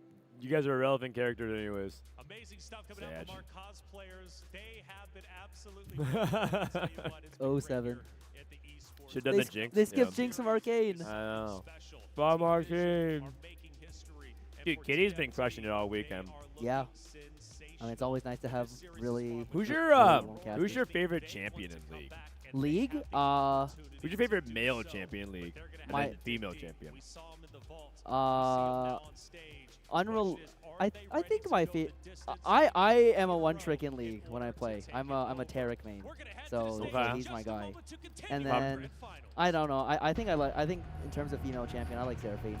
I like playing her, and I like her kind of design and stuff too. You like singers? Yeah, you could say that. You could say that. I mean, it feels like a simple, straightforward yes/no question. I mean, You did the singing like, abilities. am I like particularly? Am I particularly fond of singers? Maybe not. I don't know. Yeah. You like K-pop? I do like K-pop. Yeah. Oh, okay. Seraphine's like the K-pop. Yeah. All right. Well, let's see if these guys can end it 3-0. I have no transition off of that. I mean, my favorite male champion is Juan May. I think some teams or some people went in like doubtful of vision because they actually didn't have to beat any Chinese teams to make it into the finals. Oh, really? Yeah, I think people generally They beat consider Flash Wolves? Yep. They beat... Well, like not true Chinese teams, like no CN teams. Oh, okay. They beat Flash Wolves, VP. They lost to Zeta once. They beat T1. They beat T1, yeah. They beat Movie Star Koi. They lost to Flash Wolves. They beat T1. And then they beat Virtus Pro, Flash Wolves. Wait, yeah, this is the first Chinese team they're playing. Yep. And so people were like, Vision is going to have a tough time because I think they're perceived as like the weaker team of these two because people are quite they admire Juan Mi's skills a lot. But I think like MoGG goes like super underappreciated. If you like ever watch his cam, he's doing a lot of the shot calling. He understands the game really well. He's I'm pretty sure he's like a true anchor of the team in terms of the comp. Yeah, and he also is a Twitch chat shitposter. That's all the better. Yeah, so I like MoGG a lot for that very reason. It's just my own volume. Don't worry. I'm trying to hear myself more. That's all. All right, so here we go, guys. Game number 3. It's going to be a 3-0. I didn't catch the encounter. Yeah. Maybe they did. I think no one, or I don't. The encounter's not clear. Someone get Frodan a Vision jersey. That's right, man. I should have told him in the bathroom break. Medallion? Mountain. Oh, Mountain. Cool stage. 2 time breaker for 60 second. I think 60 second is the low. I'm pretty sure 60 second is the low resource player of Aurora. He often gets Space Maker is another way we call it as well. Like a person that tries to just figure it out. Yep. Figuring it out is so hard, man. Unfortunately, he went 8th last game trying to cook a Conduit Karma board. Oh, yeah, he might have done something fancy with his roll down. Yeah. Mountain Lulu on 1-4 for Okay. MoGG and a full JG slam. That one out. in the previous series that we saw. So maybe we can see Mountain Lulu win out again. Actually, it was crazy. Did you see the game? The Mount Nami one? It was Exalted Adventure. Milio Pantheon. He played Mountain Lulu. Took Exalted Adventure. Took Exalted. Got Milio Lulu Milio Pantheon Jinx. Wow. Played Mountain Lulu. Didn't cash out Exalted Adventure until like level 9, 30 gold. Sorry, he took Y spending. Yeah. So he rolled, and he leveled all the way halfway to 10 by the time he found Pantheon 3. So he didn't cash out till like the end of stage 5 with Milio 3, Pantheon 3, and then he won the game. That's insane. That's They like did everything to keep him alive to get the cash out because they were holding all his Pantheons and Milios. Was that in this series? No, that was the last Last series, one? Wow, yeah. that's an incredible That was game. actually so funny. I was hoping he would like get to 10 before he would like hit it. I'm sad to have missed that. I'll watch it back in the VOD. All right. Whose perspective is this? This is... I think this might be Genbai's perspective. Got the feed here if you want. Ooh. Salvage bin, bodyguard, clear mind, pages. It looks like we're going booster pack. That's MoGG. This is MoGG's POV. Treasure hunt for... Versus Advanced Loan. I think that's Flancy's board. Yeah, it might be. Yep. So they value Advanced Loan a lot. Yeah, it's like, I think... Even more than Treasure Hunt. Yeah, he ends up skipping it for Advanced Loan. I've seen... That's crazy, man. I feel like NA would never skip Treasure Hunt there. Yeah, it probably... I would guess that their team already has someone with a good Akali spot is like the biggest reason that I could think of. Okay. Or they just think that it's better because of how much advanced gold that you get. I think you're right because Koyui took Infinity Protection. Yep. Another augment that NA doesn't pick. Yeah, I think... oh, we actually picked it some, but yeah, as the... Well, as you guys the are not EU. NA, you guys are EU, but yeah. I think the main thing that the Chinese teams did different is that their read was that you absolutely must play one Akali player on your team and one Space Group player and one LeBlanc player. You're never allowed to have, you're never allowed to be missing any one of these 3 comps. That's why their late game was always so much better than ours, I think, because they just have all the good comps, and if you ever gave it to them uncontested, they can work their way into one or two of them having a really good spot, which means that stage 4 and stage 5 are going to be really tough for you. Yeah, it's crazy because you're right that I see them playing that all the time. But we did cast a game, me and Wijum. Yep. Where there was 0 Akali games in the plays. Yeah, that one's a bit peculiar. Obviously, there's like extenuating circumstances, but that's at least what South Korea told me. Yeah, that makes sense. And that was not your read? We thought the game was more balanced than it was. So like we were okay we were okay dropping a LeBlanc player if no one had a good spot, dropping a Nami player if they didn't have a good spot, but like instead of in solo TFT you typically play it such that you look at your spot and see the best comp that you can play from your spot and then figure out how it fits. But the way that they approach it is that they know that there's 3 comps that must be played and you figure out who gets each of the 3 comps. And they'll unless it's like completely undoable. So they basically the big thing is that they had 3 mandatories. Yes. A lot of people had like 1 or 2. Yeah, you're like Akali's mandatory, and then we'll figure it out from there. Yep. Interesting. See a double full open, I think. Wandering on the clear mind. Like this is not a line that we were taking at all, pretty much. Clear mind open. Yeah, but it's a lot. It's like what I realize is a lot of the augments that give you a very large amount of upfront gold are quite a bit better in 4v4. So normally people view Patient Study to be a lot better than Clear Mind, right? Because Clear Mind you can't really activate on level 8 most of the time, so that a lot of the gold is front-loaded between stage 2 and 3, whereas Patient you'll get more and more gold every round for the rest of the game. But in 4v4, a lot of the time you just aren't going 9, right? Like you are all you care about is how much gold you have exactly on 4-1. So you can buy all your units, hold their units, and then hopefully choke them out of the game. Fair enough. But I guess what I don't really understand is Clear Mind that much more gold than Patient Study? If you lose all the rounds, no. It's not. Clear Mind, yeah, it's 3 guaranteed a turn. I mean, it's actually the same if you lose every round, and if you solo something like that, it's the same. Okay, but I guess like it's just another option to take that people don't consider. Yeah, for sure. Like it's like actually, like in solos, you're like, oh, I'm not. You wouldn't touch that augment with a 10-foot pull, right? Yeah. But in 4v4 it's like totally fine to just open with it. Interesting. Lilo has I like that. I think Lilo has Jax too. Very good LeBlanc spot. I think is what they're giving him.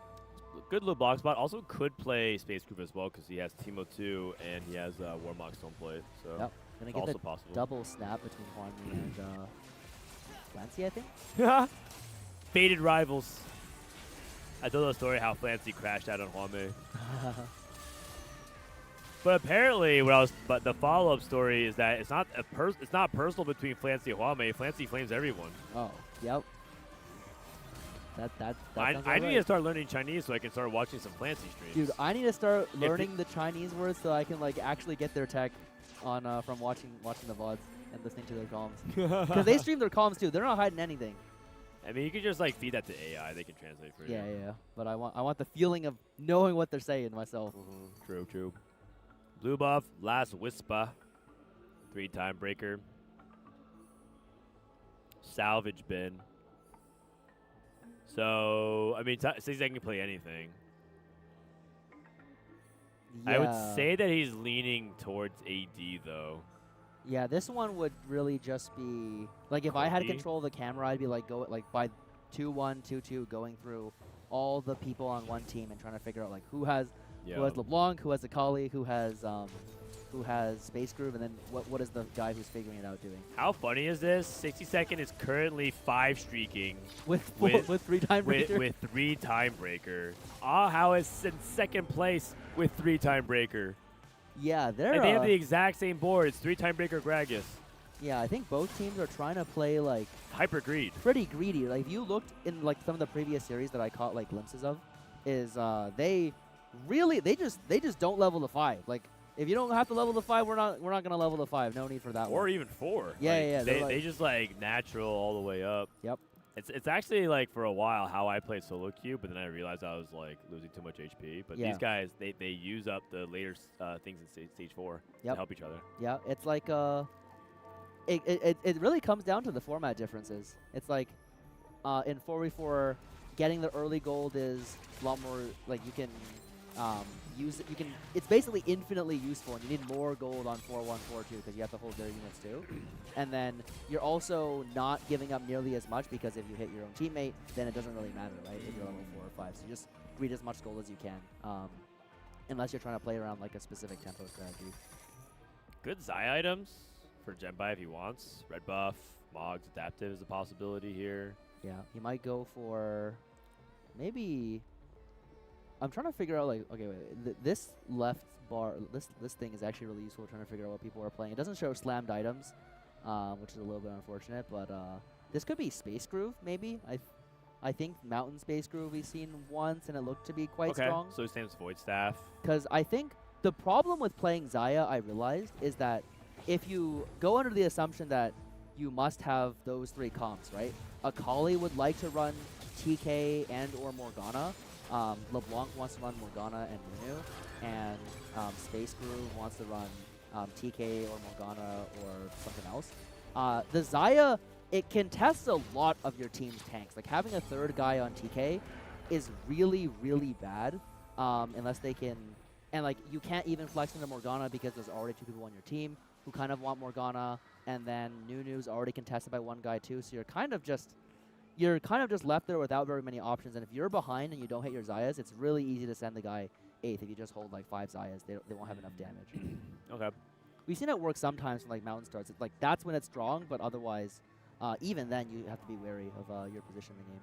That's interesting. Yeah, we have seen some Xayah attempts, and they actually did okay.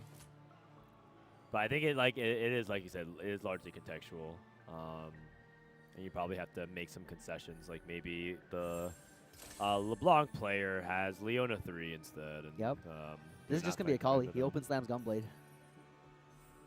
Yeah, how many people are playing Akali? So Lilo's on Akali. We saw another member of Vision on Akali for sure. I think it was Koyu. Yeah, Koyu has Akali. Yep. And we might even see a 3rd. They don't play it like a we were under the presumption that like a lot of the time we were like supposed to roll for something on level 6 to like kind of up your board, especially from Lost Streak, but they don't think that spot is even good. They think like you just play like a completely normal level 8 comp, and that's the spot that is best for Macaulay. Like you just play like a strong board, go level 8, roll for the Akali 2, Akali 1, no diff, whatever. If you have good enough frontline, you win the fight anyways. Interesting.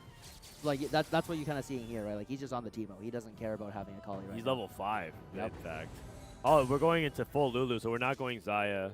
Yep. MojiG going to be rolling in. MojiG loves reroll. I think it was like one of his things that he like specifically says that he likes playing reroll lines. Yep, he's got the double booster pack. Wow. Yeah, just double econ. We'll see how this goes.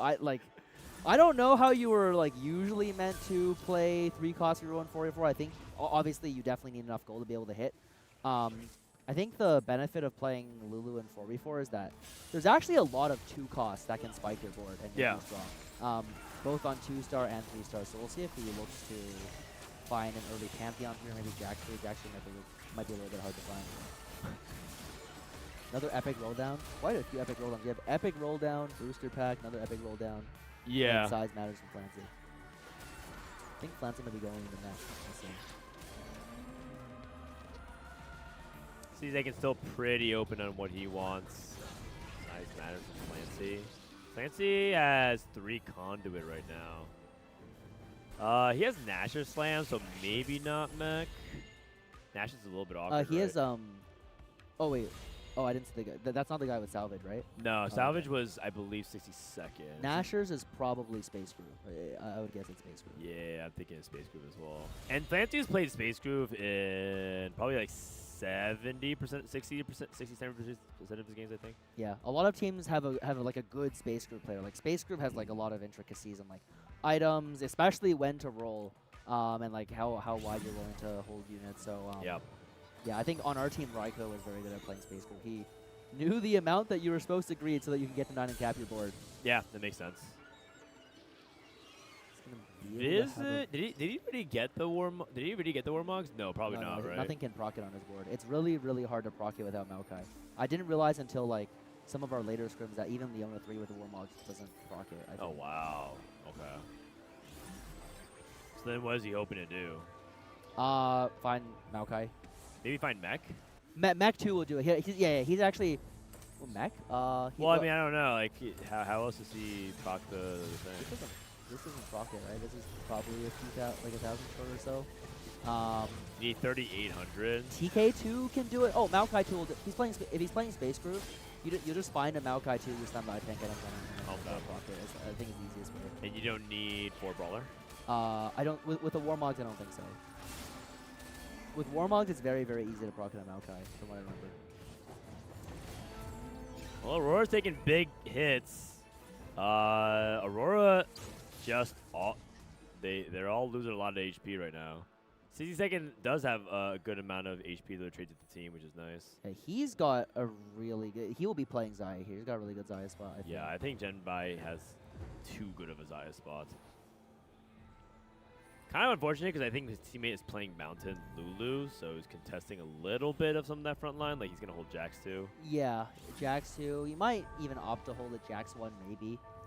He'll want to have... The Maokai 2 will probably be going on both boards, but that's probably unviable for MoGG anyways. Well, so there you go. You have Xayah and you have Lulu reroll, so there's like the break of the pattern of like LeBlanc, Space Groove, and Akali. Yeah, I think Vision... Vision is actually unique for playing wider than a lot of the other CN teams. But I think it definitely, from what I understood, that was the baseline that you play off of, and then you can kind of do some adaptations from there. Well, I feel like they are, I think the way I phrased it at the beginning of the series, I feel like they're a more Western-influenced Chinese team because Fancy plays a lot in NA. He also speaks English and talks to some NA players. OGG's like from Taiwan. He's on Twitch. He's like streaming on Twitch, interacting with us and interacting with the APAC community. So it feels like a little bit like less like, oh, all Chinese coded, but obviously they are living in China. They have a Chinese tech too. Yeah, for sure. And I think MoGG was, I think he at one point was analyzing the MKOI VODs and then got frustrated that it was like, it's hard to find the scrims because there's just 5 hours of League around all the Now they're here to have fun, man.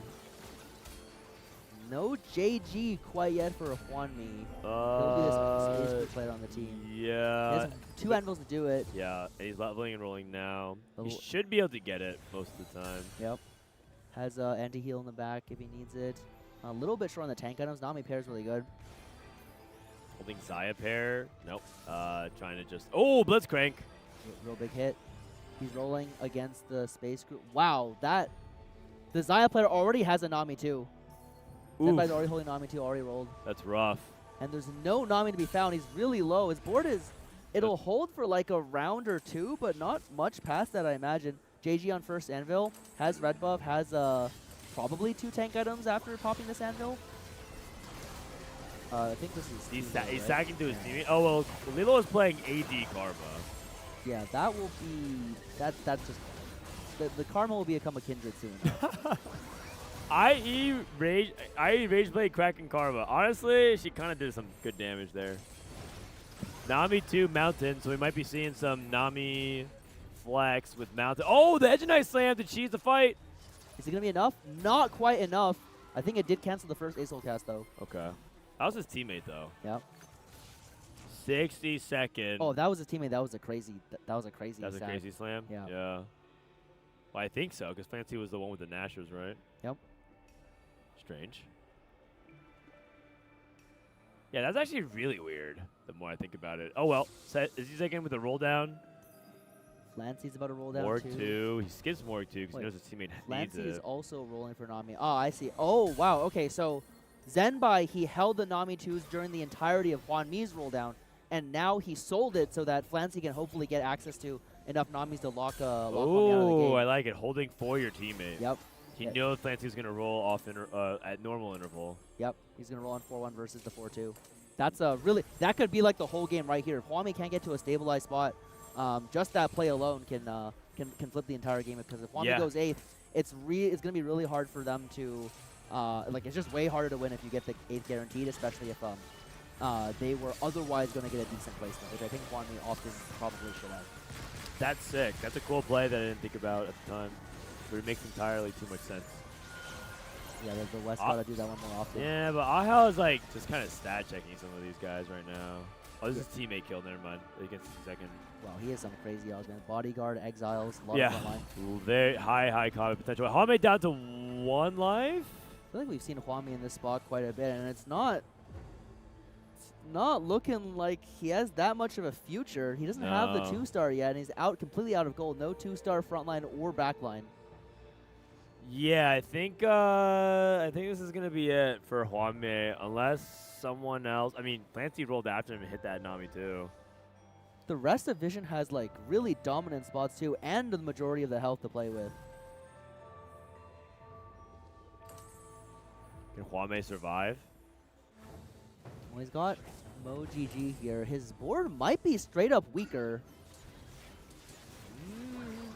No shred. Got 2 econ augments on Hwanmi's side. But this is a better matchup for the Nami, I believe. Nami against Lulu? Yeah, I think so. I think when it's even, the Nami can just flash onto the Lulu fast enough. Yeah, I've seen it go both ways. Oh! They both kind of have backline access. Yeah, exactly. They both splash the backline. Whoa, Lilo loses again. He needs to stop losing. Aurora's down 2-0. If they lose this next 12 game, health for the bottom players. Well, that's actually huge. Hwanmi and Lilo instantly taking it. Gonna miss the Nami here. So there's no Nami 2 for Hwanmi. There's also no useful 5 cost. Yeah, no Jin. Or sorry, no Blitz. No Blitz, no Shen. No Shen. He's gonna get a TK print soon enough. Guys, I think 7 people took HP. This one, holy cow. That's a lot better for the side of Aurora. They need more of the HP to work with, especially if they theoretically have the compensation of the scaling spots. Yeah. I think Leluo, if Leluo gets to a good board, I think he might be 4-5ing it from what I can see here. If he gets to a good board, he should be able to, 4-5ing it here. He should be able to beat a lot of his opponents. I think these are some of the 3 highest value augments I've seen in a while on an Akali board. Woven Magic for 4 components. Implants 2, Swordsmith. Needs to get to frontline upgrade plus Akali 2. Doesn't have either other than the Jax at the moment. It's on Kindred 1. Home hit Nami too. That's really big. How slow slamming. Trying not to. He's actually not going to slam at all. Looks like he is LeBlanc naked. Trying to kill some units. He's going to late plan here.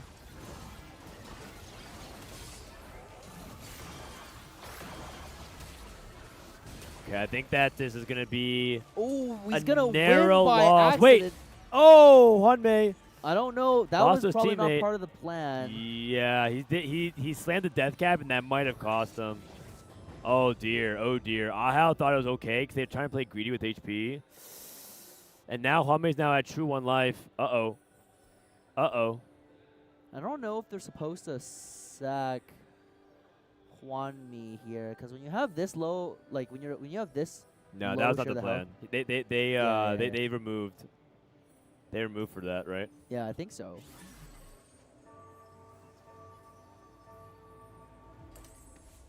A remove for MoGG. Up against 60-second up against Hwanmi. Yeah, and we'll see. Maybe at this point, Mommy's like, you just can't attack me then. Yeah. Or like, don't position, or don't like help me if I get out, I get out. 'Cause I think he's just so far behind. He's 3 lives behind Clancy. He just sack immensely to get him out of here. Yeah, they're just gonna sack him, I think. Yeah, Homie's just dead. There's not much of a future for many of the other Aurora players, I think, though. Ahao, actually, okay, Luo, he's won. Did he lose the last round? He 5 lost the stage. Oh, yeah. Yeah, he has no econ, no upgrades, no gold. I'm kind of surprised he took items here over money. Because I feel like he kind of needs the gold to buy something like the Kindred in the shop right now. Are you allowed to sell Vex? No, you have to hold Vex, I think. So then what? I feel like you need the Kindred too. Yeah, I think you asked for a sack. He doesn't even have a Kali pair. Yeah. on 8. Yeah, no econ, no Akali tempo, full loose streak, 7-8. Yeah, MoGG is gonna get to Pantheon 3 on 6. They're playing it like as a pretty humble level 6 reroll comp, not pushing 7 at any point. On Mountain, you don't really need the slot. Yeah. Koyoi has the more. Yeah, I think this is a much stronger Akali board. It's lower cap, but he has the upgrades at least, which are the most important parts. Lilo fixes items here. Has a decent 3-item Vex too, but not much of the rest of the board to stand. He is up against. Who's that? Is that Zenbai? Zenbai going 9 on Zaya 1. There's probably a lot of Zayas on the other team's benches, or he has enough health that it doesn't really make sense to do anything other than go 9. Ooh. Gonna be he's dead here. And that's the 7-8. That's a 7. It's going to be up to 60-second and Ahao to win, go to win the series. 1-2.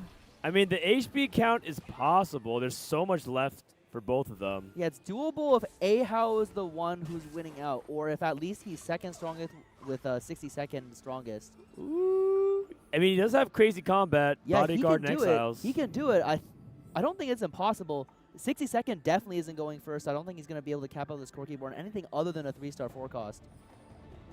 It's the most one-sided series. It looks pretty one-sided so far. It's looking like Vision is just steamrolling Aurora, but we'll see. Sometimes we say it's over, and then there's a big comeback. I'm saying I would say that it's very Vision favored, but we'll see. Yeah, MoGG. This is the part where MoGG loses to, I would imagine, most of Aurora, or like both of the Aurora players. So his time might be done. I don't know if this core. I don't know if there's enough damage to break through this Pantheon, especially with the Bramble Vest. He's still playing one. He's just playing one-star Bard. Riven just doesn't have 3 items. Need one more Corki cast here. It's gonna be enough, actually. It's close. He's gonna lose a life here. He needs every life he can get. Yep. Zenbai loses to. Is that Koyoi? Yeah, I think it's Koyoi. Yeah. And Koyoi on the 7 streak here. Just rolling on 8, denying everything. Gonna get to Rammus 2 this turn. Trying to make sure that 60-second can't get to his 2-star forecast, because I think he has neither of them at the moment. I think he has. Okay, he got to Rammus 2. Oh no, he has both. Never mind. He might be fishing for 3-star forecast with the 5 core keys. Oh. But it's really It's really, really tough here because they need the 1 and the 2, and there's already a Corki being held.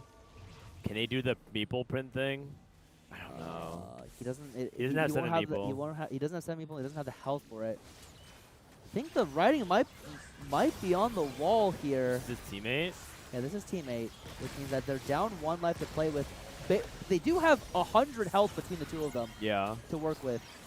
And so Vision's goal is just to get anyone into 2nd place here, and they've won EWC. Oh, it's kind of close. And they get a good sack here. Beats Ahau, that's good. Okay. How gonna sack for? I feel like he actually has just enough time to maybe get the meeple window, but it's gonna be close. I don't think he can go for it though. I think his board gets too weak. Yeah, the board gets too weak, and he needs more gold to hit at least 3 more copies of Corki. Yeah, and I think the other team, Vision was the one who did this to Flash Wolves, so they know the playbook, right? Yep. Clancy did it to Ironbog. Yeah, the double print into the Ramesses. 8-turn print, that was brutal. Ahau still not quite on the good front line. Like, the bodyguard is what's kind of holding his board up in all the rest of these matchups. Clancy just sacking. Yep. It's not even going to be worth it. Sacking the health up. Okay. To MoGG. MoGG going to sack the health, I believe, all the way up to Koyoi, I think, ideally. You kind of just need a setup where Koyoi can beat at least one of them, and if he has enough HP, he should be pretty much good to go on the win. So they're playing this pretty much by the book. Ahau going to take another big life from Vision here. This LeBlanc board looking really, really strong. I'm not sure anyone from Vision can beat the LeBlanc board. Yeah, who can beat him? No one can beat him, but no. Doesn't Koyui, doesn't Akali have a really good matchup into this? It does have a really good matchup. Yeah, he needs kind of the better units that deal more damage. Like getting to the Vex helps a lot. Getting to a strong Kindred, which I think he has already, is good in it. The combat augments might be too much because with this bodyguard, it's kind of hard to kill the LeBlanc even with the bleed because you have bodyguard, you have exiles. So I assume it can live through most of the duration of the fight. We'll be able to see somewhat soon when they rotate into each other. Yeah. Ahau going to take another life from MoGG. Don't think this is a particularly hard matchup. Ahau just got to win out 62nd on 2 win here, which I think is really, really big, actually. MoGG still hasn't hit full cap, though. He's still, like, getting his 3 stars in order. Yeah, he's on, what, 6 Lulu? I don't think he's going to get there. I think this is about as good as his board is going to be most of the time. He might get another Mountain Emblem, though. That's kind of relevant. Yeah, he gets another Mountain Emblem. He had it on 2-1, which means he's getting another one for 6-1. But you could argue that he should just die here as well. But now, all of a sudden, Aurora's actually in prime position for the 1-2. Yeah, they're looking real strong. This Varus's item looks like it's definitely... the Varus's God item is looking pretty good. He's trying to get double his chances of getting the dragon. Yep. This is the tech to maximize your dragon chance. 2 bards, 3 bards if you can, and make sure both your bards have the cast on, so you don't want too much damage from your other units. You also need enough damage that it dies while the cast is going though. So it looks like he's gonna miss the dragon. Yeah, NT. And this is suddenly looking like Aurora can maybe pull it back. I feel like they can do it. I'm surprised no one from Vision has that high of a.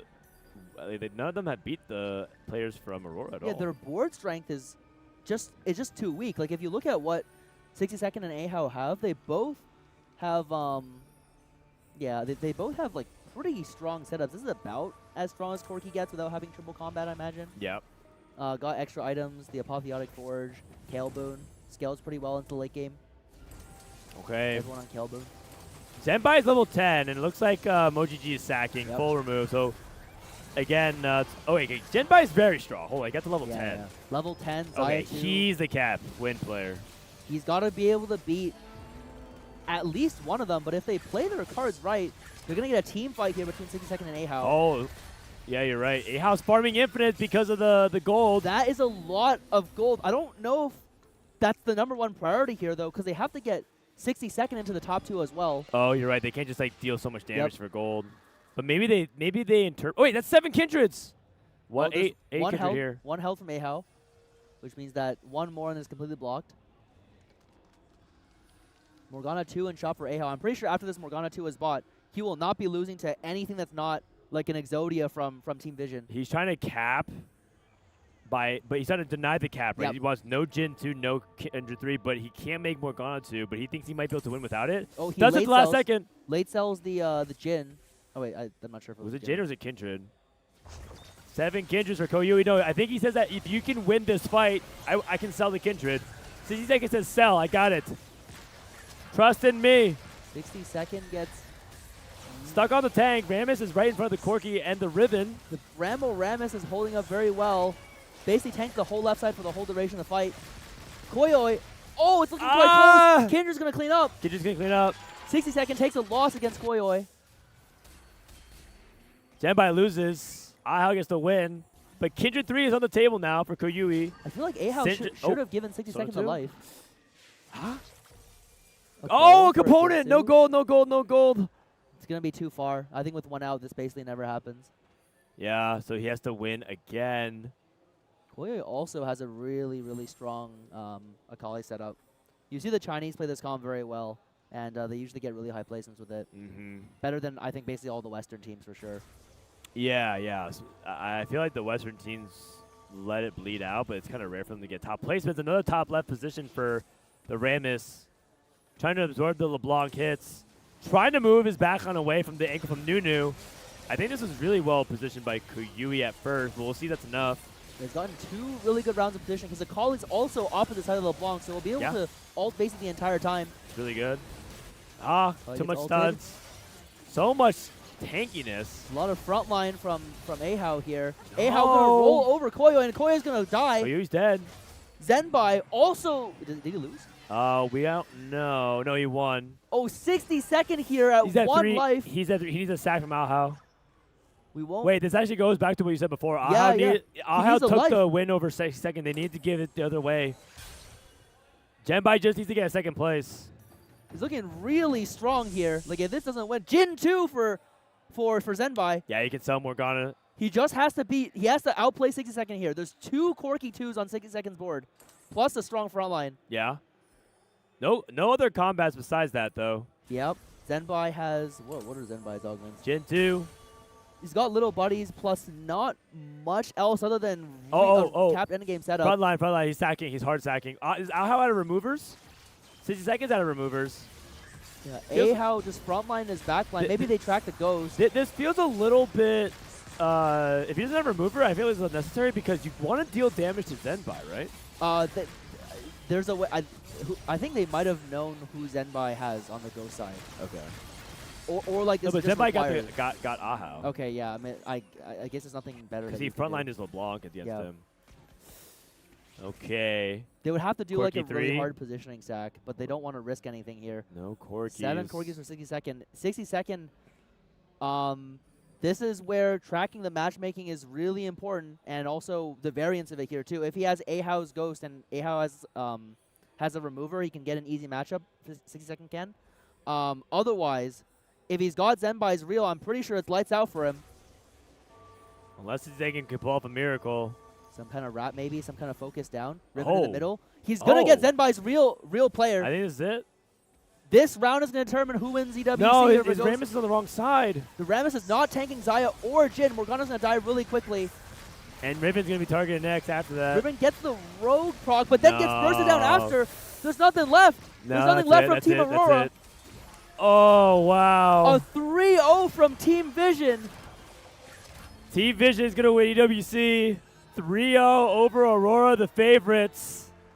And the team led by MoGG from Taiwan and the #1 seed from China, taking out everyone along the path that's not China, ends up taking EWC 2026. They showed them why they were #1 seed. They went in #1 seed and finished first place at EWC. And Hwame gets denied an EWC victory, so gets denied the best set of all time. Yeah, can't really have like the true GOAT set, at least not in contention for it. Man, but what a run by everybody here. And Vision's over the moon, man. Congrats to them, dude. Flancy gets his revenge. Flancy, after all this trash talk, is able to back it up, taking it over Hwanmi's team. I know, man. They got the team captain Mo GG. Huamei is washed. Flancy supremacy. It was very clean by Vision overall. Yeah, like if you just look through this game, Flancy taking the advanced loan, getting the 2 placements he needed. Mo GG, a lot of mid-game tempo, a lot of health to give, and they were barely able to do it at the end of the game. If they had maybe 1 more life in the other direction, it'd be doable, but even in that case, Zenbai maybe got to the strongest board by the end of the game. Yeah. Well, there you go, and that's going to wrap it up here. Wow. Okay. I mean, CN crushed us. Nah, CN won the tournament after the first semifinal match. Yeah. We got a lot to learn, man. We have a lot to learn, but I feel like it's been good for us. I feel like we got humbled, and I think I learned a lot about 4v4. I feel like you learned a lot about 4v4. Oh yeah, I haven't done like a full 4v4 circuit before, so this one, you'll catch me on the team back in EWC. I promise you. Either as the coach or the player, we'll see. Yeah, we'll see. Maybe I'll be a coach or a player. Yep. Probably not. All right, interview time. We'll do the final wrap-ups here, and then you guys can go hang out with the other stream. Crushing this Aurora Key. The captain, the IGL, who else could it be? Wait, where's the host? He's grown so much from the start Where of the host? group stage up until now. He's locked in. I think he's one of the standout performers in this grand final. Wait, it's the final key crushing ceremony. Competition since set 12. Wait, they need to give it to Flancy. Flancy needs to crush it, man. At MSI, now first place at EWC. And he is part of the team to stop Huamei from completing the run to get that final trophy for his case, and instead, all right, here we go. Lower it. As the dream crush the key, man. Crush the key. He says, "Come back next time." Oh no, Huamei's ghosted. Final key being crushed here at TFT. Oh, that was kind of brutal. That will do it as Moji crushes it, and now that is all that is left for them is to walk back to the that stage shadow on to Moji get makes it that look so final tough. trophy lift.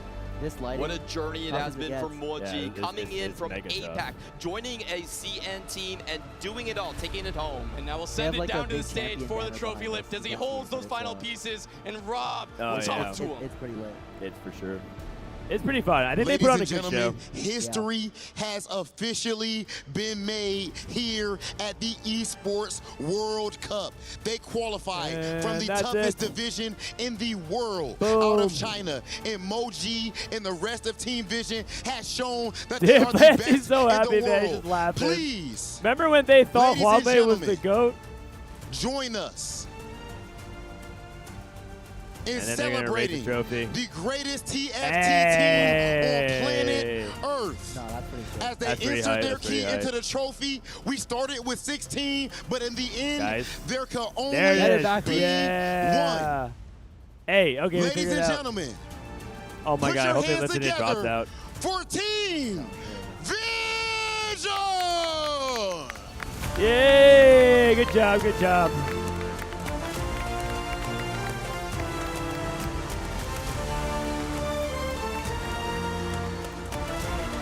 Happy for It's quite the experience being able to hang around with people. I was glad the chance to they're really nice. For sure, everyone's pretty nice. I'll definitely head out and congratulate them as well. Tournament was good. It was a great tournament, man. Hope it was fun to watch. This is probably the best production TFT's ever gotten. Yes, this is the best production. Best event for sure. Yeah, I feel like the More than Worlds, cameras for and sure, the segments, the lighting, the stage, everything. Not the storyline that I personally would have wanted in terms of like China dominating everything and no Western teams, but I think it was a good time regardless. Yeah, I think Get Moji for our interview. Might have beat the West in every game except one. There's only one game. Call of Duty, baby! No one shoots it better. Congratulations to Team Vision for being the Esports World Cup 2026 Grand Finalist title winner. That was the only one. This is going to be a historical moment for EWC. And this is the first time we've seen a 3-0 in the Grand Finals. So how does that make you feel? 首先，恭喜墨姬选手可以拿下今天的冠军。这也是整个历史里面第一次3-0的比分结束游戏。所以你对这个有什么看法呢？我觉得我们队打得非常的好，然后也成功的抓住对手的破绽，所以才能够打出这样的结果。因为我们是跟对手也练过很多把，所以足够了解对手。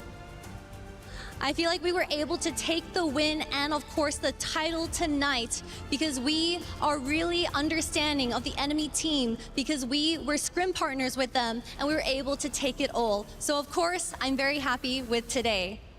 Moji, I know that you've had to put in so much blood, sweat, and tears to get to this amazing moment in your career, but I do have to ask, is there anyone in particular out there that you have to thank for helping you to get this far?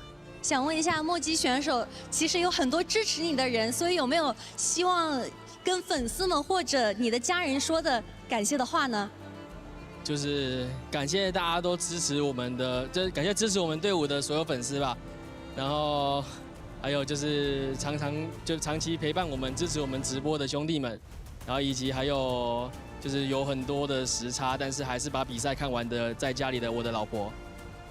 Thank you so much to the friends and family that were able to watch us through this journey at the Esports World Cup.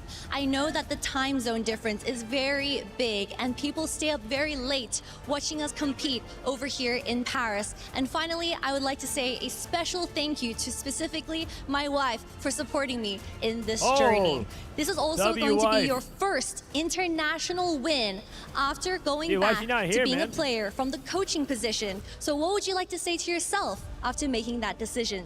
这也是你第一次拿到了国际赛的冠军，尤其是从教练转成选手，你做出这个选择的时候，你觉得你对自己有什么想说的话吗？ I didn't know that either. 就是用尽全力，然后对得起我的队友，也对得起我自己。这个结果我非常满意。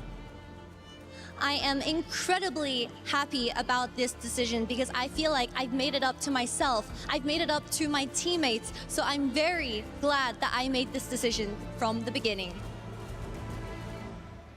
Okay. And of course, Team Vision are champions, but that is not our last order of business, ladies and gentlemen. I do believe that we have Damascus with something very important, very shiny in his hand.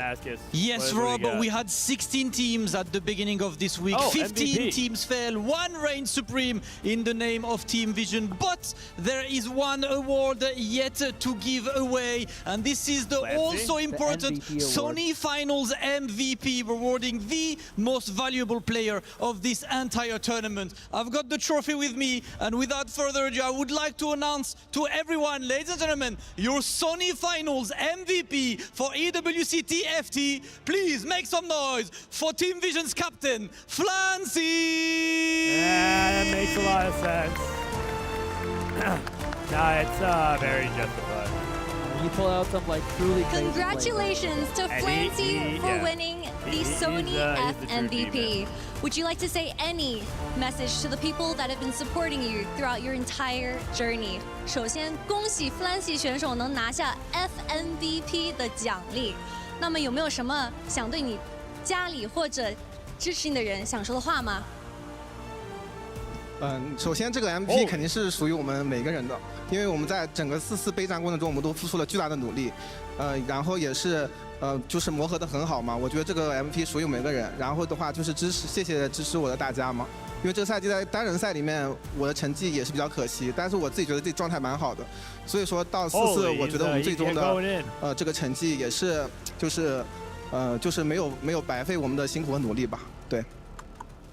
I would like to believe that this FMVP is deserving to every single player on our team, especially because I think my personal development has not been the greatest this year. However, in the 4v4 format, we were able to pull through. And of course, I would like to thank all the fans and people supporting us behind the camera, as this FMVP is for you.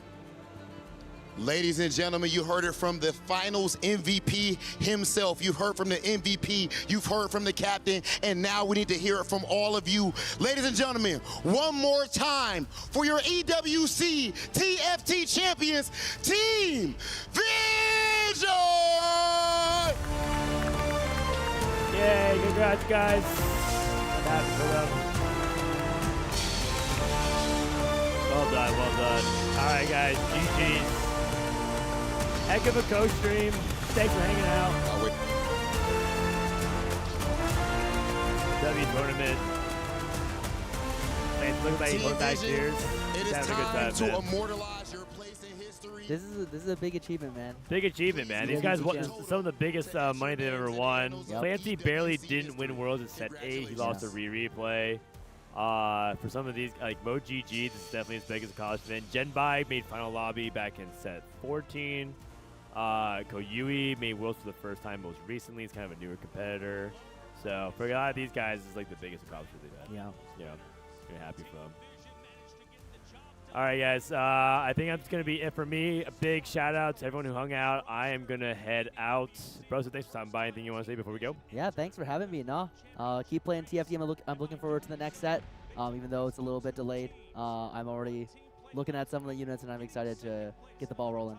All right, sounds good. I'm going to raid Mort Dog. You guys have fun. Send my love to Mort.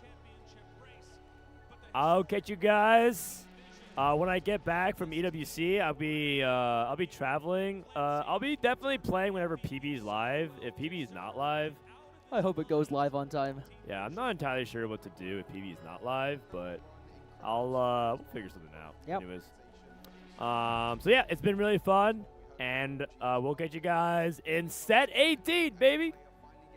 Later. Peace. Woo.